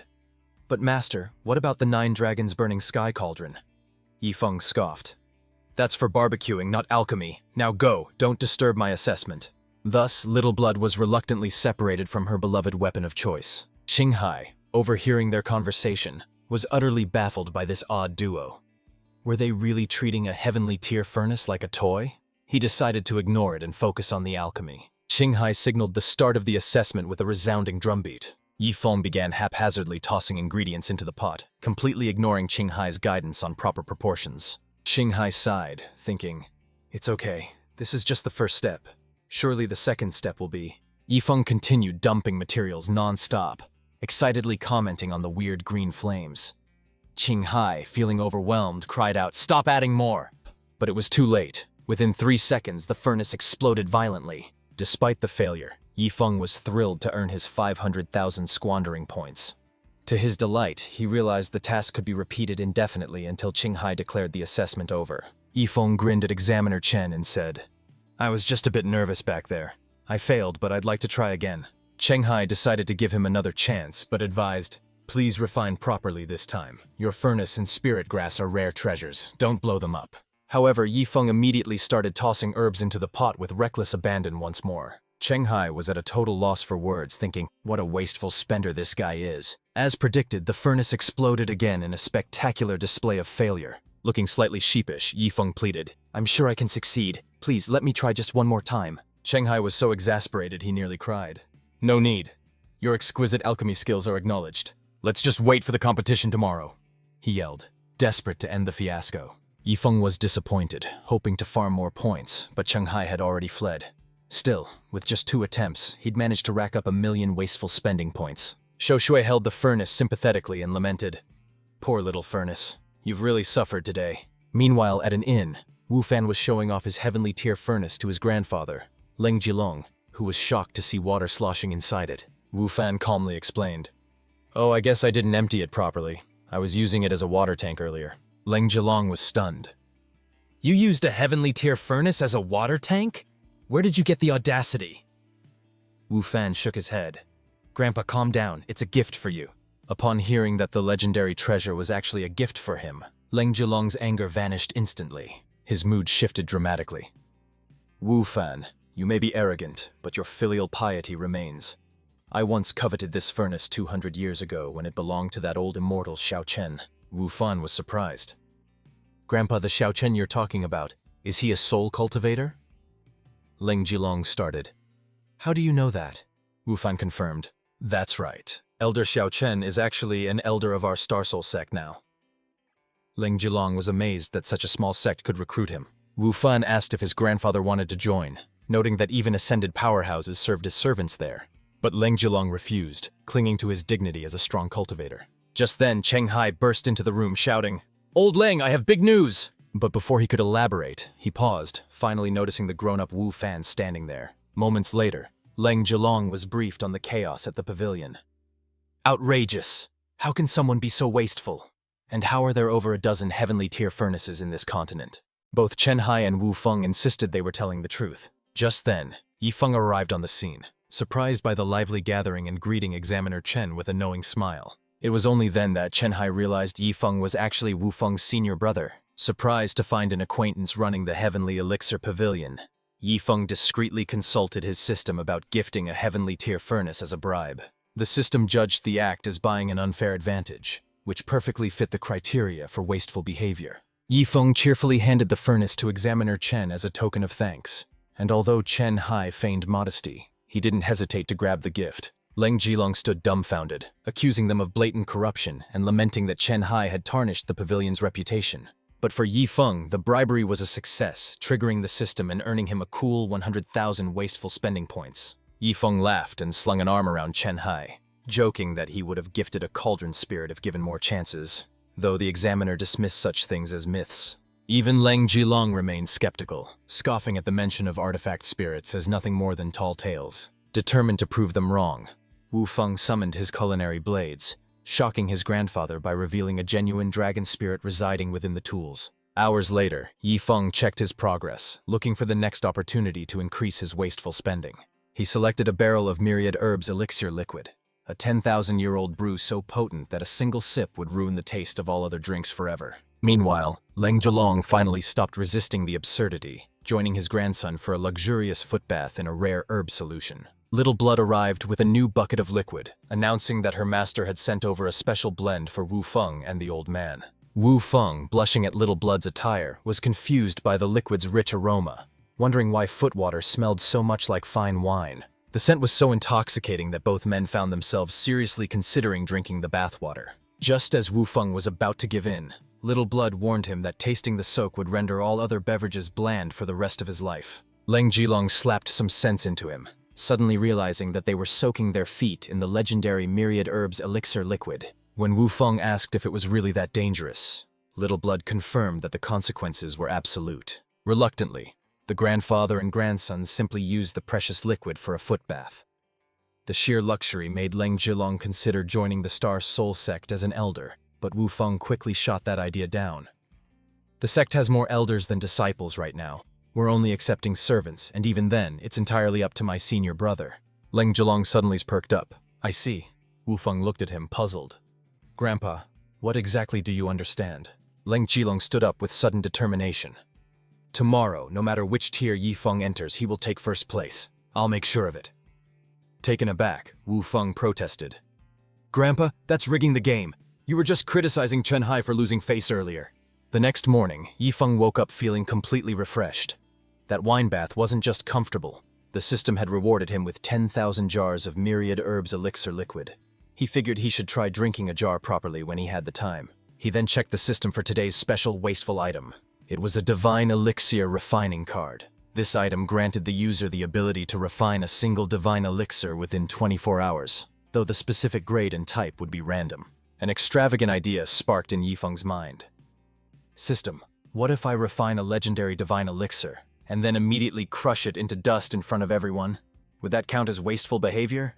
The system confirmed that it would indeed be considered wasteful, adding that such an act would grant him a bonus of 1,000,000 points. Yi Feng was thrilled. Fantastic. For 1,000,000 points, I don't mind offending a few alchemists. Just then, Wu Feng arrived to urge him along. Senior brother, it's time for the alchemy competition. Grandpa has already reserved a spot for you in every single tier of the contest. Without wasting another moment, Wu Feng hurriedly escorted Yi Feng to the competition venue. They soon arrived at the central square of Heavenly Elixir City, where the atmosphere was already buzzing with electric excitement. Yi Feng didn't hesitate. He immediately retrieved the divine elixir refining card and activated it. The card successfully generated the recipe for a tribulation-breaking pill. Reading the description, Yi Feng realized this pill allowed a cultivator to completely ignore a heavenly Tao Thunder tribulation. If someone who had already survived 8 tribulations consumed it, they could ascend directly to the next realm. Yi Feng was utterly astounded. An elixir capable of defying the heavens themselves, he thought. If I fed these to the sect members, ascension would become as easy as child's play. System, can this 10-pattern tribulation-breaking pill be mass-produced in the elixir jar? The system responded affirmatively, though it warned that the success rate for mass production would be incredibly low. That's fine, as long as it's possible. As the card's knowledge infused into his mind, Yifeng instantly mastered the complex techniques and fire control needed, as if he had refined this divine pill countless times before. With confidence, Yifeng headed straight toward the 9th grade alchemist competition area. Surprisingly, the turnout was sparse. There were only 3 other 9th grade alchemists present. He recalled hearing the stats on the way over. There were fewer than 10 6th grade alchemists, less than 3 7th grade, and barely over 10 8th grade masters in total. The 3 alchemists turned their gaze toward Yifeng, confused by the sight of a kid without a robe standing in the 9th grade area. However, a long-haired elder immediately shut down their doubts, exclaiming that something wasn't right. When the bald alchemist asked what was wrong, the elder explained that this boy must be an ancient monster maintaining a youthful facade. He pointed out that Elder Len had been staring in that direction the entire time, and indeed, Len Julong was laser-focused on the 9th grade zone. This convinced the trio that Yifeng was actually a powerful senior cultivator concealing his true age. Meanwhile, Yifeng felt a sudden chill, confused as to why his reputation felt unjustly tarnished before he had even lifted a finger. Just then, Qinghai rang the bell to signal the start of the match, giving the contestants the time it takes for 3 incense sticks to burn. Yifeng, uninterested in the pageantry, decided to speedrun the process so he could go back to sleep. The audience was instantly left speechless when he summoned his life-bound heart flame, expecting the heat of the competition to rise immediately. Instead, Yifeng casually dumped out a massive pile of spiritual grass and rare medicinal ingredients. Relying on the temporary knowledge he had acquired, he tossed the ingredients for the tribulation breaking pill straight into the furnace. Len Julong was bewildered by the sloppy technique, wondering what on earth the boy was doing. Despite the incredible flame, he was using unrecognizable spiritual herbs, leaving the elder questioning what kind of elixir he was attempting to brew. The 3 9th grade alchemists were dumbfounded, noting that he seemed to be using the precious herbs as firewood rather than refining them properly. However, in the very next moment, Yifeng's chaotic process unexpectedly summoned a heavenly Dao thunder tribulation. Len Julong froze in shock, instantly realizing that this storm was actually an elixir tribulation. The crowd watched in astonishment as lightning filled the sky, recalling the legends that say a tribulation only descends when a divine elixir is born. Qinghai was moved to tears, overwhelmed by the honor of witnessing the birth of a divine elixir, a feat no alchemist had achieved in thousands of years. As Yifeng intensified the fire, a crisp sound rang out from the furnace, revealing a round, lustrous divine elixir sitting within. Len Julong gasped, his eyes widening as he recognized the legendary 10-pattern pill. The crowd was left in a state of confusion, wondering why the heavenly thunder hadn't struck yet. The suspense was agonizing as they waited to see if the divine elixir was truly finished. Yifeng was equally baffled, knowing he had followed every step perfectly, yet the mandatory elixir tribulation refused to descend. Little Blood noticed something peculiar about the tribulation clouds, and suggested that Yifeng step away from the pill to test a theory. It turned out the heavenly Dao thunderclouds were actually terrified of Yifeng, having been violently dispersed by his subordinates in the past, and dared not strike while he was close. Yifeng was left speechless, finding the cowardly caution of the heavenly Dao completely ridiculous. But sure enough, the moment he put some distance between himself and the pill, the tribulation finally summoned the courage to strike. After undergoing the intense baptism of the heavenly Dao thunder tribulation, the divine elixir was finally complete and perfected. The onlookers were moved to tears, feeling that witnessing the birth of such a legendary pill was worth dying for. Qinghai loudly proclaimed that Yifeng was no mere wastrel, but a literal god in the hearts of all alchemists. However, Wu Feng felt a sense of dread, knowing his senior brother was likely about to perform another shocking act of prodigal wastefulness. By this point, the entire crowd was ready to worship Yifeng as the undisputed god of elixirs. But right then, Yifeng decided to execute the extravagant plan he had been plotting all along. Without warning, he tossed the priceless divine elixir onto the dirty ground. The crowd was baffled, unable to comprehend why he would discard such a treasure, but their confusion turned to horror as he raised his foot. With absolute resolve, Yifeng positioned his boot directly over the pill. Ignoring the desperate screams of the crowd begging him to stop, he stomped down without hesitation, shattering the priceless treasure with a sickening crack. Just like that, the legendary divine elixir was reduced to dust beneath Yifeng's heel. This act completed his prodigal task, instantly rewarding him with a massive 2 million extravagance points. Meanwhile, the 3 enraged 9th-rank alchemists behind him were ready to kill Yifeng for destroying such a divine treasure. But Yifeng remained unfazed, complaining that the crowd's outrage was too weak and the destruction wasn't grand enough, leaving even the system speechless at his audacity. Suddenly, Len Julong broke the silence,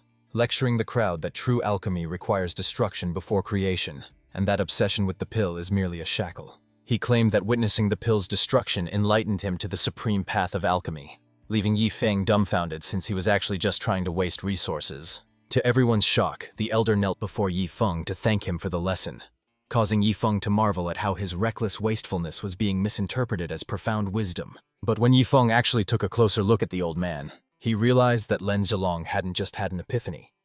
The man was literally on the verge of ascension. Even Lin Zilong was surprised by the sudden breakthrough, quickly instructing Cheng Hai to tell his old peers that he was heading to the higher realm ahead of them. Cheng Hai was heartbroken to see him go so suddenly, but he tearfully accepted the instruction. Lin Zilong then turned to his weeping grandson, Wu Feng, assuring him that this was a joyous ascension, not death, and advising him to stick close to the extraordinary Yi Feng. Yi Feng watched with genuine curiosity as the mystical process of ascension began to unfold before his eyes. A magnificent stairway to heaven materialized from the sky, accompanied by the thunderous cheers of the crowd. With a dignified air, Lin Zilong stepped onto the path and began his journey upward. Before he left, Yi Feng tossed him a storage ring, warning him to only use the items inside during a life-or-death crisis. Lin Zilong glanced inside to find the precious 100-herb liquid, offering a final, grateful bow to young Master Yi. And with that, the legendary alchemist ascended the stairway, vanishing into the higher realm. Back on the ground, Wu Feng quickly recovered from his grief and began sniffing the crushed remnants of the divine pill, wondering if they held any power. He wasn't the only one. The entire crowd suddenly realized that even the dust of a divine pill was a priceless treasure. They noticed some powder stuck to Yi Feng's shoe and looked at him with crazed, hungry eyes, sending a terrified chill down his spine. Sensing the danger, Yi Feng didn't hesitate for a second, grabbing Little Blood and fleeing the scene immediately. This is the sheer generosity of a prodigal tycoon. The life-bound heart flame is a treasure that most alchemists couldn't obtain even after a lifetime of effort. Yet Yi Feng casually gifted it to a great demon who was utterly clueless about the ways of alchemy. Afterward, Yi Feng returned to his guest room, finally managing to escape the pestering of those obsessed alchemists. Suddenly he received a telepathic message from his top disciple, Hua Yuemen. Yi Feng immediately replied, "I'm here. What's wrong?" "Ever since I obtained the impurity-free spirit body, the sect elders have been grilling me about its origin. I don't know how to explain it to them."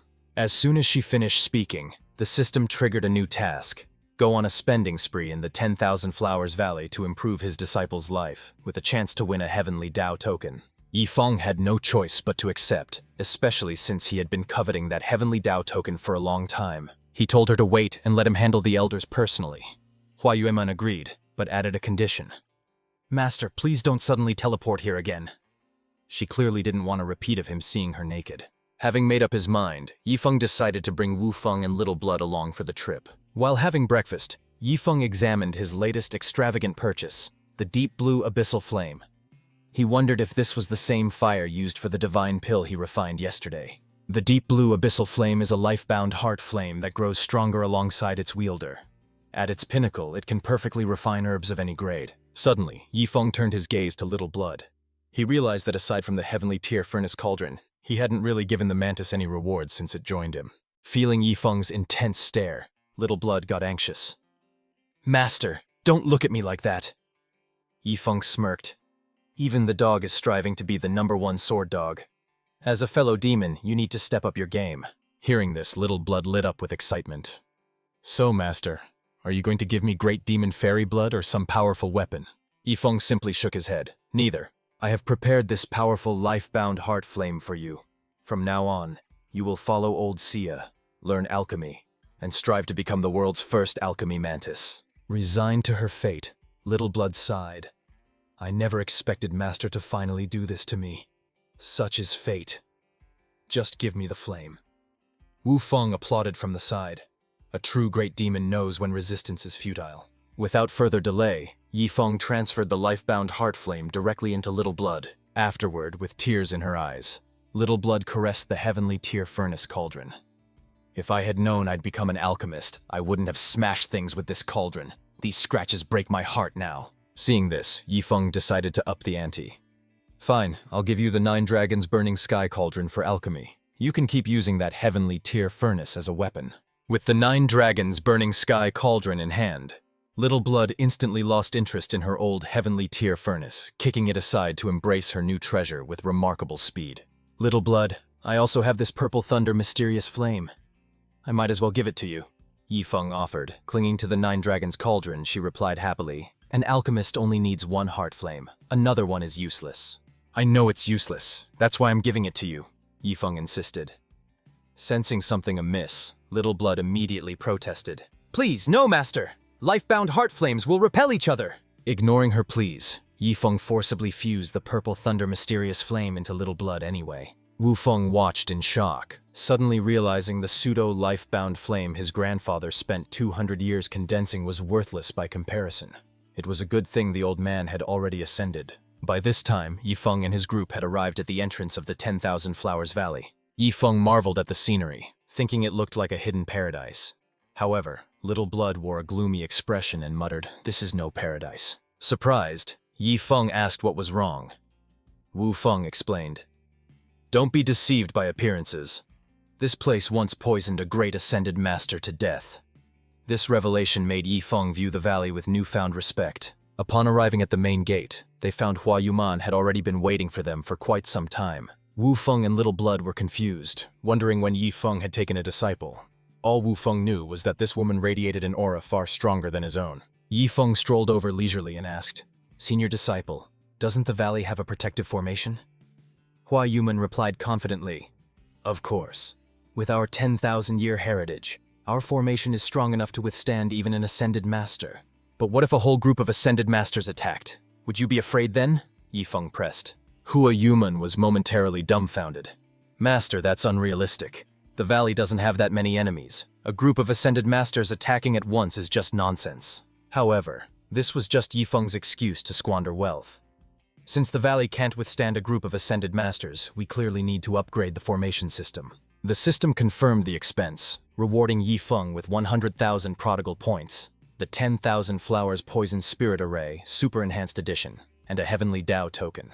Satisfied, Yifeng mused that he should upgrade the Heavenly Secrets Pavilion next. Without hesitation, he handed the enhanced formation manual over to Hua Yuman.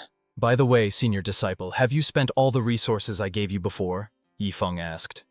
Hua Yuman hesitated, her face flushing slightly. She admitted sheepishly, "Master, I still can't bring myself to squander them. Those items are simply too precious." Yifeng was so frustrated he was speechless. This senior disciple was even more troublesome than his second one.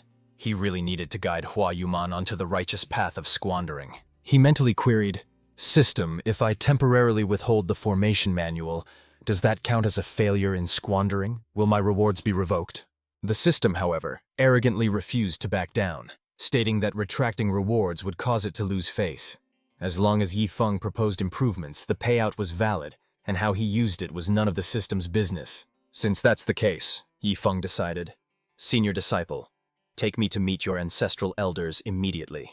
Moments later, the group arrived at the majestic 10,000 Flowers Hall. One of the elders immediately confronted Yifeng, asking, "So you are Hua Yunmen's master?" Yifeng looked at them, genuinely surprised by what he saw. The three elders before him were incredibly short. The red-clad Great Elder Zhu Binglan, the green-clad Second Elder Chen Weiman, and the yellow-clad Third Elder Gu Jia, all demanding to know how Yifeng had deceived their disciple. Yifeng found their diminutive stature amusing and squatted down to look the Great Elder in the eye, teasing, "You tiny elders are too cute. I came here to question you, yet you don't even realize your own mistakes." The Great Elder looked puzzled and shot back, "What exactly have we done wrong?" Instead of answering, Yifeng ordered Hua Yunmen to bring out 100 stalks of ghost bewitching grass. The Second Elder was shocked by the mention of such a treasure, gasping, "What? Hua Yunmen actually possesses ghost bewitching grass?" Hua Yunmen obediently presented the precious herbs, while Yifeng slowly asked, "Do the three ancestral elders realize their mistake now?" But the Great Elder remained stubborn, insisting, "We have done nothing wrong. Even as Hua Yunmen's master, you have no right to question us." Unfazed, Yifeng commanded, "Junior brother Wu Feng, chop these 100 stalks of ghost bewitching grass into pieces." Without hesitation, Wu Feng immediately produced a divine artifact kitchen knife. With skills honed over countless battles, he rapidly minced the precious herbs into useless scraps. The elders were left speechless, stammering, "What is the meaning of this? Are you threatening us with brute force? Such wasteful arrogance is shameful." Ignoring them, Yifeng ordered Hua Yumen to bring out 100 withered soul branches for Wu Feng to chop next, a command the disciple followed with a heavy heart. As the extravagant destruction continued, the Great and Second Elders scoffed disdainfully. It's your own property. Waste it if you want, we don't care. However, the third elder suddenly realized something and whispered, "Is it possible that these items were originally intended as gifts for Huayun men? In other words, these precious materials should technically be considered the property of our 10,000 Flowers Valley." Yifeng threatened that if they didn't comply, Wufeng should chop up the 100 fragrance flowers of the 5 poisons next. This ultimatum terrified the ancestral elders, causing them to instantly admit their faults and beg Yifeng to stop. They threw themselves at his feet, pleading for mercy. But Yifeng ignored them and poured out 100 drops of the rare soul-scorching spirit bamboo water. Within minutes, the Grand Elder and the Second Elder were left staring in agony at the precious remnants soaking into the dirt. Yifeng finally explained his reasoning. These treasures were meant for his senior sister to waste, but she refused to be extravagant. And since you, the ancestral elders, failed to teach her the art of squandering, this entire disaster is squarely your fault. Heartbroken, the Second Elder tried to salvage the scraps, muttering that the 10,000 Flowers Valley values thriftiness, making such waste unbearable for them. Yifeng countered that if they had taught her to enjoy these luxuries, like brewing tea with them, then the elders could have shared in the wealth instead of watching it vanish. The Grand Elder felt aggrieved, admitting that while they understood the logic, their hearts simply couldn't accept such reckless behavior. Seeing their hesitation, Yifeng played his trump card.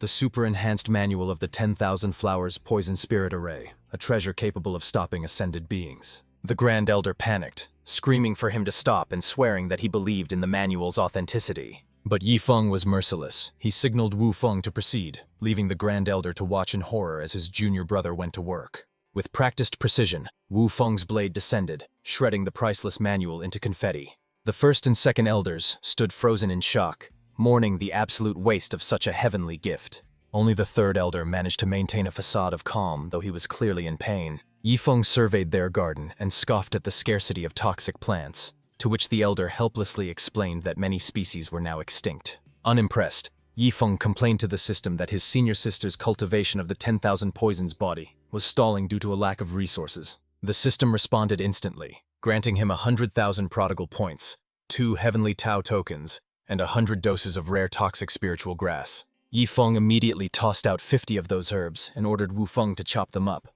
causing the Grand Elder to wail that the scarcity of materials wasn't their fault. Weeping, the Second Elder begged to know what they needed to do to stop the destruction, but Yifeng simply smirked, looking for the next thing to destroy. Yifeng then pointed a finger at the Third Ancestral Elder, demanding his full attention. "First, tear down every dwelling in the 10,000 Flowers Valley. They are built with common toxic plants and are utterly useless. Next, uproot the majority of the herbs here." The Second Elder was devastated, lamenting how hard they had worked to grow them. Within just 2 hours, the entire valley was dismantled and stripped bare, leaving only a few lonely pillars standing. Yifeng earned 1.8 million prodigal points and 9 heavenly Dao tokens, planning to collect 18 total to treat the Star Soul sect to a day out. Before leaving, Yifeng warned the elders to cure his disciples' frugality, to which the Second Elder quickly agreed, begging him never to return. With business concluded, Yifeng gathered Wufeng and the others, deciding it was time to head back to the sect. However, he suddenly realized he hadn't checked today's prodigal system reward yet. Upon opening the menu, he found a painting imbued with the merciless sword path, radiating a powerful and cold intent. Yifeng pondered what to do with the artwork before deciding to find a nearby town to rest in, hoping inspiration would strike later. After stuffing himself with crystal shrimp and questionable intestine sashimi, Yifeng noticed a stare and snapped, "What are you looking at?" The indifferent young man, Bai Lei, coldly replied, "I'm looking at you. What's it to you?" Yifeng's temper instantly flared up. "You're asking for a beating, aren't you?" Unexpectedly, Bai Lei unfurled a scroll. He had sensed Yifeng's death sword intent and wanted to sell him a painting containing that very same power. Yifeng was speechless to find out the guy was just a salesman, but he realized this was a perfect opportunity to squander money. Bai Lei suddenly dropped the act and grinned. "Brother, interested? Just say the word." Yifeng nodded. "Of course, but I need to check the goods first." Bai Lei gestured toward a nearby restaurant. "Let's head inside and talk business." Meanwhile, an agitated middle-aged man was rushing toward the town, screaming, "That wayward disciple of mine is stealing my paintings again! If he dares to sell it cheaply this time, I'm going to skin him alive." Back at the restaurant, Yifeng confirmed the painting contained authentic death sword intent. "It's excellent, I'll take it. Name your price."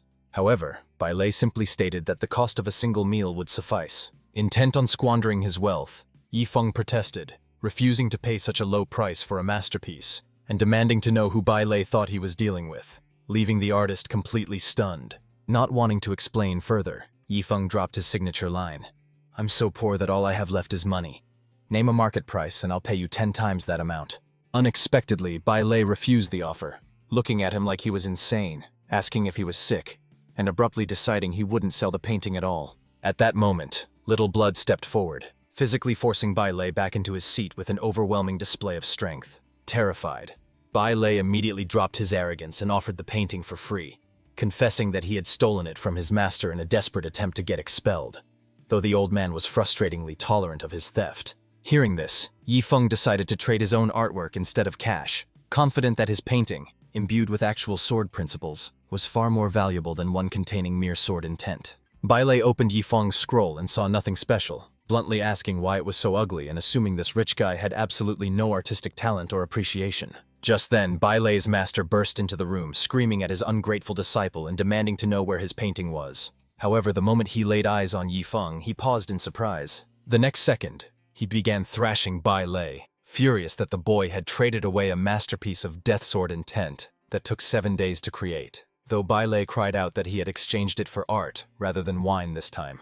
Watching the unfortunate beating, Yifeng mused that he was supposed to be the real prodigal here, and wondered how this kid was managing to steal his title. After disciplining Bai Lei, the master turned to Yifeng with a smile, suggesting that since his foolish disciple knew nothing, they should perhaps reverse the trade for something more suitable. However, Yifeng had no intention of returning the item, stating that the transaction was final before smirking and beginning to tear the painting apart right in front of the master. He quickly reduced it to shreds, leaving the master dismayed that one of his favorite works was destroyed by someone even more wasteful than his own disciple. Yifeng actually enjoyed these words, taking the accusation of being a squanderer as the highest form of compliment. Bai Lei then suggested that his master take a look at the painting they received in exchange, hinting that it might hold some value. As Bai Lei unfurled the scroll depicting the merciless sword path, the atmosphere instantly changed. A powerful, overwhelming essence burst forth from the canvas. This left Bai Lei's master completely stunned, as he realized he was looking at the true sword principle of the merciless sword path. Following Yifeng's lead, Bailey grabbed the merciless sword path painting and shredded it right in front of his master. His master exploded with rage, demanding an explanation, but Bailey shot back without hesitation, claiming he was just destroying a piece of trash. Meanwhile, Yifeng completed his prodigal task, earning a massive reward of 10,000 artistic path enlightenment fragments. Watching the master and disciple bicker, Yifeng was left speechless. If they were better at being wasteful than him, he couldn't just stand by and watch. He turned to Bailey and asked a simple question. "Do you know the title people have given me? They call me the strongest prodigal son. No one dares to outspend me to my face, yet you just did, so I think we should continue this little game."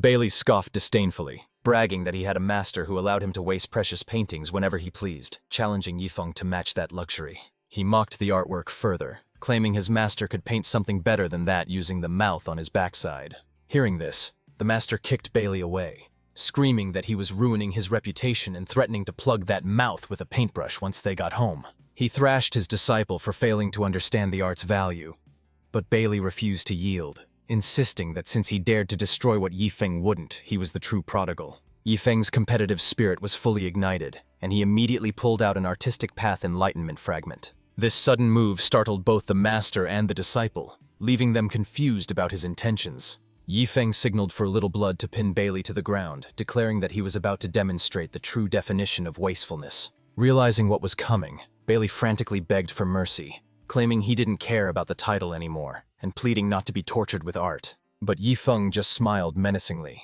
telling him that the title of prodigal son was something sacred and inviolable in his eyes. Bailey looked to his master for help, but the old man was all too eager to assist, jumping in to hold his rebellious disciple down.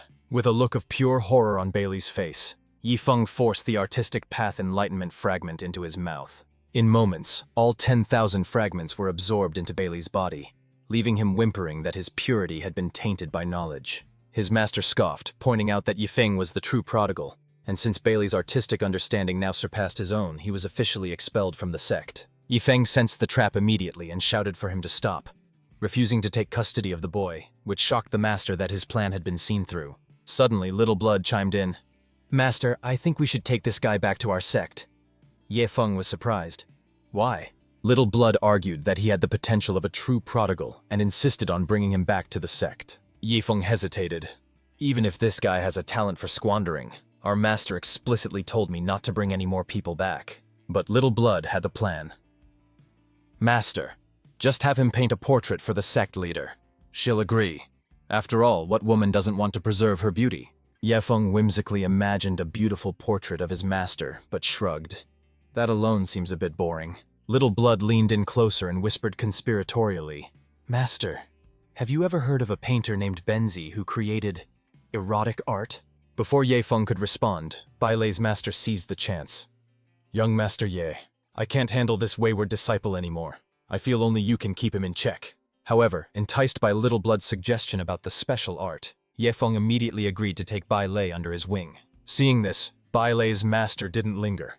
After a fake tearful goodbye, he bolted, leaving Bai Lei screaming, Old man, come back here! The old master danced joyfully through the street, thrilled to finally be rid of his troublesome disciple. Now he was finally free to chase after women. Bai Lei watched the scene with a cynical sneer. I knew it. That old lecher is definitely sneaking off to a brothel. Resigned to his fate, he followed Yifeng, begging not to study painting, but Yifeng gave a non-committal shrug.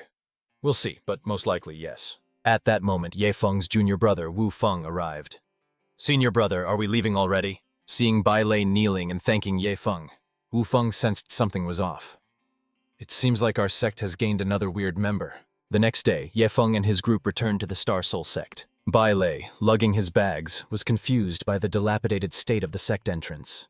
I hope I haven't been brought here to be harvested for organs. Yesterday, that guy said this sect has great demons and chefs with dragon spirits, but this place looks like a total dump. Suddenly, Bai Lei noticed a strange figure soaring through the sky. It was Yellow Dog, a long unseen member of the sect, who had now strangely mastered the art of sword flying. Wu Feng and Little Blood weren't surprised, being used to the sect's eccentrics, but they noted Yellow Dog's rapid progress while Bai Li stood there stunned. Soon, Old Bai and Yellow Dog started sparring, with Old Bai wielding the familiar Heavenly Tier furnace cauldron, and the dog gripping a longsword in its mouth. Bai Li was even more astonished, realizing that this dog had actually mastered a dual sword mode. As Yellow Dog and Old Bai clashed in their training session, Bai Li watched in total confusion, wondering if this sect specialized in raising great demons. Yifeng clarified that they only had the Sword Dog and Little Blood so far, causing Bai Li to sigh in relief that there were only two of them. At that moment, Golden Wheel, who was sweeping the floor, respectfully greeted Yifeng, who immediately assigned him to work alongside Bai Li. Intrigued, Golden Wheel asked if Bai Li was also an Ascended Realm expert, causing Bai Li to grimace and deny it. But then he sensed something was wrong. Why would an Ascended expert be doing menial janitorial tasks?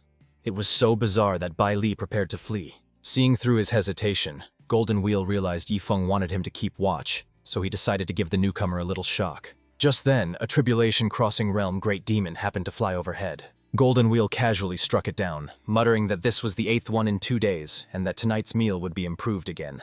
In the blink of an eye, Golden Wheel's casual strike completely obliterated the flying beast. Terrified that a janitor could one-shot a tribulation demon, Bai Li listened as Golden Wheel explained that he only stayed because Yifeng wouldn't let him leave, implying Bai Li was now in the same trap. Bai Li looked utterly defeated, realizing that there was absolutely no hope of escaping this place. Meanwhile, inside the sect's main hall, Luo Qinqiu sarcastically questioned Yifeng, praising him for expanding the sect single-handedly before demanding an explanation for the new person he brought back. Yifeng explained that the newcomer was a painter-cultivator capable of infusing intents into art, suggesting he could paint a portrait to preserve her beauty for worship even after she ascended. Luo Qinqiu found the idea appealing and admitted she might have misjudged him before asking where he had taken Wu Feng and Little Blood. Yifeng shared that they had gone to Heavenly Elixir City and proceeded to recount their glorious achievements there. Luo Chenshu slammed the table in a rage, scolding him for crushing divine pills, bullying the elders, and forcing a body cultivator to refine medicine. She demanded to know if he felt any regret for wasting such resources.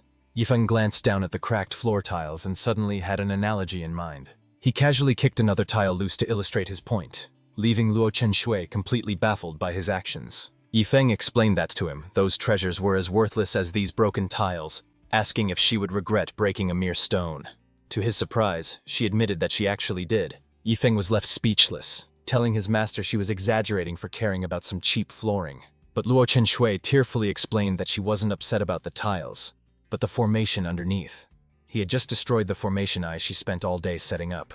Yifeng froze, realizing the awkward timing of his demonstration and muttered that it was quite a coincidence. Luo Chenshui stared at the ruined formation on the ground, her frustration clearly boiling over. She began to miss her old master from the boundless sanctuary, wondering why she felt so aggrieved as a sect leader when her own teacher had always been so imposing. Meanwhile, back at the boundless sanctuary, Luo Chenshui's master Hu Li suddenly let out a loud sneeze. She rubbed her nose, wondering who was talking about her behind her back. Dismissing it, she continued sweeping the area with her divine sense, searching for any trace of Luo Chenshui's whereabouts. Back at the Star Soul sect, Yifeng felt guilty seeing his master so dejected, so he consulted the system on how to compensate her for the destroyed formation. The system explained that the damaged array was low quality, suggesting he replace the missing core with a boundless gathering spirit stone. With a plan in mind, Yifeng comforted his master, promising to replace the broken eye with something far superior.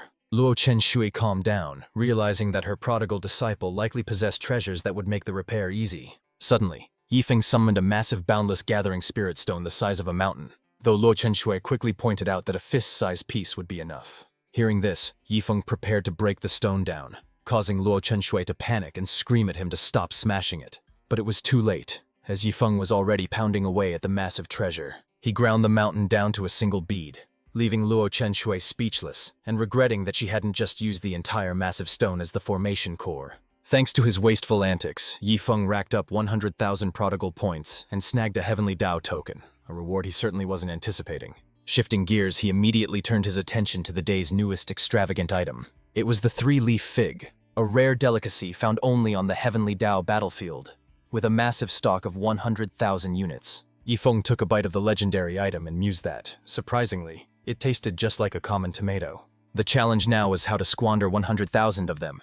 They were too large to swallow like pills and impossible to finish by eating normally. Suddenly, a brilliant flash of inspiration struck Yifeng. He devised the perfect solution for disposal, an all-out fruit fight. Addressing the crowd, Yifeng declared that the sect had been too dull lately, proposing a simple game where everyone would hurl spirit fruits at one another. To raise the stakes, the person hit the most, and the one hit the least, would be penalized by having to eat 5,000 marrow-cleansing elixirs. The mere mention of the punishment terrified everyone, as no one wanted to force down those nauseating medicinal pills. Luo Chenshui, feeling such a game was beneath her dignity, prepared to leave, claiming her presence would only make the disciples too nervous to have fun. However, the moment Yifeng mentioned a 3-meter-tall gathering spirit stone as a prize, she instantly reversed course, declaring that as the sect leader, she must lead by example. She was eager to start, but asked if Yifeng was joining, to which he replied that he would sit out to serve as an impartial referee. In reality, he just wanted to avoid embarrassing himself and preferred to watch the chaos unfold from the sidelines. Just then, the continent's top sword-wielding dog looked pitifully at Yifeng, silently begging to be excused from the madness. Yifeng kicked the beast away, telling it that acting cute wouldn't work, and officially announced the start of the first Star Soul Sect fruit fight. The moment the words left his mouth, the great ancestral elder was smacked squarely in the face by a flying fruit. Neglected core disciples jumped into the fray, screaming that they were finally getting screen time and vowing to take down the usual spotlight hoggers. Meanwhile, 2 unexpected visitors arrived at the main gates of the Star Soul sect. It was Zhang Dongfeng, the national teacher of the Red Sun Kingdom, and Crown Prince Zhao Ting, who insisted on being called Young Lord while they rested. After all, the Red Sun Kingdom oversees countless factions. If these lesser sects discovered I was the Crown Prince, they'd be paralyzed with fear. We're only staying for the night, so let's avoid causing a scene. But the moment the words left his lips, a 3-leaf fig flew out from the main hall. It sailed through the air and smacked Xiaoting squarely on the forehead. Stepping inside to investigate, they were greeted by a scene of absolute chaos. The members of the Star Soul sect were in the middle of a wild, free-for-all fruit fight. Zhang Dongfeng and Xiaoting stood frozen in the doorway, utterly baffled and at a loss for words. In the center of the bedlam, Yifeng was actually directing the madness, shouting at his master to accept the penalty and take a hit. He then barked at Wu Feng to stop slicing the spirit fruits mid-air like he was playing Fruit Ninja, leaving the visitors watching in outraged horror at the waist. Even as the Crown Prince, Xiaoting had only eaten 3 of these in his entire life, and the national teacher couldn't take it anymore, screaming for them to stop.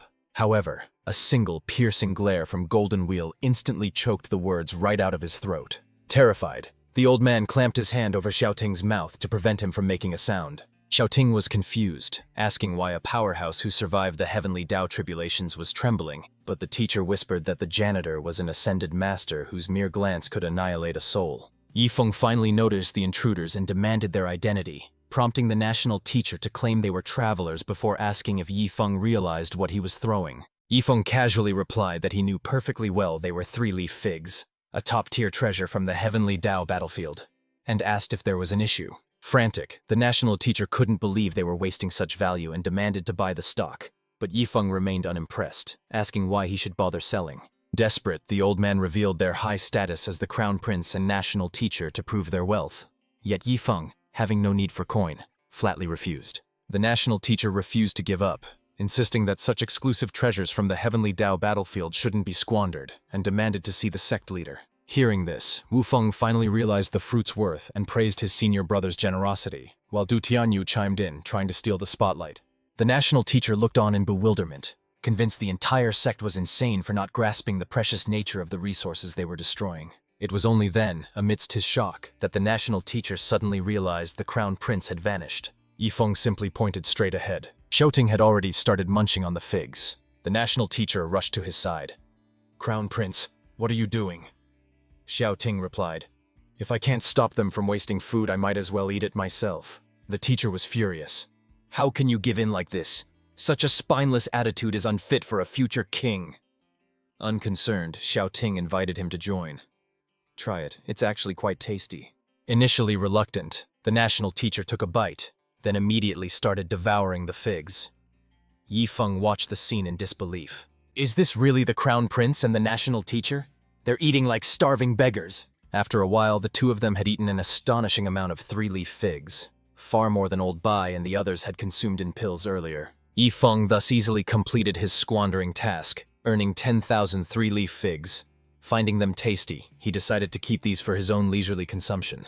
"As for the spoiled spirit fruits on the ground, they're all yours," he told the national teacher and the crown prince. The duo was overjoyed. Spoiled or not, they were still three-leaf figs. Taking these back would surely impress everyone. Yifeng then asked Golden Wheel about the fruit fight results.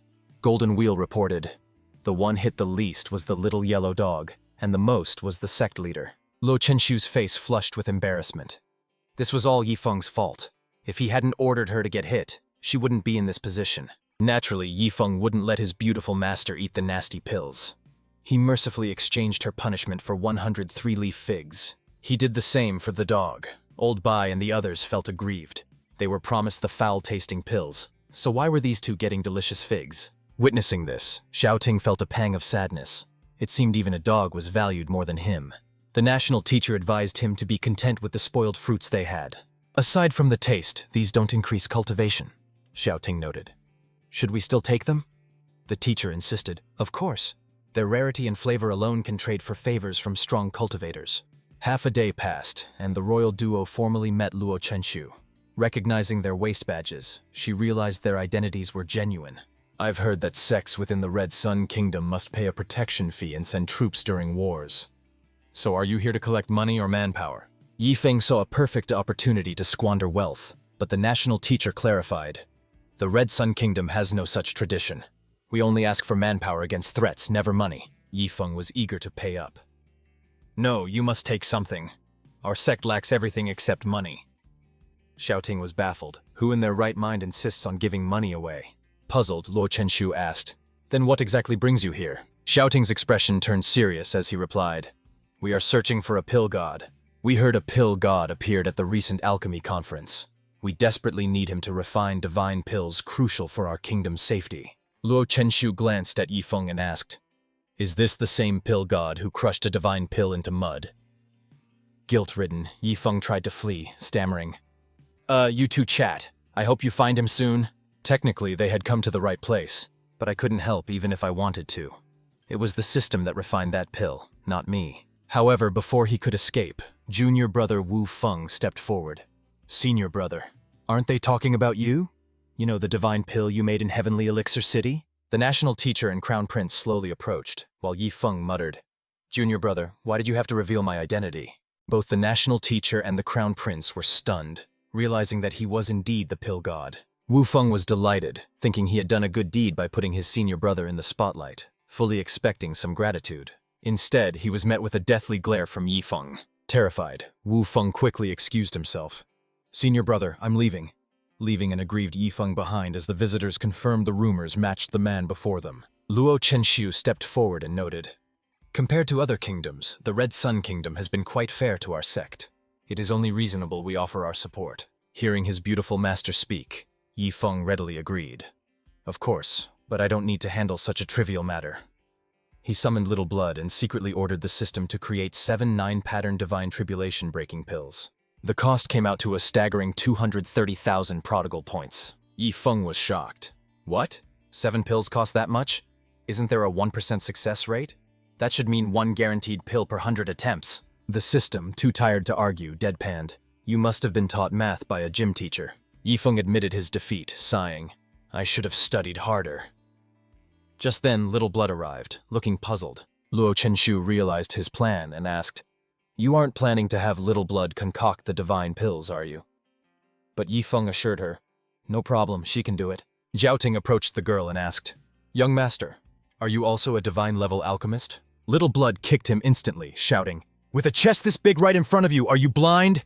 Yifeng handed Little Blood all 7 tribulation-breaking pills, instructing her to consume them for the breakthrough, but to carefully control her power to avoid ascending immediately. The moment she swallowed the final pill, Little Blood's strength skyrocketed to the level of an ascended great demon.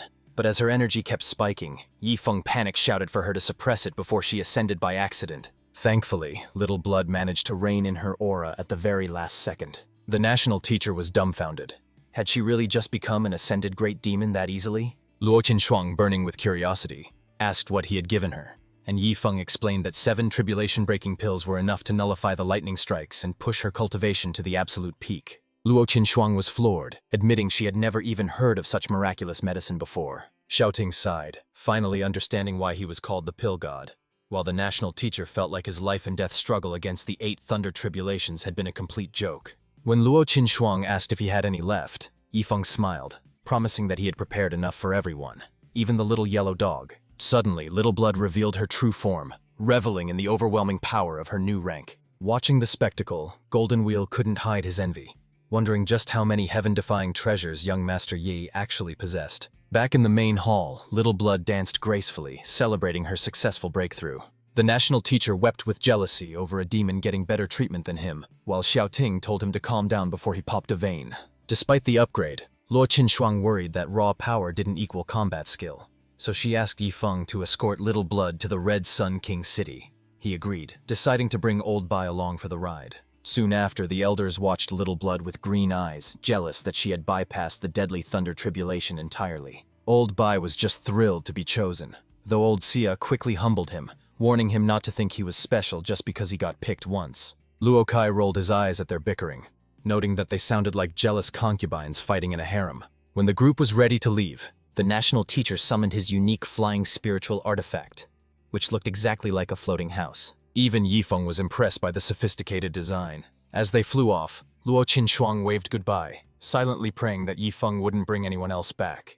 The sect was already getting way too crowded. Inside the flying artifact, the atmosphere was initially calm. Yifeng relaxed and turned to Old Bai, lecturing him. "Do you know why I brought you? You're too weak. Cultivate diligently so I can help you ascend." Old Bai nodded profusely, thanking the young master for the opportunity. Meanwhile, the national teacher and crown prince were slumped by the window, sighing deeply, which puzzled Yifeng enough to ask what was wrong. Zhao Ting replied casually that they just wanted some peace. But in reality, hearing about Yifeng's insane achievements over the past few months had left them feeling overwhelmed and envious. Suddenly, the entire house shook violently, startling both the national teacher and the crown prince. Yifeng quickly checked with the system to identify the source of the disturbance. It appeared a war god from a rival country was attempting to assassinate Crown Prince Zhao Ting. Yifeng found the classic assassination plot amusing, though he noted that the Red Sun Kingdom's security was laughably bad. Outside, a war god from the Thunder Martial Kingdom named Hihai laughed menacingly. He bellowed at the flying house, "Zhang Dongfeng, hand over the Crown Prince, and you can keep your life!" Recognizing the voice immediately, the national teacher identified the attacker as an enemy from the Thunder Martial Kingdom. Hihai continued to taunt them. "Zhang Dongfeng, why so silent? Hand over the boy." Unbothered, Yifeng simply instructed Little Blood to go out and deal with the nuisance. The next moment, Little Blood materialized directly in front of Hihai. She sat perched atop her heavenly tier furnace cauldron. Hihai pulled out a photo, comparing it to her. "Wait, aren't you that bloodthirsty mantis?" The photo showed Little Blood's previous terrifying form. Flustered and embarrassed, she explained, "Yes, that's me, but that was back when I was naive." He burst into laughter. "Look how docile you are now holding that broken pot. Have you been turned into a meat cauldron?" Enraged, Little Blood swung her massive weapon at him. "I'll show you who's a meat cauldron." He sneered with misplaced confidence. "You think you can take me? I'm about to ascend." A split second later, he was sent flying by a brutal strike from the furnace cauldron. As a body cultivator, Little Blood's close combat strength was terrifyingly effective. Panicked, he tried to use his background as leverage. "Stop! My ancestor is an elder of the Heavenly Martial Sect. If you touch me, they will annihilate you." But Little Blood was unfazed by his threats. Yifeng realized this was one of the sects targeting his master in the Celestial Realm, which meant they definitely had to take this guy down. With a cold smile, he ordered Little Blood to finish off Yi, and she accepted the command with sadistic glee. What followed was a completely one-sided massacre, ending with Yi's brutal demise. This action triggered a revenge questline against Celestial Heights, rewarding Yifeng with a 15-day experience card, though he scoffed at the useless item since he had no plans to visit. But fate had other ideas, and his communication jade suddenly buzzed with a call from Wu Feng. Wu Feng's voice trembled with anxiety as he cried out, "Senior brother, something terrible has happened." Yifeng's expression darkened instantly as he demanded to know the situation. Back at the Star Soul Sect, the chaos had already unfolded. A teleportation portal had torn open the main hall, and Luo Qinshu, assuming it was Yifeng, had greeted the arrival casually. However, the figure emerging wasn't her disciple, but her original master from the upper realm, who had come to drag her back. Luo Qinshu was left completely stunned by the sudden intrusion. Meanwhile, Yifeng was already racing back, his mind in turmoil. He glared at the system, furious that its defense mechanisms had failed, while the system awkwardly admitted it had let its guard down regarding Luo Qinshu's master. Yifeng was seething with rage, screaming, "How the hell am I supposed to see my master now?" Abandoning his trip to the Red Sun capital, he pushed his speed to the limit, barely sparing a glance for the injured war god beside him. He simply tossed the man a storage ring filled with healing supplies to deal with his own wounds. Then, he unceremoniously kicked the war god off the flying vessel and accelerated toward the sect at full throttle. Upon crashing back into the Star Soul Sect, Yifeng roared at his subordinates, "Is everyone here dead?" He berated the Ascension-level experts for their incompetence, demanding to know how they allowed his master to be taken right from under their noses. The elders hung their heads in shame, unable to offer a single excuse for their failure. When Old Bai asked what their next move was, Yifeng declared they were going to Celestial Heights to retrieve her, and maybe have some fun while they were at it. He immediately withdrew the Celestial Heights experience card. Instantly, a magnificent staircase manifesting a path to the upper realm materialized before their eyes. The elders were left awestruck by this technique, but without wasting time on explanations, Yifeng urged everyone to climb together. Junior brother Wu Feng hesitated, fearing that those without Ascension-level strength would be crushed by the pressure, a concern Chu Xiaoxiao shared. However, with a being like Yifeng, whom even the Heavenly Tao feared, protecting them, such rules didn't apply. Wu Feng quickly realized that his senior brother could overcome anything, and Chu Xiaoxiao steeled her resolve to join them, desperate to reunite with her close friend, Luo Chenshuang. Suddenly, Little Blood pointed frantically toward the horizon. A golden tribulation cloud surged with power, birthing a red lightning dragon that seemed intent on blocking their ascension. Just then, one of the Divine Tycoon's guards stepped up and requested, "My lord, allow me to handle this. I have been waiting days for a chance to prove my worth." A horned girl stepped forward, trembling with excitement as she hoped to make a significant impression and finally earn a name from her master. Her joy was cut short as two other guards rushed in, vying for the spotlight and their own names, infuriating the girl who yelled, "Can't you two play fair? You're using ultimate skills for a mere tribulation." In the blink of an eye, the newcomers surged past her, absolutely desperate for the opportunity to be recognized. The poor girl was completely overshadowed, leaving her standing there in tears of frustration. The thunder tribulation was effortlessly obliterated, leaving the core disciples watching in shock, wondering if these beings had already reached the level of deities. It was no wonder Yifeng could accomplish the impossible. Even Yifeng himself was surprised, noting how hard these guards worked just for a moment in the spotlight. With the path clear, the Star Soul Sect group ascended the stairs, ready to begin their 15-day experience in the Celestial Heights. Upon finally reaching the summit, they were greeted by an ancient, majestic structure, confirming that they had truly arrived in the Celestial Heights.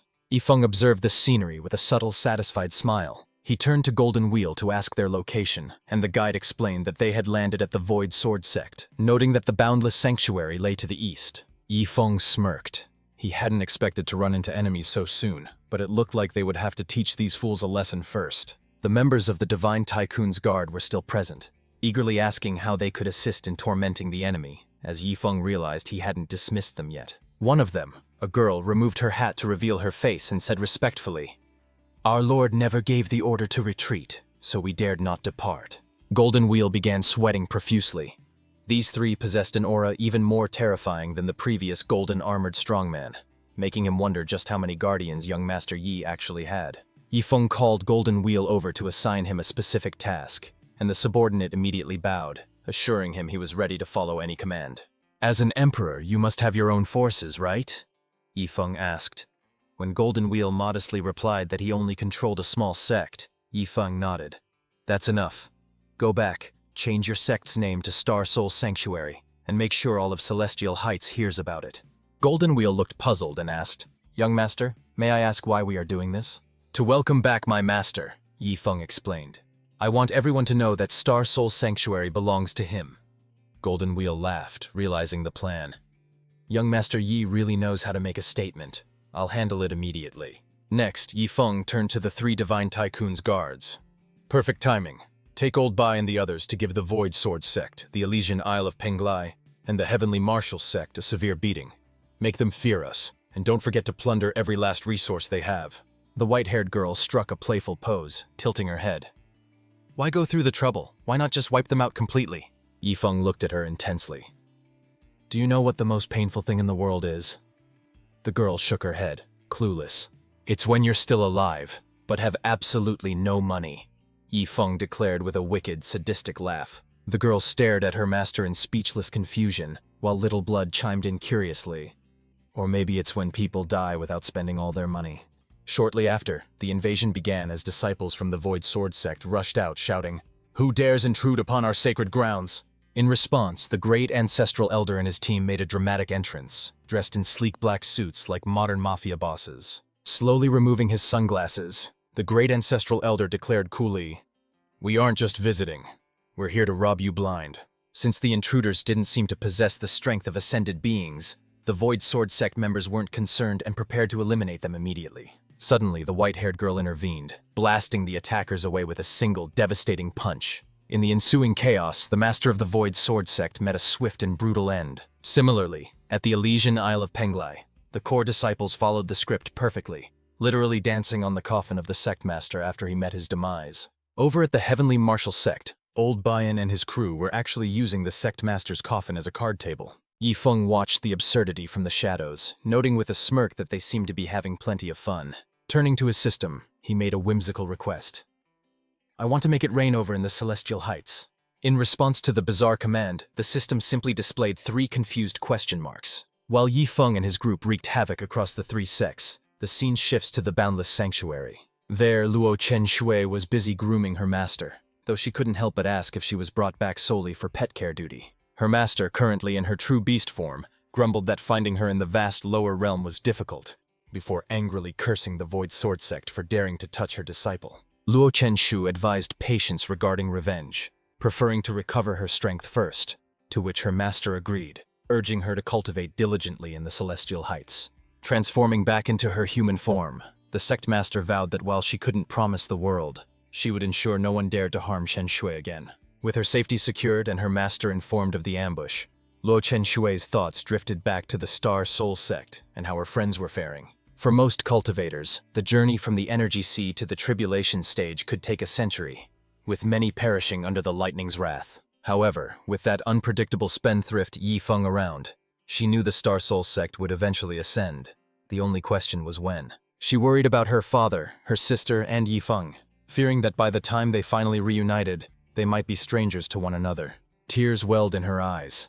Despite her past complaints about them hindering her cultivation, she now missed them terribly, revealing that her sharp tongue hit a soft heart. Suddenly, a sharp snapping sound broke her train of thought. Startled, Luo Chenshui looked up in surprise. She wondered what kind of commotion could be happening outside. Stepping out, she was greeted by an impossible sight, a torrential rain of immortal crystals falling from the sky. The disciples of the Boundless Sanctuary were already scrambling in a frenzy to collect the falling treasures. Luo Chenshui stood there completely baffled. having never heard of a phenomenon like a crystal rain occurring in the celestial heights before. Suddenly she gasped, realizing that this stunt reeked of her reckless disciple's style. A moment later, the sect master of Boundless Sanctuary arrived and asked Luo Chenshui if she had secretly arranged a marriage with someone from the celestial heights, which she immediately denied.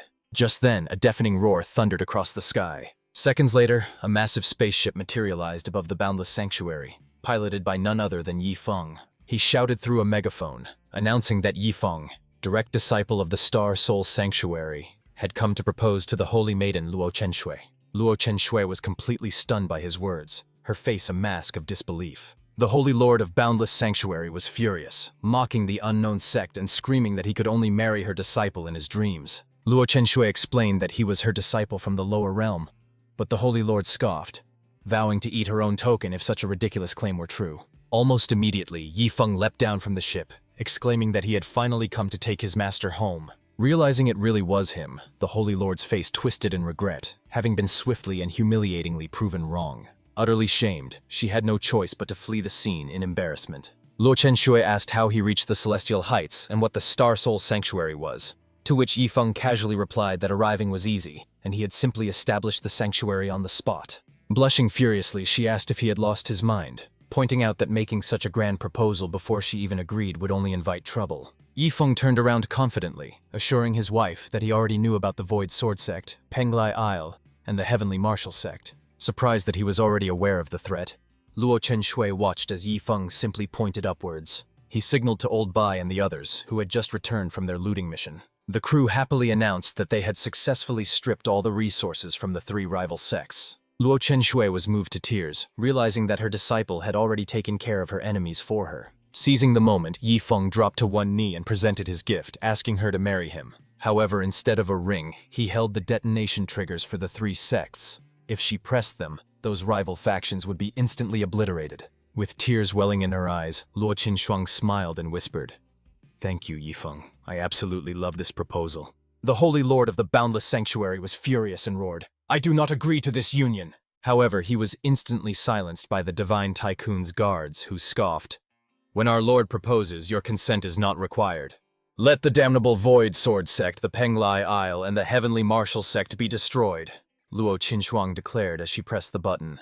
In a split second, catastrophic explosions erupted, instantly annihilating all three sects. With the deed done, Luo Qinshuang gazed deeply into Yi Feng's eyes and asked, "May I join you on this extravagant and reckless journey?" Yi Feng nodded warmly and replied, "My wife. Nothing would make me happier." Meanwhile, in a mysterious dimension, the system avatar known as the Purple Star Lord complained, "Turning the sky dark and raining crystals over the entire realm nearly killed me." This beautiful woman, who was actually the system behind Yi Feng, smiled softly and said, "Host, I wish you both true happiness." With Yi Feng's proposal accepted, the saga of him and Luo Qinshuang finally reached its perfect conclusion.